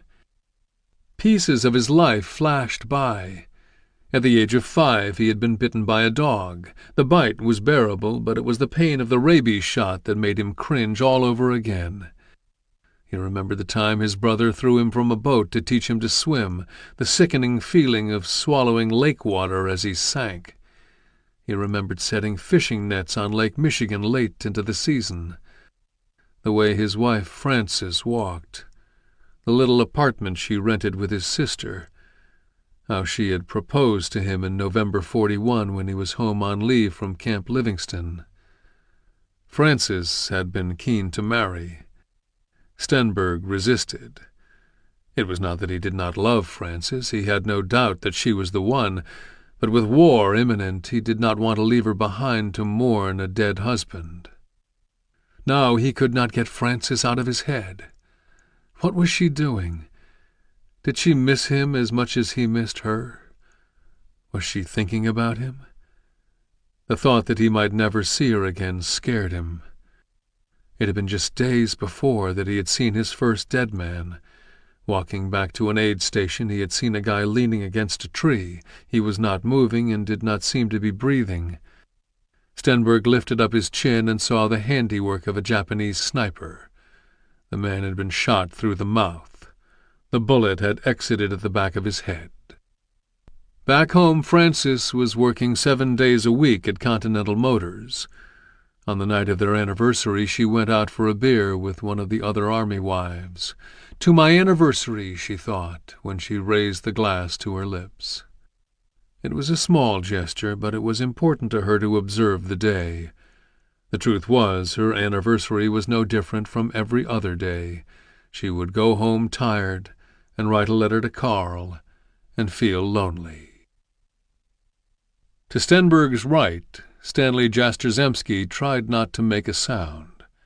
Hours before, weakened by malaria, he had wondered if he would be able to walk, much less fight. Now his body was alive with fear. The pounding of his heart sounded to him like the hammer of a Juki machine gun. He breathed as quietly as he could, but it was quick and raspy, like the last gasps of a dying man. If the Japanese had not heard him, surely, he worried, they could smell him. The stench of fear and nearly 2 months of accumulated filth. He felt the dysentery rumbling in his gut, and he prayed he would not shit his pants. A mosquito buzzed at his ear. Jastrzemski swung at it and then cursed himself. It was a rookie mistake. Had the Japanese heard or seen him, they would have splattered bullets through the long grass. Jastrzemski, a devoted Catholic, said a prayer. At home, when he needed good luck, he went to St. Michael's and lit a candle. But now all he could do was to say a simple Hail Mary. Platoon Sergeant Don Stout lay in the grass, cursing himself. Bailey had offered to make him a liaison officer between Company G and Battalion Headquarters. It would have kept him out of situations like the one he was about to face. "What do you think?" Bailey asked him after proposing the move. Stout considered it for a moment. "You know, sir," he said, "I've trained with these guys for a long time. I walked for 40 days with them. I think I'll stick it out with them." Bailey, of all people, must have understood. As he lay in the long grass, though, ready to charge the Jap position, Stout wished he could take back everything he had said. Finally, at 0400 hours, 4 hours later than planned, Jastrzemski heard the unmistakable click of bayonets being fitted into rifle barrels. The clouds had cleared, revealing a luminous night lit by a huge moon. Jastrzemski noticed a faint taste of metal on his tongue as he listened to the men of Companies E and F run forward, making the first charge, yelling like crazed Japanese soldiers drunk on sake. For the men of Company F, it was their first bayonet charge. So much adrenaline surged through their bodies, they felt as if their veins would burst. A flare went up, lighting their faces white and blue. 100 yards out, they smacked into a line of surprised Japanese machine gunners. For Robert Odell, who helped lead the assault, it was the first time he would ever fire his M1 rifle. A Japanese soldier sprung to his feet, and Odell dropped him. Then, according to Odell, all hell broke loose. There was more lead flying through the air than it's possible to estimate. Machine gun tracers lit the entire area, and our own rifle fire made a solid sheet of flame. Everywhere men cursed, shouted, or screamed. Order followed on order. Brave men led, and others followed. Cowards crouched in the grass, literally frightened out of their skins. Captain Irwin Nummer of F Company was one of those brave men. Hit by a Japanese grenade fragment, Nummer popped up off the ground, crying out, "It doesn't hurt, fellas! See, they got me, and it doesn't hurt at all!" Just behind Nummer, Lutchins and his men joined F Company, running at the Japanese, soon close enough to use their bayonets, slashing and stabbing and swinging the butts of their rifles. Outmanned, many of the Japanese fled their bunkers, leaving the Americans to storm the Japanese outposts.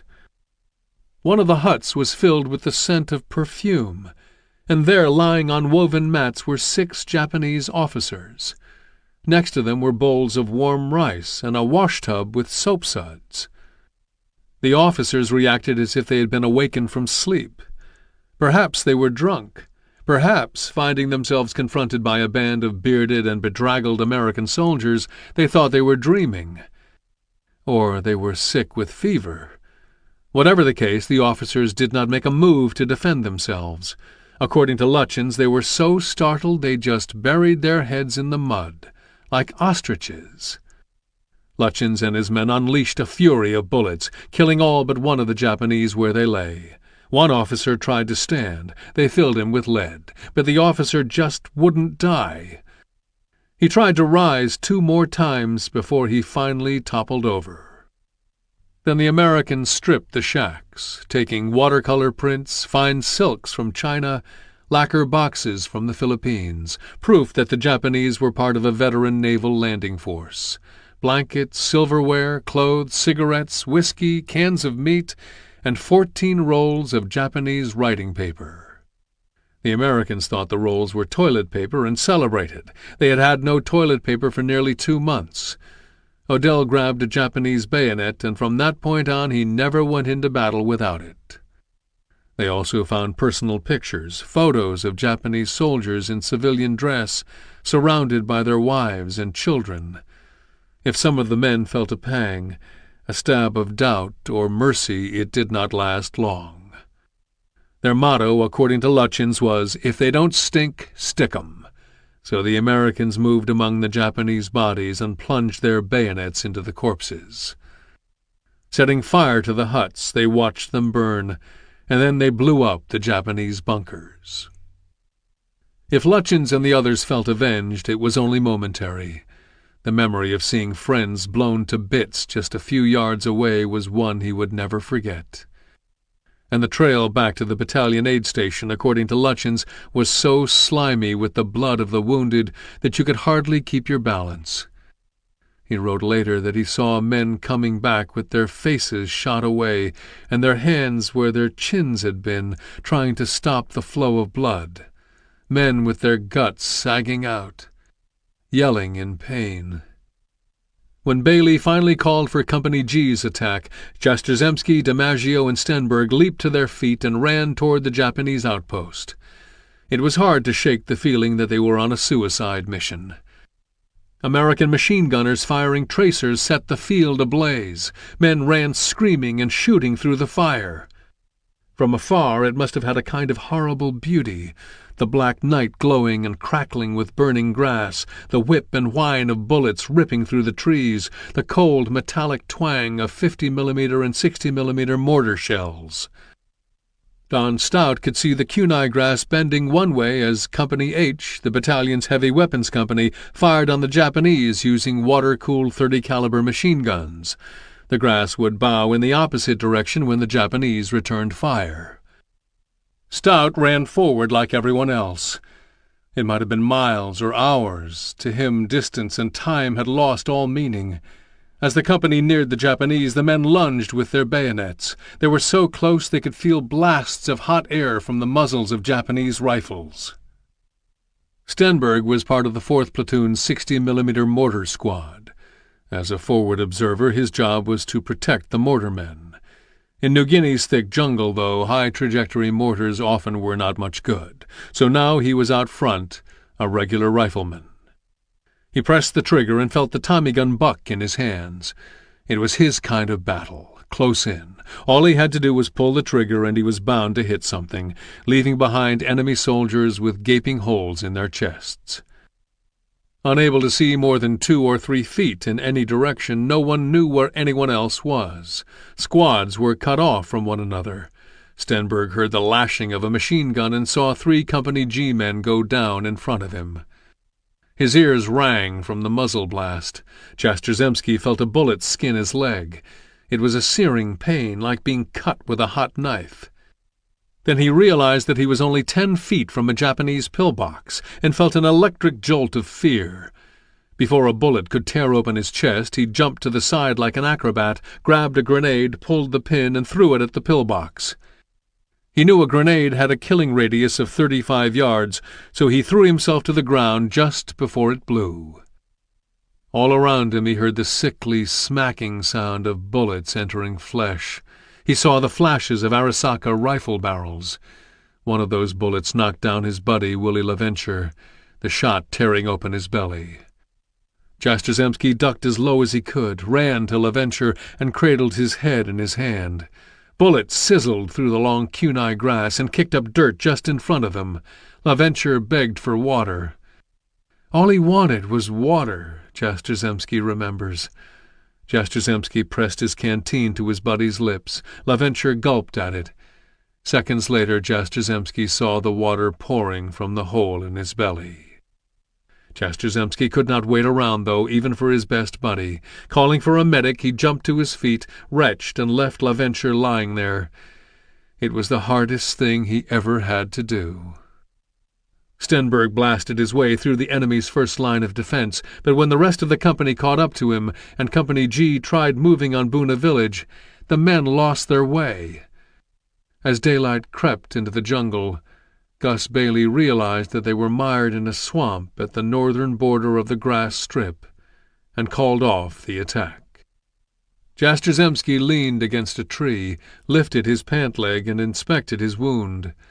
Luckily, the bullet had only grazed him. Then, looking around, he spotted a Japanese flag lying in the mud. He walked over and grabbed it. Goddamn Japs had just killed his best buddy. At least he could steal their precious flag and stuff it in his pocket like an old snot rag. Stenberg stumbled forward, his legs weak but still able to carry his weight. Then he sat down in the long grass and finally exhaled, taking a moment to thank his lucky stars that he was still alive. Then he wondered how his best buddies, Sergeants George Borgeson and O'Donnell O'Brien, were doing. He and O'Brien had joined the Guard at the same time. Their serial numbers were 1 digit apart. In November of 1941, while back home in Muskegon on leave, O'Brien and Borgeson, still in uniform, were groomsmen at his wedding. O'Brien was a tough Irishman. If the Japs tangled with him, he would give them a run for their money. In front of Stenberg, a man moaned in pain. When Stenberg approached him, he realized that it was his buddy Jim Broner, one of the 2 Broner brothers in Company G. Broner was a sergeant in the rifle platoon and had been shot through the leg. It was a deep wound, and the flesh around the bullet hole was shredded. Stenberg took his bag of sulfa powder and dusted the wound and stood guard over Broner, watching for snipers in the trees, waiting for a medic. When the medic arrived, he shot Broner up with a half-grain of morphine, hurriedly dressed his wound, then gave him 2 sulfanilamide pills. 10 minutes later, litter-bearers carried him out. If they could get Broner back to a portable hospital before he lost too much blood, his buddy had a good chance of keeping his leg. Doc Warmenhoven and his staff, working round the clock in blackout tents just behind the front lines, were performing miracles with sodium pentothal and blood plasma. Plasma had saved dozens of lives. It came in a tin can in powdered form and was mixed with distilled water and injected into a soldier's vein via a needle and rubber tubing. Because it was universal, a doctor did not have to wait for blood typing. If the litter-bearers could get Broner out of the jungle, Warmenhoven could pump plasma into him as fast as he could slice open the can. He would operate right there, sterilizing his instruments with a small stove or canned heat, kneeling over a canvas stretcher draped in bloody sheets and soaked in disinfectant, in a tent that smelled of burned flesh and of feces, because guys often had their bowels ripped open by mortar rounds. While bullets struck the surrounding trees and perforated the tents, they continued working. In 1 week they had performed almost 70 major surgeries, including amputations and serious chest operations, saving soldiers who in World War I would have been left for dead. When Colonel Mott discovered that Bailey was out of position, he called on Lutchins and Company E to take Buna village. Shortly after sunrise, Lutchins led his men down the main track in the direction of the village. 300 yards out, Company E slammed into a Japanese bunker and was stopped dead in its tracks. Although Company E's assault failed, Stutter and Smith, who was in the front lines with his men, recognized that a breakthrough was possible. Sensing victory and a speedy end to the battle for Buna village, he ordered Companies H and F and some troops from Headquarters Company to resume the attack. He knew the assault would require mortar support. Putting Captain Harold E. Hantelman, commanding officer of Company H, in charge of mortars, he instructed Captain Nummer of Company F to initiate the charge. It is what the men loved about Smith, his moxie, his ability to think on his feet, his willingness to be at the front with the privates and the corporals. Smith knew it was his job to make the men believe. The only way to do that was to be right there with them, dodging bullets, risking his life. While Nummer led his men down the main track in the direction of the ripening sun, Handy Hantelman, a former Star offensive guard at the University of Iowa, directed a fierce mortar barrage. Hantelman sported a long, disheveled black beard and looked more like a swarthy pirate than a captain in the U.S. Army. The mortars sent hot shrapnel flying everywhere, but the Japanese were ready for them and stopped Nummer well short of the village. Still, Nummer and Company F punched away at the Japanese for much of the morning. Herman Botcher, now in charge of a platoon, saw a Japanese sniper pick off 6 of Company H's men. Spotting a rifle barrel jutting from the leaves of a nearby tree, he raised his Tommy gun and touched off the trigger. The Japanese sniper fell 6 feet and then bounced as the rope he had used to tie himself in tightened around his ankle. Elsewhere, another Japanese machine gunner sprayed bullets through the jungle. "We have to take him out," Botcher told his men. Next thing his men knew, Botcher grabbed 2 grenades and was crawling through the long grass. Poking his head up, he saw the machine gun sticking out of a trench. After throwing the grenades, he began pawing at the dirt, digging down as deep as he could. The grenades blew and things went nuts. Bullets flew over his head. "Damn Japanese are shooting high," Botcher thought to himself. Then he realized it was his own men shooting in the direction of the detonated grenades. When the firing stopped, Botcher crawled back to his men, grabbed his machine gun, and returned to scout the enemy trench. He found 3 Japanese, all dead, crouching with their faces buried in their arms. Botcher realized that they had heard the grenades hit. With no time to roll out of the trench, they had tried to save themselves by covering their heads and faces. By early afternoon, Stutter and Smith saw the handwriting on the wall and reluctantly called off the assault. The morning's offensive had been successful, but his men had made little progress since those early gains. As the Americans dug in, some Japanese soldiers staged a counterattack. One of Lutchen's men, Private Johnny Combs, caught them in the act. With his back against a tree for support, he leveled his Tommy gun and took out all 16 attackers. The battlefield, Lutchens remembers, was littered with bodies. Mostly Japanese, but Americans too. It was a sight he would never forget.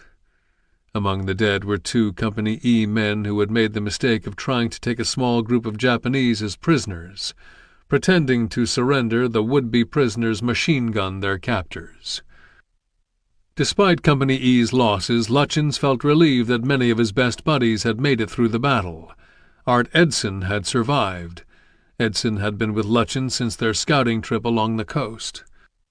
Together they had also made the walk from Natunga to Pongani to establish contact with the 128th. The return trip had been especially rough on Lutchens, who was sweating out his first malaria attack. Had it not been for Edson, who encouraged, prodded, and sometimes dragged him, Lutchens might never have made it back to Natunga. Stutter and Smith had reason to be upbeat, too. His Ghost Mountain boys had driven the enemy back hundreds of yards. In the process, they had achieved their objective, the first breakthrough in the Japanese perimeter. Chapter 15. The Butcher's Bill. Back at Dobadura, General Harding had just gotten the news of Stutter and Smith's success. In the big picture, the breakthrough did not amount to much. Boona Village and Boona Government Station had not been touched. With the rest of the 126th, the 1st and 3rd Battalions were still fighting alongside the Australians west of the Garua River. Harding figured that he might have been able to overwhelm the Japanese. But without a numerical advantage, he would have to continue probing their positions for a weak spot. It was a slow, costly business that was bound to keep the gravediggers busy. On the coast, his 128th Infantry Regiment was bogged down too. Though Colonel Mott had shaken things up by relieving 2 officers, the change did nothing to affect the tactical situation. The Japanese were dug in too well. Only tanks or more troops would change that. Earlier that morning, as Stutter and Smith's troops pressed the attack, General Sutherland flew in from Port Moresby and Australia's General Herring came in from Popondetta to meet with Harding. Though they had ostensibly come to discuss battle strategies, from Harding's perspective the generals had already reached their own conclusions. Sitting on empty ammunition boxes under a small grove of trees at the edge of a kunai field, neither Sutherland nor Herring appeared very interested in listening, but Harding continued to press the issue. Having already argued for tanks and artillery, he asked for the 127th Infantry, which had arrived in Port Moresby on Thanksgiving Day. He reminded the generals that he barely had a third of his 126th Regiment. By lunchtime, Herring was on his way back to Popondetta. Sutherland, though, stayed on. He and Harding were making small talk when suddenly Sutherland dropped his bomb. MacArthur, he said, was worried about the caliber of his infantry and the aggressiveness of its officers. Sutherland wanted to know how Harding intended to rectify the situation. The general bluntly defended his men. Anyone, he said, who thought that his troops were not fighting didn't know the facts. Sutherland then asked him if he intended to replace any of his top officers. Harding replied that he did not. Sutherland had heard enough. That afternoon he returned to Port Moresby and recommended to MacArthur that he relieve Harding of his duties. What was lacking at Boona, Sutherland said, was not artillery, troops, tanks, or planes. What was missing was inspired leadership. That Sutherland had not even been to the front lines to assess the situation did not prevent him from commenting on Harding's alleged inability to motivate his men. Harding would later say that Sutherland's report to MacArthur must have been a masterpiece of imaginative writing. MacArthur had already ordered Major General Robert L. Eichelberger, I Corps commander, to report to him in Port Moresby. MacArthur had great faith in the general. If anyone could remedy the situation at Boona, it was Bob Eichelberger. Though he had never commanded troops in battle, Eichelberger's resume was top-notch. Early in his career he had served in Panama and on the U.S.-Mexico border. Later, at the tail end of World War I, while assigned to the American Expeditionary Force in Siberia, he had been awarded the Distinguished Service Cross for acts of bravery.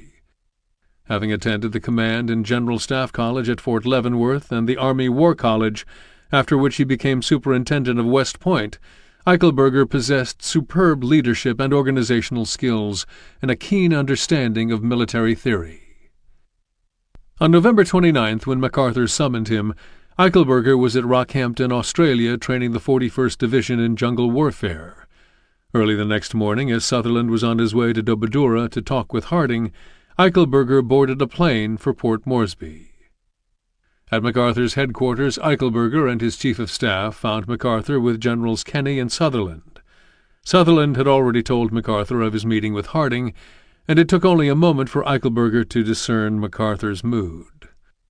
Almost before Eichelberger sat down, MacArthur was talking heatedly, striding up and down the veranda, holding his pipe like a weapon. The 32nd Division's troops were sick and tired and poorly trained for war in the jungle, but that was no excuse for cowardice, MacArthur said, citing the reports of his operations staff officers. A real leader, he insisted, could take these same men and capture Boona. MacArthur continued, "Bob, the number of troops employed is no indication of the importance I attach to this job. The fact that I've sent for you with your rank indicates how much importance I attach to the taking of Boona. Never did I think I'd see Americans quit." MacArthur then told Eichelberger that he was to leave for the front the following morning because time was of the essence. The Japanese, MacArthur said, might send in reinforcements any night. Eichelberger was to relieve Harding and his subordinate commanders, or, MacArthur threatened, "I will relieve them myself, and you too." MacArthur continued testily, "Go out there, Bob, and take Boona, or don't come back alive." Then he added, "And that goes for your chief of staff, Clovis, too." At breakfast the following morning MacArthur had apparently mellowed. Pulling Eichelberger aside, he wished him luck and Godspeed, and told him that he was no use to him dead. Eichelberger must have felt great relief. Just the day before he had written Harding, his good friend and former West Point classmate, to express confidence in him. But then MacArthur's mood again turned cold. Promising to decorate him if he took Buna, MacArthur told Eichelberger that he was to push the battle regardless of casualties. "That was our send-off," Eichelberger later wrote, "and hardly a merry one." By 1 p.m. that same day, Eichelberger took command of all U.S. troops in the Buna area. The next day, a medical officer reported to Eichelberger on the condition of his men. The troops, he said, within earshot of General Harding, looked like Christ off the cross. Considering their depleted condition, he added, the men were carrying on heroically. It was difficult for Harding not to feel a degree of satisfaction. It was what he had been saying all along. The men of the 32nd had been subsisting on short rations for well over a month. Because fires were not allowed at the front, the wet wood sent up billows of smoke and attracted too much attention, they ate their rations cold. Their feet swelled and bled. Their fingernails and toenails fell off. They were suffering from jungle rot, malaria, dengue fever, dysentery, ringworm, dehydration, and heat prostration. And there was a shortage of everything they needed to stay healthy: quinine, salt, and chlorination tablets, bismuth, and vitamin pills. Because of the sand, mud, water, and humidity, they could not depend on their weapons either. BARs, M1s, and machine guns jammed. When precious gun oil and patches reached the front, they came in large containers and were difficult to distribute. Spare parts were nearly impossible to find. Ammunition and medical supplies ran short. Soldiers who had lost their entrenching tools were still waiting for replacements. As a consequence, the morale of the troops was low. To make matters worse, their battlefield successes were few. Although Stutter and Smith's troops had punched a hole in the Japanese perimeter, the Japanese had not yielded much valuable ground. Their positions were impregnable, and Harding's troops lacked the weaponry to reduce them. Mortars, artillery, and air bombardments had proved to be largely ineffective. The only other possibility was for a soldier to rush a bunker and stick a grenade through a firing slit, a feat that took monumental courage and a lifetime of good luck. It was a heartbreaking, ridiculous way to bust a bunker. According to Stutter and Smith, many more failed than succeeded. The day after arriving at Dobadura, Eichelberger was eager to tour the front. Eichelberger did not know it, but after days of fighting things had finally died down, and he did not like what he saw. Men resting at aid stations, men dozing at the roots of trees, unshaven men wearing dirty, tattered uniforms, and empty ration tins surrounded by flies. Jastrzemski was one of those dirty, unshaven men. His fatigues were caked in mud and diarrhea. He had sweated out the malaria attack, but his limbs were still trembling. His right eye quivered uncontrollably. Just the thought of the previous day's battle, of cradling his buddy, of staring into the hole in LaVenture's belly, knowing that he was a goner, made the bile well in Jastrzemski's mouth. He tried to put the image out of his head. He was on his way back to the aid station where a buddy had told him they were passing out new jeans. Now, more than anything else, he just wanted a new pair of jeans. That is when he looked up and saw the general and lots of brass walking toward him. Immediately he realized the general was new. Eichelberger wore his insignia of rank. No officer who had spent any time on the front dared to do that. A Japanese sniper would pick him off in a matter of minutes. "Soldier, show me the front," Eichelberger said. Jastrzemski hardly heard him. "The front, soldier, the front! I want to see the front," Eichelberger demanded. "Follow me," Corporal Jastrzemski said. Eichelberger, who was already irritated by the lack of discipline he had witnessed, scowled. He was a 3-star general. Who did this soldier think he was, talking to him like that? After walking 100 yards or so, Eichelberger asked Jastrzemski where the command post was. and Jastrzemski pointed down the trail. Then the general reached in his pocket and handed him a pack of cigarettes. Jastrzemski was a cigar man, but he took the cigarettes anyway. He knew he could trade them later for chewing gum. Eichelberger stopped at the command post, and then farther down the trail he encountered 3 soldiers hiding in the long grass at the trail's edge.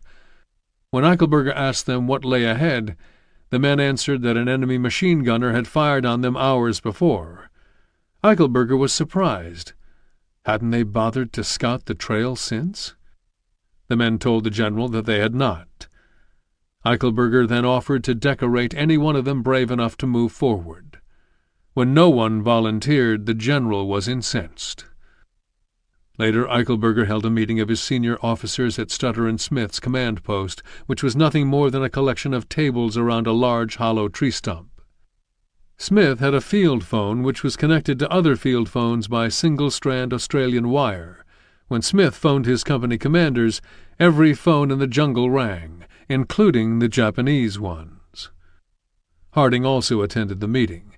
It was the first time since early October that he had seen Smith, and Harding did not recognize him at first. The gaunt, bearded Smith, Harding wrote in his diary, looked like a member of the Army of the Potomac. The gathering was a heated one. According to Smith, Eichelberger acted like a bull in a china shop, and made some caustic comments about what he had seen at the front, including the incident with the 3 men. Smith kept his mouth shut. Years later, recalling the general's anger, he wrote, "Decorations look damn artificial to a soldier who is filthy, fever-ridden, practically starved, living in a tidal swamp, and frustrated from seeing his buddies killed." Listening to Eichelberger denigrate his men, Colonel Mott could no longer hold his temper. "Damn it," Mott said, "anybody who thinks the men aren't fighting doesn't know his beans. Do you have any idea of what it's like out there? The mountains were hell on the men, and now they're fighting in swamp water up to their chests. You want to know why? Because the Japs have every piece of high ground from here to Australia." Harding threw his cigarette to the ground and snuffed it out. He agreed. Then Eichelberger's voice rose. "You're licked," he said, looking at Mott and Harding. "Your men aren't fighting. They're cowards." The meeting broke up shortly after that, and Eichelberger buttonholed Smith and asked him what his assessment was. "It's tough, damn tough," Smith said. "It doesn't pay to attack. The plan should be really basic, to edge up slowly every day, but even that's not working. We're not getting anywhere." Eichelberger was under no illusions. He could plainly see that American forces were prisoners of geography, and that Buna was going to be siege warfare, the bitterest and most punishing kind. But that was no excuse for faint-heartedness. With MacArthur's warning ringing in his ears, Eichelberger looked Smith straight in the eye. "I don't think you're trying hard enough." Back at his tent at WWII, Harding tried to understand Eichelberger's attitude. His old West Point classmate was under enormous pressure. MacArthur had given him an earful and appointed him his executioner. Was Eichelberger simply carrying out orders? Despite trying to see both sides, it was difficult for Harding not to be bitter. Harding had been determined to avoid what he called the butcher's bill run-up by the generals of World War I, and obviously he had not pressed the battle hard enough for MacArthur's tastes. In France, the 32nd's Red Arrow men, facing rapid-firing artillery and machine guns, had developed a reputation for bravery, but Harding knew that it had come at a huge cost to the division. In 5 months, the 32nd Division lost 3,000 men and counted almost 14,000 among the wounded. Harding refused to repeat that kind of carnage at Buna. To order headlong attacks on the Japanese positions was Civil War tactics, pure madness. While at Fort Benning Infantry School, Harding had been one of a group of instructors who attempted to define and implement a new set of battle tactics that put a premium on ingenuity and discouraged high casualty rates. George C. Marshall was the school's assistant commandant at the time, and Harding had Marshall's blessing. He and his fellow officers developed and taught flanking movements and other innovative battlefield techniques. Harding had also edited a seminal study of small unit engagements during World War I and enumerated a list of lessons learned. One of those was to assault by day an organized position manned by good troops equipped with automatic weapons without providing for adequate support by artillery fire or tanks is folly. In 1937, in his position as editor of the Infantry Journal, he elaborated on this point. Since wars began, he opined, this do-something obsession has driven leaders to order attacks with no prospect of success. The enemy's position is immensely strong, but our masters are impatient. We attack, and the history of military disaster is enriched by another bloody repulse. In another editorial, Harding blasted senior commanders during World War I for firing junior officers whenever things did not turn out as planned. According to writer and historian Tom Doherty, the qualities that Harding emphasized in his writings boiled down to this: a good leader possesses the courage and self-discipline to protect his organization from his own rash impulses and from the anxieties crashing down from the chain of command. Harding, Doherty elaborates, had expressed these convictions years ago in peacetime, but did he have the courage to act upon them at Buna, where he was caught between enemy fortifications worthy of the Western Front and a living legend who insisted on victory at any price? According to Doherty, many of the men who served under Harding at Buna believed the answer to this question was yes. They were convinced, Doherty adds, that far from being too weak to succeed, Forrest Harding was too principled to add another bloody repulse to history's long roll of military disasters by sacrificing his soldiers on the altar of Douglas MacArthur's impatience. Harding sat down with his diary. Eichelberger, he wrote, showed no appreciation of what the men had been through, or the spirit shown by most of them in carrying on despite heavy casualties, the roughest kind of opposition, and the most trying conditions. Once he was done writing, Harding went to Eichelberger's tent to bury the hatchet and to discuss a new plan of attack. Eichelberger only half listened, and then interrupted Harding to object once again to what he had discovered at the front. Harding guessed at Eichelberger's intent. "You were probably sent here to get heads," Harding said. "Maybe mine is one of them." "You are right," Eichelberger answered briskly. "I take it I am to return to Moresby." "Yes," Eichelberger replied. Then Harding stood up and stepped out into the night. The next morning, after a night's downpour, Eichelberger woke to a stream running through his tent. The water was thigh-deep, and his personal possessions were floating away. If he was irritated by the previous day's events, he was really aggravated now. Having dismissed Harding, he wasted no time in instructing his staff to relieve Harding's top commanders, including Mott. Then, over breakfast, Eichelberger apologized to Harding, insisting that he had no choice in the matter. Harding, ever the gentleman, accepted his friend's word. Later he excused Eichelberger in his diary, writing, "It was probably either his head or mine." Harding's staff was not so forgiving. It was a dirty deal, one of them insisted. Harding was being scapegoated. Weeks before, the general had wanted to cut off the Japs as they retreated from Kokoda to the coast. The Red Arrow men might have wiped out Horry's army, but Blamey had insisted that the Australians be in on the kill, and MacArthur agreed. Consequently, Harding lost 3 pivotal weeks. In the meantime, the Japanese were able to land reinforcements. Word of Harding's dismissal made the rounds. While his staff collected his belongings, he paid a last visit to a nearby portable hospital. Stretcher-bearers were bringing in wounded soldiers. Harding, visibly moved, apologized to the men for letting them down. An injured soldier overheard. "Hell no, General," he said. "We let you down." Later that day, Harding left Dobadura for Port Moresby. Buna was now Eichelberger's alone to try to take. The problem which Harding tried to articulate was that Buna, as Eichelberger would soon discover, was a Leavenworth nightmare. The U.S. Army Command and General Staff School in Leavenworth, Kansas, did not teach solutions to such dismal tactical pictures. The Japanese defensive position was superb. They commanded the high ground up and down the coast.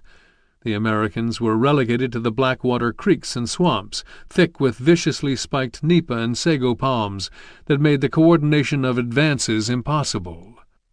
Companies were scattered all over the place. Classic military maneuvers like the double envelopment, where an enemy's flanks are attacked simultaneously in a kind of pinching motion, were unworkable. Fronts, at least in the conventional sense, did not exist. While Eichelberger set out to reorder his units, which had become scrambled like eggs, his new officers struggled to come to grips with the reality of their commands. One complained about a lack of almost everything with which to operate. Eichelberger also decided to move his command post closer to the front.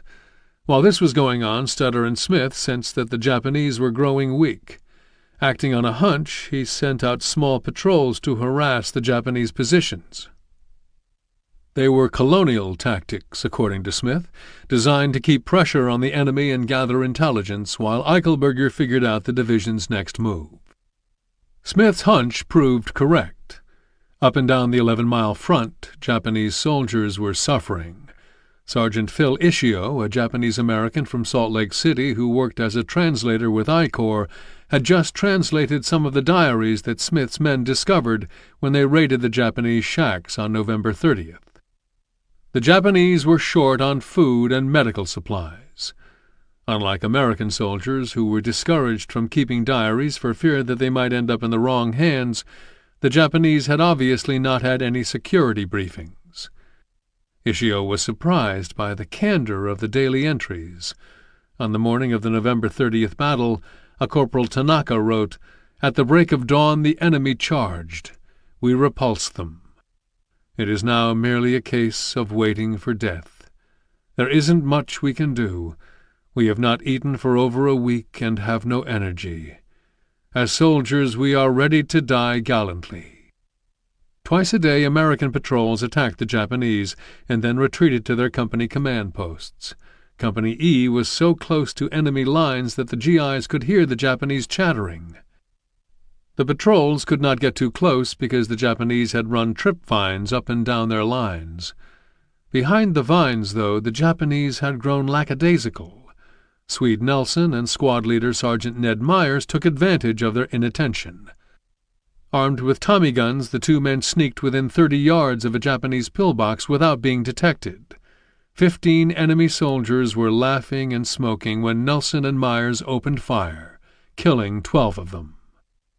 At night the Americans ceased their attacks and stuck to their miserable water-filled foxholes, which most men had dug using the pans from their mess kits because they did not have any entrenching tools.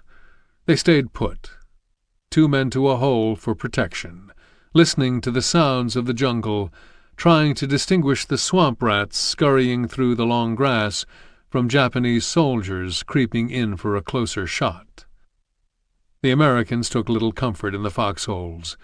Even with a guy right there, you'd wake up in the middle of the night and just lie there, listening and staring at the black, Lutchins explained. In contrast to Smith's daytime raids, the Japanese did their dirty work at night. The night, emphasized a training slogan, is 1 million reinforcements. Japanese soldiers yelled out, "Tonight you die!" and then they worked their rifle bolts back and forth. Bizarrely, they were especially fond of Eleanor Roosevelt insults. "Eleanor eats shit!" they would often yell out. Sometimes they fired sudden shots that pierced the darkness or set off firecrackers. It was their version of psychological warfare designed to deprive the battle-weary Americans of sleep and peace of mind. And sometimes they would silently infiltrate an enemy camp, climb a tree, tie themselves in, and wait until daylight to do their damage.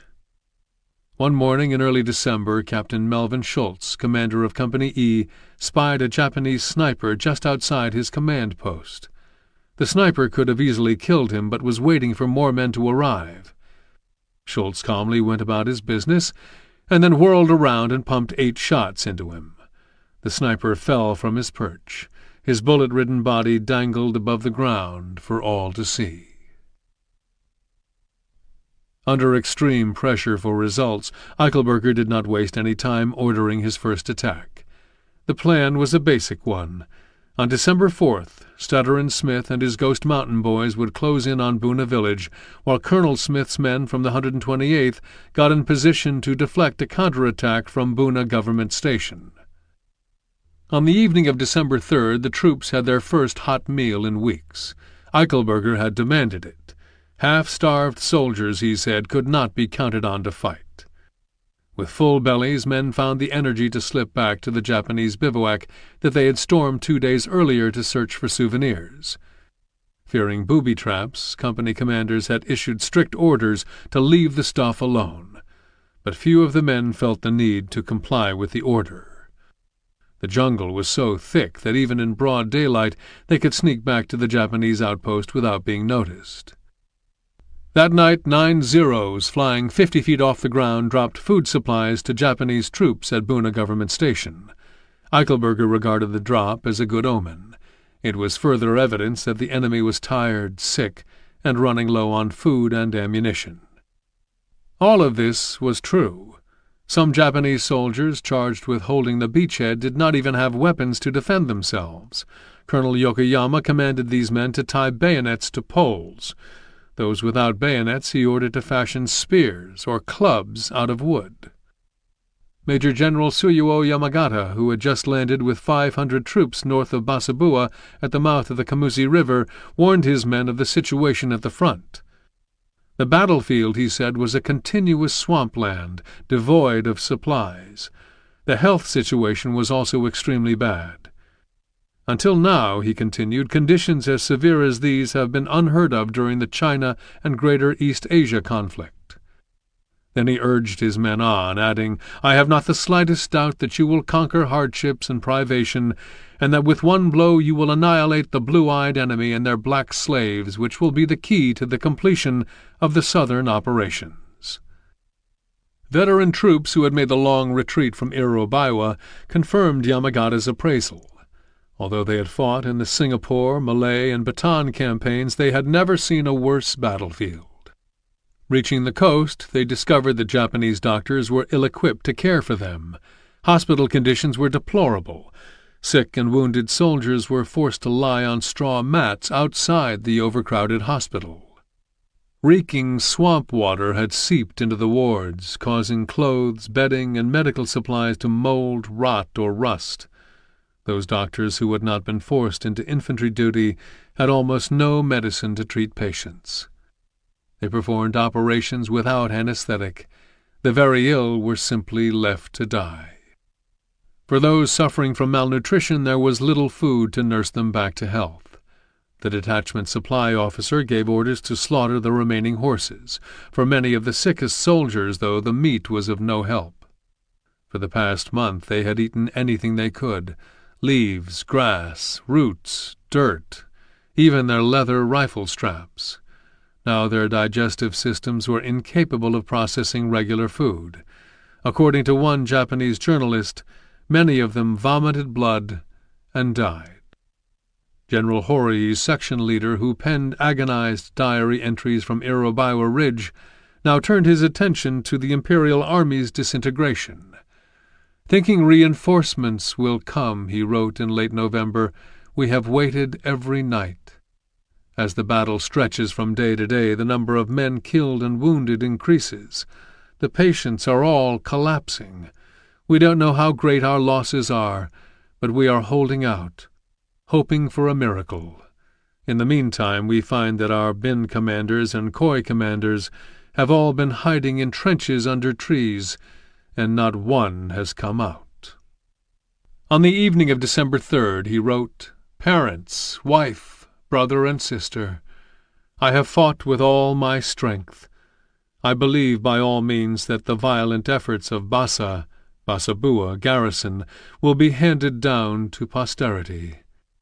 But now my fighting strength is weakened, and I am about to expose my dead body on the seashore of Bassa. My comrades have already died, though my heart is filled with joy because I can become the guardian spirit of my country. I will fight and crush the enemy. I will protect the seashore of Bassa forever." First Lieutenant Jitsutaro Kamiyo expressed many of the same sentiments. On November 30th he wrote in his diary, "Even though there is little to eat, a warrior must bear it." A day later he wrote, "Human beings must die once. I only ask for a good place to die." West of the Garua River, at the oval-shaped clearing that had already become known as the roadblock, Captains Keast and Shirley were barely hanging on. The American position on the track was a precarious one, 250 yards long by 150 yards wide, and only 300 yards south of a Japanese position on the track. The roadblock represented the only high open ground for what might have been miles. Though the Americans were dug in, Japanese snipers tucked into the tops of trees had clear shots, and the dense undergrowth made them vulnerable to surprise attacks. Isolated nearly a mile behind the main Japanese position on the Sanananda track, Keast and Shirley were unable to communicate with anyone but their own men. Their phone lines had been cut, and their radios could not reach the American command post 1,500 yards to the southwest. Keast instructed 2 machine-gun squads to man positions to the north and south of the garrison. Shirley's men dug into the west and placed 2 60mm mortars, which could fire 30 rounds per minute inside their perimeter, while Keast took his anti-tank company men to the eastern perimeter. Outmanned several times over and unable to call for reinforcements, Keast and Shirley and what remained of their troops after the brutal bayonet charge spent the night of November 30th repulsing raid after Japanese raid. The position was nearly impossible to defend. The following morning, his eyes bloodshot from lack of sleep, Keast offered to execute a probing attack and take a patrol off the southwest perimeter. Though Shirley knew how dangerous this was, he also knew that they would have to find a gap in the Japanese position at some point. Without ammunition, food, or reinforcements, the Americans would not be able to hold the roadblock for very long. Just 3 miles to the north, the waves of the Solomon Sea washed over the dark sands of Sanananda Point, and the first rays of the sun glistened in the morning sky. In the swamp, Keast and his men moved through the mist and sago palms like ghosts of the war's dead. The spikes of the trees ripped at their clothes. Raw from jungle rot, their feet burned with every step. At every sound their fingers tightened on their triggers. So far they had been lucky. They had not walked into a slaughter. Then the jungle closed in around them, and they had to suppress the desire to burst into a mad, clumsy rush. For a moment Keast, the former teacher and coach, allowed himself to dream of home. Marquette, Michigan, bordered by Lake Superior and great forests of white pine and red and sugar maples, had been a good place for the Keasts. Roger, Ruth, and their young son Harry had been there for just 15 months when the Japanese struck Pearl Harbor. As a lieutenant in the Reserve Officer Corps, Roger must have known that his time at home was drawing to a close. The family's time in Marquette, though brief, had meant a great deal to all the Keasts. The school and the community had embraced them. To show their appreciation, the school held a series of farewell parties that included hams, chili, and cake, card games, songs, and jokes about how Keast enjoyed singing in the showers and his efforts to teach the high school boys to dance. Though the school paper declared that depressing talk of any kind was not allowed, more than a few people left the parties with lumps in their throats. At the official school send-off, Keast was told that the 1941 yearbook was being dedicated to him. The dedication, the speaker said, was for Keast's splendid loyalty shown in furthering athletics and a better school spirit. The speaker added, "The staff bestows this honor upon you, and hopes that in the years to come you will always remind us of our duty to our country and to our school." Then the crowd broke into song. It began with "For He's a Jolly Good Fellow," and ended with "Auld Lang Syne."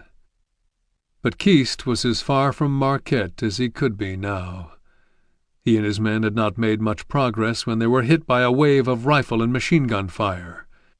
When one of his men, a company cook by the name of Johnson, stopped, Keast patted him on the back. Johnson was wild-eyed with adrenaline, and Keast tried to calm him. "Don't let it bother you, soldier. Let's go right in there and keep our eyes open." Keast knew the situation was desperate. Jap snipers were moving to surround them.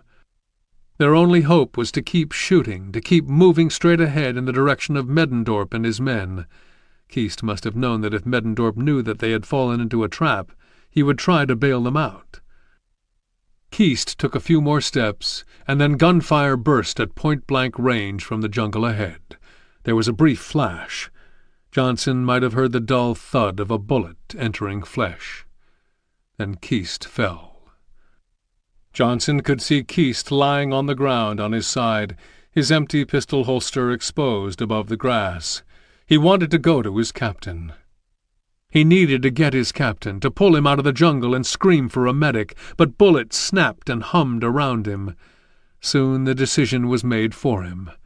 The Japanese attacked, and he and the others who had not been hit stumbled back to the roadblock. The following day, December 2nd, a party under the command of Captain Meredith Huggins left the battalion command post a mile back on the track. 5 hours later, after dodging enemy snipers, Huggins reached the roadblock's southern perimeter.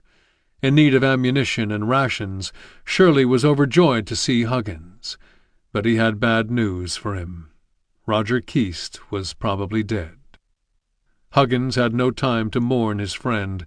Just minutes after he arrived, a large Japanese force attacked. According to Johnson, who had seen Keast go down the day before, Shirley was everywhere, shouting orders and beating back the enemy. Not long after noon, though, Shirley's luck ran out. A medic saw him go down, ran to him, and dragged him into a trench. Shirley wanted to know how bad his wound was. "You'll be okay," the medic lied. According to Johnson, Shirley just slipped off into death. As the highest-ranking officer, Huggins was suddenly in charge of the roadblock. In a matter of 7 hours he had gone from a supply man to a battlefield commander. Now battalion headquarters wanted to know, could he hold the garrison? Huggins replied, "I'll hold that place until hell freezes over." Chapter 16.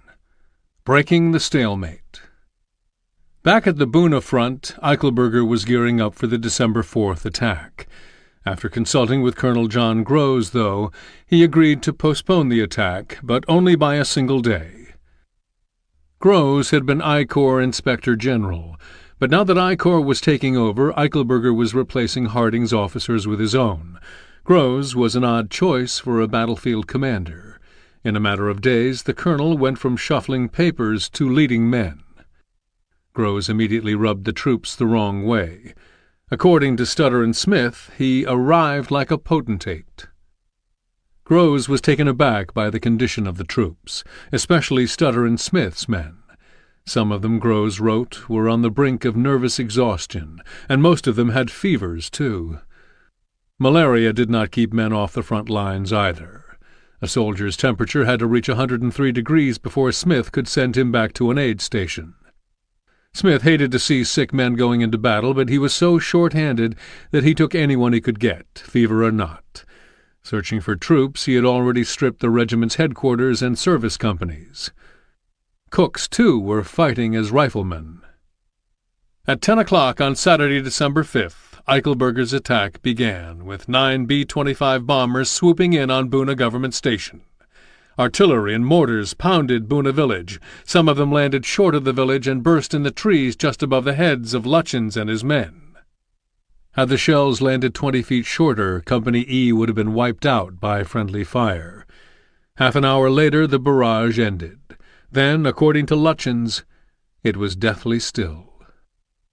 The troops waded into the jungle. The Japanese were flinging mortars, and Lutchins took cover in an artillery shell hole as rounds crashed through the trees and burst. Shrapnel flew and splinters of wood cut the air.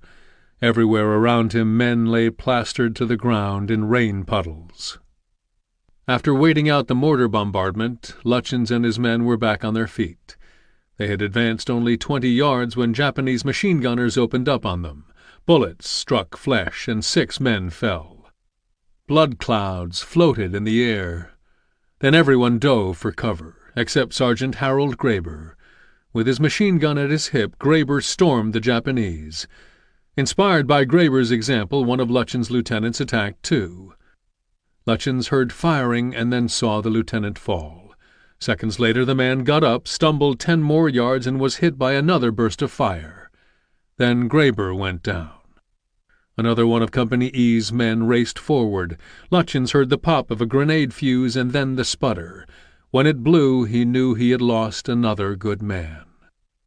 Though Graber had taken out a bunker before he was killed, there were still Japanese everywhere, and Lutyens' platoon was surrounded.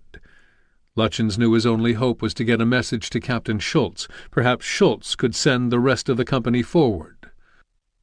Lutyens decided to get through himself. Because the chances of success were slim, he knew it was a job he could not ask any of his men to do.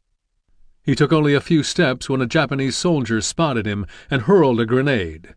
The concussion rocked him. Then another grenade lodged in the mud next to him. He lunged forward just as it went off, and the grenade tossed him through the air. Lying in the mud, he noticed that the barrel of his Tommy gun was bent. Now he did not even have a gun to defend himself, but he was not sure it mattered. He was afraid to reach down, positive the grenade had taken him apart at the hips. At the thought, his strength seeped from his body. His arms felt as heavy as dumbbells. He shivered, and then retched. Lutyens lay there. Then slowly he moved his hand down his legs. He was terrified they would be gone, severed below the knee. But they were still there. Wet with blood, yes, but they were still there. Lutyens experienced a moment of joy until the soldier who had thrown the grenade started shooting. Lutyens rolled to his side and dragged himself along using his elbows. Disoriented, he nearly slithered into his enemy's lap. A bullet ripped through his shirt, and another creased his eye. One struck him in the thigh. The pain was enough to make him vomit again. Another bullet slapped dirt in his face. "I'm a dead man," he thought. For some reason, though, the Japanese soldier held back. It didn't make any sense. He could have sauntered over to Lutyens and banged his head in with the butt of his rifle. Lutyens struggled back to his elbows. This time he tried to make some sense of where he was. Then he crawled again. It was a miracle. Somehow he snaked his way to a medic who was sitting in a foxhole with his hands in a man's gut. Scattered around him lay dead and wounded soldiers. The medic gave Lutyens a handful of sulfanilamide pills and went back to work on the soldier. Lutyens was full of shrapnel and lead, but the belly wounds came first. Lutyens eventually pulled himself through the muck back to a field hospital. His pulse was weak, his breathing shallow. He was losing consciousness, and the shock was wearing off. His whole body burned as if it were on fire, until a medic gave him a shot of morphine. Like Lutyens' men, Gus Bailey's G Company was stranded in the jungle. Eichelberger was furious. He wanted Buna village taken and called F Company out of reserve. Gross protested. Nothing would be gained by throwing another company at the Japanese. They were dug in too well. Stutter and Smith also weighed in. "Sir," he said, "pulling F Company out of reserve isn't going to work." Eichelberger was not listening. He had been sent in by MacArthur to capture Buna, and MacArthur was growing impatient. Adamant that Buna fall that day, the 3-star general was on the front, directing the troops. "You will attack," Eichelberger ordered. Eichelberger called for Lieutenant Odell and told him what he wanted. Odell was to get as much information from the forward troops as he could and do a brief reconnaissance. Then he was to split up his company, sending half his men up one side of the trail and taking the rest up the other side. Company F, the general said, was to storm the village and capture Buna. Odell was not sure he heard the general right. Take Buna? Yes, Eichelberger said. They were to finish the job, and they had need little more than their bayonets to do it. Odell had his good-luck Japanese bayonet that he had taken on November 30th. But now he didn't feel so lucky. None of the other companies had made it to Buna. What the hell made the general think he and his men were going to succeed? Some of the men, realizing they would be walking into a death trap, refused to go ahead. "If you don't get going, I have the right to shoot you," Odell snapped. "I heard safeties being clicked off," says one of the soldiers who witnessed the altercation. "Fortunately, someone stepped in and cooler heads prevailed. I do believe that someone would have gladly put a bullet in Lieutenant Odell." Reluctantly, Odell's platoon advanced. In front of the soldiers lay the bodies of other Americans who had tried to take Buna. Odell stepped over the corpses, and when he and his men were in position, they rushed the village. A storm of Japanese bullets greeted them. Odell screamed for everyone to get down, but not before the Japanese had taken out a number of men. On the other side, Sergeant George Pravda organized his men. He was only a sergeant, but the company had already lost all its lieutenants. Besides, Pravda was as cool as they came, and had already won a Silver Star for an attack on November 30th. Just a few days before, Pravda had come to a buddy's rescue. Sergeant Jack Olson had been doing reconnaissance work at Buna Government Station when he was shot in the leg. Unable to walk, he lay in the jungle waiting for someone to find him. He prayed it would be an American and not a Jap. He dared not yell out, though. His unit was not far behind. If he screamed, he would give away its position. Olson swallowed 12 sulfa pills and waited. 24 hours later, George Pravda found him. Pravda cut the bottom off Olson's fatigues, filled the wound with sulfa powder, and wrapped it with the piece of cloth, then signaled to some litter men who managed to get Olson out. Now Pravda hesitated. He knew the trail ahead was a death trap. The last thing he wanted to do was to send these men forward. They were more than friends. They were family, brothers. While F Company trained in Louisiana, Pravda served as its reporter for the Daily Tribune in Grand Haven, Michigan. He knew who came down with measles, who was sunburned, who was a regular at the weekend picture shows, who was homesick, and because it was his job to check them in at night, who liked to carouse and who did not.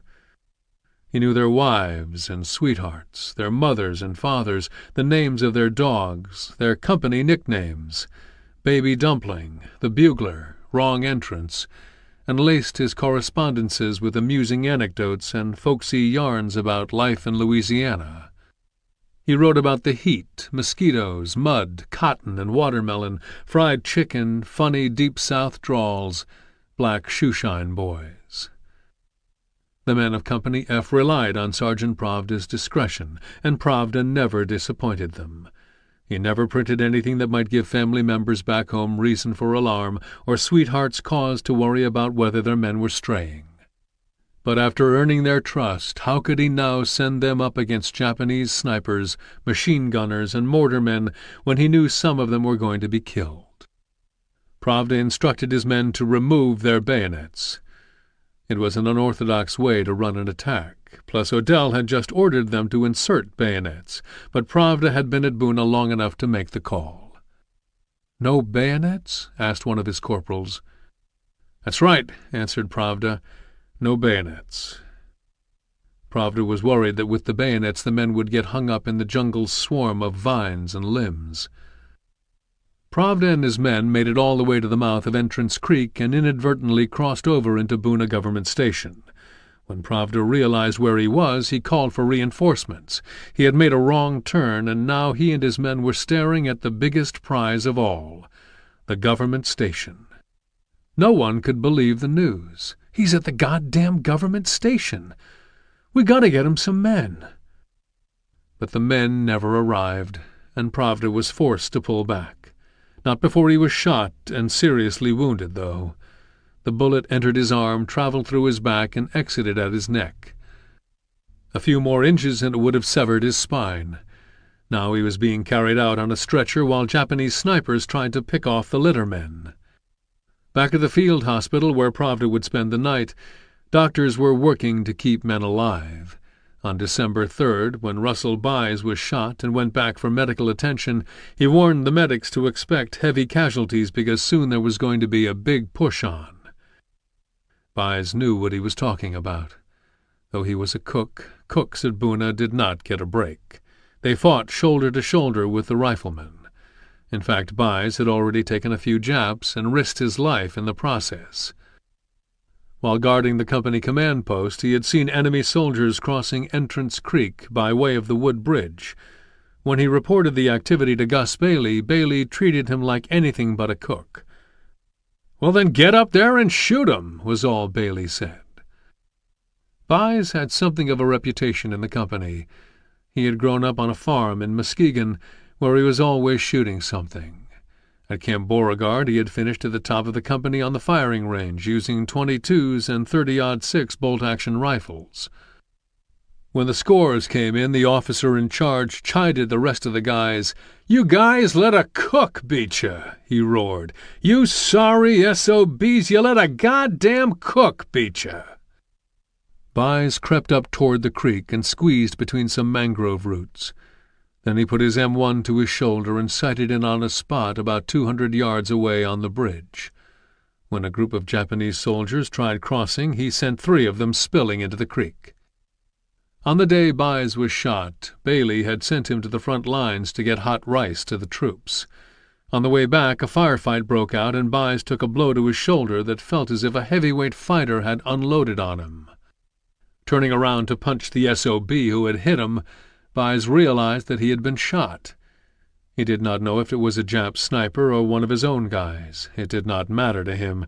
A Jap bullet or friendly fire, it hurt the same. Another bullet flew just past his head, and Buys dropped to the ground. When the shooting stopped, he crouched down low and hustled back to the aid station. The medic on duty told him he was a lucky man. The wound would get him out of Buna, and they would not have to amputate his arm. The bullet had just missed shattering his shoulder bone. East of the trail, Herman Botcher looked sternly at Jastrzemski and DiMaggio. "I want 18 men," he said. They didn't dare say no. Per instructions from Bailey and Captain Hantelman, Botcher had already scouted the approach to Buna, where the Americans had run into murderous fire from snipers, machine gunners, and roving patrols. If he and his men could get around the interlocking bunkers and pillboxes, they could isolate the village from Buna Government Station. Far to the right of the trail, Botcher and his men slipped through a field of kunai grass and pushed north through jungle packed thick with sago and nipa palms. Overhead, the trees' branches were knotted and twisted. "Watch the trees," Botcher warned. "Be on the lookout for snipers." It was late in the afternoon. Already the fruit bats were gathering in the sky.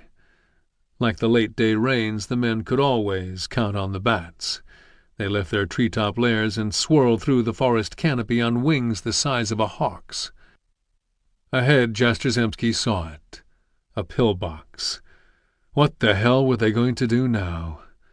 He had no sooner said the words than he saw Botcher bent over at the waist, zigzagging with slabs of mud stuck to his boots.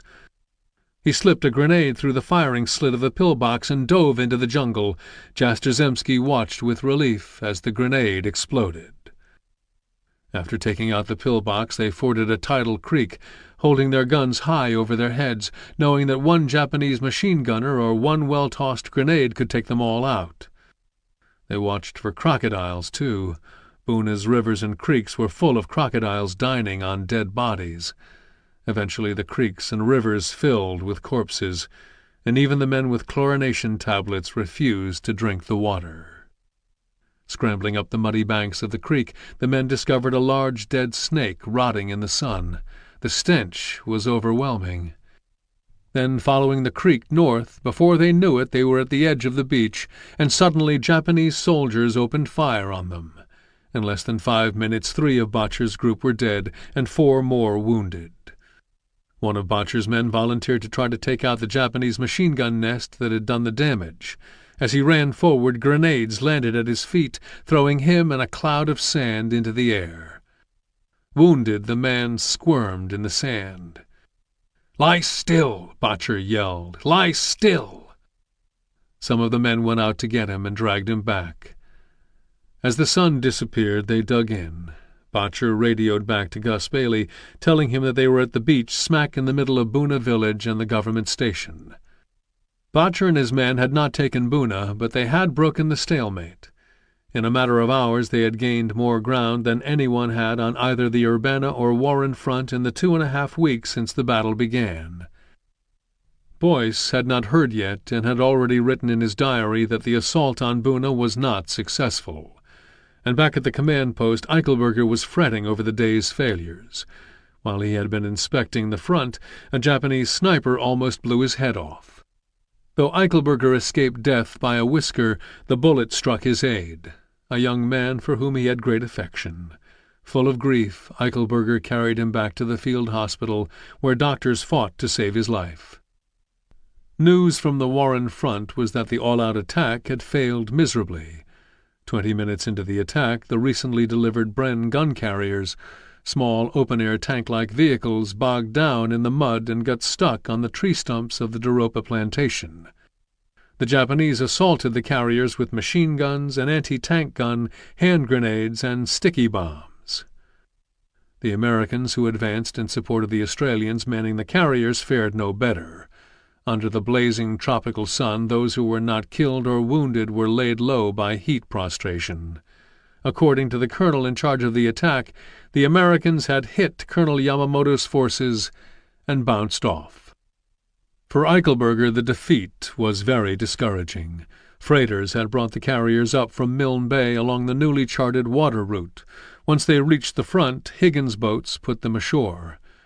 The Higgins boats were the first landing craft to reach New Guinea, and Eichelberger had hoped that the boats and what they were capable of delivering might help turn the tide of the battle. Rather than turning the tide of the battle, though, the events of December 5th convinced Eichelberger that he was in for the fight of his life.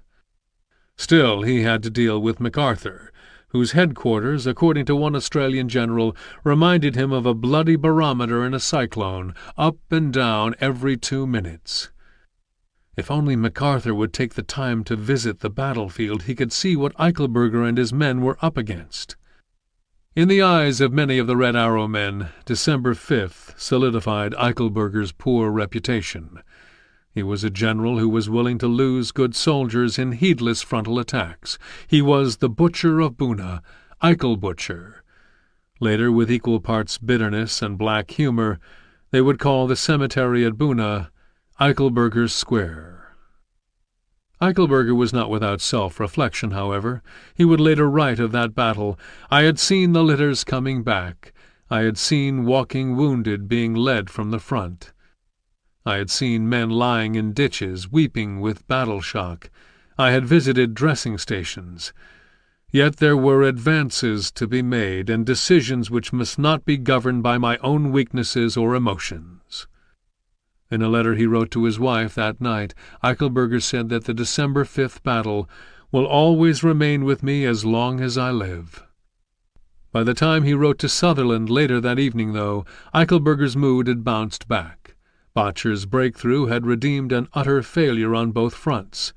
Eichelberger was now full of praise for the Red Arrow men. "The number of our troops," he said, "that tried to avoid combat today could be numbered on your fingers." Groves, too, was moved to revise his opinion of Smith's Ghost Mountain Boys. "The battalion's men," he wrote in his diary, "have been courageous and willing, but they have been pushed almost beyond the limit of human endurance." At dawn on December 6th, after a terrific rainstorm, the Japanese assaulted Botcher's Corner from 2 directions. Expecting the raids, Botcher had set up a machine gun the night before, and he and his small group repelled both attacks. That night, according to Sam DiMaggio, the men fixed their bayonets in preparation for hand-to-hand combat. It was impossible to sleep. DiMaggio licked at the dried salt that had formed around his mouth and wondered about the turn his life had taken. He had left the Malleable Iron Company, vowing never to go back. Now here he was, a soldier fighting for his life. Land crabs skittered along the beach, through the palm leaves and the delicate snail shells. Birds whistled from the nearby trees, and waves slapped against the barges. Jastrzemski was holding himself together through sheer force of will. His senses deceived him. Everywhere he saw Japanese slithering through the sand. Every noise sounded to him like an enemy soldier poised to bayonet him in the belly. He could almost feel it ripping through his body, tearing apart his insides. At 4 a.m. the false dawn lapsed back into darkness. Jastrzębski studied the sky and the unfamiliar stars, and then his eyes grew heavy. All he wanted to do was sleep. And then he smelled it. The jungle. In the past 2 months he had grown accustomed to it, but there it was again, the odor of rot and decay. 2 hours later, Japanese troops crept toward Botcher's Corner, but a forward scout, Corporal Harold Mitchell, caught a glimpse of them. Mitchell let out a yell and charged the Japanese with a fixed bayonet. The Japanese were so startled by the rush that they failed to attack. Botcher grabbed one of the machine guns, and together with the other machine gunner and his riflemen raked the beach, the brush, and the small coconut grove. During the skirmish, Botcher was hit in the hand by an enemy bullet, but one of his men rapped it, and Botcher returned to the machine gun. Mitchell made it back to their position unscathed. That afternoon, Company E, minus its longtime leader Lutchins, and Company G made another stab at taking the village. When the attack bogged down, Sutter and Smith came forward, moved out front with Gus Bailey, and led the charge. It was as dark as the sky before a summer storm, and in no time the companies lost sight of each other. Smith groped his way forward through the airless jungle. Smith had not gone more than 20 yards when the Japanese began a rhythmic chant. It was the first time he had ever heard it, the precursor to a banzai charge. He took cover behind a tree and waited. Just as a mortar landed over his head, hot metal fragments rained down. 5 of his men fell. Smith wondered how he had escaped getting hit, and then he moved his hand across his neck and up and down his back. He felt blood, and the next thing he knew an aid man was running toward him to put a dressing on his wound. Smith protested that it was just a shallow flesh wound, but the aid man insisted on bandaging it anyway and encouraged Smith to return to the aid station. The attack had stalled. Otherwise, Smith would never have agreed to go back.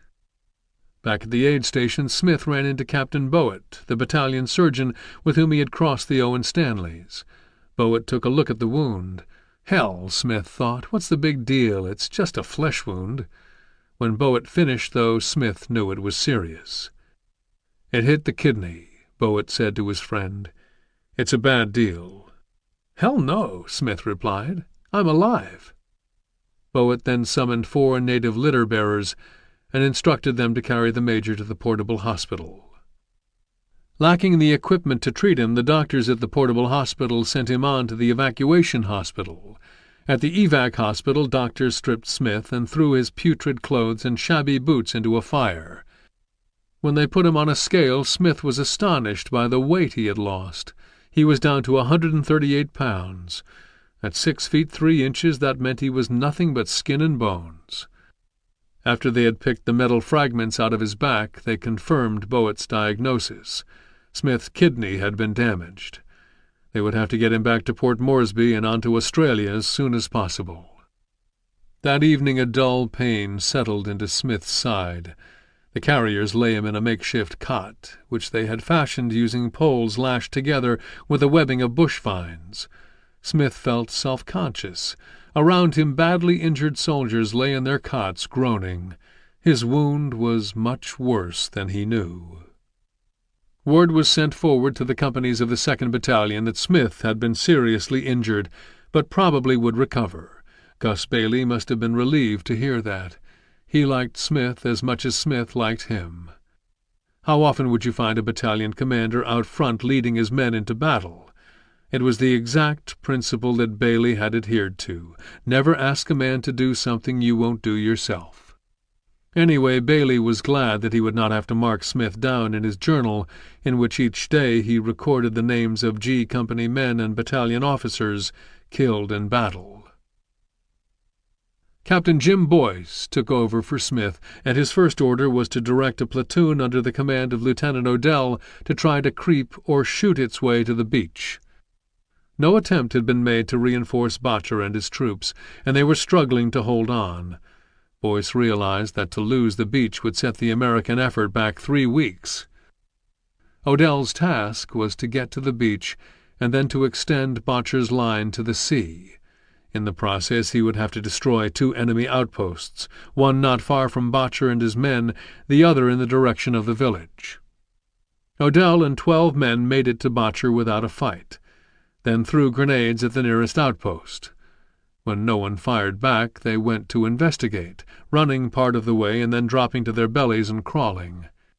Odell led the way. When they reached the pillbox, they discovered a number of Japanese soldiers either dead or dying, and bayoneted them all. Next, they moved on the second outpost. Not far down, they encountered 15 Japanese soldiers huddled in a shallow trench. Using English, one of the Japanese soldiers shouted that he and his men were prepared to surrender. Odell suspected a hoax. Without responding to the Japanese soldier's request, he and his men rushed the trench, shot and bayoneted the enemy soldiers, and then closed in on the village. From the village, machine guns answered. Odell had now lost the element of surprise. He and his men retreated to the first outpost near Botcher's Corner, where they set up another machine gun. They had just settled into foxholes when Japanese soldiers from Buna Government Station fired on them. The bullets were zipping over their heads. It was quite a sensation, according to Odell, stretched out in a foxhole 8 inches deep in water, watching the leaves of the trees and bushes above your head rapidly assuming the appearance of cheesecloth. Odell was plastered against the sand wall of his foxhole, waiting for the firing to subside when 50 screaming enemy soldiers attacked, firing rifle grenades. One of Odell's men raked the beach with the machine gun and stopped the assault. For the next few hours, Japanese soldiers crawled around the perimeter. Just after sunset, a dozen men pushed their way to the beach to reinforce Odell's position, which was so close to both the village and the government station that Odell could hear the Japanese talking and walking about. Sitting in their sand pit, some of Botcher and Odell's men watched in the direction of the village. The others kept their eyes on the government station. Botcher heard something suspicious out on the water. Then Jastrzemski caught sight of a Japanese barge trying to get reinforcements to Buna village. Botcher and the other machine gunner were behind their machine guns, and as soon as they spotted the silhouette of the lead boat, tracers cut through the darkness. The barrels of their machine guns grew so hot that DiMaggio poured water from his canteen over them. Suddenly an explosion rocked DiMaggio. Then he saw the barge go up in a shock of flames. Japanese soldiers dove overboard. Swinging his machine gun back and forth, Botcher hit them as they swam for shore. Jastrzemski saw the bodies, illuminated by the glowing phosphorescence, roll in on breakers. The following morning, as the sun radiated through great clouds that had spilled rain on the north coast for the entire night, Jastrzemski saw that the waves had deposited the corpses onto the beach like driftwood. That morning, Jim Boyce hoped to capitalize on Botcher's breakthrough. With the help of 2 well-used flamethrowers that had just come in by lugger, and with Botcher on the beach preventing Japanese reinforcements from reaching Buna village, he hoped to overwhelm the bunker that had stymied the battalion's advance for weeks. The flamethrowers' operator advanced on the bunker. 20 men covered him. He got within 30 feet of the Japanese position, stepped into a clearing, and turned on the weapon. The flame singed his eyebrows and sputtered. It lit the field on fire but fell well short of the Japanese. Then the Japanese opened up on the operator and 3 of the cover men, killing them instantly. The weapon that Boyce hoped would end the stalemate at the front was defective. Once again, the soldiers of the 2nd Battalion would have to resort to direct assaults on Japanese positions, a primitive tactic that guaranteed the battalion would lose more good men. By December 8, 1942, Japan's hold on the north coast of the Papuan Peninsula was slipping. The jubilation that had followed the attack on Pearl Harbor and the beginning of Japan's Great East Asia War 1 year before had turned to despair. On December 8, First Lieutenant Jitsutaro Kamiyo wrote in his diary, "Today is finally the 1-year anniversary. We should have a ceremony, but everyone is exhausted." Although Allied ground forces had registered few significant gains, with the opening of new airfields at Dobodura and Papandera, General Kenny's pilots stepped up the pressure on the Japanese, slowly tightening the noose, making it almost impossible for ships to deliver troops, food, medicine, or ammunition. Kuba Santanao, a first-class mechanic in a naval transport unit, wrote that because of the shortage of ammunition, officers had instructed soldiers to make every bullet count. The Allied supply situation, on the other hand, had vastly improved. Supplies that Harding had requisitioned weeks before being dismissed began to arrive.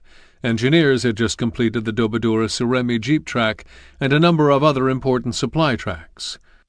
New coastal luggers to replace those that had been destroyed in mid-November had just arrived at Oro Bay. The Americans now had mortars and large artillery and enough ammunition, including delayed-action mortar shells, to do real damage. They also had a new 4-inch to 1-mile Buna map, which forward artillery and air observers used to help operators of the big guns zero in on their targets. As a consequence, the Americans hammered the coast. Kuba Santanao wrote, "All we do is get severely bombed. Buna is gradually falling into a state of danger." A few days later he wrote again, "Now they are coming over at night. We lived till today, but it is something unusual. There are tears in my eyes as I realize the meaning of the fact that I am alive." Days passed before he was able to write again. "From early morning today there was mortar fire around us. From the left there is considerable large artillery fire. There is a constant flight of enemy planes overhead. We are now in a delaying and holding action. The amount of provisions is small, and there is no chance of replenishing ammunition. But we have bullets of flesh. No matter what comes, we are not afraid. If they come, let them come. We have the aid of heaven. We are warriors of Yamato." When Santanao writes of bullets of flesh, he is referring to the Suicide Squad. Later in the war, as the Japanese turned to acts of desperation, suicide squads, of which the kamikaze was a manifestation, became common. Early on, the Suicide Squad still served a practical purpose, to incite terror in the hearts of the enemy. At Buna, as elsewhere, the Suicide Squad, or Keshitai, literally determined to die unit, had no shortage of volunteers. The sun dropped fast on the evening of December 8th, and Captain Yasuda made one last attempt to reach Buna village. As a diversion, he had a force of 40 attack from Buna village. Then he sent out 100 men from the government station, hoping they might slip into the village without being detected. But Botcher, Odell, and their troops caught them moving on the beach and gunned them down, finishing off the wounded with their bayonets. Inland, Boyce's troops repelled them too. With machine guns and mortars they drove the Japanese back.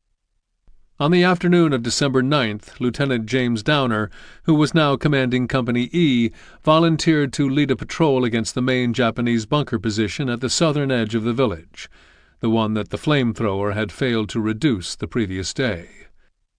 Downer's plan, though, was the same one that had failed time and time again. He would storm the bunker and try to stick a grenade through the firing slit while the rest of the patrol covered him. Downer bravely set off through the jungle but was picked off by an enemy sniper. 2 of his men crawled out to get him, pulling themselves along on their elbows. But when they reached him, they realized he was dead and dragged him back. For the rest of the day, Company E tried to maneuver around the bunker, drawing blistering fire from the Japanese defenders. That night the shooting stopped, and Downer's patrol managed to get close enough to see that the bunker had been abandoned. Perhaps their constant pressure had worn down the Japanese. Whatever the reason, the important thing was that the bunker fell at last to Downer's patrol. Eichelberger was heartened by the news. To his eye, the men were fighting now like real soldiers. One Japanese soldier noted the change. Early on he'd written that the American is untrained, afraid, and stumbles about in the jungle. They fire at any sound or shadow, wasting ammunition, giving their positions away. They are like scared children who cannot learn. We can kill them all. By mid-December he wrote, The enemy is very hard to see in the jungle. Enemy tactics are to hurl heavy mortar fire on us and rush in close behind. While the Red Arrow men had learned their business, as the official army historian said, 3 weeks of constant fighting had exacted a toll, especially on the men at Botcher's Corner. On December 11th, 26 soldiers from the 127th U.S. Infantry fought their way to the beach to relieve Botcher, Odell, and their men. For soldiers new to the front, the sight of decomposing corpses lying strewn across the sand must have been deeply unsettling. The stench, according to Odell, was unendurable. The new men buried the bodies and then took over Botcher's position. Before leaving the beach, Botcher had to make good on an order he had received. Allied intelligence, G2, wanted a prisoner to interrogate. Botcher and Corporal Mitchell discovered a wounded Japanese soldier huddling in a foxhole. When the man reached for his gun, Mitchell knocked him out with the butt of his rifle. Mitchell washed the dried blood and sand from the soldier's face. The soldier came to, and when he did, he was terrified, expecting the Americans to slit his throat. Instead, Botcher gave him a drink and poured water on his chest. Then he and Mitchell bandaged the soldier's leg, gave him a piece of chocolate, and delivered the prisoner to an aid station. As worn out as the men at Botcher's Corner were, the rest of the battalion was in no better shape. After 12 all-out attacks on Boona village in 3 weeks, Stutter and Smith's 2nd Battalion was barely capable of holding the ground they had won. Companies had been reduced to the size of platoons, platoons to the size of squads. Companies E and F each had fewer than 50 soldiers left to fight, a quarter of their original strength. The battalion that had crossed Ghost Mountain with nearly 900 soldiers now had fewer than 300 men left. At the roadblock 4 miles southwest of Botcher's Corner, on the other side of the Garua River, the Japanese attacked, and time and again Huggins and his men held. The situation was utter chaos, Huggins recalled. Nobody knew what was going on. We were green kids. Second Lieutenant Bill Sickle saw the chaos firsthand. He and Captain Russ Wildey managed to sneak and shoot their way north toward the roadblock. The foray took the better part of a day, and because they had not been issued compasses, they had to guess their way through the jungle. They arrived just in time. Huggins and his men had been under attack for 32 hours and were running low on ammunition. Sickle was struck by the scene. Bodies of the Japanese dead lay scattered around the flanks. The Americans hugged the inside of the slit trench, waiting for the next Japanese attack. The patrol spent the night, and the following morning Sickle and Wildey brought out 17 wounded and sick men and navigated their way back to the battalion command post. Sickle was used to the jungle. 2 weeks before, on the eve of his 22nd birthday, just before setting out on his first patrol, he had emptied his pockets and told Father Zenas to send the contents back to his mother in case he did not make it. He had been maneuvering through the swamps and the tangled forest each and every day since then. Doing it with wounded men, though, was especially dicey. He kept a close eye out for the deer-like imprint of the split-toed Japanese tong. It was a sure sign that snipers lurked nearby. Back up the track from where Sickle had come, not far outside the southwest perimeter of the roadblock, Lieutenant Herschel Horton had gone out on what he called a mercy patrol to pick up the dog tags of Keist's group. After hearing the story of the ambush, he figured Keist was dead. But part of him could not help but hope. Perhaps his friend was lying somewhere in the jungle, still breathing. When shots burst from behind a thicket of sago palms, Horton and the 3 men with him dove for cover. Horton was hit. His buddies tried to crawl to him, but Japanese snipers had them pinned down. When the shooting subsided, Horton realized that his buddies had somehow made it out. He then dragged himself 40 feet through the mud to what he described as a grass shanty.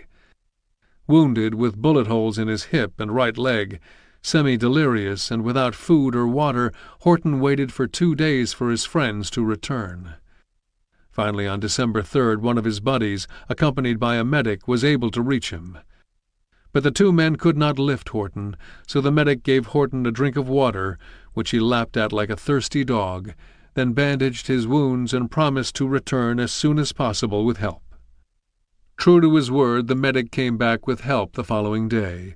He gave Horton water again, but when an enemy sniper shot and killed his assistant, the medic was forced to crawl away. Lying in the hot sun, Horton craved fluids and pawed at the jungle hummus, trying to dig a hole deep enough to reach the water. Life, he wrote in his diary, had become a terrible nightmare. On December 5th, while Horton was waiting for his buddies to retrieve him, Lieutenant Pete Del Ponte led a 60-man ration and ammunition party through the jungle. Del Ponte knew he had to reach Huggins.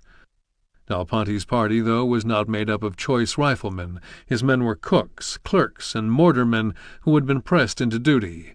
Each man carried 40 pounds of supplies. Though only a mile separated them from the roadblock, Del Ponte had to contend with hip-deep swamps and Tsukamoto's troops, who lay dug in like badgers between the American command post and Huggins. Del Ponte and his men had not gone far when Tsukamoto's troops sprung upon them.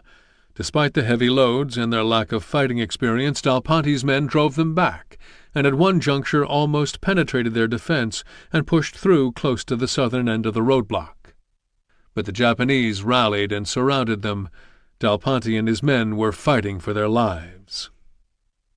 Late in the day, Del Ponte's party managed to blast its way back to the American command post, limping in with half a dozen casualties and 2 dead soldiers. For the next 2 days, supply parties tried to reach the roadblock, only to be turned away by Japanese fire. The signalmen, struggling to keep the lines of communication open, had it just as hard. They had never strung wire across a tropical wilderness before. They could not run it along an established trail because as soon as the Japs saw it, they had cut it. So they had to hide it, wading into swamps, risking their lives in the sniper-infested jungle. The signalmen divided into 2-man teams. Acting as a lookout, one soldier toted a rifle while the other carried a little reel of braided copper and metal combat wire. While supply parties tried to push through to Huggins and the signalmen strung and repaired wire, the Australians tried to dislodge Tsukamoto's forces. They met with no better luck than the Americans. Tsukamoto had positioned his men throughout the jungle, and they subjected the bewildered Australians to a fierce crossfire. After 2 days of fighting, the Australians counted 350 men dead or wounded. Unable to withstand those kind of casualties, the Australians would not mount another attack for almost 2 weeks. Del Ponte, though, was not to be denied by Tsukamoto's firepower. He had friends at the roadblock, and he knew the situation was desperate. Early in the morning on December 8th, he and his party trudged into the jungle, determined once again to reach Huggins. Sunlight flickered through branches, cockatoos screeched, and crowned pigeons darted through the trees. 300 yards south of the roadblock, the jungle erupted with gunfire. From both sides of the trail, machine-gun fire bore down on the men. Del Ponte knew they would be mowed down if they could not locate the guns. His plan was a crazy one. He would expose himself to fire while his men got a bead on the machine-gunners. His men must have wondered if he had a death wish. He would be cut down in seconds. Before anyone could stop him, Del Ponte dashed out from behind a copse of trees. Bullets slapped through the underbrush all around Del Ponte, but miraculously he was untouched. And now his men knew where the shooting was coming from. Slipping into the forest with his band of cooks, clerks, and mortarmen, Del Ponte stalked the snipers. When they reached the enemy positions, the Japanese were gone. That afternoon Del Ponte made it to the roadblock, now called Huggins Roadblock, where Huggins had established a double perimeter, 2 men to a foxhole. The men were alive, but starving and nearly out of ammunition. The Japanese had since established another roadblock farther to the north and surrounded Huggins' position with snipers. When Del Ponte arrived, he discovered that one of those snipers had put a bullet in Huggins' head. Huggins, though, had the luck of the Irish and was busy directing his men despite his wound. Del Ponte could see that Huggins needed medical attention, and reluctantly Huggins agreed to turn over command to him and let Del Ponte's party lead him out of the roadblock. That evening, having made it through the gauntlet of Tsukamoto's troops, Huggins briefed Middendorp. At the roadblock, men were burning up with malaria fevers. They had ringworm, and their feet were going bad. They lived in filthy holes, unable to dispose of their feces. Corpses festered in the hot sun, and it rained every night. Of the 225 men holding the garrison, barely half of them were able to fight. Medical supplies, food, and ammunition were almost non-existent. Perhaps, worst of all, the troops were subjected to repeated attacks and did not dare sleep. Sometimes at night the Japanese crept so close that the Americans reached out and grabbed their ankles. Pulling them into their trenches, they slashed the Japanese soldiers' throats with razor-sharp knives and bayonets. Though Middendorf's cannon company and the men of the 3rd Battalion's Company K were not engaged in near-constant combat, the conditions they were enduring were hardly better than those Huggins described at the roadblock. A soldier wrote in K Company's journal that, between mosquitoes, Japs, heat, bad water, and short rations, it has sure been hell. What is left of the company is a pretty sick bunch of boys. All the officers who had crossed the mountains with Middendorf were gone, dead, wounded, or sick. Sick or not, men were forced to go out on patrols and were often the targets of Japanese snipers and machine gunners, especially at dawn and dusk, when the Japanese liked to attack. Patrols often returned with wounded men. The dead, though, they left behind. It was especially painful to leave dead bodies lying in mud puddles. The Japanese picked them clean as a bone, grabbing anything of value: grenades, lighters, knives, rings, and mementos. Photographs, though, they discarded. Often soldiers would find wedding pictures and photographs of children alongside the trail, but the Americans had no choice but to leave their buddies behind. Carrying them through the swamp in order to bury them back at the command post was an impossible feat, so they gritted their teeth and turned their heads in shame. Not even Father Zenas, despite his efforts, was able to retrieve many of the bodies. When he succeeded, he and a volunteer or two would carry the corpse back to the little cemetery he had built just behind the front lines. Zenas remained utterly devoted to his men. Even in the midst of battle he held services for them. Catholics, Lutherans, agnostics, it did not matter to him. Though his legs were one mass of running sores, when he was not at the aid station comforting wounded men, maintaining morale, delivering last rites, or inviting soldiers to worship with him, he crawled out to the front lines to visit his flock. The soldiers were always glad to see him. "Chaplain Zenas is here," soldiers would pass along the news from slit trench to slit trench. The day after Del Ponte's men pulled Huggins out of the roadblock, soldiers on all fronts learned that the Australians had taken Gona. Prior to the Japanese invasion in July 1942, Gona had been one of the prettiest spots on the peninsula's north coast, with a church built of woven sago leaves and a handsome mission building with a red tin roof that caught rainwater. On the grounds, shaded by the elegant palms and tulip trees, sat a school and a green-groomed cricket field. The pathways were lined with red hibiscus. Just down from the mission, the blue waters of the Solomon Sea washed over an idyllic stretch of black sand. When the Australians seized Gona 4.5 months later, they were horrified by what they saw. The Japanese had reinforced their bunkers, which doubled as latrines, with their own dead. Inside they had used corpses as firing steps. They had stacked them with their rice and ammunition. They slept beside them. The bunkers reeked so badly the Japanese soldiers had resorted to fighting in gas masks. Partially decayed bodies floated in nearby lagoons.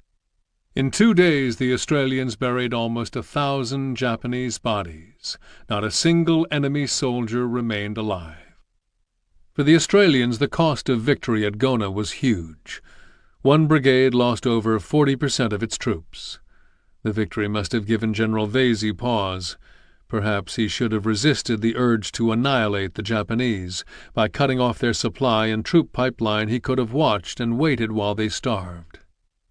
There was a lesson to be learned at Gona.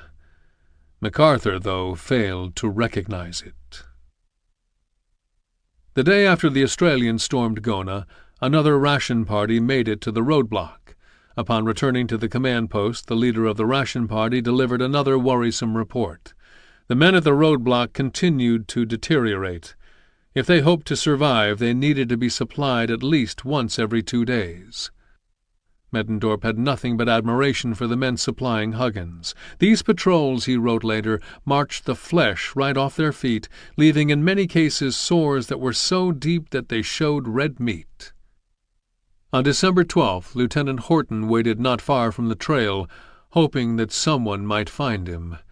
Weak and able to dig for only seconds at a time, it had taken him 4 days to reach water.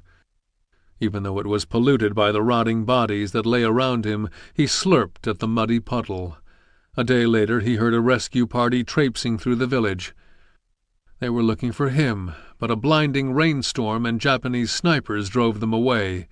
Horton dared not call out. "The Japanese are living within 15 yards of me," Horton wrote. "I see them every day." Horton tried to make a splint for his leg. He rose to his feet unsteadily, but his strength gave out. When he sat down and leaned against a tree, a Japanese sniper who had seen him moving shot him in the neck and shoulder. Horton lay at the base of the tree, waiting for the next bullet. "Why has God forsaken me?" he wrote in his diary.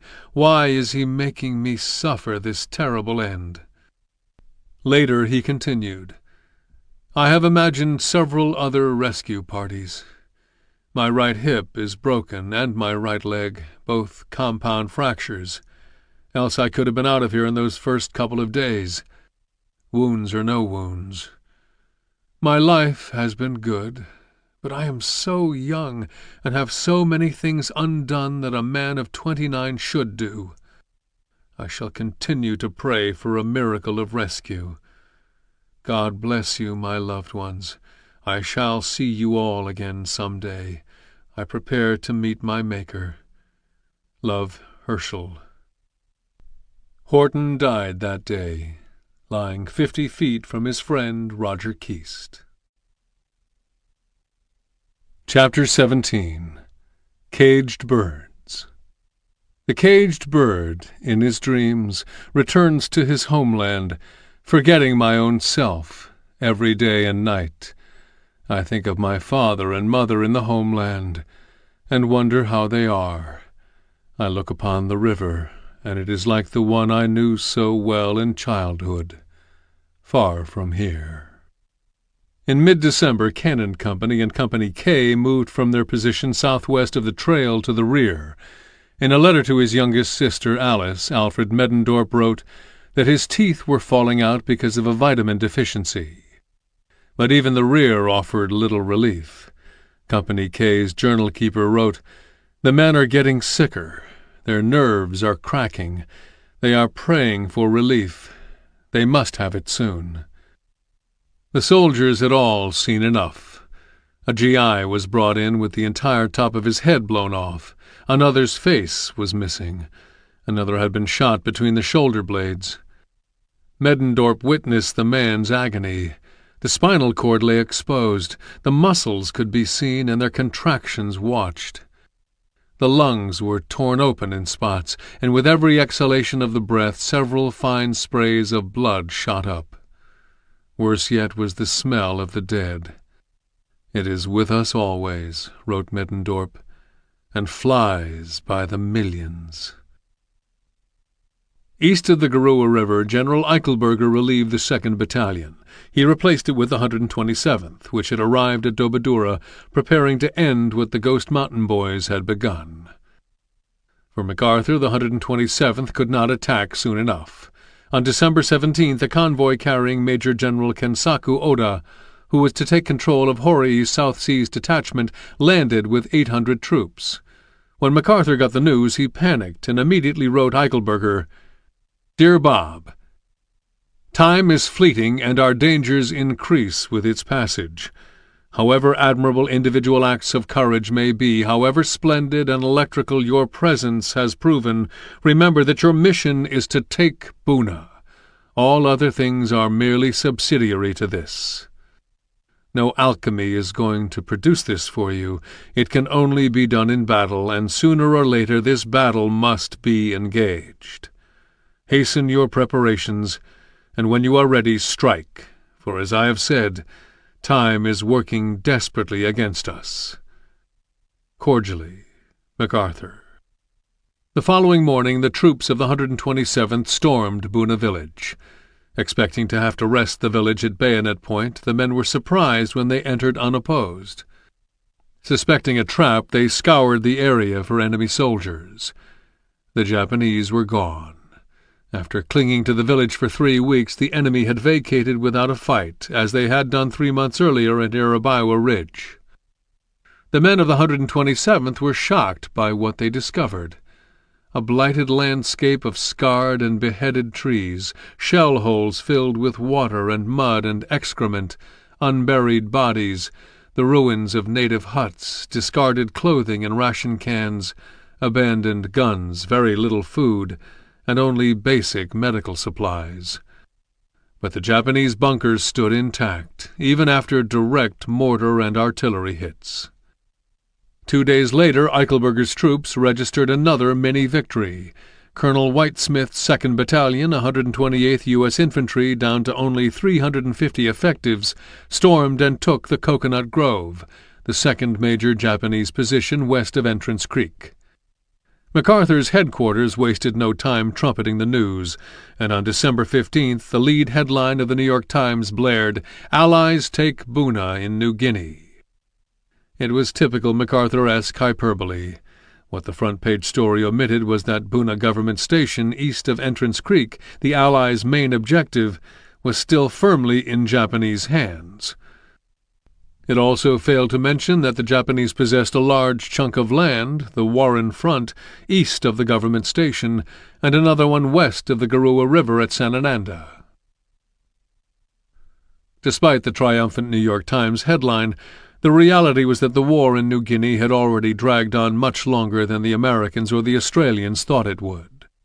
There had been successes, Buna Village and Gona, but in the big picture they were minor victories. Early on, the plan had been to envelop the 11-mile-long front as if a giant hand were closing inexorably around the Japanese. The Americans would come up the coast while the Australians moved down. A combined American-Australian army would move north via the Sanananda Track, while an entirely American force would attack the Triangle. A week and a half before the capture of Buna Village, after the failure of his December 5th assault on the Warren Front, Eichelberger realized that this plan would not work, at least not east of the Garua River. Japanese positions were just too strong, and the terrain was dismal. The Americans, Eichelberger decided, would soften up the Japanese positions by infiltration and aggressive patrolling, the kind of mobile small-unit maneuver tactics that General Forrest Harding had pioneered at the infantry school at Fort Benning. Eichelberger's plan was for reconnaissance platoons to identify enemy positions. He would then use artillery, especially the 105mm howitzer, codenamed Dusty, with its high angle of fire and delayed fuses to pound those positions into submission. Following bombardment, patrols would knock out the bunkers one by one with rifles, grenades, grenade launchers, and mortars. If that failed, Eichelberger resolved to let starvation take its toll. In the abstract, the plan seemed sound. The reality, though, was much more complicated. The terrain made even small-unit patrolling nearly impossible.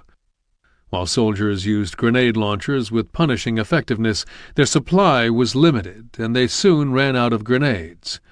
The 105mm howitzer sat unused for days after firing a few hundred rounds because of a lack of ammunition.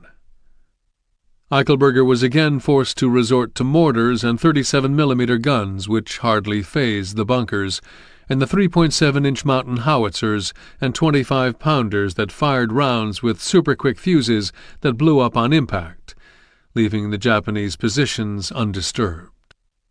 In mid-December, however, Eichelberger's luck changed. Tanks arrived. 4 light American M3 General Stuarts that General Harding had fought so hard for and that had been denied to him time and time again. They saved the day, sparing Eichelberger a career-ending decision. MacArthur, who demanded daily battle reports, never would have tolerated Eichelberger's plan to let attrition take its toll. A day after receiving the tanks, Eichelberger began to prepare for an all-out assault on Captain Nisuda's and Captain Yamamoto's forces on the Urbana and Warren fronts. In the waning light on the evening of December 17th, 500 Australian infantrymen assembled near the front. The Australians were the same troops who had defeated the Japanese at Milne Bay.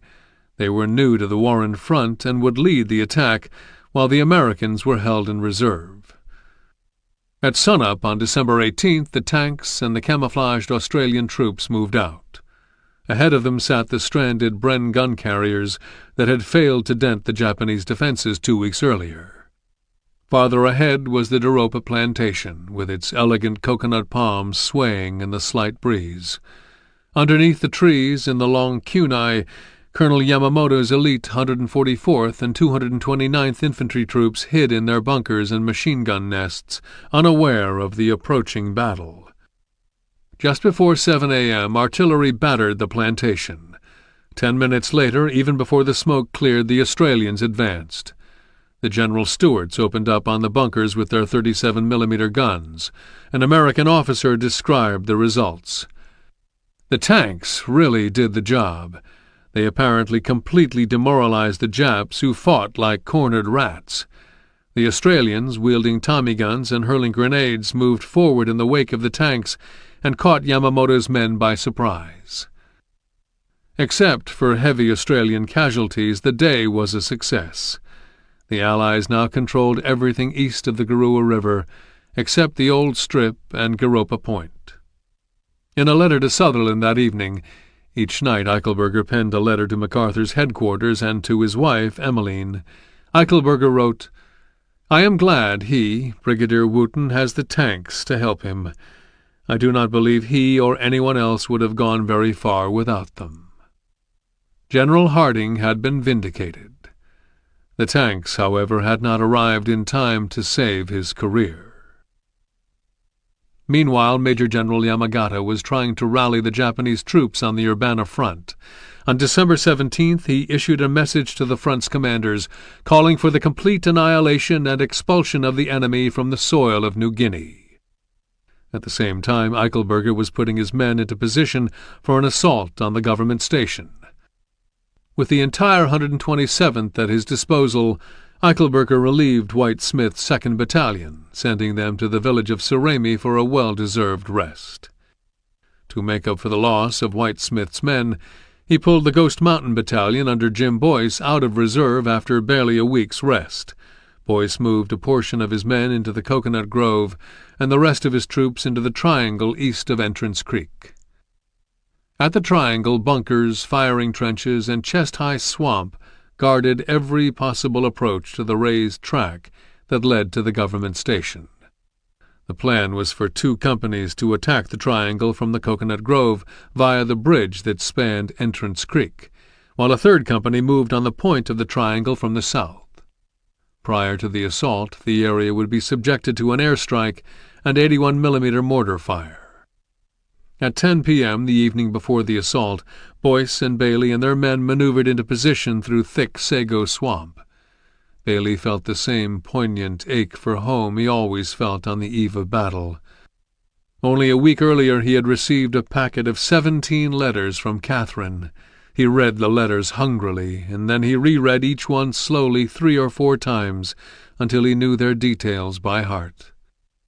Catherine had also sent along 3 baby photos of Clady Allen. Swelling with pride, Bailey passed them out among the company. Back at home, Catherine and Clady Allen were on their way to the Bailey farm to share Bailey's most recent letter with his mother, Mamie. Mamie loved to have Catherine read the letters aloud to her, to hear the cadence of the sentences, her son's words. Catherine looked forward to the visits, too. Even when she and Clady were dating, she enjoyed going to the Bailey farm. She loved its simple grace, the white house with a porch across the front, the barn that Jim Bailey, Clady's father, had built with lumber cut and milled on the farm, the fenced-in yard with the big oak, and the creek that wandered through the pasture behind the house. Now Catherine imagined how it would be when her husband returned. She and Clady Allen would go down to the creek. They would roll up their pants and wade in the summer trickle. Jim Boyce was feeling good. He knew Christmas was approaching, and while in Australia he had made arrangements with Block's department store in Indianapolis to have presents delivered to Zelma and Billy and his mom. It was a special service the family-owned store offered to soldiers. Boyce imagined Zelma and Billy's surprise when they received the gifts. For Billy, he had ordered a pedal fire truck. For Zelma, hard-to-come-by nylon stockings and perfume. And for his mother, perfume too. Boyce was no pessimist, but sometimes it was hard, even for a man who had been taught since he was a small boy to look on the bright side, to imagine getting out of the jungle alive. He had been lucky. He had made it over the mountains. Once he got to Boona, Lady Luck was still at his side. In battle he had not been scratched. Somehow he had avoided the sniper's bullet on scouting trips. All the while men were dying around him. He had prayed, but so had the others. Why did God hear one man's prayers and not another's? Perhaps God would spare him long enough to let him hold Zelma again and to bounce Billy on his lap. Perhaps next year he would make it home for Christmas. Boyce would have given anything to be home. Instead, he was preparing to try to take the government station, the toughest target yet. Perhaps, though, God really was listening to his prayers. On Sunday, December 13th, while in reserve, the battalion found time to conduct church services. Boyce kneeled, laid his rifle down beside him, and bowed his head. The following day the 127th captured Boona village. Now, as they prepared to attack the government station, Boyce hoped that perhaps it could be accomplished as easily. He had seen enough good men die. At first light on December 19th, Boyce ordered the men to inspect their weapons. Jastrzemski, DiMaggio, and Stenberg had checked and rechecked theirs all night long. They knew how to care for their weapons. One of the guys in the company joked that he could take apart and put together his M1 almost as fast as he could get his girlfriend's dress off. Shortly before 7 a.m., the first part of the plan went into action. 9 B-25s dropped 100- and 500-pound bombs on the government station. 15 minutes later, a dozen A-20s bombed and strafed the coastal track between the station and Garopa Point. At 7:30, the mortars began firing. The bombardment lasted 15 minutes. At 7:45, Boyce and Bailey led their men in the attack with the support of a rolling mortar barrage. They had not covered more than 20 yards when they got caught in fierce crossfire. The barrage had done little but antagonize the Japanese. Out front, his feet raw and swollen, Boyce ran, ducked, and crawled, trying to keep his men moving over the bridge. "Move, boys! Keep on going!" he yelled. It wasn't any use, though. They were pinned down.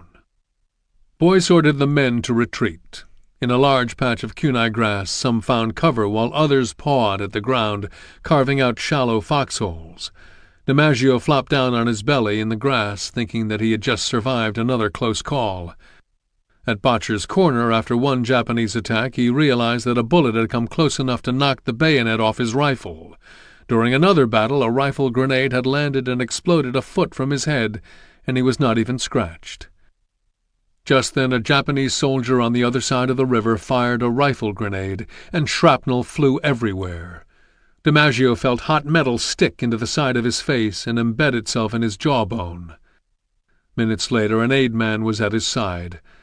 Unable to extract the shrapnel, he bandaged DiMaggio's face and asked if he could walk back to the portable hospital. DiMaggio said he could. 100 yards back, a doctor informed DiMaggio that the piece of metal would be his ticket out of New Guinea. Carl Stenberg had been even closer to the explosion than DiMaggio and was thrown 10 feet through the air when the grenade blew. When he landed, he felt for his limbs. They were all there, but his ear rang like a siren. He had ruptured his left eardrum.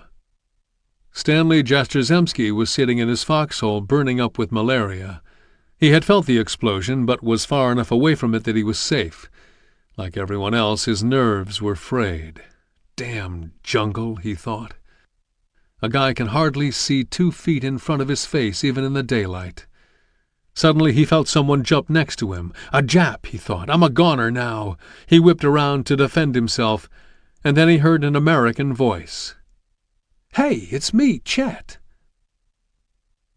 It was not unusual for Jastrzemski and Sokolowski to be together. They had gone to St. Michael's, and later they enlisted in the Guard together. A pair of Poles, they used to joke. But Sokolowski was supposed to be 20 yards away in his own foxhole. "What the hell you doing over here? I thought you was a Jap. I almost shot you." "I just saw some Japs," Sokolowski replied. "So," Jastrzemski said, "get back there and shoot 'em. That's why we're here, ain't we?" "Sure as shit," Sokolowski thought. "I better get back." "Keep your head down, you stupid Pole," Jastrzemski said to the shadow at the edge of his foxhole. As soon as Sokolowski left, Jastrzemski felt alone and scared.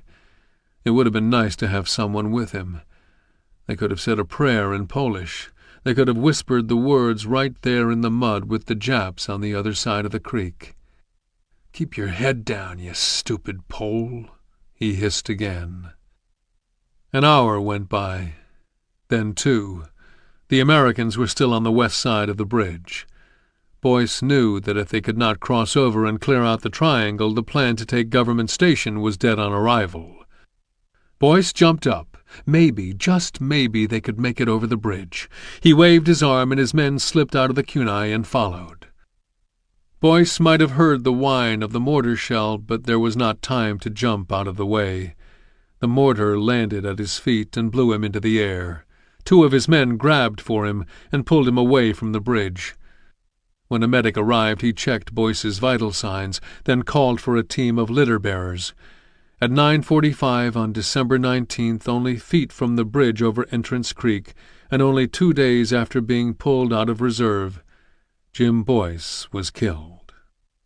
For hours, Boyce's men made stabs at crossing the bridge, but by early afternoon they were still stranded on the west side of the creek.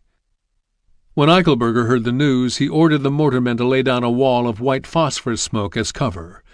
The battalion, trailing the smoke, gained a few yards, but was stopped short again. 2 hours later, the mortars fired another 700 rounds. The whole triangle rumbled. No way, Bailey thought. No possible way the Jap bunkers could stand up to that kind of bombardment. The men tried to move forward again. They were hit by a fusillade of fire even before many made it out of their hiding spots. At the triangle, Bob Hartman, a recent addition to Company E, was leading a platoon through the jungle. His orders were to take out a pillbox. He was dumbfounded by the assignment. He had spent his entire military career in service company, and now, because the 2nd Battalion needed healthy riflemen, he was in charge of an attack. Hartman had never even seen a pillbox before, and his platoon was made up of guys as green as he. Hartman and his men were moving through 8-foot-high cunei grass when he spotted an elevated trail. At last, he thought, now we won't have to trudge through the grass.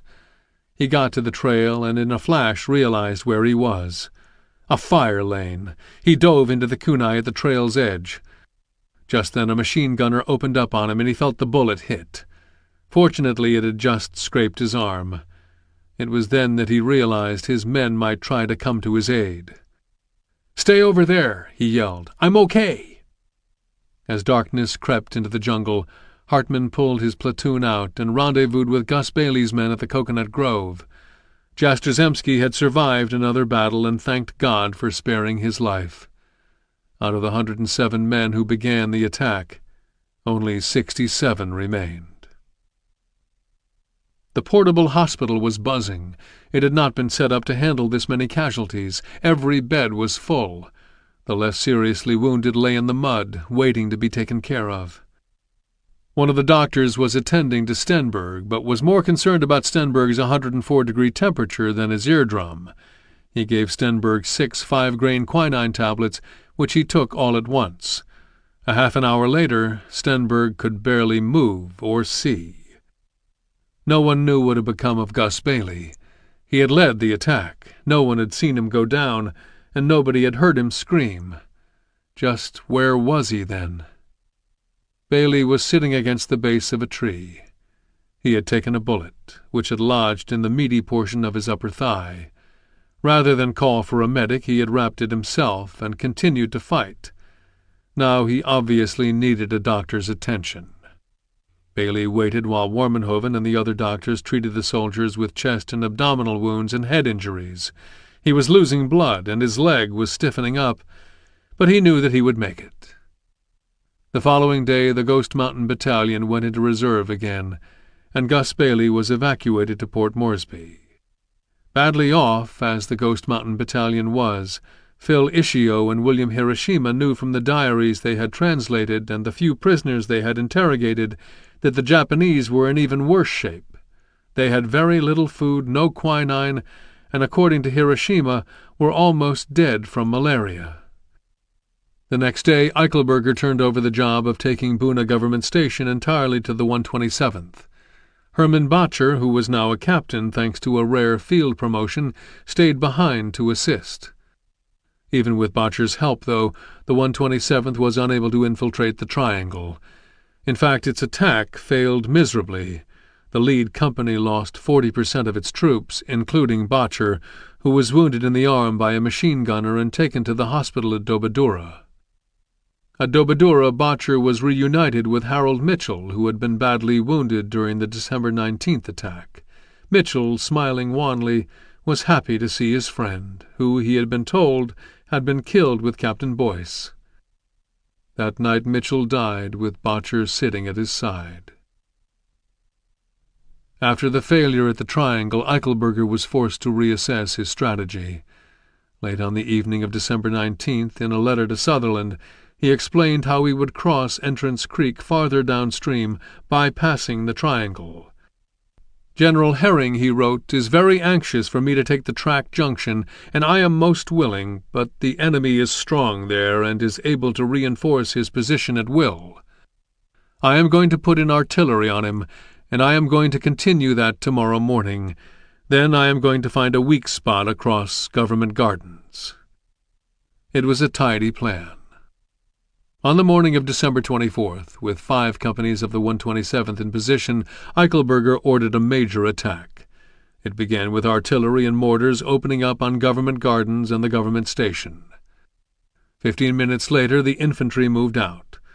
What separated the 127th from its destination, though, was an obstacle course of thick, chest-high kunai grass, a swamp as wide as a football field, and a 300-yard coconut plantation. Eichelberger believed this to be the epicenter of the Japanese position. Captain Yasuda had prepared the entire area with bunkers, foxholes, firing pits, and snipers hiding in trees. The regiment had advanced barely 100 yards when it came up against blistering enemy fire that cut the companies to ribbons. Even with Eichelberger's artillery officer directing mortar fire from a coconut tree not far from Yasuda's lines, the Americans managed to carve out only another 50 yards. After being wounded in the back by a shell fragment, the artillery officer tied himself into the tree like a Japanese sniper and continued to direct the mortar fire until he lost so much blood that he lapsed into unconsciousness and had to be evacuated. Eichelberger, who was at the front for much of the day, directing troop movements like a young lieutenant, was devastated by the failure of the attack. Christmas Eve Day, 1942, he reported to MacArthur, was the low point of my life. MacArthur, though, did not want to hear it. He wanted results. Earlier he had callously told an Australian officer who had complained that Eichelberger would get himself killed if he insisted on leading troops into battle, "I want him to die if he doesn't get Buna." Back at the evac hospital in Dobadura, which was nothing more than a big tent with rows of cots, Stanley Jastrzemski was riding out a fever. He knew that the Americans had made a big push that day by the number of casualties that kept coming in. The worst were the belly wounds. These poor guys would moan and scream out all night long. What had really gotten to him, though, was Jim Broner. Broner had been shot in the leg in the battle on November 30th. Jastrzemski did not know what to say to him. His brother Willard was already dead. Had he heard? "How you doing?" Jastrzemski said, avoiding the subject. Broner was lying on a cot and fumbled for words. Then he blurted out. "Tomorrow," he said, "they're going to take my leg off." What the hell for? Jastrzemski thought to himself. The poor S.O.B. is going to lose his leg over some god-forsaken island. Toward evening, Jastrzemski's buddy, Chet Sokolowski, came in with a big smile on his face. Jastrzemski sat at the side of his cot and grimaced. His feet throbbed. They were raw and inflamed, and the skin was peeling off in small sheets like waxed paper. "Why the smile?" Jastrzemski winced. "Just because you ain't dead, right?" "Nope," Sokolowski replied. "It's Christmas Eve. Did you forget?" "Christmas," Jastrzemski groaned. "And this hellhole of a place." "I got you a package," Sokolowski said. Sure enough, Jastrzemski looked at the return address. It was from one of his sisters. He shook his head. All the way from Muskegon. Jastrzemski was too weak to open the package, so Sokolowski did the honors. Tearing off the newspaper and opening the box, Sokolowski was dumbfounded. "Candy and cake," he said. "You're putting me on," Jastrzemski thought. Then Sokolowski passed him the box. There it was, a big Christmas cake. "The damn thing's full of mold." "Here," Sokolowski said. Taking his bayonet, he cut off the top 2 inches. Then Jastrzemski and Sokolowski, a pair of Poles, devoured it on Christmas Eve in New Guinea. On Christmas Day, instead of regrouping and allowing his men to rest, Eichelberger decided to force the issue, returning to the Urbana front again to direct operations personally. When a company of the 127th pounded its way over hundreds of yards through government gardens, ending up on the coast, near the coconut plantation, Eichelberger thought that perhaps his luck was changing. The Japanese quickly rallied, though, and surrounded the company, inflicting heavy losses. When reinforcements attempted to come to its rescue, they were ambushed and an entire platoon was wiped out. Eichelberger's Christmas Day attack had been a mistake, and he wondered if Buna would become an American military disaster. That night, returning to the command post, he found Sutherland waiting for him with disturbing news. The Australians, Sutherland said, were again mocking MacArthur. Despite a distinct numerical advantage, American troops had been unable to take Buna Government Station. Eichelberger argued that he had whole battalions, Stutter and Smith's Ghost Mountain Boys and Whitesmith's men, that were no longer capable of fighting. Sutherland then handed him a letter. "What's this?" Eichelberger asked. "MacArthur," Sutherland answered. Later, Eichelberger sat down to read the letter. Although MacArthur had never visited the battlefield, he was full of ivory tower advice, all of which revealed his ignorance of front-line conditions at Buna. Urging Eichelberger to use his superior numbers, he wrote, "Where you have a company on your firing line, you should have a battalion, and where you have a battalion, you should have a regiment. And your attacks, instead of being made up of 200 or 300 rifles, should be made by 2,000 or 3,000. It will be an eye for an eye and a tooth for a tooth. Your battle casualties to date compared with your total strength are slight, so that you have a big margin still to work with. I beg of you to throw every ounce of energy you have into carrying out this word of advice from me, as I feel convinced that our time is strictly limited, and that if results are not achieved shortly, the whole picture may radically change."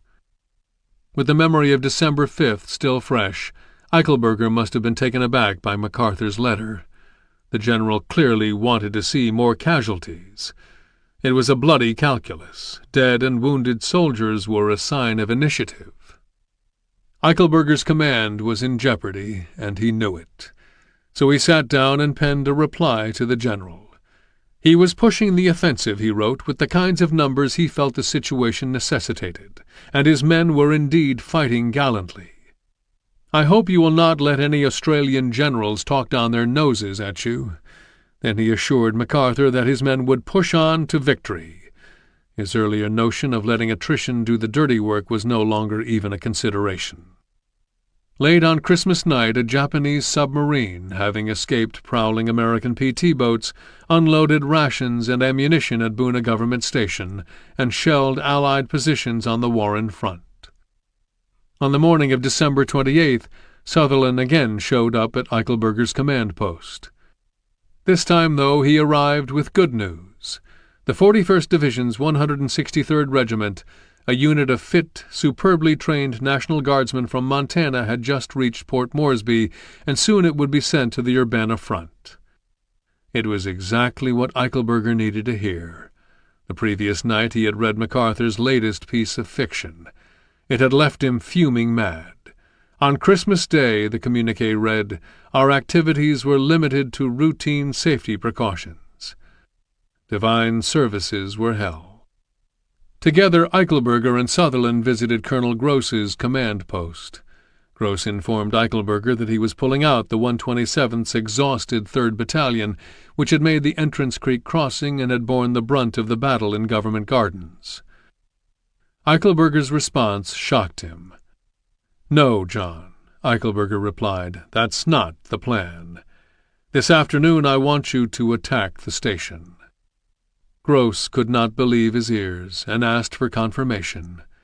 When Eichelberger told him that was indeed his plan, it was left for Gross to implement some kind of strategy.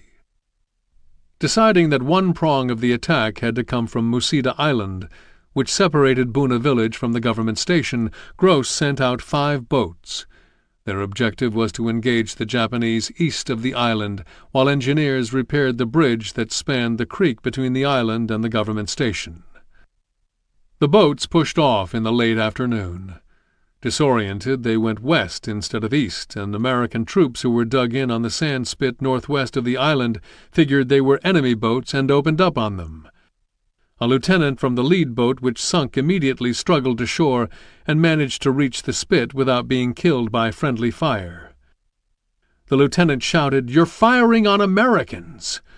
By the time the troops realized what they were doing and stopped, all 5 vessels had been sunk. Luckily, no one had been killed. Back at the bridge, 3rd Battalion troops tried to reach the station. At the far end of the bridge, though, the new pilings collapsed and the soldiers fell into the creek. Eichelberger, according to Gross, ranted and raved like a caged lion. He had hoped to impress Sutherland. Sutherland, though, left Gross's command post in disgust. He had not been on hand to see the dramatic seizure of the government station, but instead witnessed the Keystone Cops in action. The following day, Eichelberger's command was saved by a patrol's discovery. Captain Yasuda's men had evacuated the triangle. Later on the same morning, the original Urbana force, White Smith's 2nd Battalion 128th, and the Ghost Mountain Battalion minus Gus Bailey were pulled out of reserve again and sent forward. For Stenberg, being sent back into battle was a blow. At the battalion's bivouac site he had sweated out another fever, and his left ear was worthless. He wondered now if he could hear well enough to save his own life. Would he be able to hear a stick crack just before a Jap gashed open his belly, or the shifting of a sniper hiding in the crook of a tree? He had been lucky on December 19th, and he knew it. Now he was being sent back in 2 days before the end of the year. Stenberg and what remained of the 126th 2nd Battalion took up a holding position at the southeast end of Government Gardens. White Smith's men moved into the triangle. While the 2 battalions were en route, a company of the 127th pushed past the government station and established a pivotal 200-foot frontage along the beach just west of Giropa Point. While the Americans had finally fixed their supply problems, 200 tons of cargo were coming in via freighter and lugger, the Japanese garrisons were being bombed into oblivion. At Garua, at the head of the Sanananda track, Kiyoshi Wada, a member of the signal unit, chronicled the garrison's collapse. On December 20th, Wada wrote, "At this rate, I'll become a dried-up human being." 3 days later he wrote again, "When we made our first attack, I had no consideration for life or death. However, nowadays, somehow I am full of the desire to go back home alive just once more. The day after Christmas, Wada again found time to write. The area around our tent is a desolate field. At about 8 o'clock, Hagino, Wada is referring to Private Mitsuo Hagino of the 144th Infantry Regiment's 3rd Battalion, next to me, was hit. Since so many patients came pouring in, the medical men are short-handed, and I was forced to stop the bleeding and bandage Hagino outside in the pitch dark. On December 28th, Wada wrote despairingly, "Went to get water from the stream. On the way the jungle was full of dead, killed by shrapnel. There is something awful about the smell of the dead. Everyone has taken cover in the jungle, but since there is no one to carry Hagino and take care of him, I cannot leave him behind. I have decided to stay. All officers, even though there is such a scarcity of food, eat relatively well. The condition is one in which the majority is starving. This is indeed a deplorable state of affairs for the Imperial Army." I took out a picture of my parents and looked at it. The next day, Wada continued, "What a discouraging and miserable state of affairs, and too when the New Year is just ahead. What is going to happen to us? I pray to the morning sun that our situation of battle be reversed. All of the patrol guard unit has fled, and at the present time there are only 4 of us. I pray with the charm of the clan deity in my hand." On the Warren Front, a Japanese soldier read a leaflet dropped by Allied planes. "Soldiers of the Japanese Army," it said, "our Allied forces are steadily advancing on all fronts. You are already doomed. Your situation is hopeless." When he read the leaflet on December 21st, the day it was dropped, he scoffed at it. The old strip was surrounded by swamp and littered with trenches and bunkers. The Japanese believed it was unassailable. Colonel Yamamoto's men were also heavily armed with machine guns and mortars, 2 75mm guns, 2 37mm guns, automatic cannons, and 3-inch naval guns. A week later, though, as Allied forces bore down on Japanese positions in the old strip and on Garopa Point, he was forced to take its message seriously. Officers continued to promise reinforcements, but even the lowliest Formosan conscripts knew what was happening. Masaji Kohase, a first-class seaman with the Yokosuka Special Naval Landing Force, watched the Allied advance. "The enemy," he wrote, "is trying to squeeze us out of our vital position by shelling the whole of Buna with mortar and artillery fire. Their tanks came rumbling forward, and finally the time has come when we may meet our end any day, but we will fight till the last as our commander has ordered." As he wrote in his diary, his buddy may have been reading a letter from his 12-year-old sister and dreaming of home. Dated October 15th, her letter read, "In the place where you are now there will be plenty pineapples, bananas, coconuts, and other fruits, I think. I want to go and see the South Seas myself sometime." The following day the Allies captured the old strip. Now only Garopa Point remained. On December 30th, Eichelberger found out that Blamey had petitioned MacArthur for the 163rd, and MacArthur had buckled. Reversing his earlier decision, MacArthur now agreed that the regiment should go to the Sanananda front. From General Herring, Eichelberger also learned that the Australians were in no hurry to see the Americans capture Buna Government Station before Wootton took Garopa Point. Eichelberger was mad as hell, and though he had planned to rest his troops on December 31st, he called for an all-out attack that would precede Wootton's offensive. His troops would seize the government station first. Counting on the element of surprise, Eichelberger's troops jumped off well before the sun crested the horizon. When they spotted 2 Japanese landing barges stranded on the beach, however, a number of men disregarded the strict no-fire rule and tossed hand grenades at the barges. It was a stupid stunt and gave away their position. The Japanese immediately lit up the area with flares and fired on the Americans wading through the shallows northeast of Musita Island. Abandoning the attack, the Americans retreated as fast as they could. Colonel Gross intercepted them and ordered them forward. The attack had failed in general, but thanks to an alert company of 128th Infantry troops that had dug in at the sandspit, the Americans had their first real grasp on the government station. Eichelberger knew now that it was only a matter of time. The Japanese were caught in the Allied vice. That night Eichelberger wrote a note to Sutherland.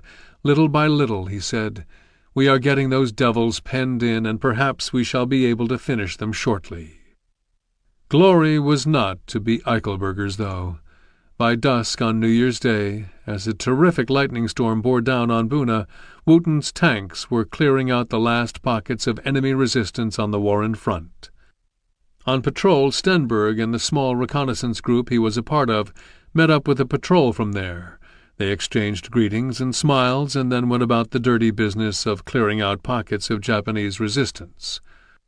All could sense that the end was near. Simon Warmanhoven had been moving between the Triangle and the Sanananda front, stitching up troops and supervising the portable hospitals, making sure that they were performing as intended. For the last month and a half he had only had one break, and that was when he himself was hospitalized with a temperature of 105 degrees. Now he finally had a moment to write home again. "Dearest lover, and how's my Mandy today? Been patiently waiting for the letters that just don't come any more lately? Well, honey, from now on they'll be coming in like old times. I'll be writing at least 3 a week again. It just couldn't be helped for a while, and I'm sure you realize the reason. Hope you didn't worry too much about it. I'll assure you I'm safe and sound, for which I'm very thankful. Will say that I've said plenty of prayers. I assure you on that point, too, that if anything happened, I wouldn't be afraid, but I do hope that we all may be together again. I sure want to see my Mandy again, and Muriel and Anne, and also Simon Jr. I'll bet he's getting to be quite a boy already. Another 2 months and he'll be sitting at the high chair pounding with a spoon for his meals. I had the lovesick dream last night. When I woke up, I found myself lying in my cot in our native hut. I dreamed that I'd returned back home and that we didn't get along.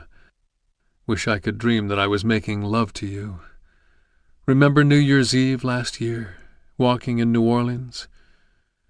Well, goodbye, darling. Love to the children. All my heart's true love. Sam. Flashes of lightning lit up the coast. Before dawn on January 2nd, Japanese troops were fleeing any way they could. 20 Japanese soldiers carrying heavy packs, food, medicine, and 3 machine guns tried to make a run for the stranded landing barges, hoping to somehow get them into the water. A company of 127th soldiers caught them in the act, and cut them down with machine guns and rifles. Not long after, as the first rays of sunlight filtered through the clouds and splashed across the sea, White Smith's troops and the men of the 128th Infantry's 1st Battalion, which had established a stronghold between the government station and Garopa Point, saw Japanese soldiers swimming up the coast. By daylight, in a scene reminiscent of General Horry's attempted escape 2 months earlier, Japanese soldiers by the hundreds, grabbing onto anything that would float, took to the sea. American and Australian machine gunners sprayed them with bullets. Then the artillery opened up. By 10 o'clock that morning the Air Force was strafing the remaining swimmers. Those who had not already drowned were shot to death. At the same time, American artillery pulverized Buna Government Station, and white phosphorus smoke shells set the entire area ablaze. Japanese soldiers ran from their bunkers, and American troops cut them down. Some of the Japanese were carrying M1s and wearing American helmets and fatigues. Stenberg's patrol went from bunker to bunker and destroyed each one with grenades. Sometimes the Japanese burst out, swinging swords or bayonets. A number of Japanese climbed trees and hid, or rushed into the swamps. Those who remained in their bunkers, refusing to surrender or run, were buried alive. While the Americans stormed Buna Government Station and flushed out the last of its defenders, Australian tanks were destroying the remaining bunkers at Garopa Point. As the Australians approached what had been Colonel Yamamoto's command post, two Japanese officers appeared.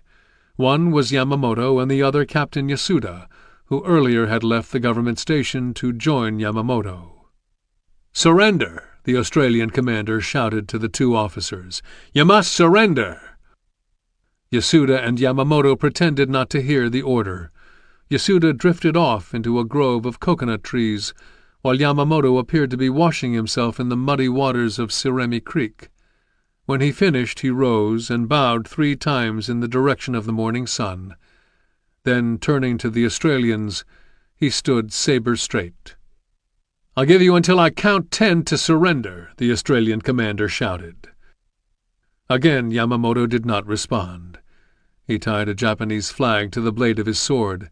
Then with one hand he raised the sword, and with the other he stretched the flag across his breast. 9! yelled the Australian commander.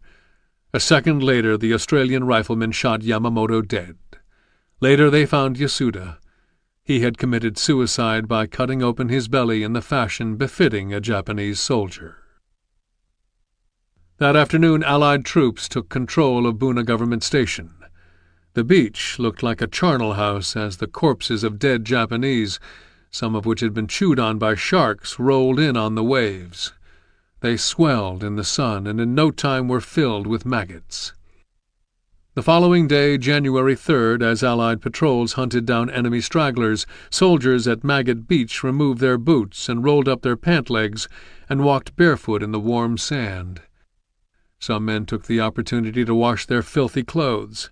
Some swam naked in the bay. Others lay sprawled and came from MacArthur.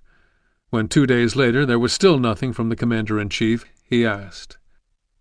Nearly a week after American forces took Buna Government Station, MacArthur finally wrote Eichelberger. If the general was hoping for gushing praise, MacArthur disappointed him. Dear Bob, I am returning to GHQ Brisbane Saturday morning the 9th, so will not see you until some later time. I have been wanting to personally congratulate you on the success that has been achieved. As soon as Fuller, Major General Horace Fuller, commanding general of the 41st Division, takes hold, I want you to return to the mainland. There are many important things with reference to rehabilitation and training that will necessitate your immediate effort. The 32nd Division should be evacuated as soon as possible so that it can be rejuvenated. I am so glad that you were not injured in the fighting. I always feared that your incessant exposure might result fatally. With a hearty slap on the back, most cordially, MacArthur. On that same day, MacArthur issued a communiqué stating that the campaign in New Guinea was in its final closing phase. The Sanananda position has now been completely enveloped, MacArthur told correspondents. A remnant of the enemy's forces is entrenched there and faces certain destruction. This can now be regarded as accomplished. Although MacArthur and his staff had described Sanananda as a mopping-up operation, Eichelberger and the Australians knew otherwise. Barely able to contain his disgust, Eichelberger would exclaim, "If there is another war, I recommend that the military and everyone else concerned drop the phrase 'mopping up' from their vocabularies. It is not a good enough phrase to die for." Eichelberger added, "The best plan for Sanananda would seem to be to surround the area and cut off all supplies, accompanied by plenty of mortar fire and constant harassing. This seems to me very slow work, but I realize that any other decision may result in a tremendous loss of personnel without commensurate gains." It was the exact approach that he and MacArthur had rejected at Buna. Had the Allies known that Japanese Imperial General Headquarters in Tokyo had issued orders via Rabaul calling for the withdrawal of forces up the coast, they might have been content to ambush the fleeing soldiers and cut off the supply lines to the beachhead, condemning the Japanese who remained at Sanananda to a slow but certain death. Instead, they moved in for the kill. The Americans who had arrived on the Sanananda front late in November would not be part of the final offensive. Of the 1,400 men who had gone into battle, only 165 remained. In no condition to fight, they were pulled off the front before the final Allied assault on Senananda. Alfred Medendorp was not one of the 165. In late December, incapacitated by malaria and 55 pounds lighter than when he had left Nepeana in early October to cross the mountains, he was shipped to the evacuation hospital at Dobadura. The next day, he and a group he described as battered, filthy, long-haired, gaunt, festering, stinking wretches boarded a plane for Port Moresby. Lieutenant Lester Siegel was not one of them either. After a month on the Senananda front, he was transferred to Buna to attend to the men wounded in the siege of the government station. Because of a shortage of medics, he stayed on in the aftermath of the battle. Eventually he too was evacuated to Port Moresby.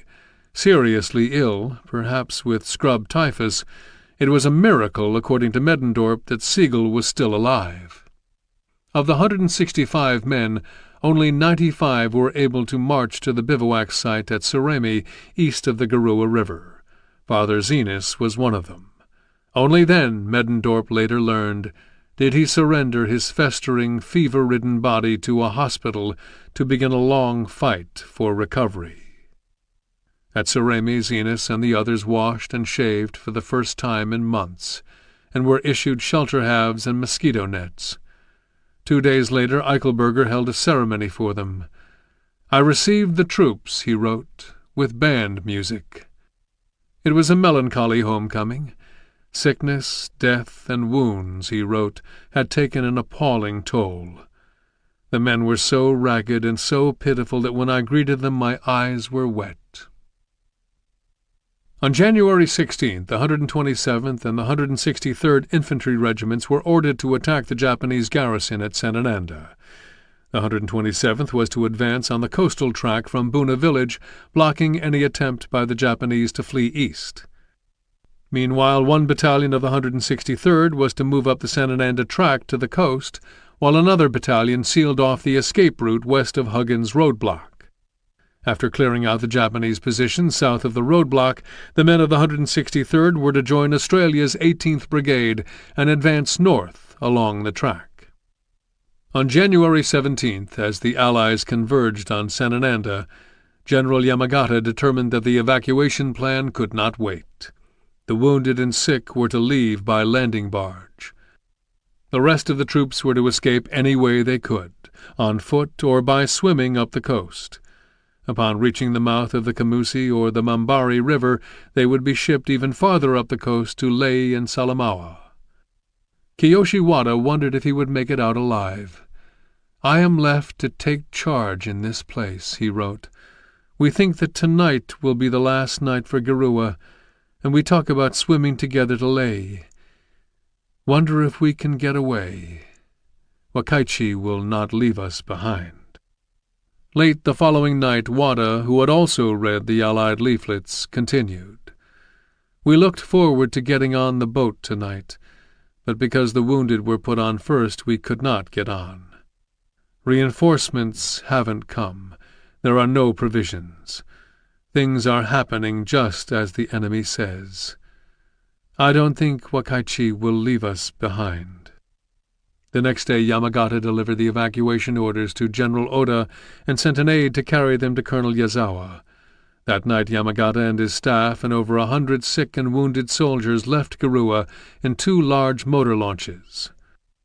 Later, a prisoner of war stated that the general made room for himself by taking off the patients and men already loaded on the barge. Oda was indignant. Yamagata, he believed, had taken the coward's way out. Early the next morning, Oda, Yazawa, and a large number of troops plunged into the swamp and ran smack into an Australian outpost. Yazawa, who had been in New Guinea since the overland assault on Port Moresby, was killed, and by some accounts Oda was too. Other reports contend that Oda stayed behind. Realizing that his end was near, he told a soldier that he was going off to smoke one cigarette at leisure. Soon afterward the soldier heard 2 pistol shots and ran back to assist Oda. There he found the general and his supply officer lying on a cloak on the ground, where they had killed themselves. As the last evacuation boats pulled anchor, Kiyoshi Wada was left standing on the beach, longing for home. He returned to the hospital and was killed by mortar fire early the following morning. A day later, on January 22, 1943, the Buna-Gona-Senananda campaign officially ended.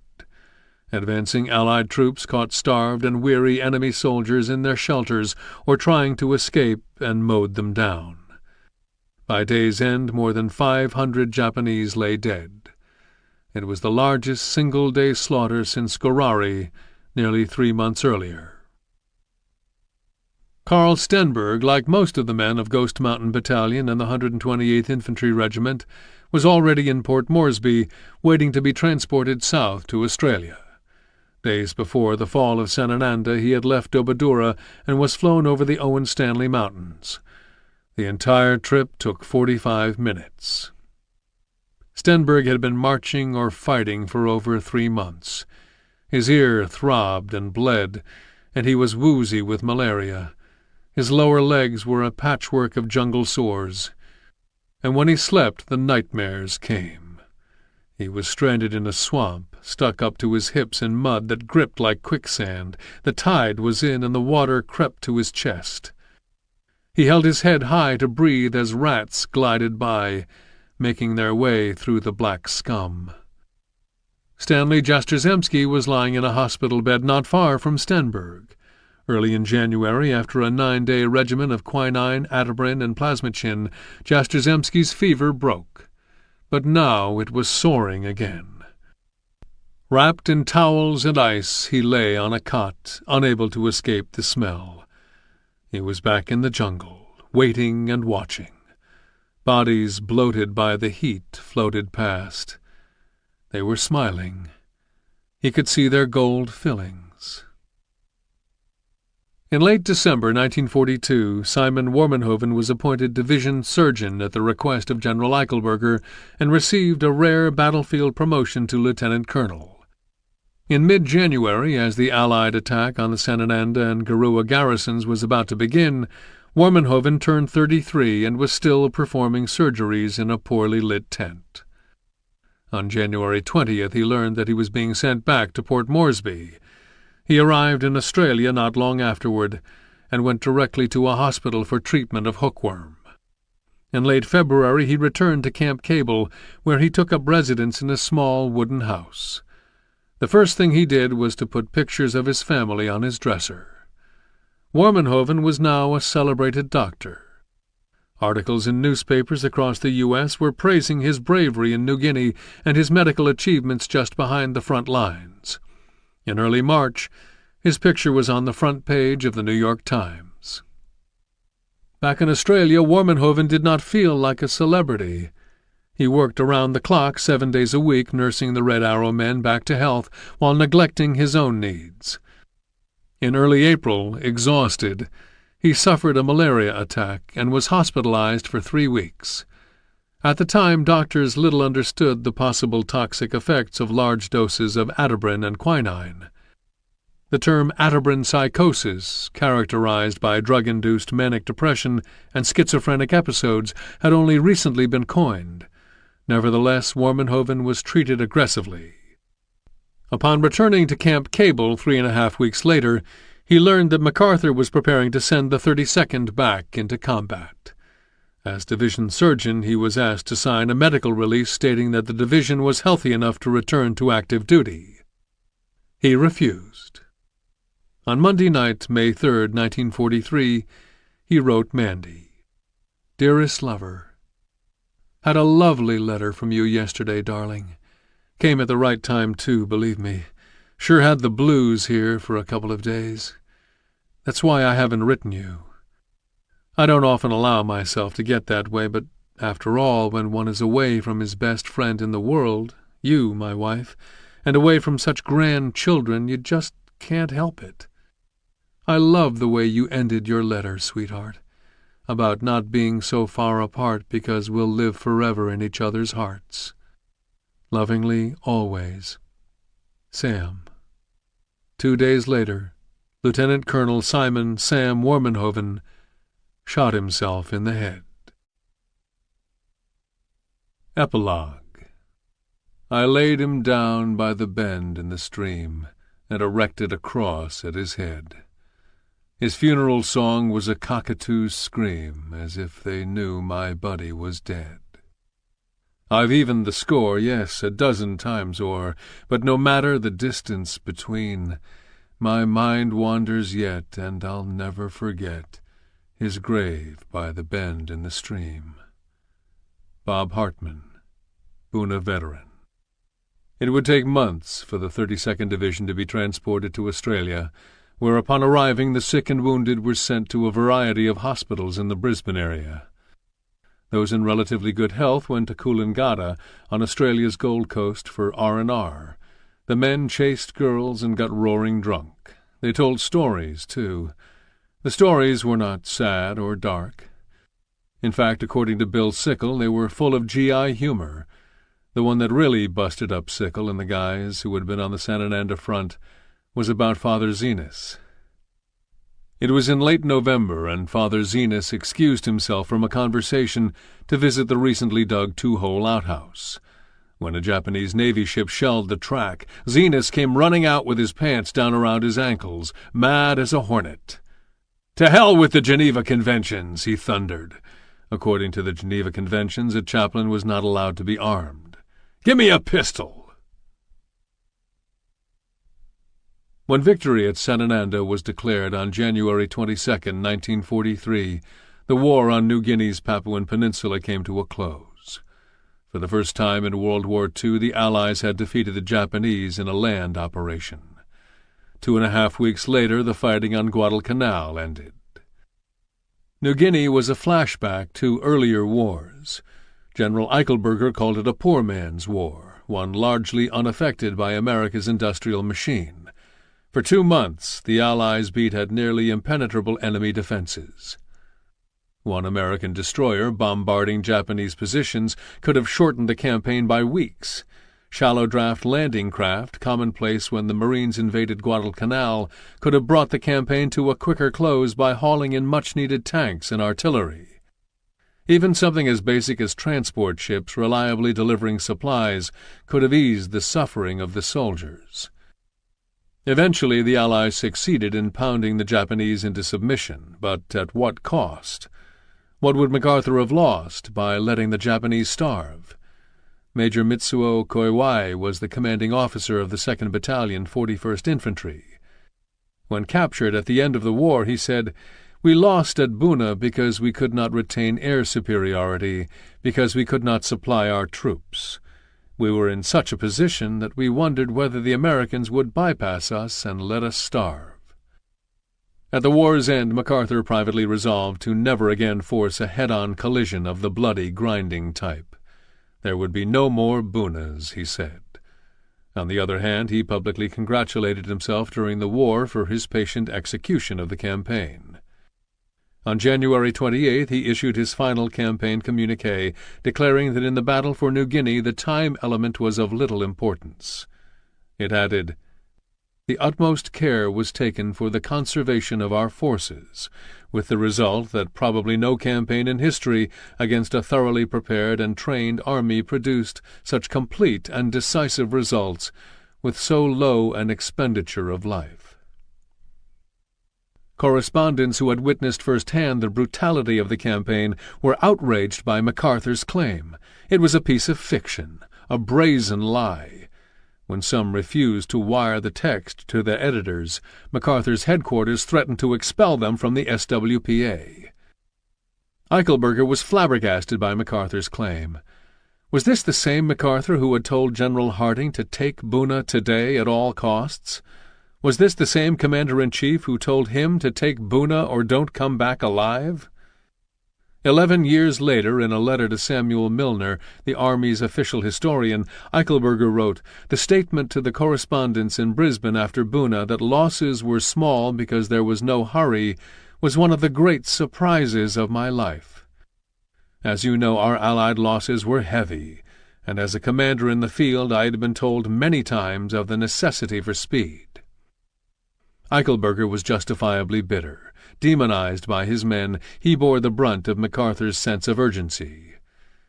He would later write, "The great hero went home without seeing Buna before, during, or after the fight, while permitting press articles from his GHQ to say he was leading his troops in battle. MacArthur just stayed over at Moresby 40 minutes away and walked the floor. I know this to be a fact."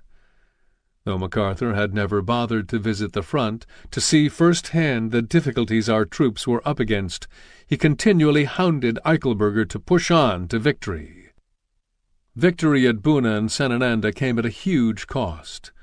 Eichelberger wrote in his book, Our Jungle Road to Tokyo, Buna was bought at a substantial price in death, wounds, disease, despair, and human suffering.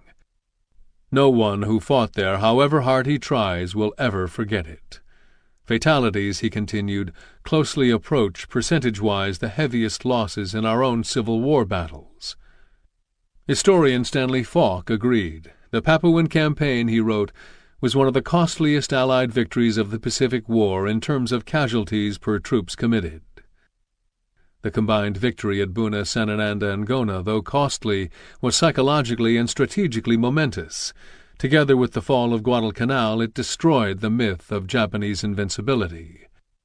Strategically, it broke Japan's hold on New Guinea, ensuring the security of the Australian continent and the American supply line to the Pacific. Buna Sanananda was not the 32nd Division's only campaign. In December 1943 it returned to battle in New Guinea at Sayador, followed by invasions of Ayatape on New Guinea's far north coast and Morotai near the island of Halmahera between New Guinea and the Philippine island of Mindanao. Later it participated in the liberation of the Philippines at Leyte and Luzon. Although the division's battles were overshadowed by the likes of Tarawa, Saipan, and Iwo Jima, Eichelberger managed to put the Red Arrow men's contributions into perspective.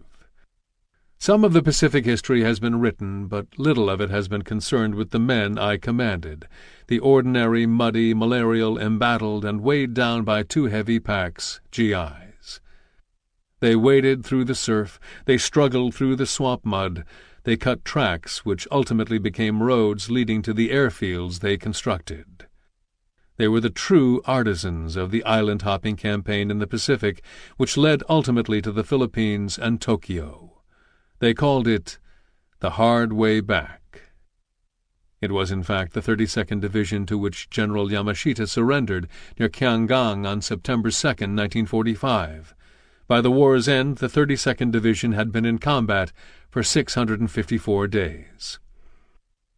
As costly as its other campaigns were, none could compare with Buna and Sanananda, where the division's casualties pushed 90%. Out of the nearly 11,000 troops in the division's 3 combat teams, there were 9,688 casualties. According to Samuel Milner, the division's 126th Infantry Regiment had ceased to exist.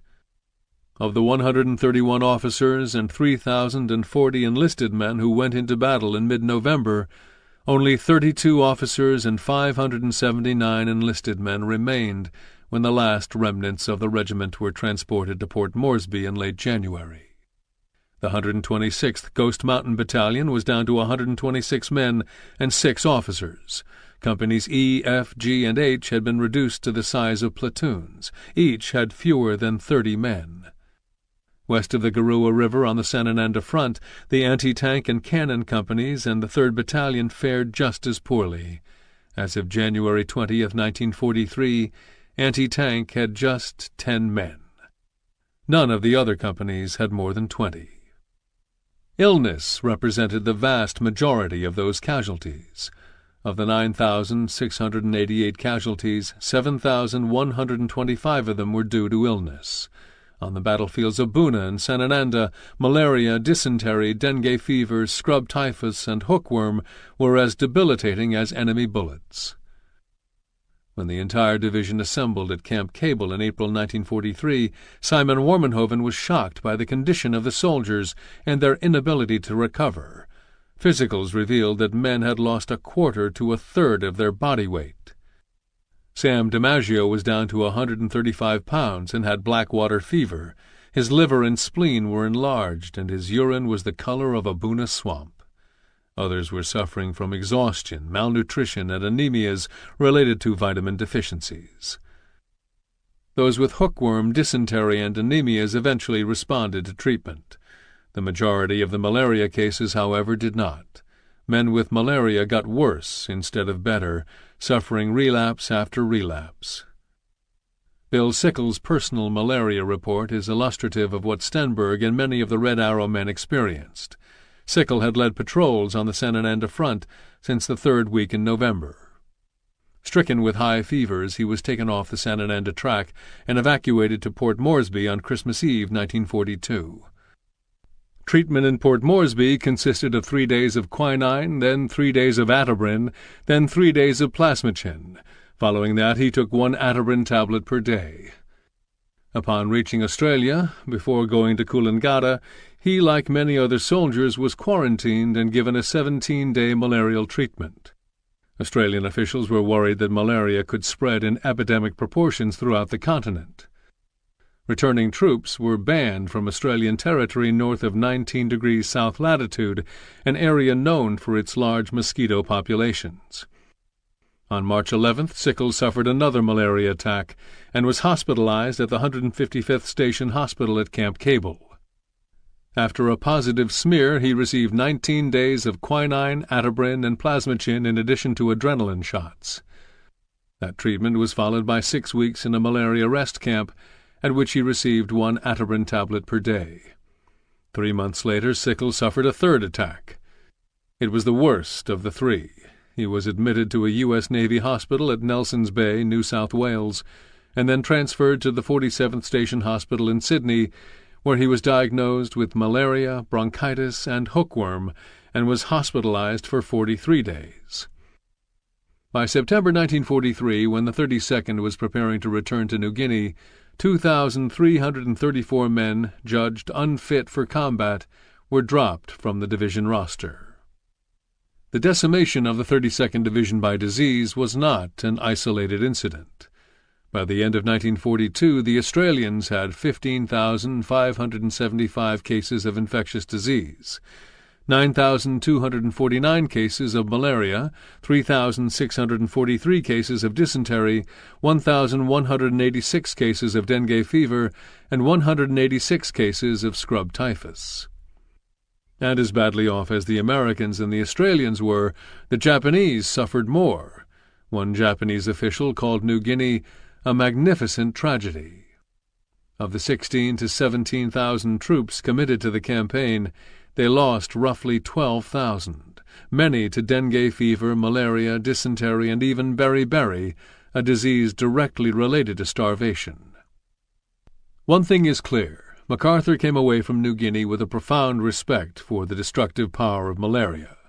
In future campaigns, he made sure that troops were supplied with malaria tablets, mosquito netting, protective clothing, and training in anti-malaria procedures.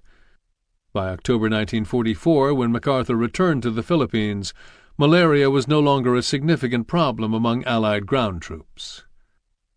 Some historians believe that MacArthur learned a number of other lessons at Buna, responding to its savagery by developing his policy of bypassing or leapfrogging, a hit-em-where-they-ain't strategy that relied on the efficacy of air power and amphibious operations. After Buna, MacArthur avoided enemy strongholds. Rushing the construction of airstrips, he pounded the Japanese supply line, leaving bases to wither on the vine.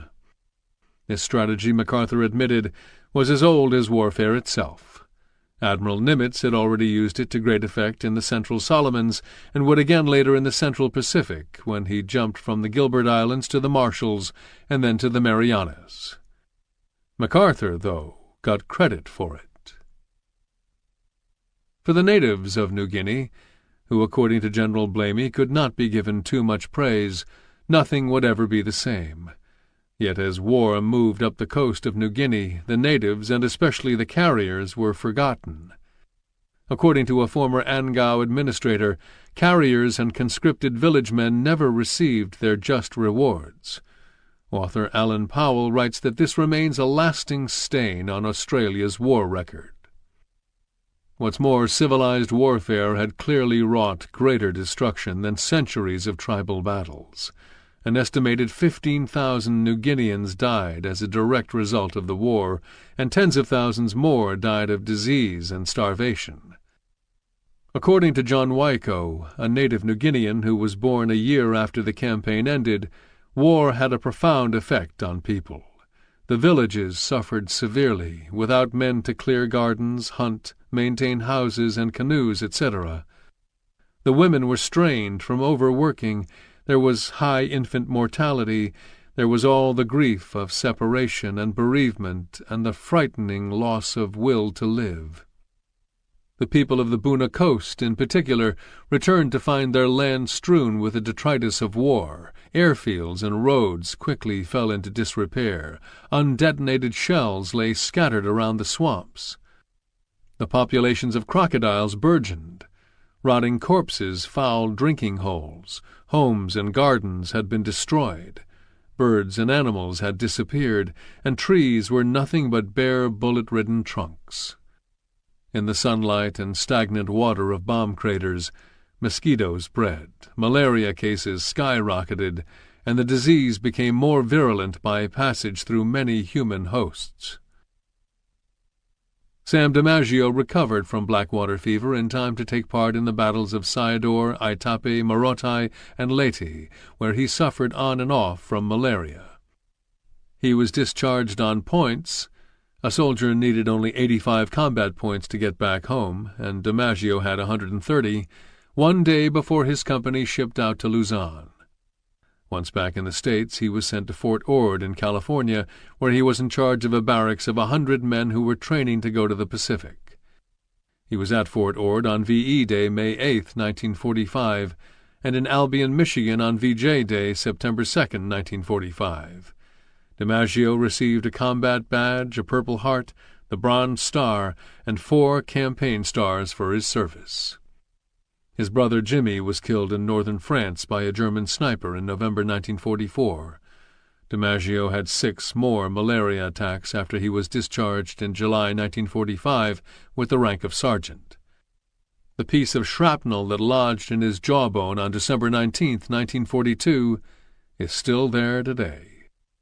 Suffering from jungle rot and malaria, Stanley Jastrzemski was put on limited duty in Sydney, Australia, where he guarded a stockade. Although he had enough points to get home, he stayed on until Japan surrendered, until, as he says, the last dog was hung. Jastrzemski was discharged in mid-August 1945. He was awarded the Bronze Star for his service. Gus Bailey won the Army's second highest award, the Distinguished Service Cross, for his heroism at Buna. Back in Australia, he was promoted to captain and made commander of the 126th 1st Battalion. He took part in the battles of Sayador, Aitape, Morotai, and Leyte. Although he had been offered a position as regimental executive officer, which would have kept him off the front lines, Bailey turned it down and was killed by a Japanese grenade on the Villa Verde Trail on the island of Luzon on April 25, 1945. He was awarded the Silver Star posthumously. In February 1949, his body was returned to the U.S. Carl Stenberg was put on limited service in Australia, where he was assigned to a replacement depot in Brisbane and later to Signal Section headquarters. In August 1944, Stenberg was bound for the United States aboard a Norwegian freighter, and 4 months later he was discharged. He suffered from malaria attacks for another 10 years and still has scars on his legs from jungle ulcers. Stenberg received the Combat Infantry Badge, the Presidential Citation, 2 oak leaf clusters, and the Bronze Star. But what he treasures more than anything else is the Christmas card he received from Jim Broner in December 1996. The note reads, "I will never forget the effort that you made in saving my life so many years ago. And believe it or not, I'm still enjoying every minute."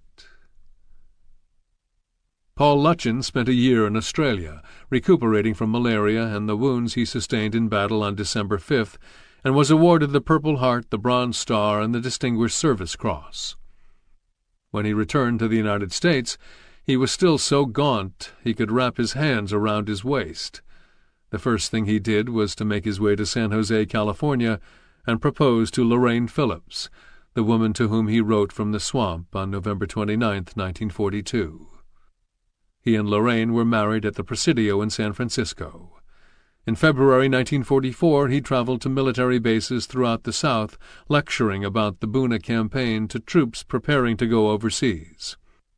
Afterward, he embarked on a career in military intelligence and counterintelligence, and was stationed at bases across the United States, as well as in the Philippines and Japan.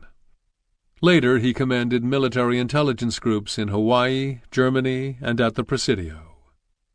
Herbert Stutterin Smith was sent to the 105th General Hospital at Gatton, about 30 miles from Brisbane, where he recuperated in a small ward with Paul Lutchens and Harold Hantelman. Hantelman would eventually marry the ward's Red Cross nurse. Afterward, he was made executive officer and port inspector of Base Section 4 in Melbourne. Just before going back to the United States, he checked into the 4th General Hospital, where his roommates were Guadalcanal veterans from the 1st Marine Division. According to Smith, they continuously harped about the tough times they had endured, until one day Smith put on his blouse and they asked him where he acquired his ribbons, a combat infantry badge, the Purple Heart, and the Distinguished Service Cross. When Smith told them Buna, they did not refer again to Guadalcanal in his presence. On October 6, 1943, Smith sailed for the United States, and not long after he retired from the military. On June 28, 1990, 46 years after he left the Army, the state of Wisconsin honored Smith with the Wisconsin National Guard Distinguished Service Medal. Captain Alfred Medendorp suffered recurrent malaria and was classified as unfit for combat duty. He was reassigned to the Amphibious Training Center, where he worked with the Navy to improve the performance of troop and equipment landing craft. He was rotated home in April 1945 and was awarded the Purple Heart, the Bronze Star, and the Combat Infantry Badge. In 1950, Medendorp, by then a major, volunteered for active duty during the Korean War. He was stationed at Fort Monroe, Virginia, until the spring of 1954. He was then assigned to the Military Assistance Advisory Group in Taiwan. On September 3, 1954, during his inspection of Chinese nationalist forces on the island of Quemoy, now Kinmen Island, a mile and a half from the Chinese mainland, Medendorp was killed during an artillery barrage. General Eichelberger said of Hermann Bottcher, "He was one of the best Americans I have ever known." For his heroism at Buna, Bottcher was given a rare battlefield commission as a captain and awarded the Distinguished Service Cross. Bottcher was killed in Leyte on November 28, 1944. Although he had achieved the rank of major, he was making a lone reconnaissance behind enemy lines in the Ormuk Valley when he was cornered in a rice paddy by a Japanese patrol. He held off the Japanese for 4 hours, but was finally killed by 2 rifle slugs to the head. Legend has it that advancing American soldiers of the 32nd Division found him face down in a puddle of mud, still gripping his pistol. He is buried in the Manila American Cemetery. Today, a memorial to Hermann Bottcher stands in the village of Buna. General Edwin Forrest Harding went on to become commanding general of the Panama Mobile Force, where he trained units in jungle warfare. Unlike Eichelberger, he never took the opportunity to justify himself in a post-war memoir. In 1946, Harding retired to Franklin, Ohio, to the stately family home. He remained the favorite general of 32nd Division veterans. One veteran said, "His greatest fault was that he loved his troops and could not stand to see them slaughtered." At a reunion, they presented General Harding with a bronze Red Arrow plaque, which he treasured. On June 21, 1943, in Grand Rapids, Michigan, Lieutenant Colonel Simon Warmenhoven was posthumously awarded the Distinguished Service Cross. Henrietta Mandy Warmenhoven saved every one of her husband's 160 letters. This concludes The Ghost Mountain Boys. Audible hopes you have enjoyed this program.